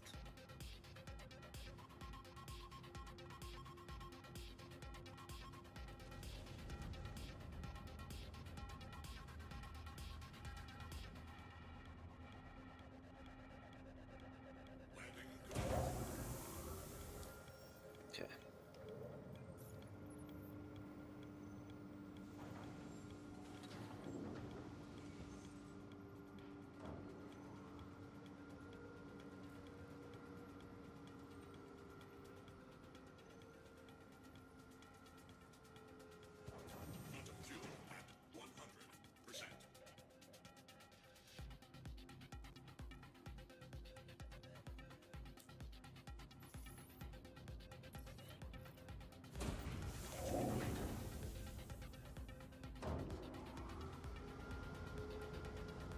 Well, it was until they added 30 gigabytes of RAM to handle AI graphics features.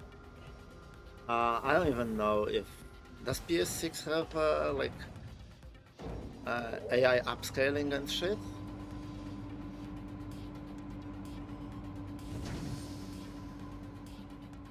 But that uses the VRAM anyway, not the normal RAM.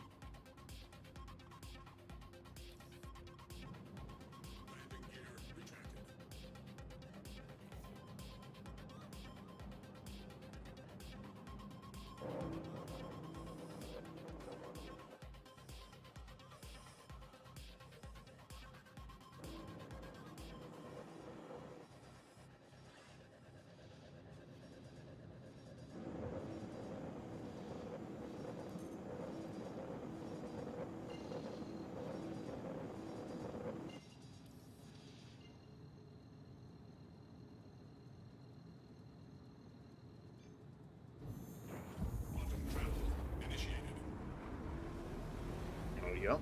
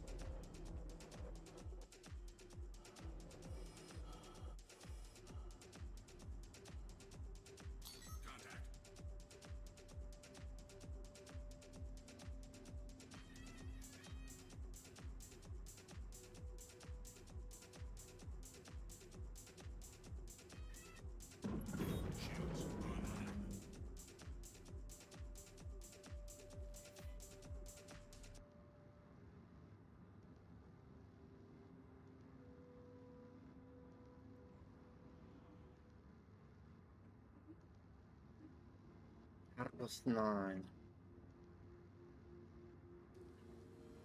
Are these the torpedoes?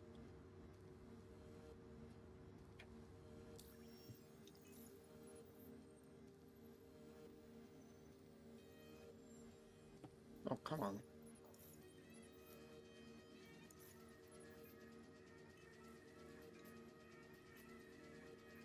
I don't give a fuck about Raylan, man.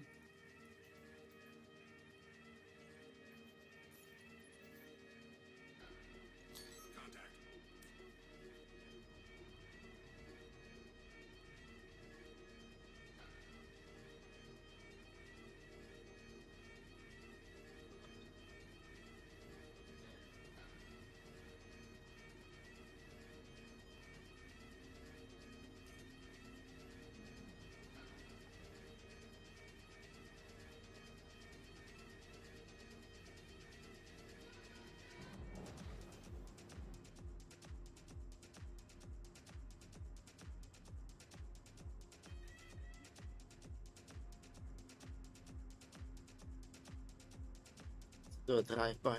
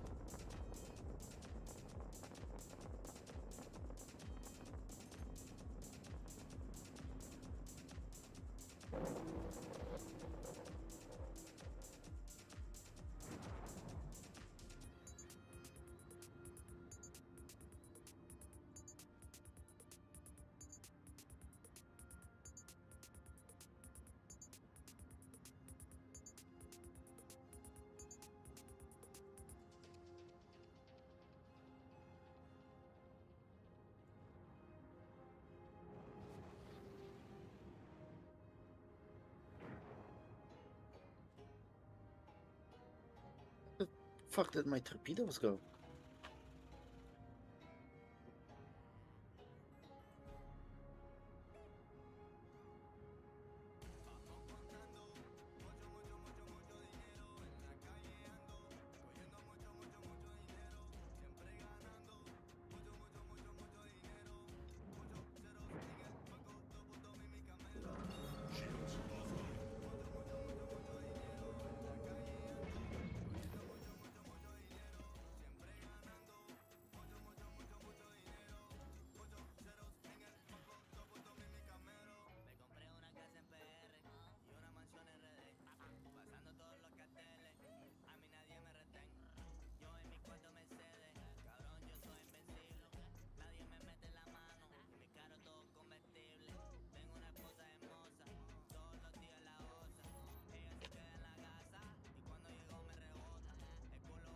Oh, we do that again.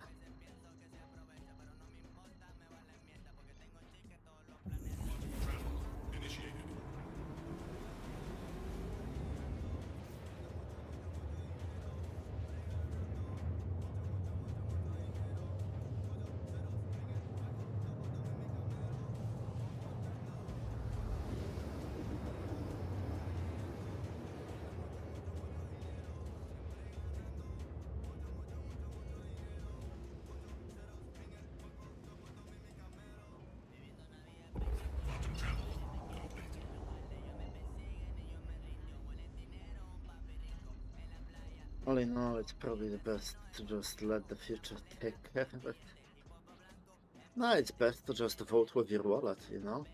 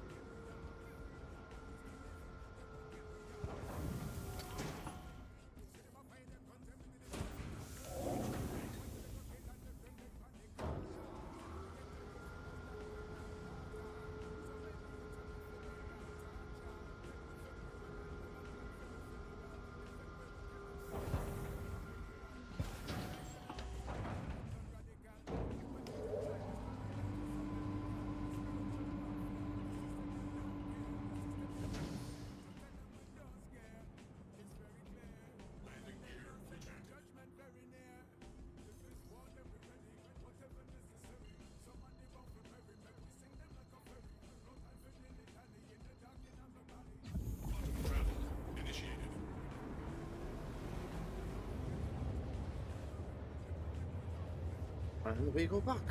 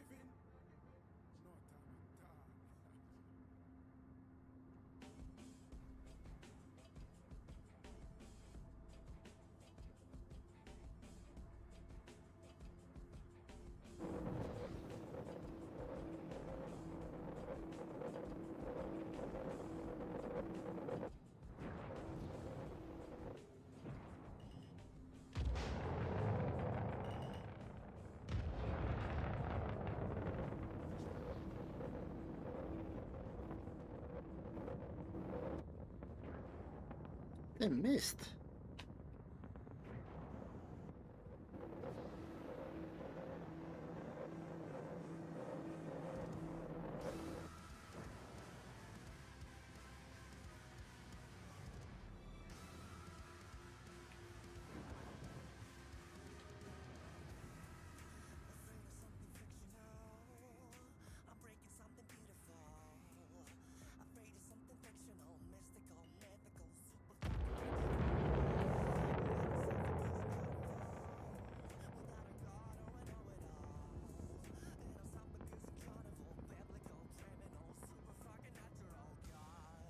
Didn't turn at all.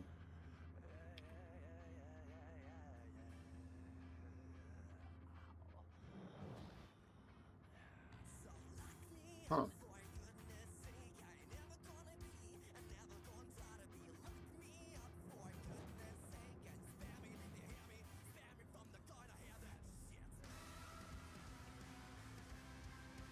Let's go.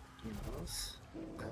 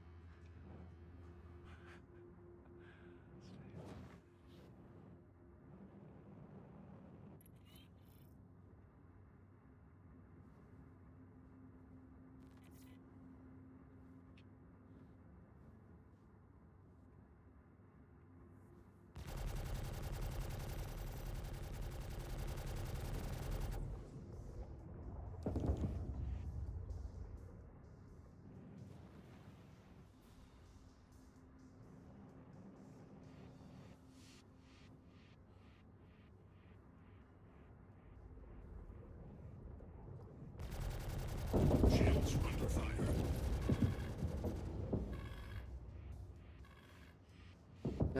Where did look my shields? Fuck.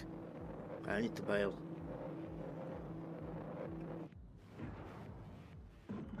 Shields offline. Need to fix myself and restock again.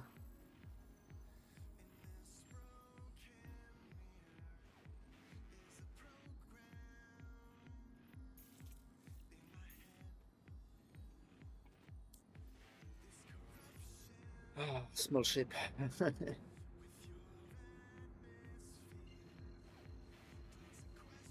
almost got destroyed. Initiated.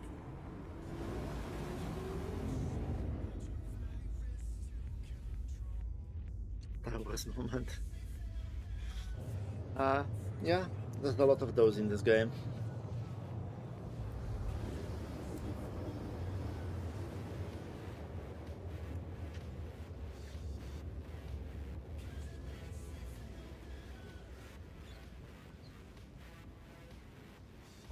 Quantum travel complete.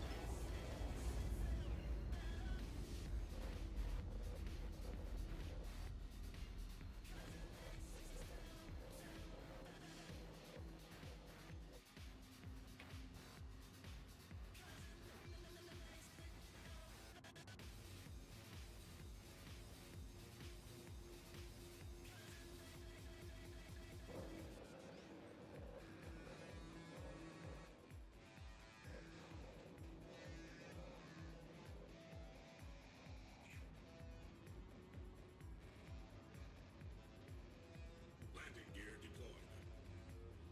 What? No. Yeah. Landing gear retracted. That's my landing bay. Oh, this way.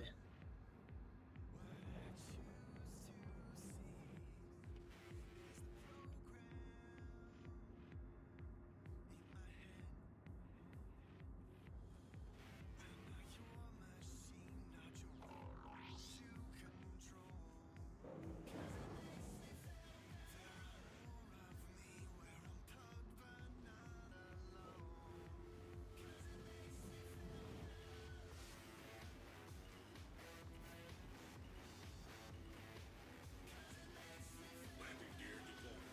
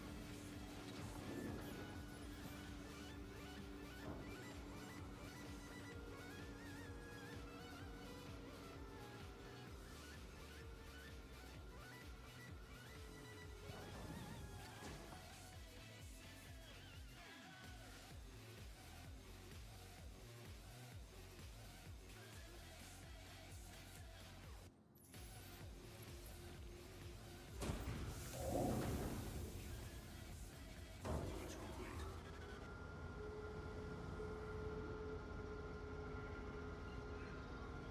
Landing gear retracted.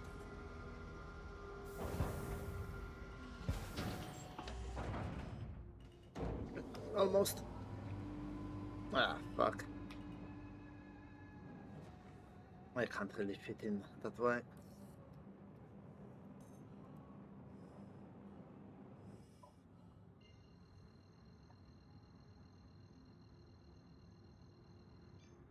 Quantum travel initiated.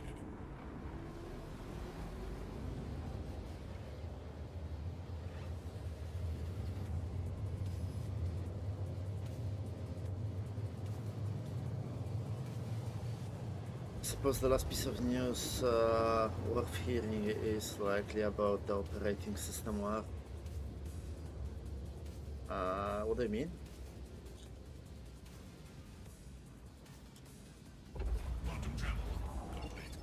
Oh, you mean the like age verification shit? In California?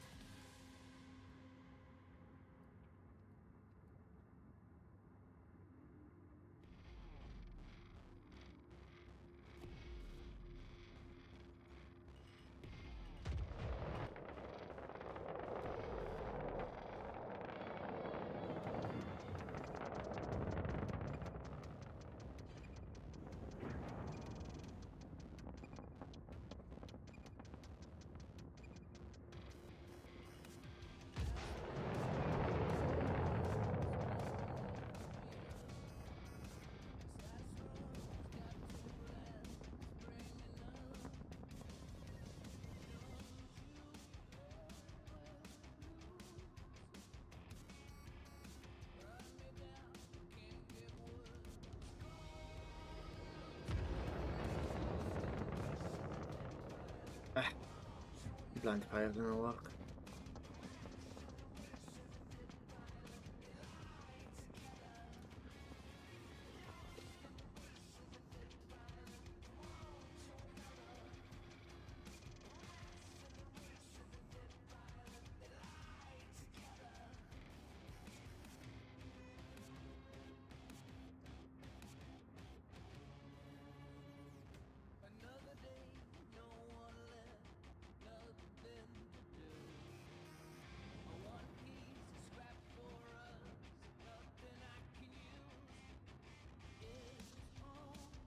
Oh.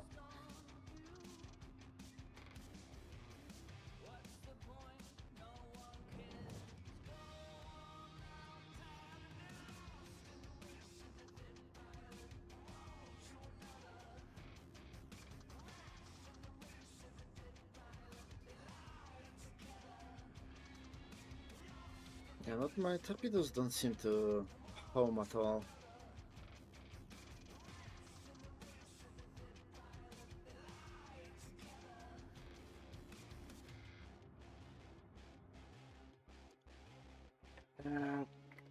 Eclipse default loadout.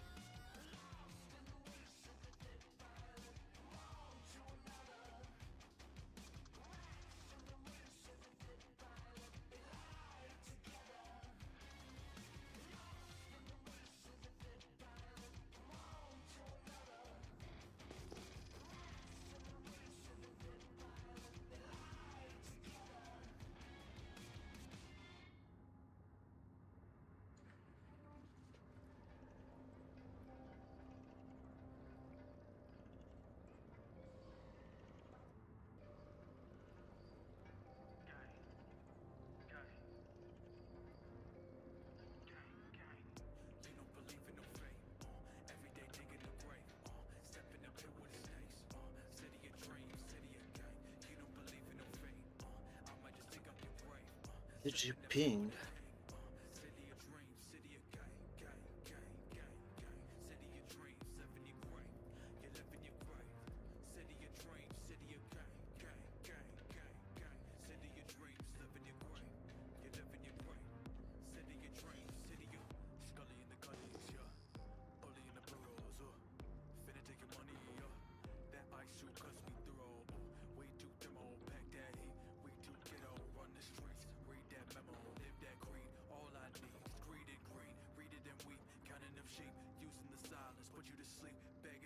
Yeah, see?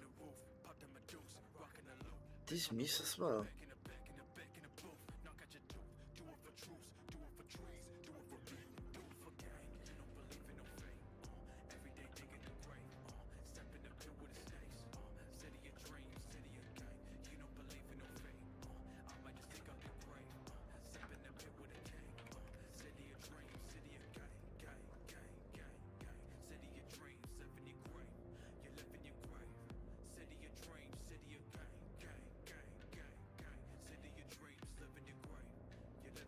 I think people have no idea.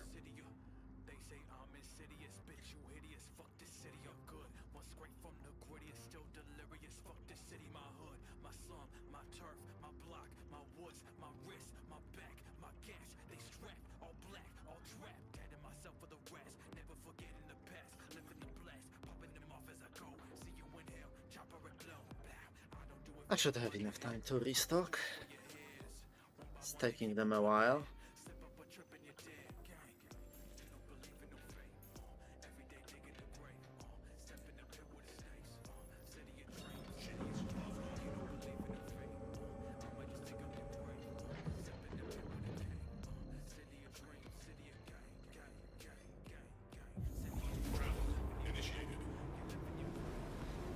Microsoft is all about to roll out the major update that adds a feature allowing users to disable Windows updates indefinitely. You could do that even before.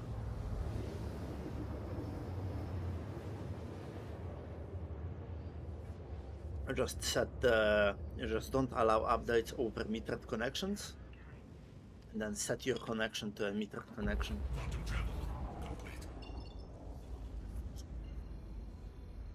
That's it.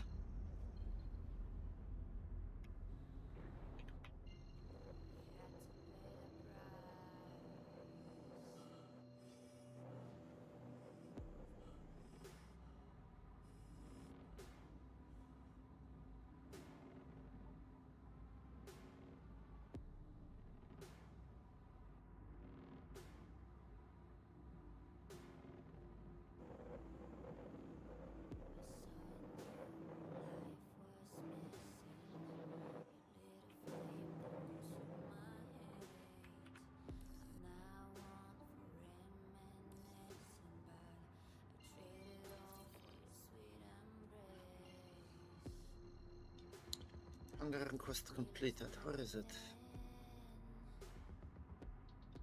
Oh, there it is.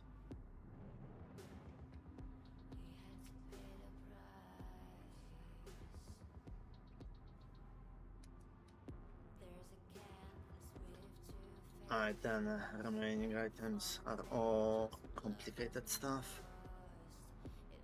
Most stuff isn't as complicated as people think. It's just a lot of small, simpler reasons. So it feels complicated.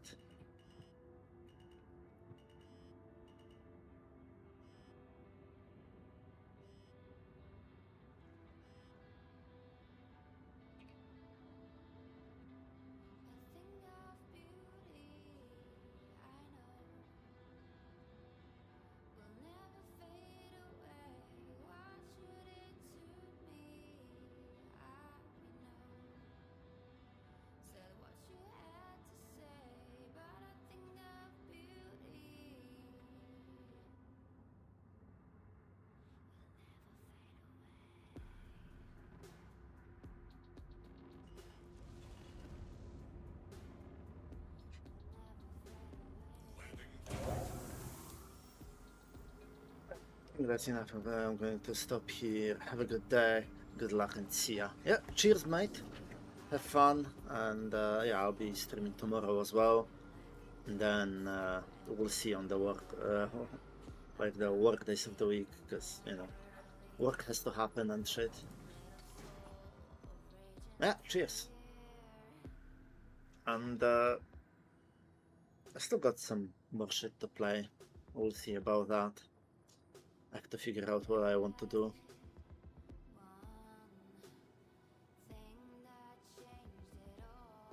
And hoping the lock-on feature succeeds. Cheers. Yeah, I'll try it in just a second once this finishes.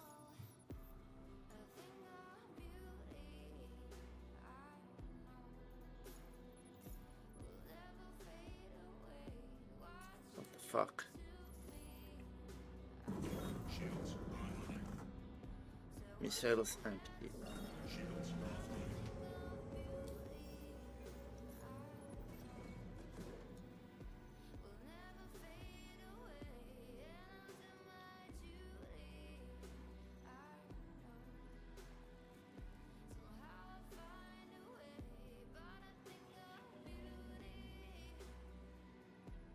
Oh, I don't have the money. Fuck. Yeah, that explains a lot. Yeah. I'm not going to test it anytime soon.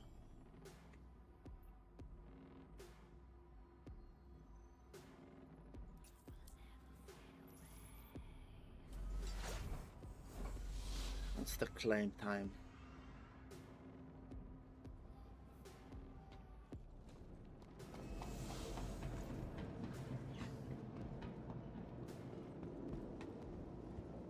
Welcome to the ASOP Vehicle Retrieval System.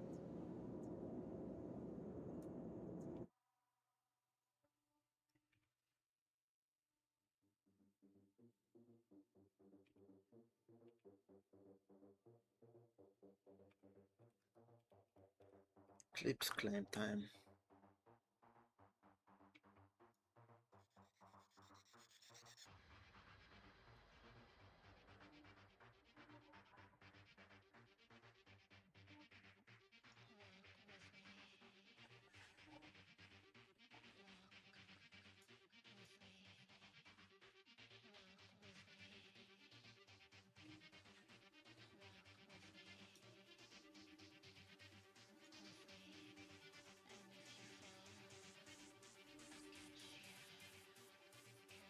Clips.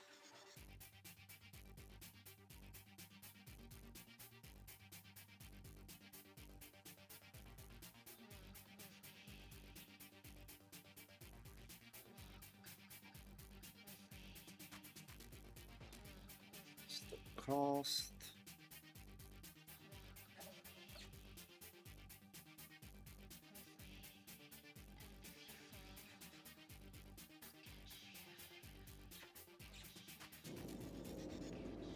Please visit us again.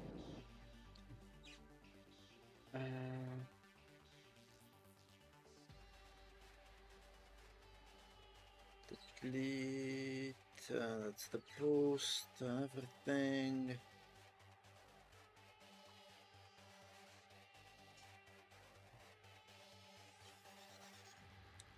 Cross section.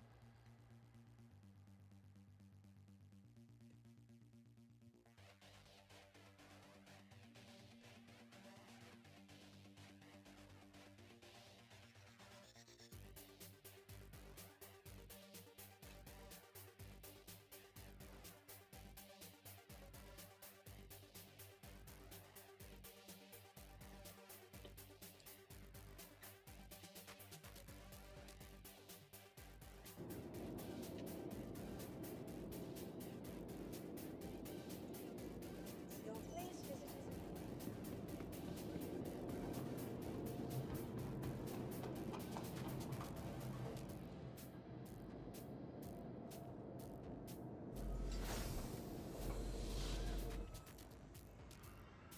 We'll see if that works.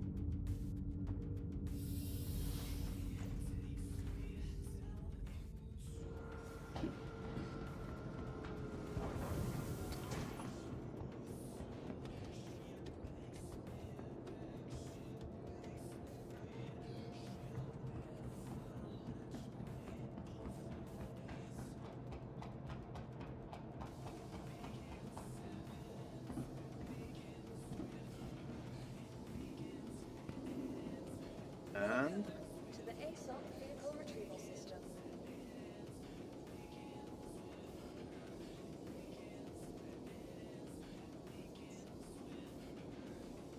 cost of claim 26k. Well, that's fine. I can get default. Moved to our storage facilities. Your vehicle has been.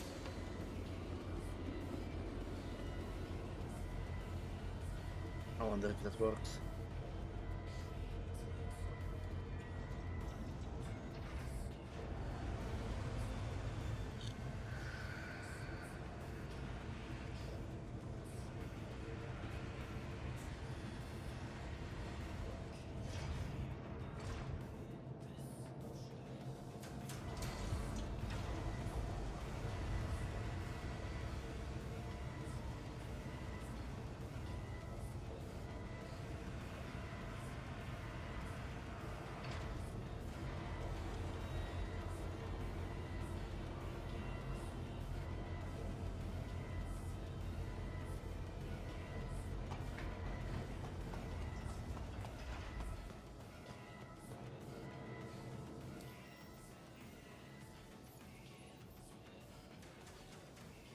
That doesn't seem to work.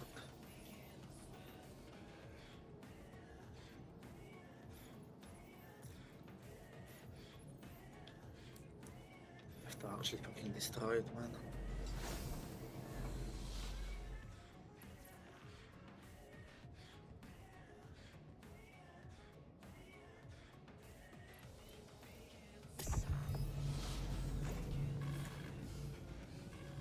Aegis combat system active. Systems green.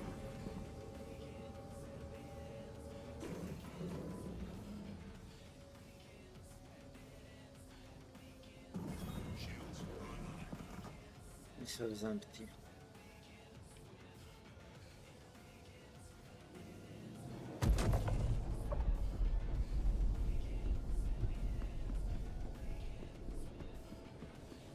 Oh, nice. I got stuck.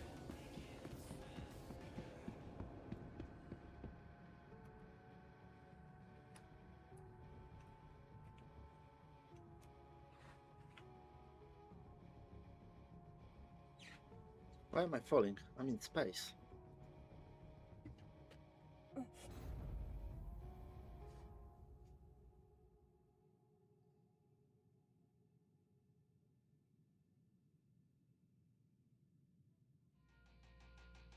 PSS Lambda.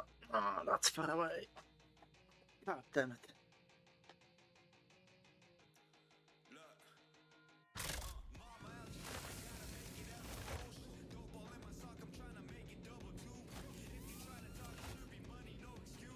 Ah.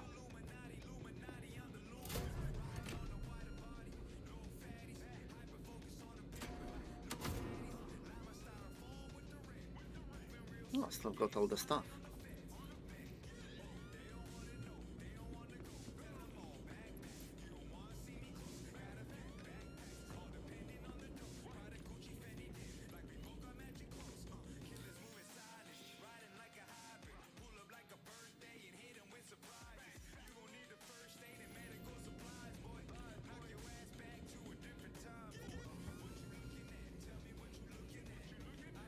Lobby.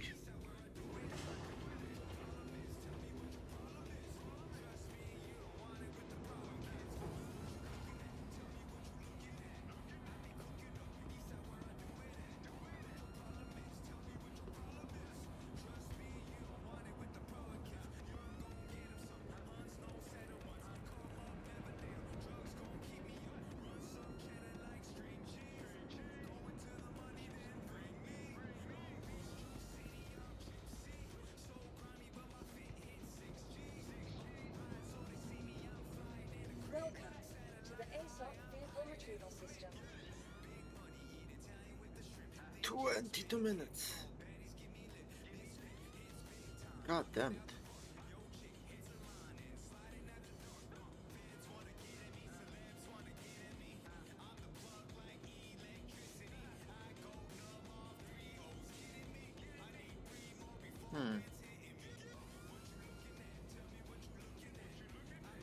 I'll come off. peek. Vehicle selected. Stand by. Your vehicle has been delivered to the following location.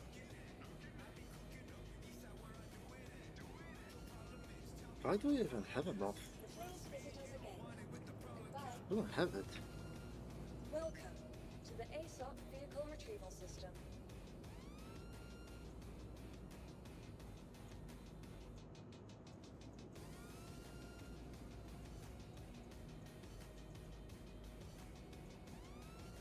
Nomad. Could take the Karak.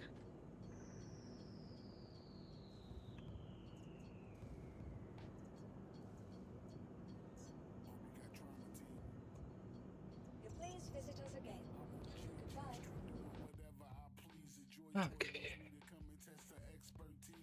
I'm plotting on jacking corpo AVs. Affiliation means nothing. I aim my carnage and squeeze. Headed to Pacifica. Listen, this is a breeze. On a hunt for a net runner and some VDBs. Got a call from the Badlands, some nomad clan. Got some work that sounds sketchy. I need beats in advance. Run-ins with Arasaka, stealing convoys from Militech, extorting Kang Tao right now. I feel like I'm the best. Listening to Samurai, swerving into VTech, condo in City Center. I haven't even seen yet. Staying away from Max Tack and cyber psychosis and afterlife wasted, but always keeping focus. I have the reputation of a dangerous man. Katanas, gorilla arms, Mark IV, Sandever stand. Look through my Karoshi's, all you see is nice city streets.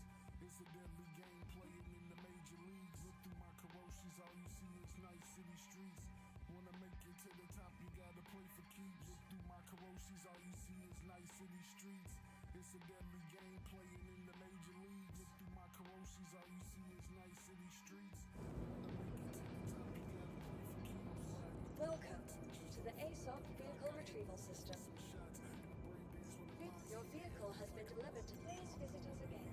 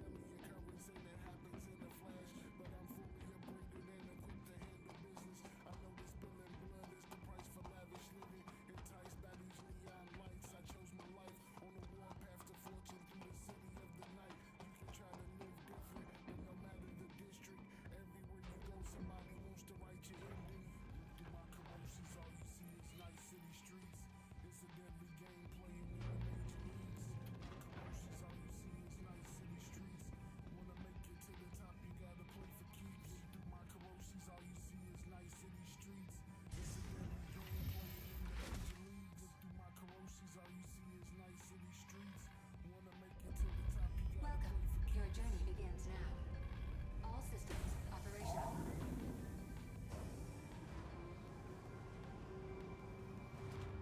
Landing gear retracted.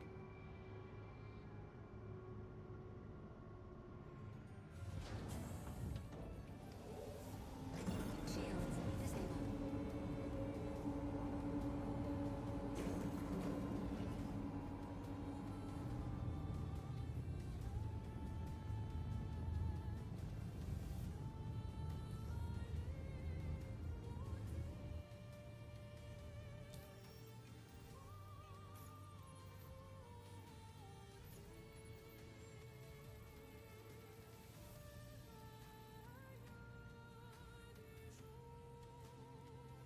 Open gateway.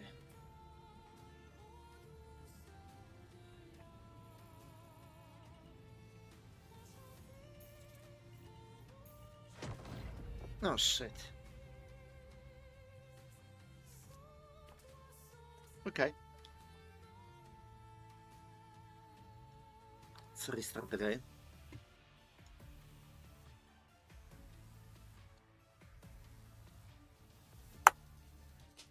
Yeah, work out. That did not work out.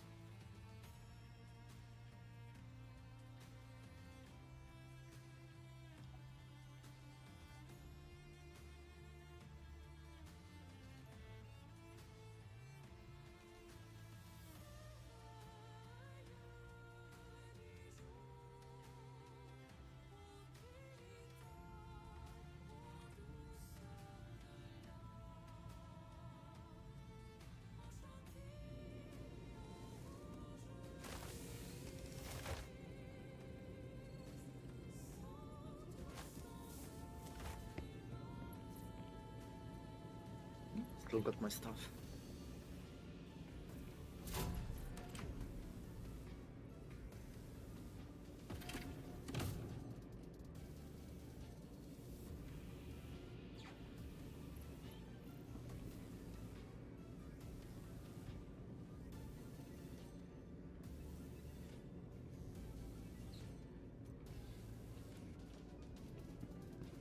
Right.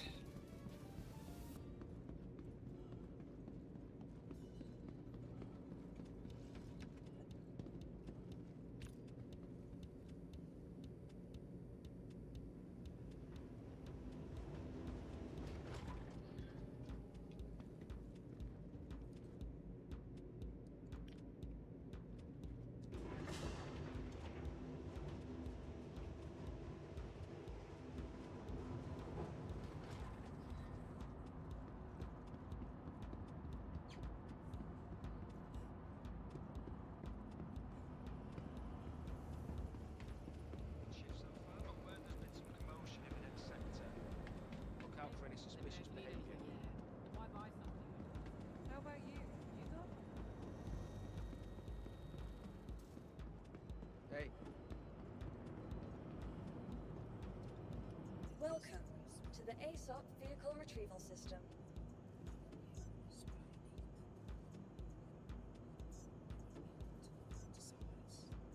Your vehicle has been moved to our storage facility. Vehicle selected. Stand by. You'll please visit us again. Goodbye.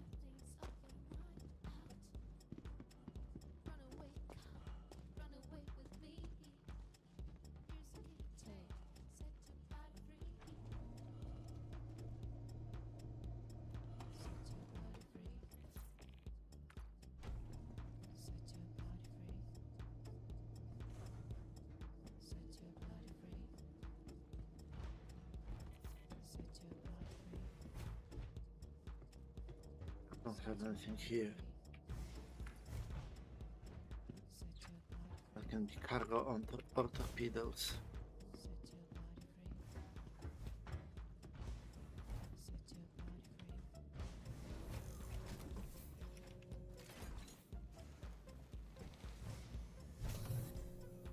God damn it.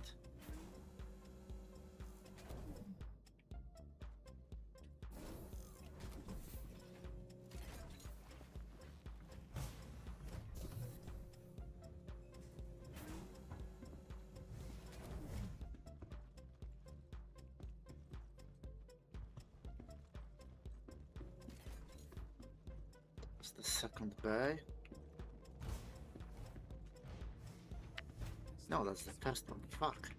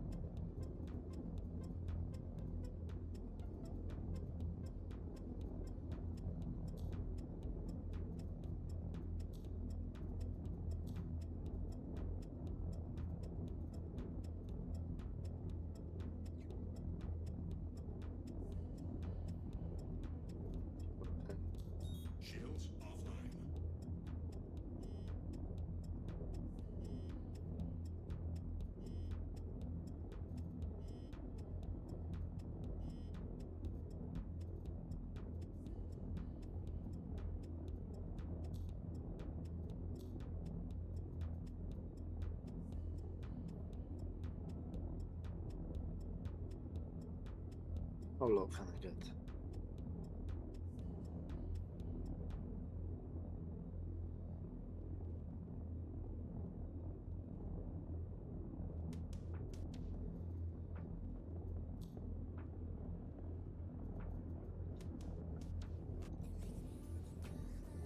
For fuck's sake, man.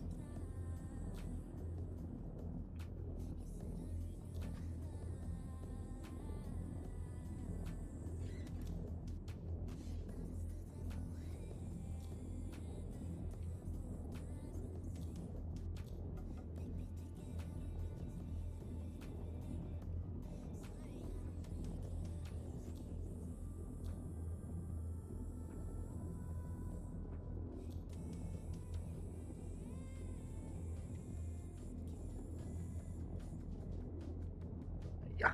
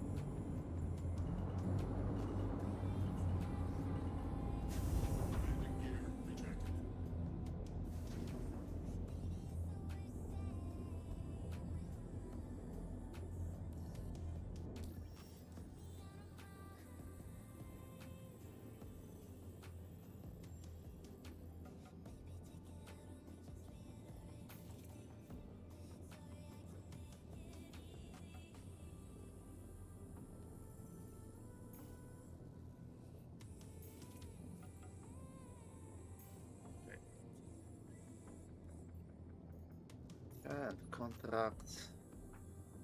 Oh, I still have that. Okay.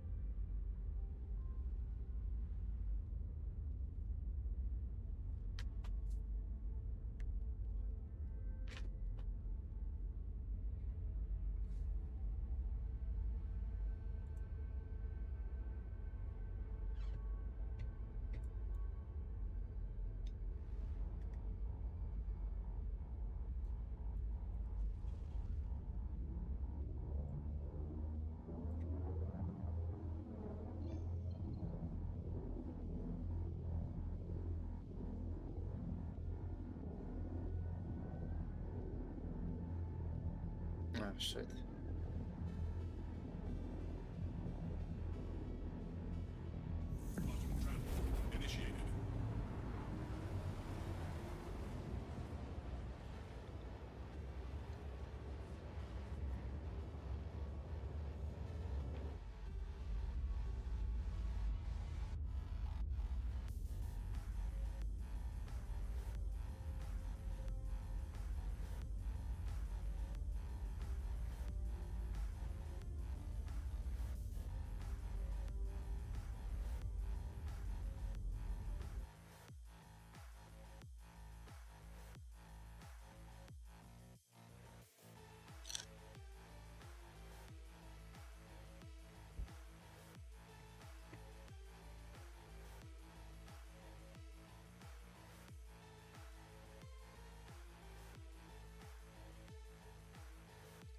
Ship upgrades.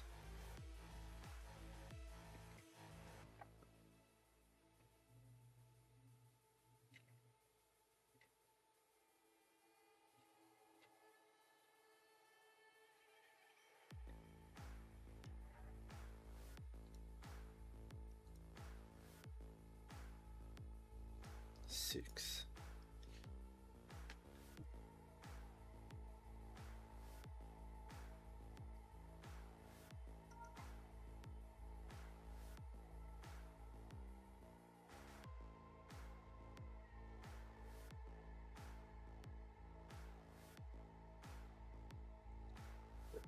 Five.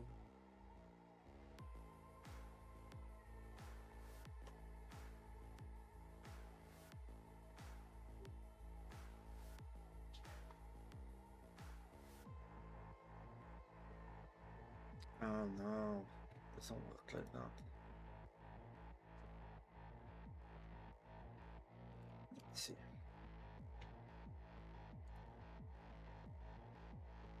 290.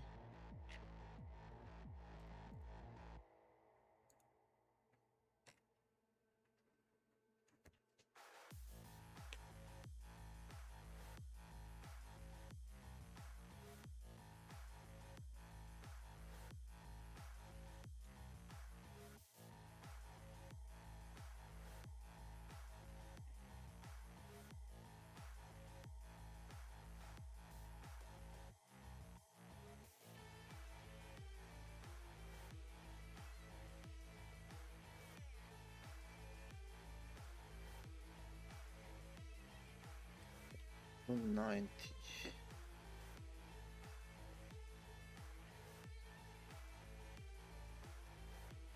Wow.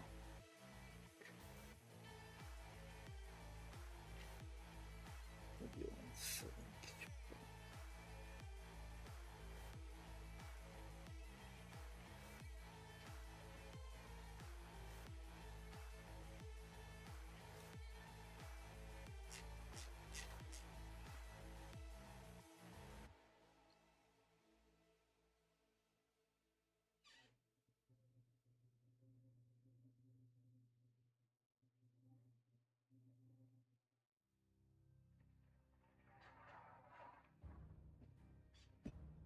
Now will end up being Tiburon.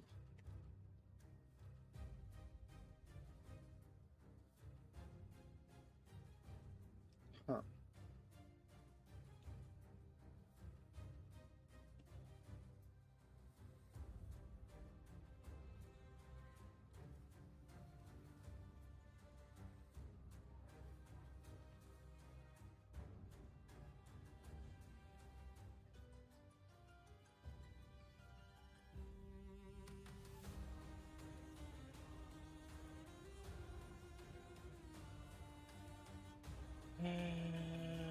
Let's get a Perseus. Perseus is subcapital, isn't it?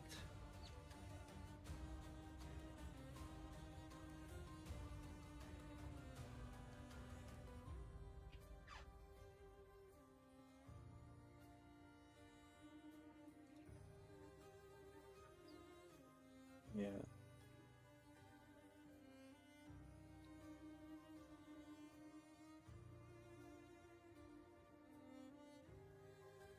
Two times 10. Donated PDS.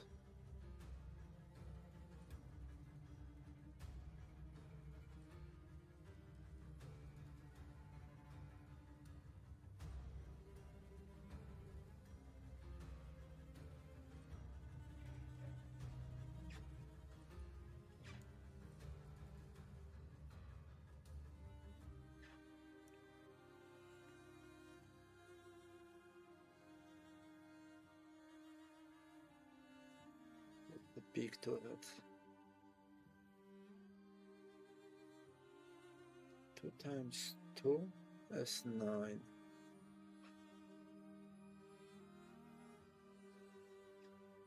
The side.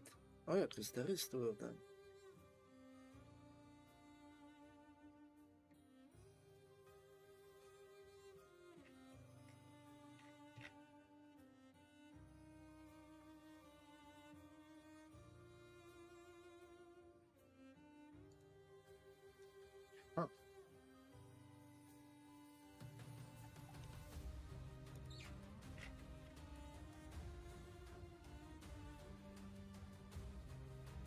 Need to get close, like 1 kilometer.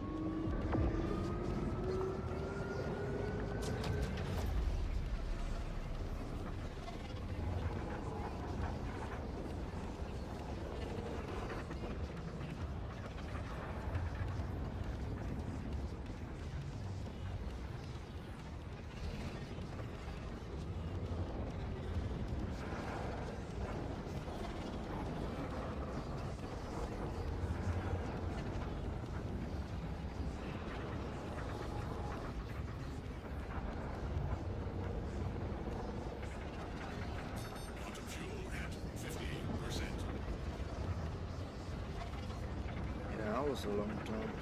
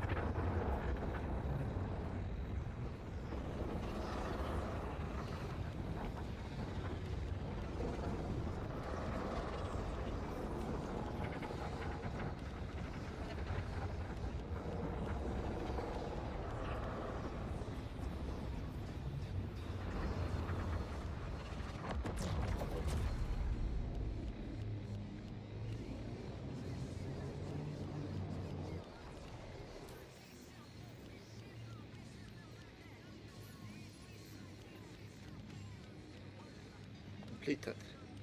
Oh damn, I got money for it. Cool.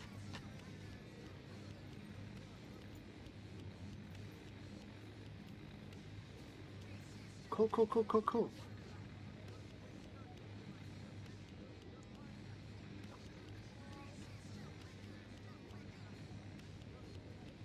Okay. So what the fuck do I do now?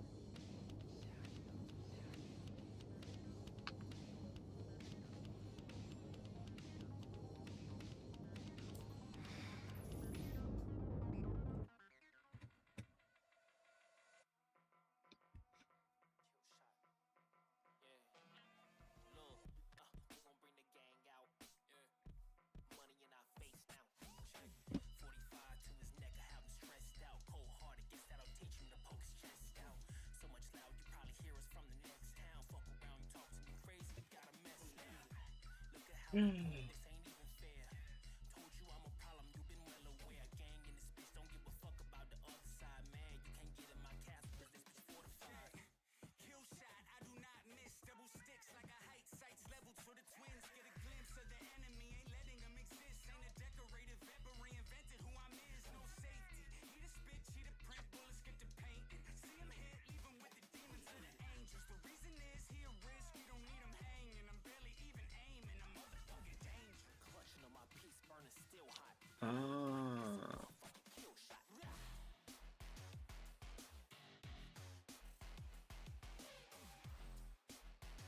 That's right.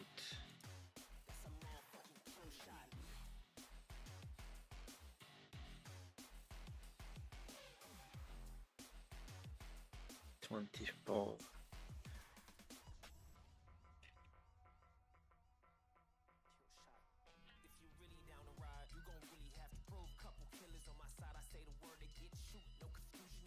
Huh.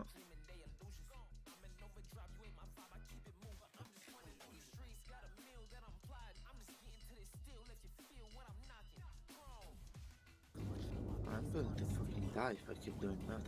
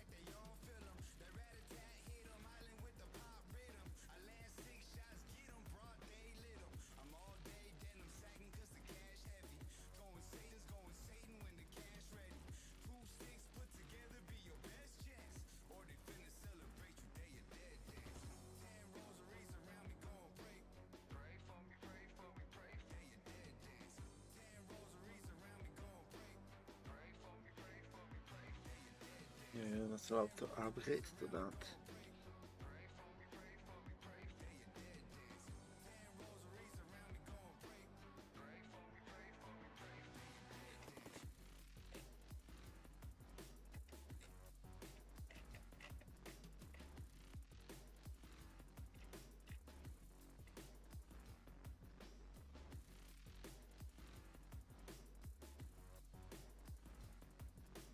Versus.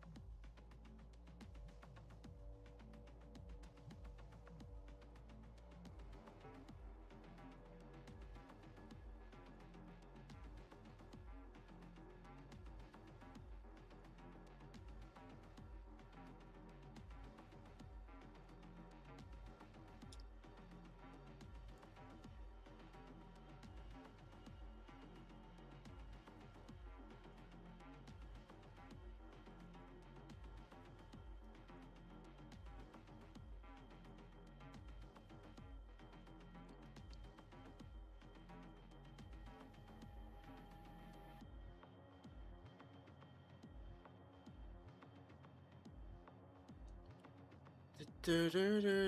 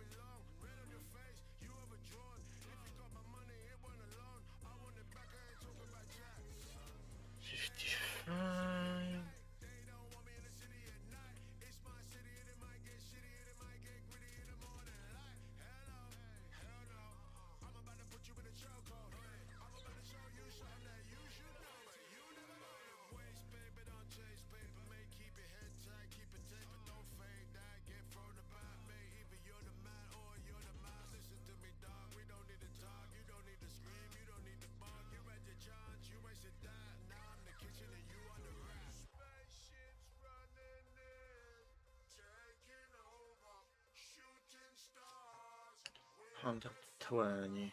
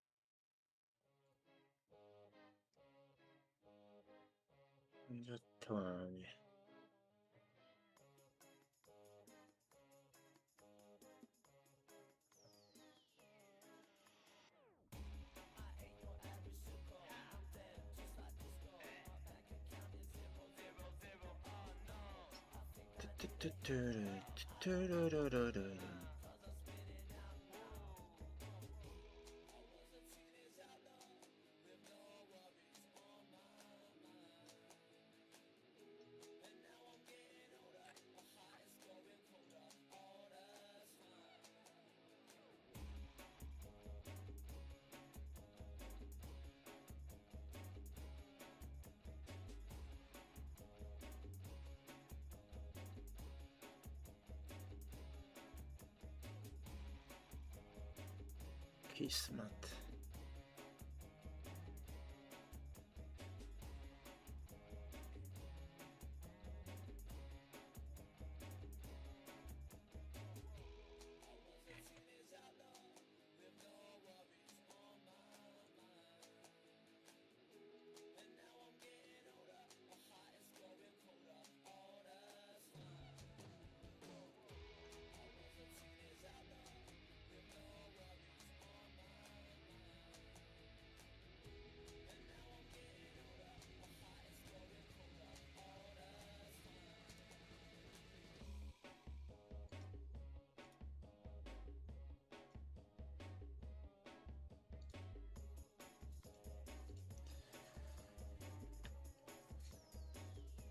Okay.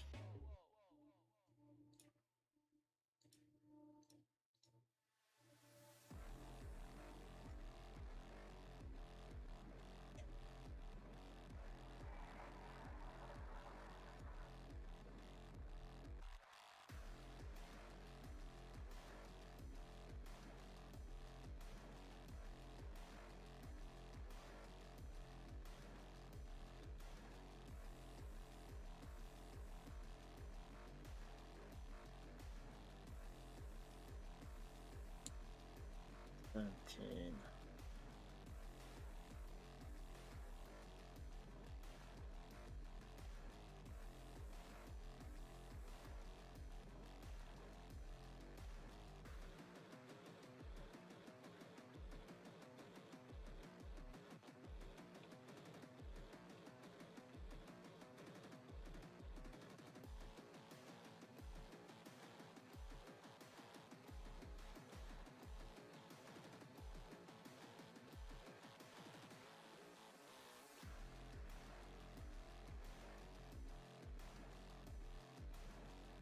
Thirty-ish. Okay.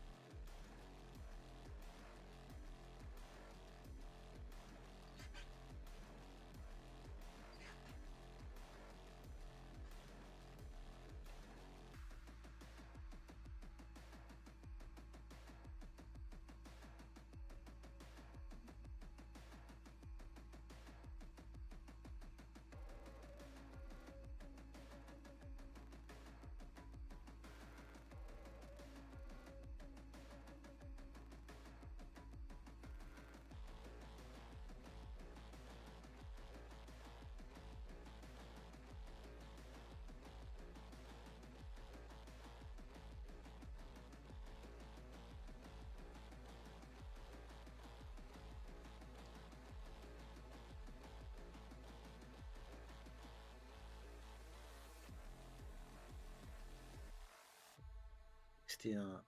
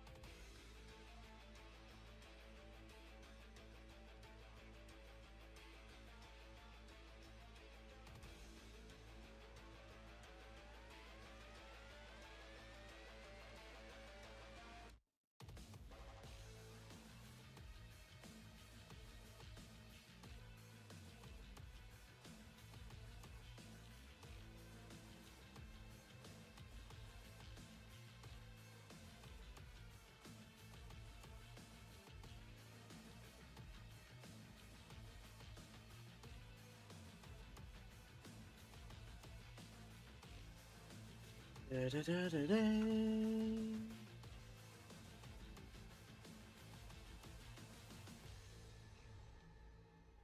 Huh.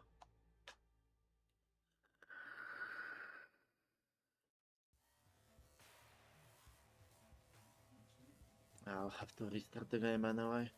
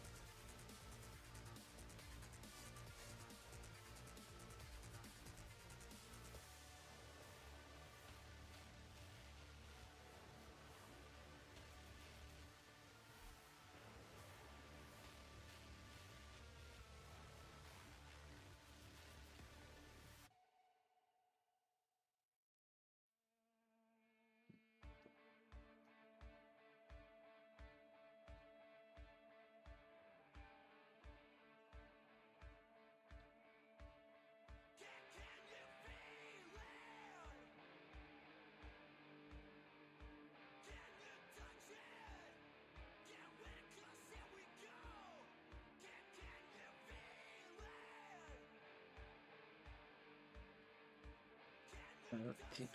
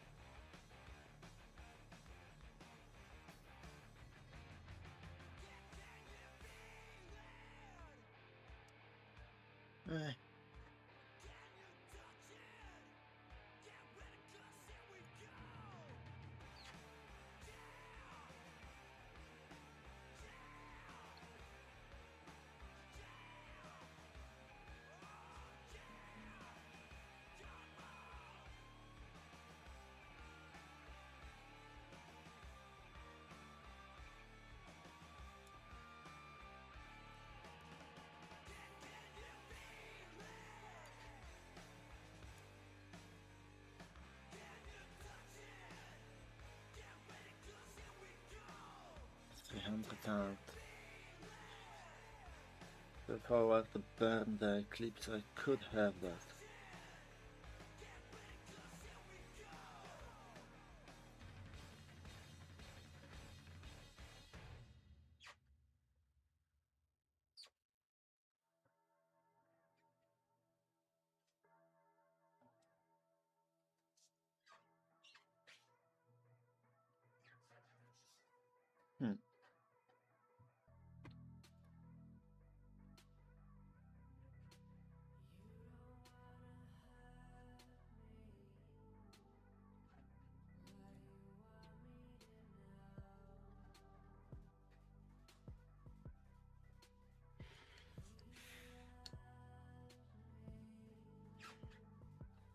Yeah, that's just 10 out.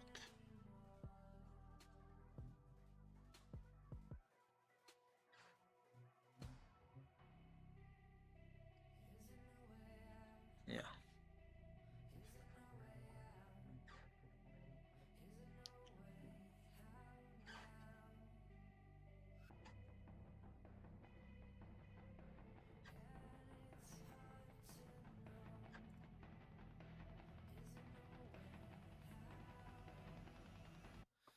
That's so cute.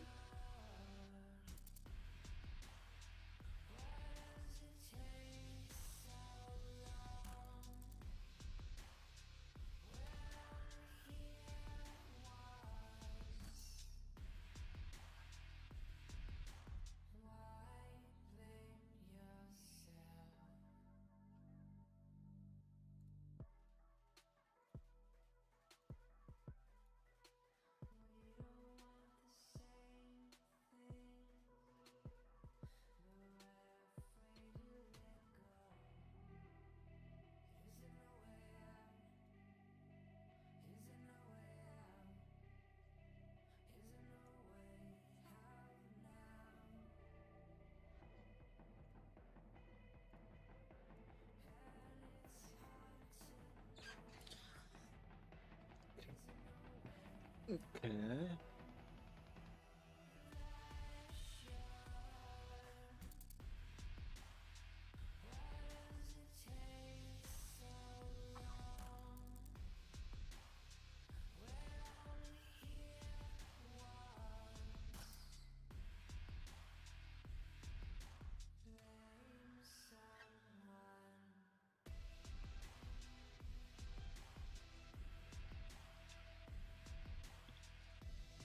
Yeah, I can always just burn that.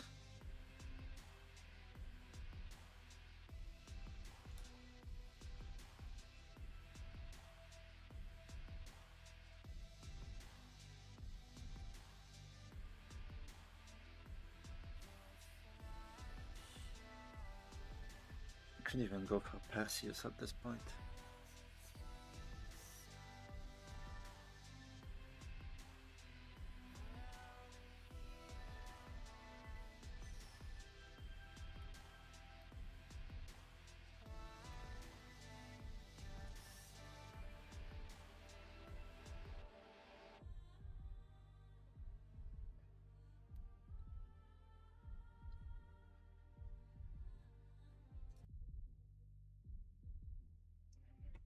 Yes, and we relaunch.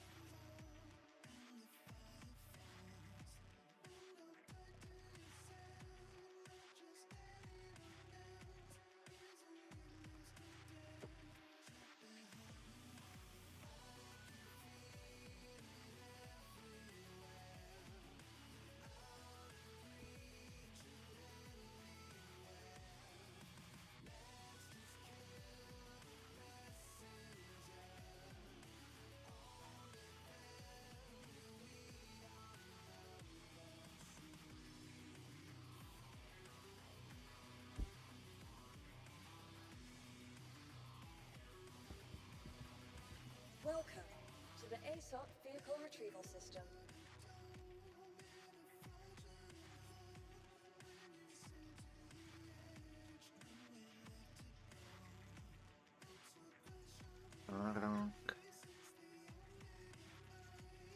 Please visit us again.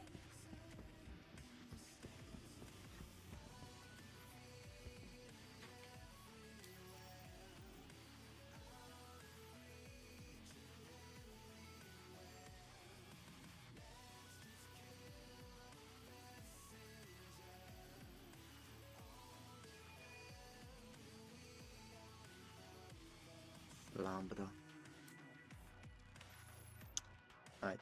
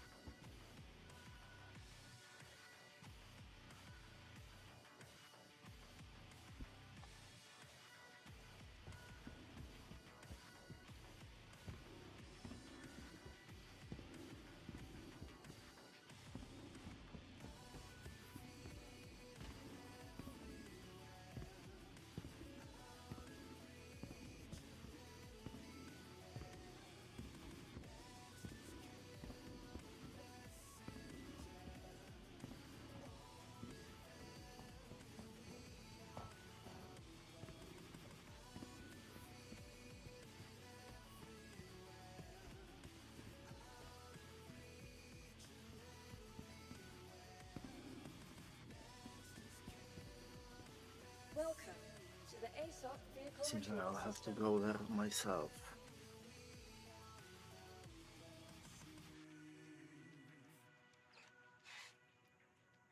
Could do it in the Medivac.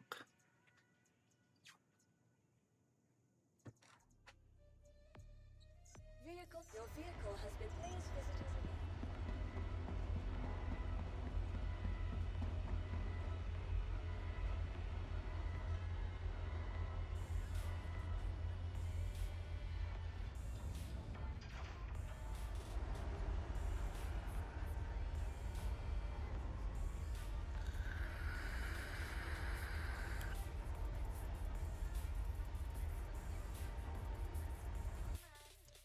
Can I reset my character maybe?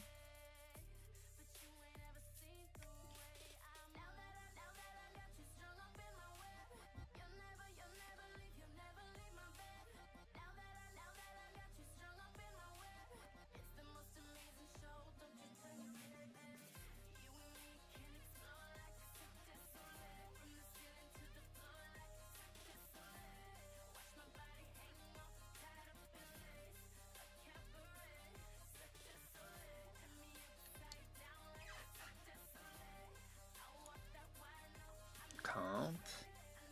Settings.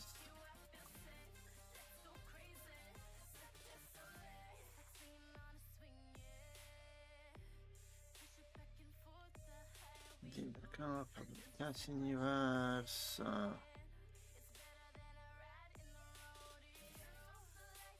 Character repair.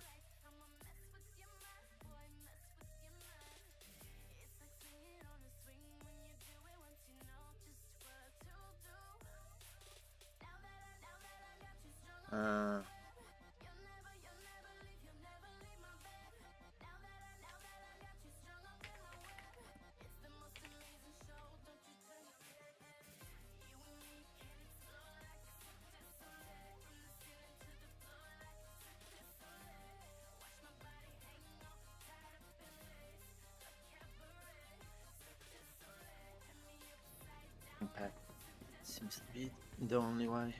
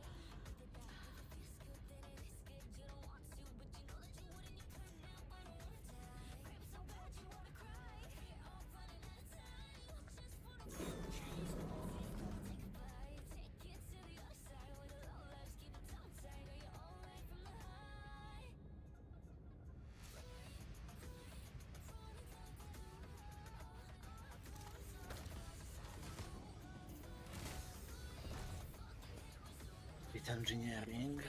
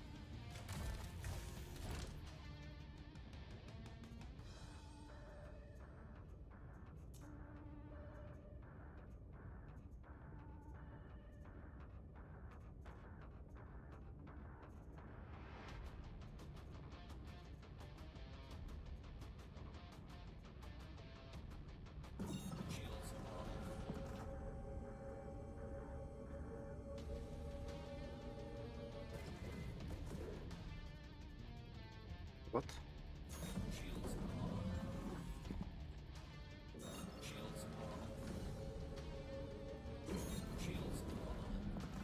How the fuck does that work?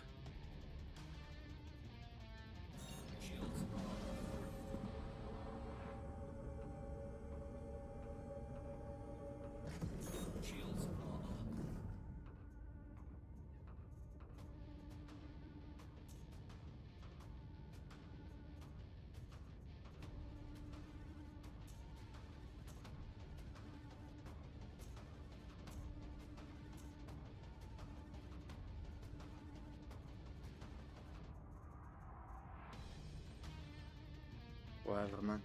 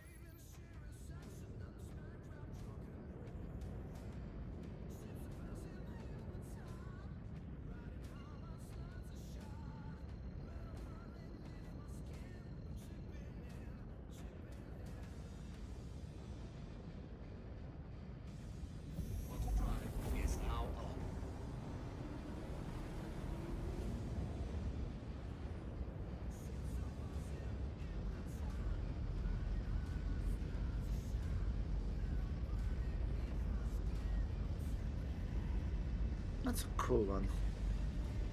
I'm glad I have that. Oh, it doesn't say Apollo anywhere.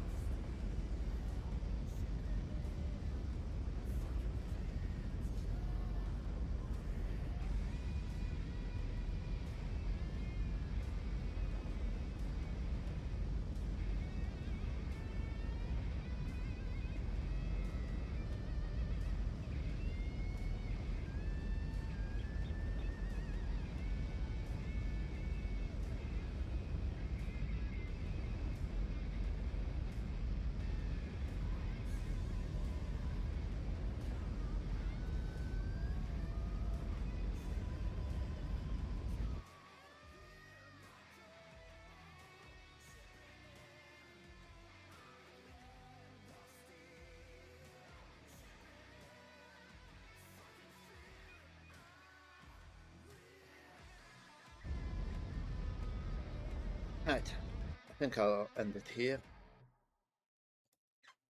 I'll do that and vanish.